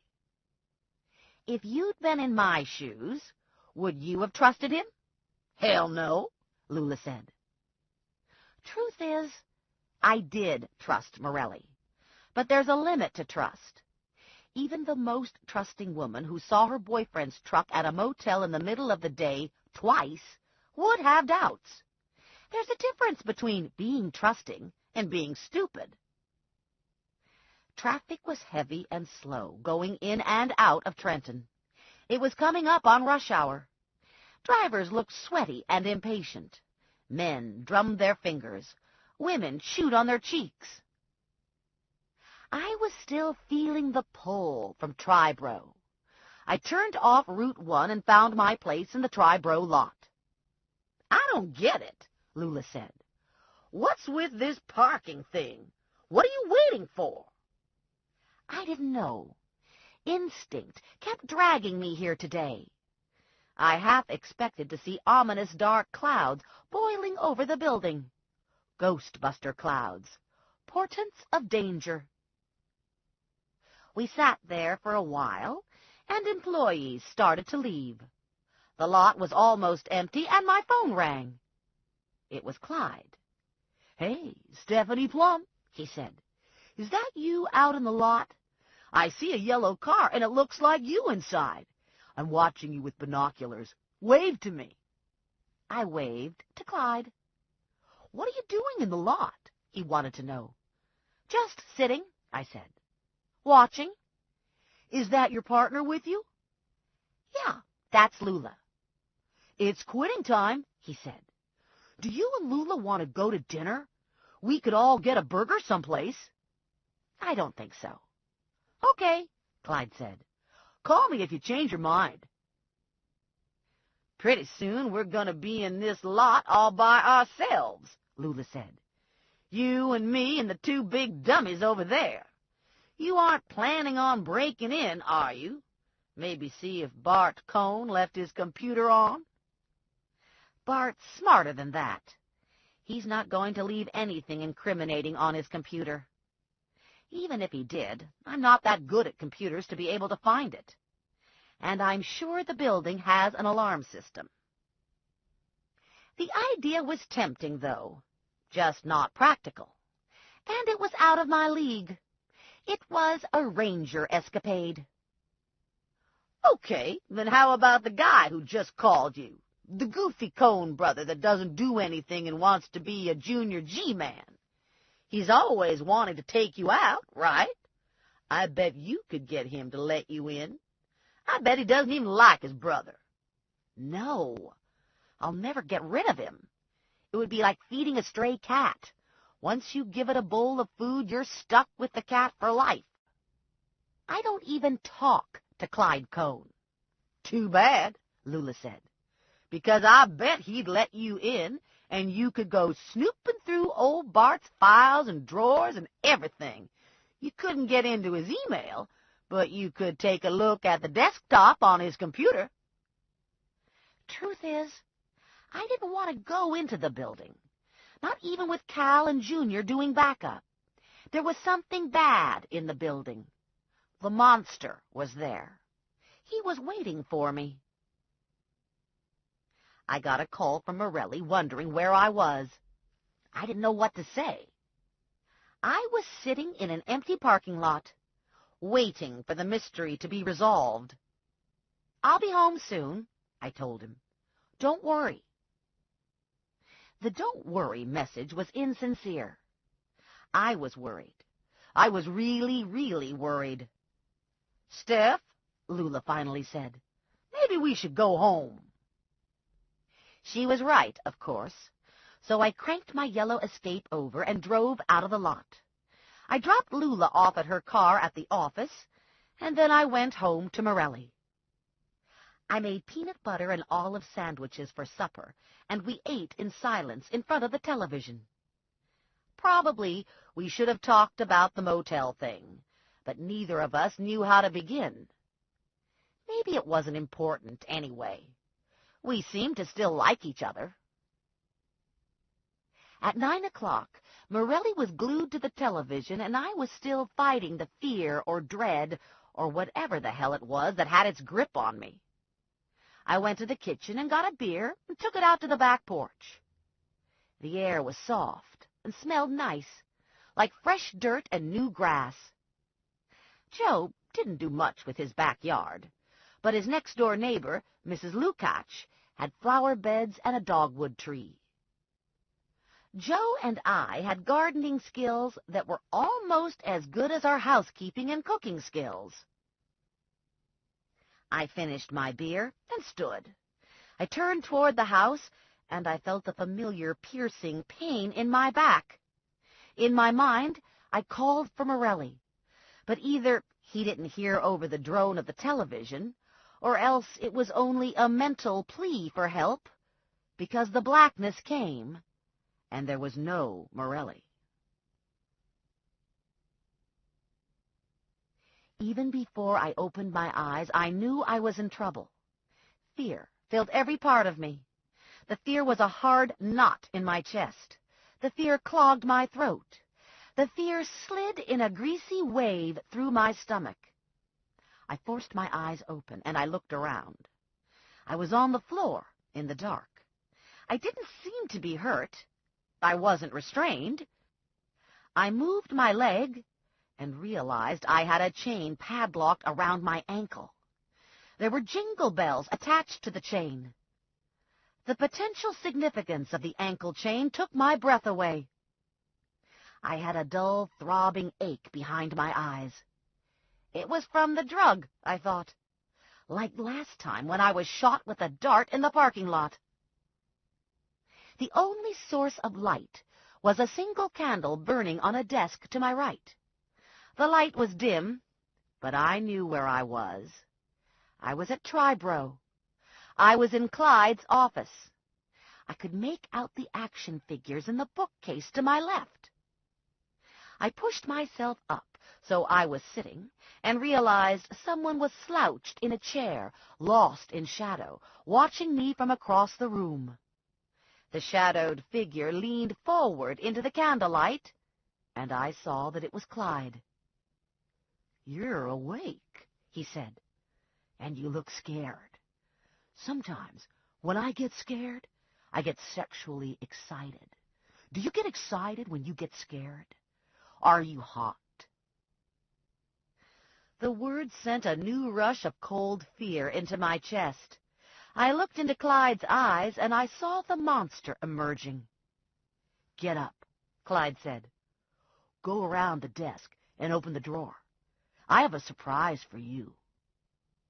I steadied myself on the desk and got to my feet, swallowing back nausea from the drug. I inched around the desk, carefully opened the drawer, and looked down at another lock of my hair, tied with a slim pink ribbon. I looked up, and my eyes met Clyde's. "Now you know," Clyde said. "You're surprised, right? I bet you never thought it was me." Everything fell into place. Webmaster wasn't a computer term, as we'd all assumed. It was a Spider-Man reference. Days ago, I asked Clyde what he wanted to do, and he said he wanted to be Spider-Man. Spider-Man was known as the Web Slinger, and Clyde's game name was the Webmaster. "Spider-Man didn't kill innocent people," I said. "Spider-Man was a good guy." "I'm not the Web Slinger," Clyde said. "I'm the Webmaster. There's a difference. And I don't kill innocent people. I run a game so people can kill each other. How cool is that?" "What about the prey? Aren't they innocent?" "I pick out the prey real careful, and they're never innocent. The cop killed a guy in the line of duty, and so have you. As soon as I saw you at the plant that day, I knew you had to be the next prize. Bart tried to warn you away, but you wouldn't listen. It wouldn't have mattered. I had my mind made up right away." "Bart knows about the game?"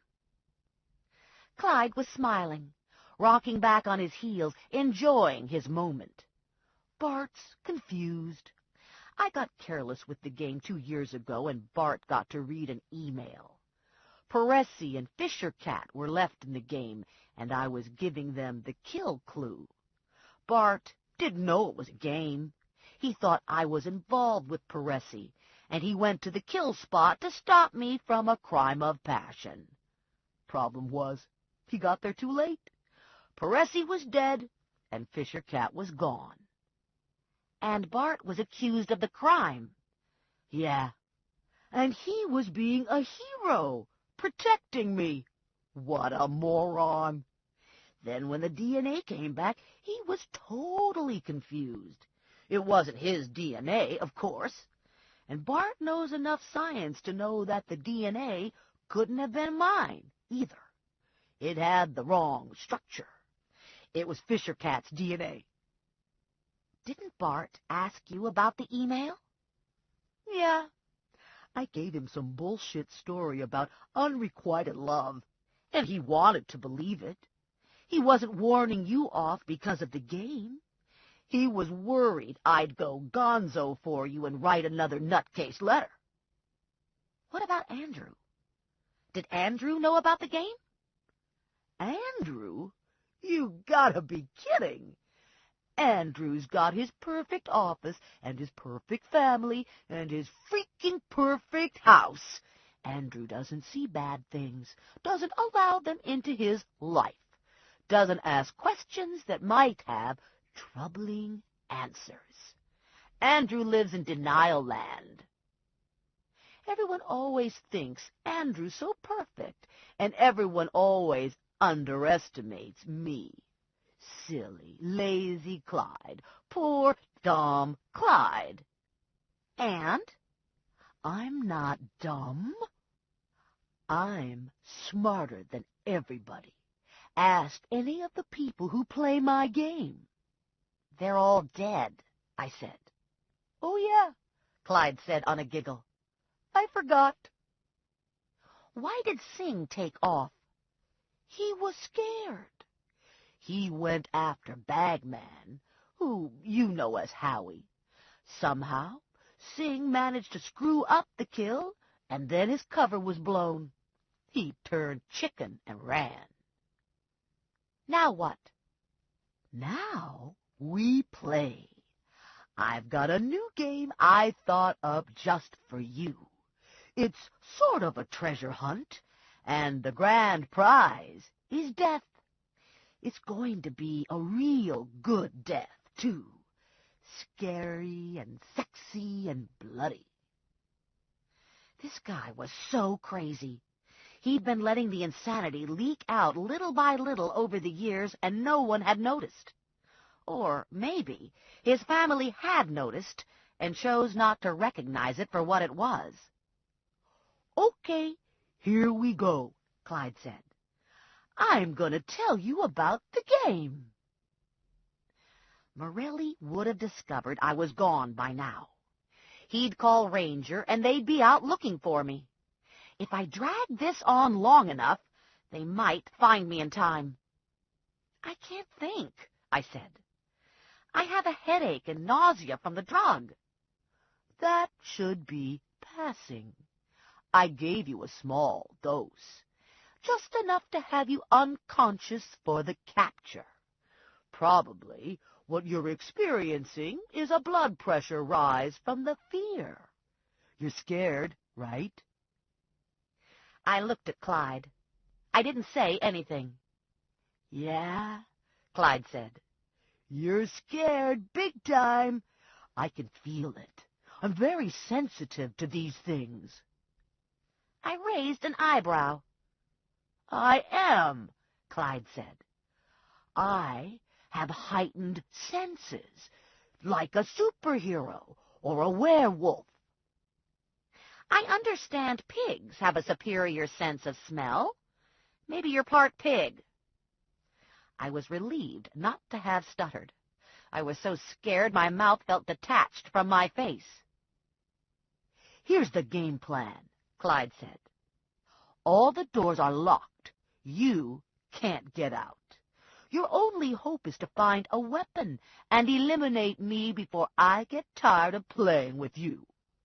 I have a loaded gun, a stun gun, and a big sharp knife hidden somewhere in the plant.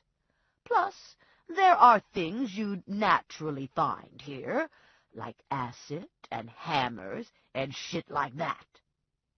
I've got 2 of your buddies hanging out here, waiting for you to find them. If you die, they die too. In fact, if you don't find them soon enough, they'll die. You have a half hour to find the first one. Who are they? That's for you to discover. Oh, yeah, and I forgot to tell you, you'll be doing this in the dark. You can take the candle if you want. Romantic, right? He was smiling again. I guess this was his idea of a date. I've disconnected the alarm system, he said. If you trip the smoke detectors, the signal won't get sent out anywhere. The sprinklers will go off and we'll all get wet, but nobody'll come to save you. That might be fun, seeing you in a wet T-shirt. Clyde stood, so I could see he was armed. I have a .22 for the kill, he said. And I have a paintball gun and a pellet gun for the rabbit in the shooting gallery. That's you.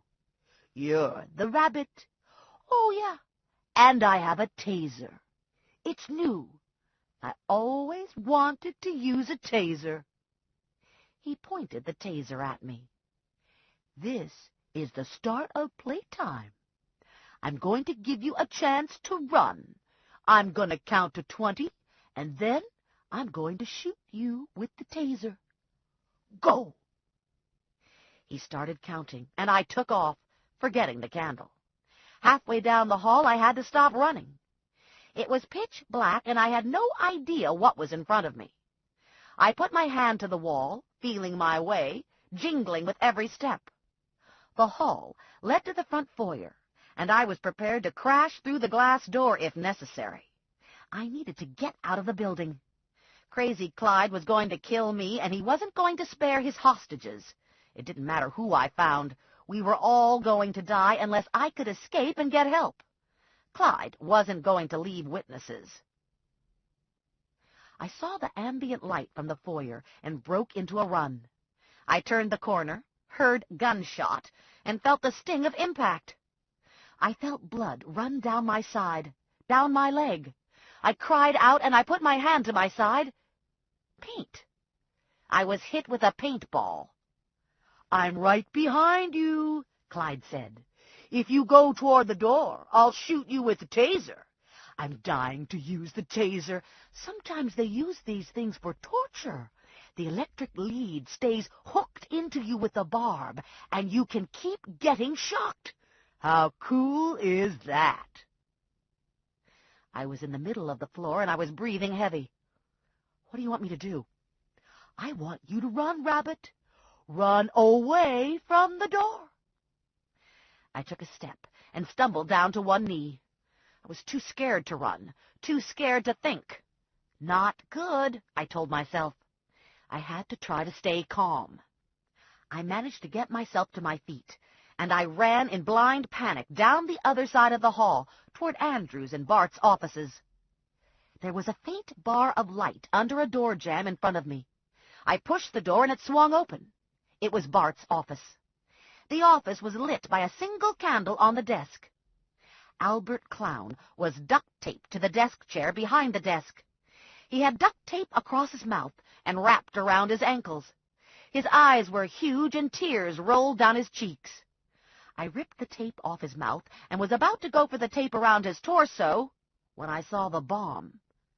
"Don't touch me," he said. "I'm booby-trapped." I snatched at the desk phone. No dial tone. I locked the door from the inside and pawed through the junk on Bart's desk, looking for something helpful. My hands were shaking, and my heart was thundering in my chest. "I hate this," I said. "I hate this game, and I hate the pathetic excuse for a human being who's out there stalking me." "You have to get help," Clown said. "This guy is crazy. He's going to kill us." "There are just nuts and bolts on this desk," I said. "I need something I can use as a weapon." "I know where there's a weapon," Clown said. "I can swivel myself in this chair, and I was looking out the window into the warehouse when the crazy guy was hiding things. There's a room off to the side with glass windows all along."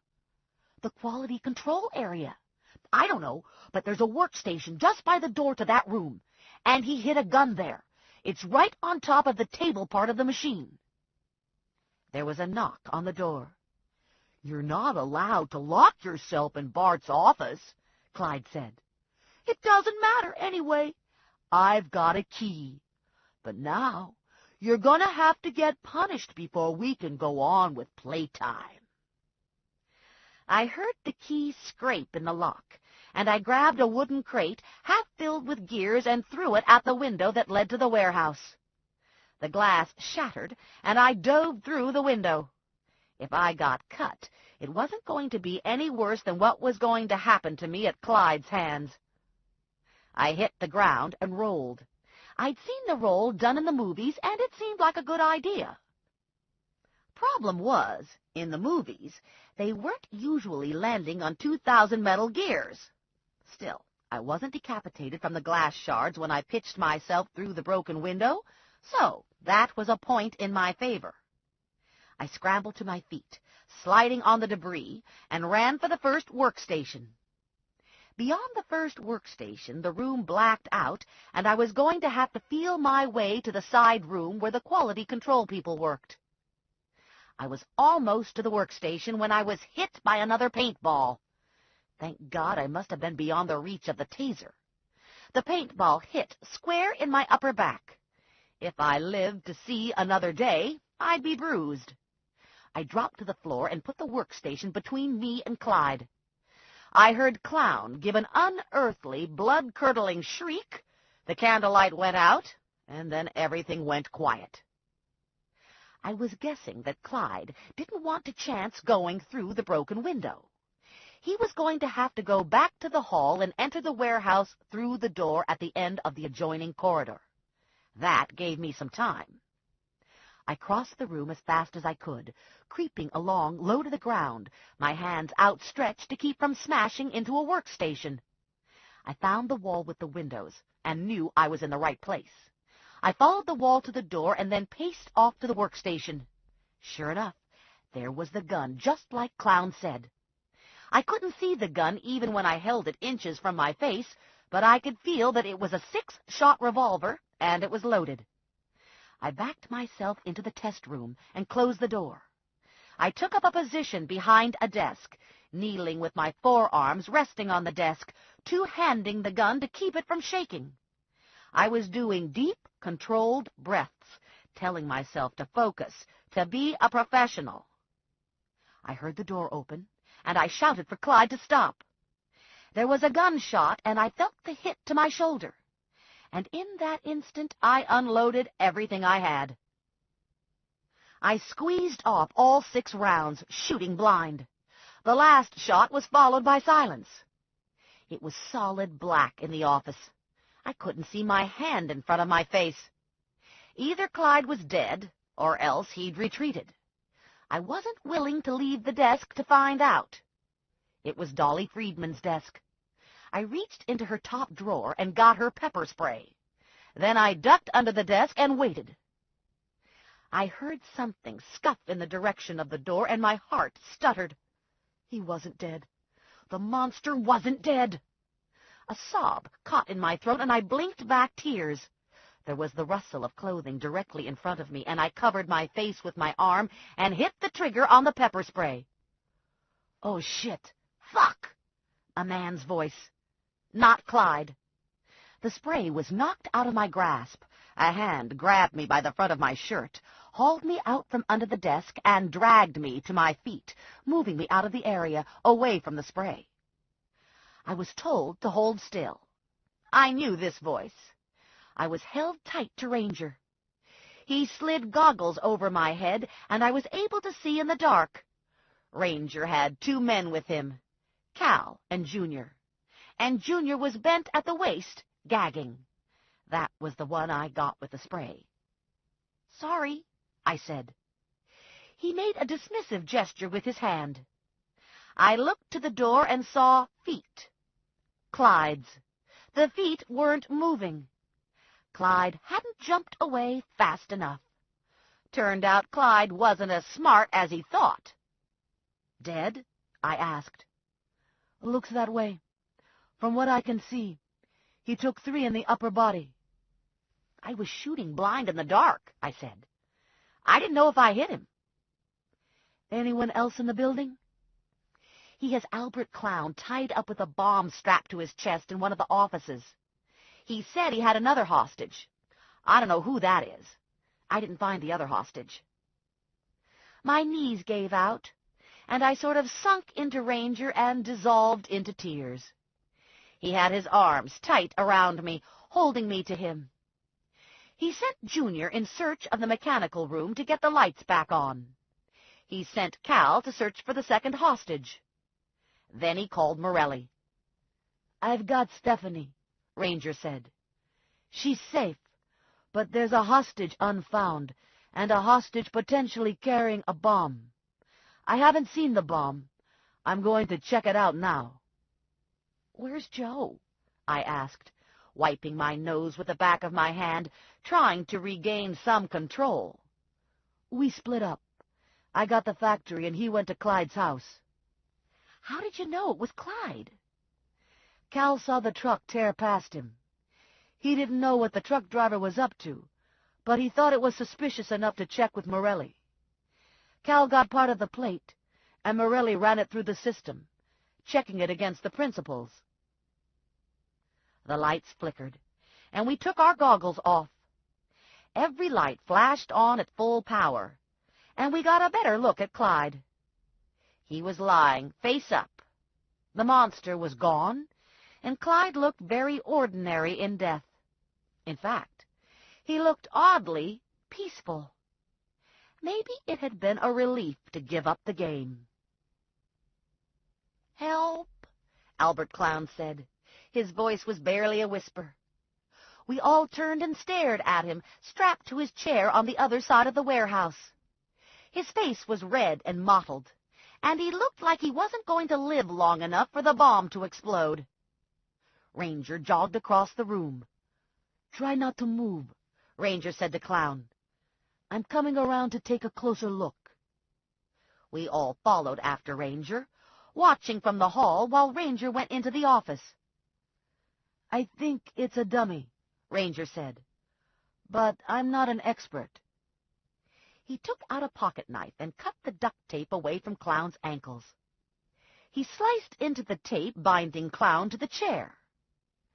"I'm not going to touch the device you've got strapped to your chest," Ranger said. "Stay here in the chair until the police get here with the demolition team." Ranger's walkie-talkie chirped.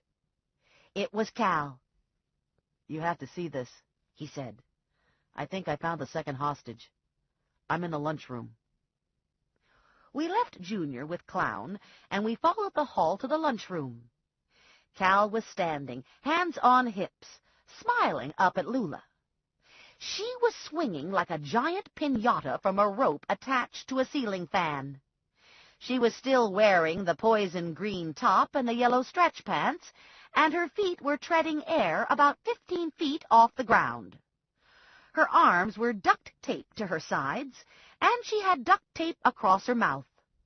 A thick rope was wrapped around and threaded through the duct tape on her body, and then looped around the fan. She had the beady little charging bull eyes.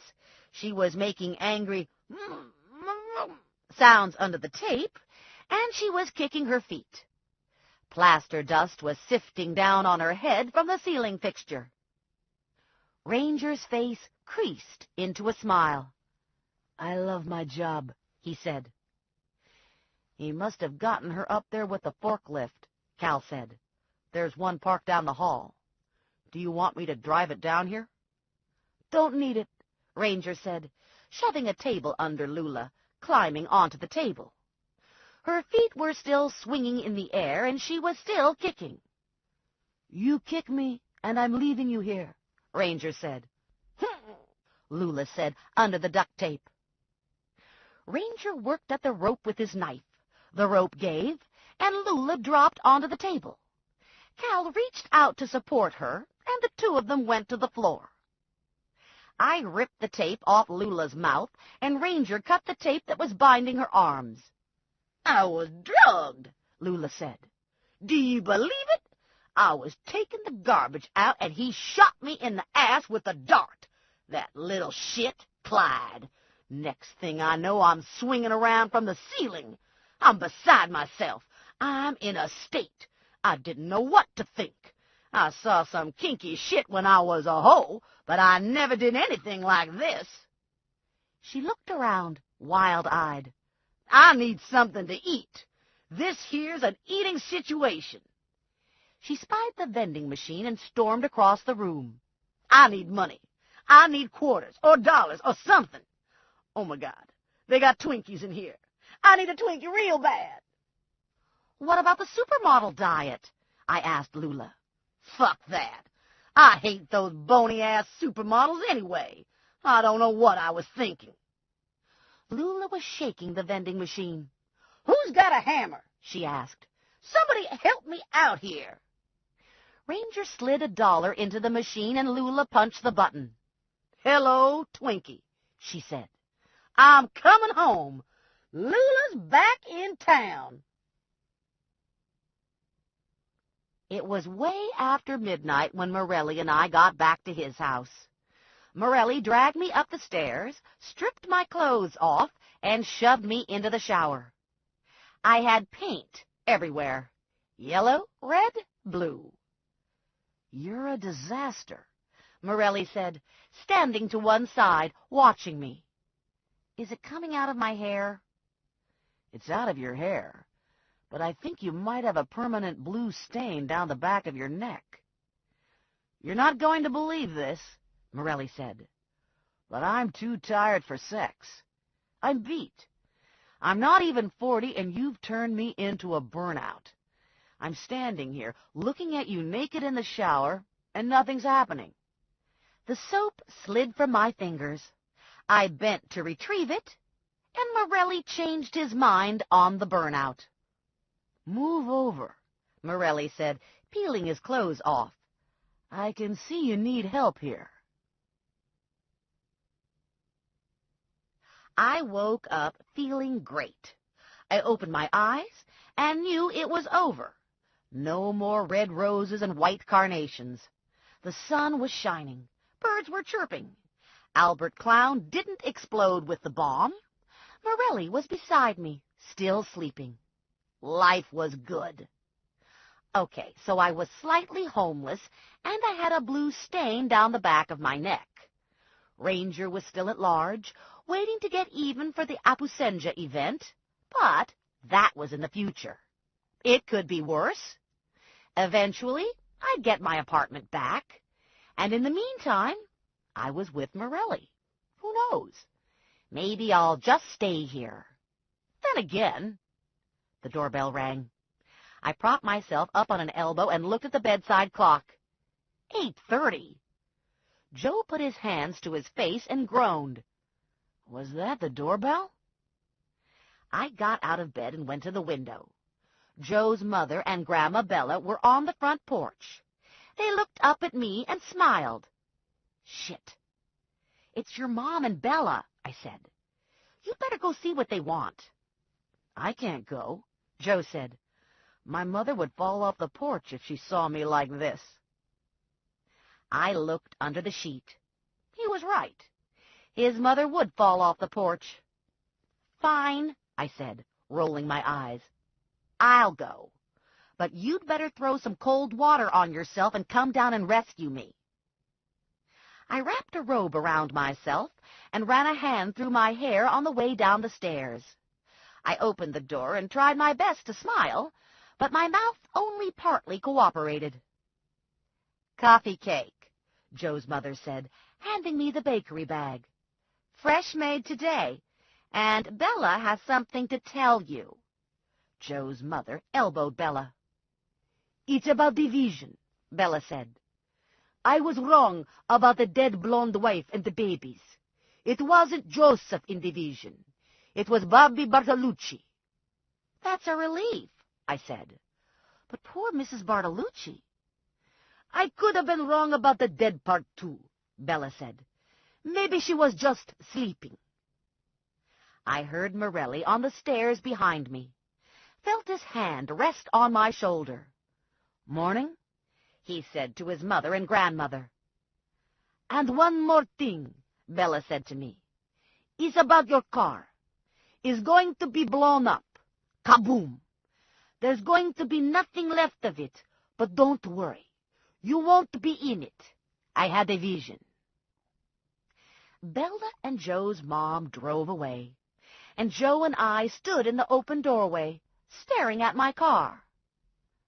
Something to look forward to, Joe said. And then he kissed me and took the bakery bag into the kitchen. The end. You've been listening to the Nines by Janet Evanovich, narrated by C.J. Crit. If you've enjoyed this book and this performance, Recorded Books recommends Trust Me by Jane Ann Krentz, narrated by Richard Ferrone, and From Potter's Field by Patricia Cornwell, also narrated by C.J. Crit. You'll find a wide selection of titles in the Recorded Books catalog, including bestsellers, mysteries, classics, histories, and more. So to order another recorded book, or for a copy of our latest listing, please call us using the toll-free number found on the back of the book. You can order by phone with any major credit card, or by writing to us, or by faxing us. Don't forget to ask about easy 30-day rentals by mail.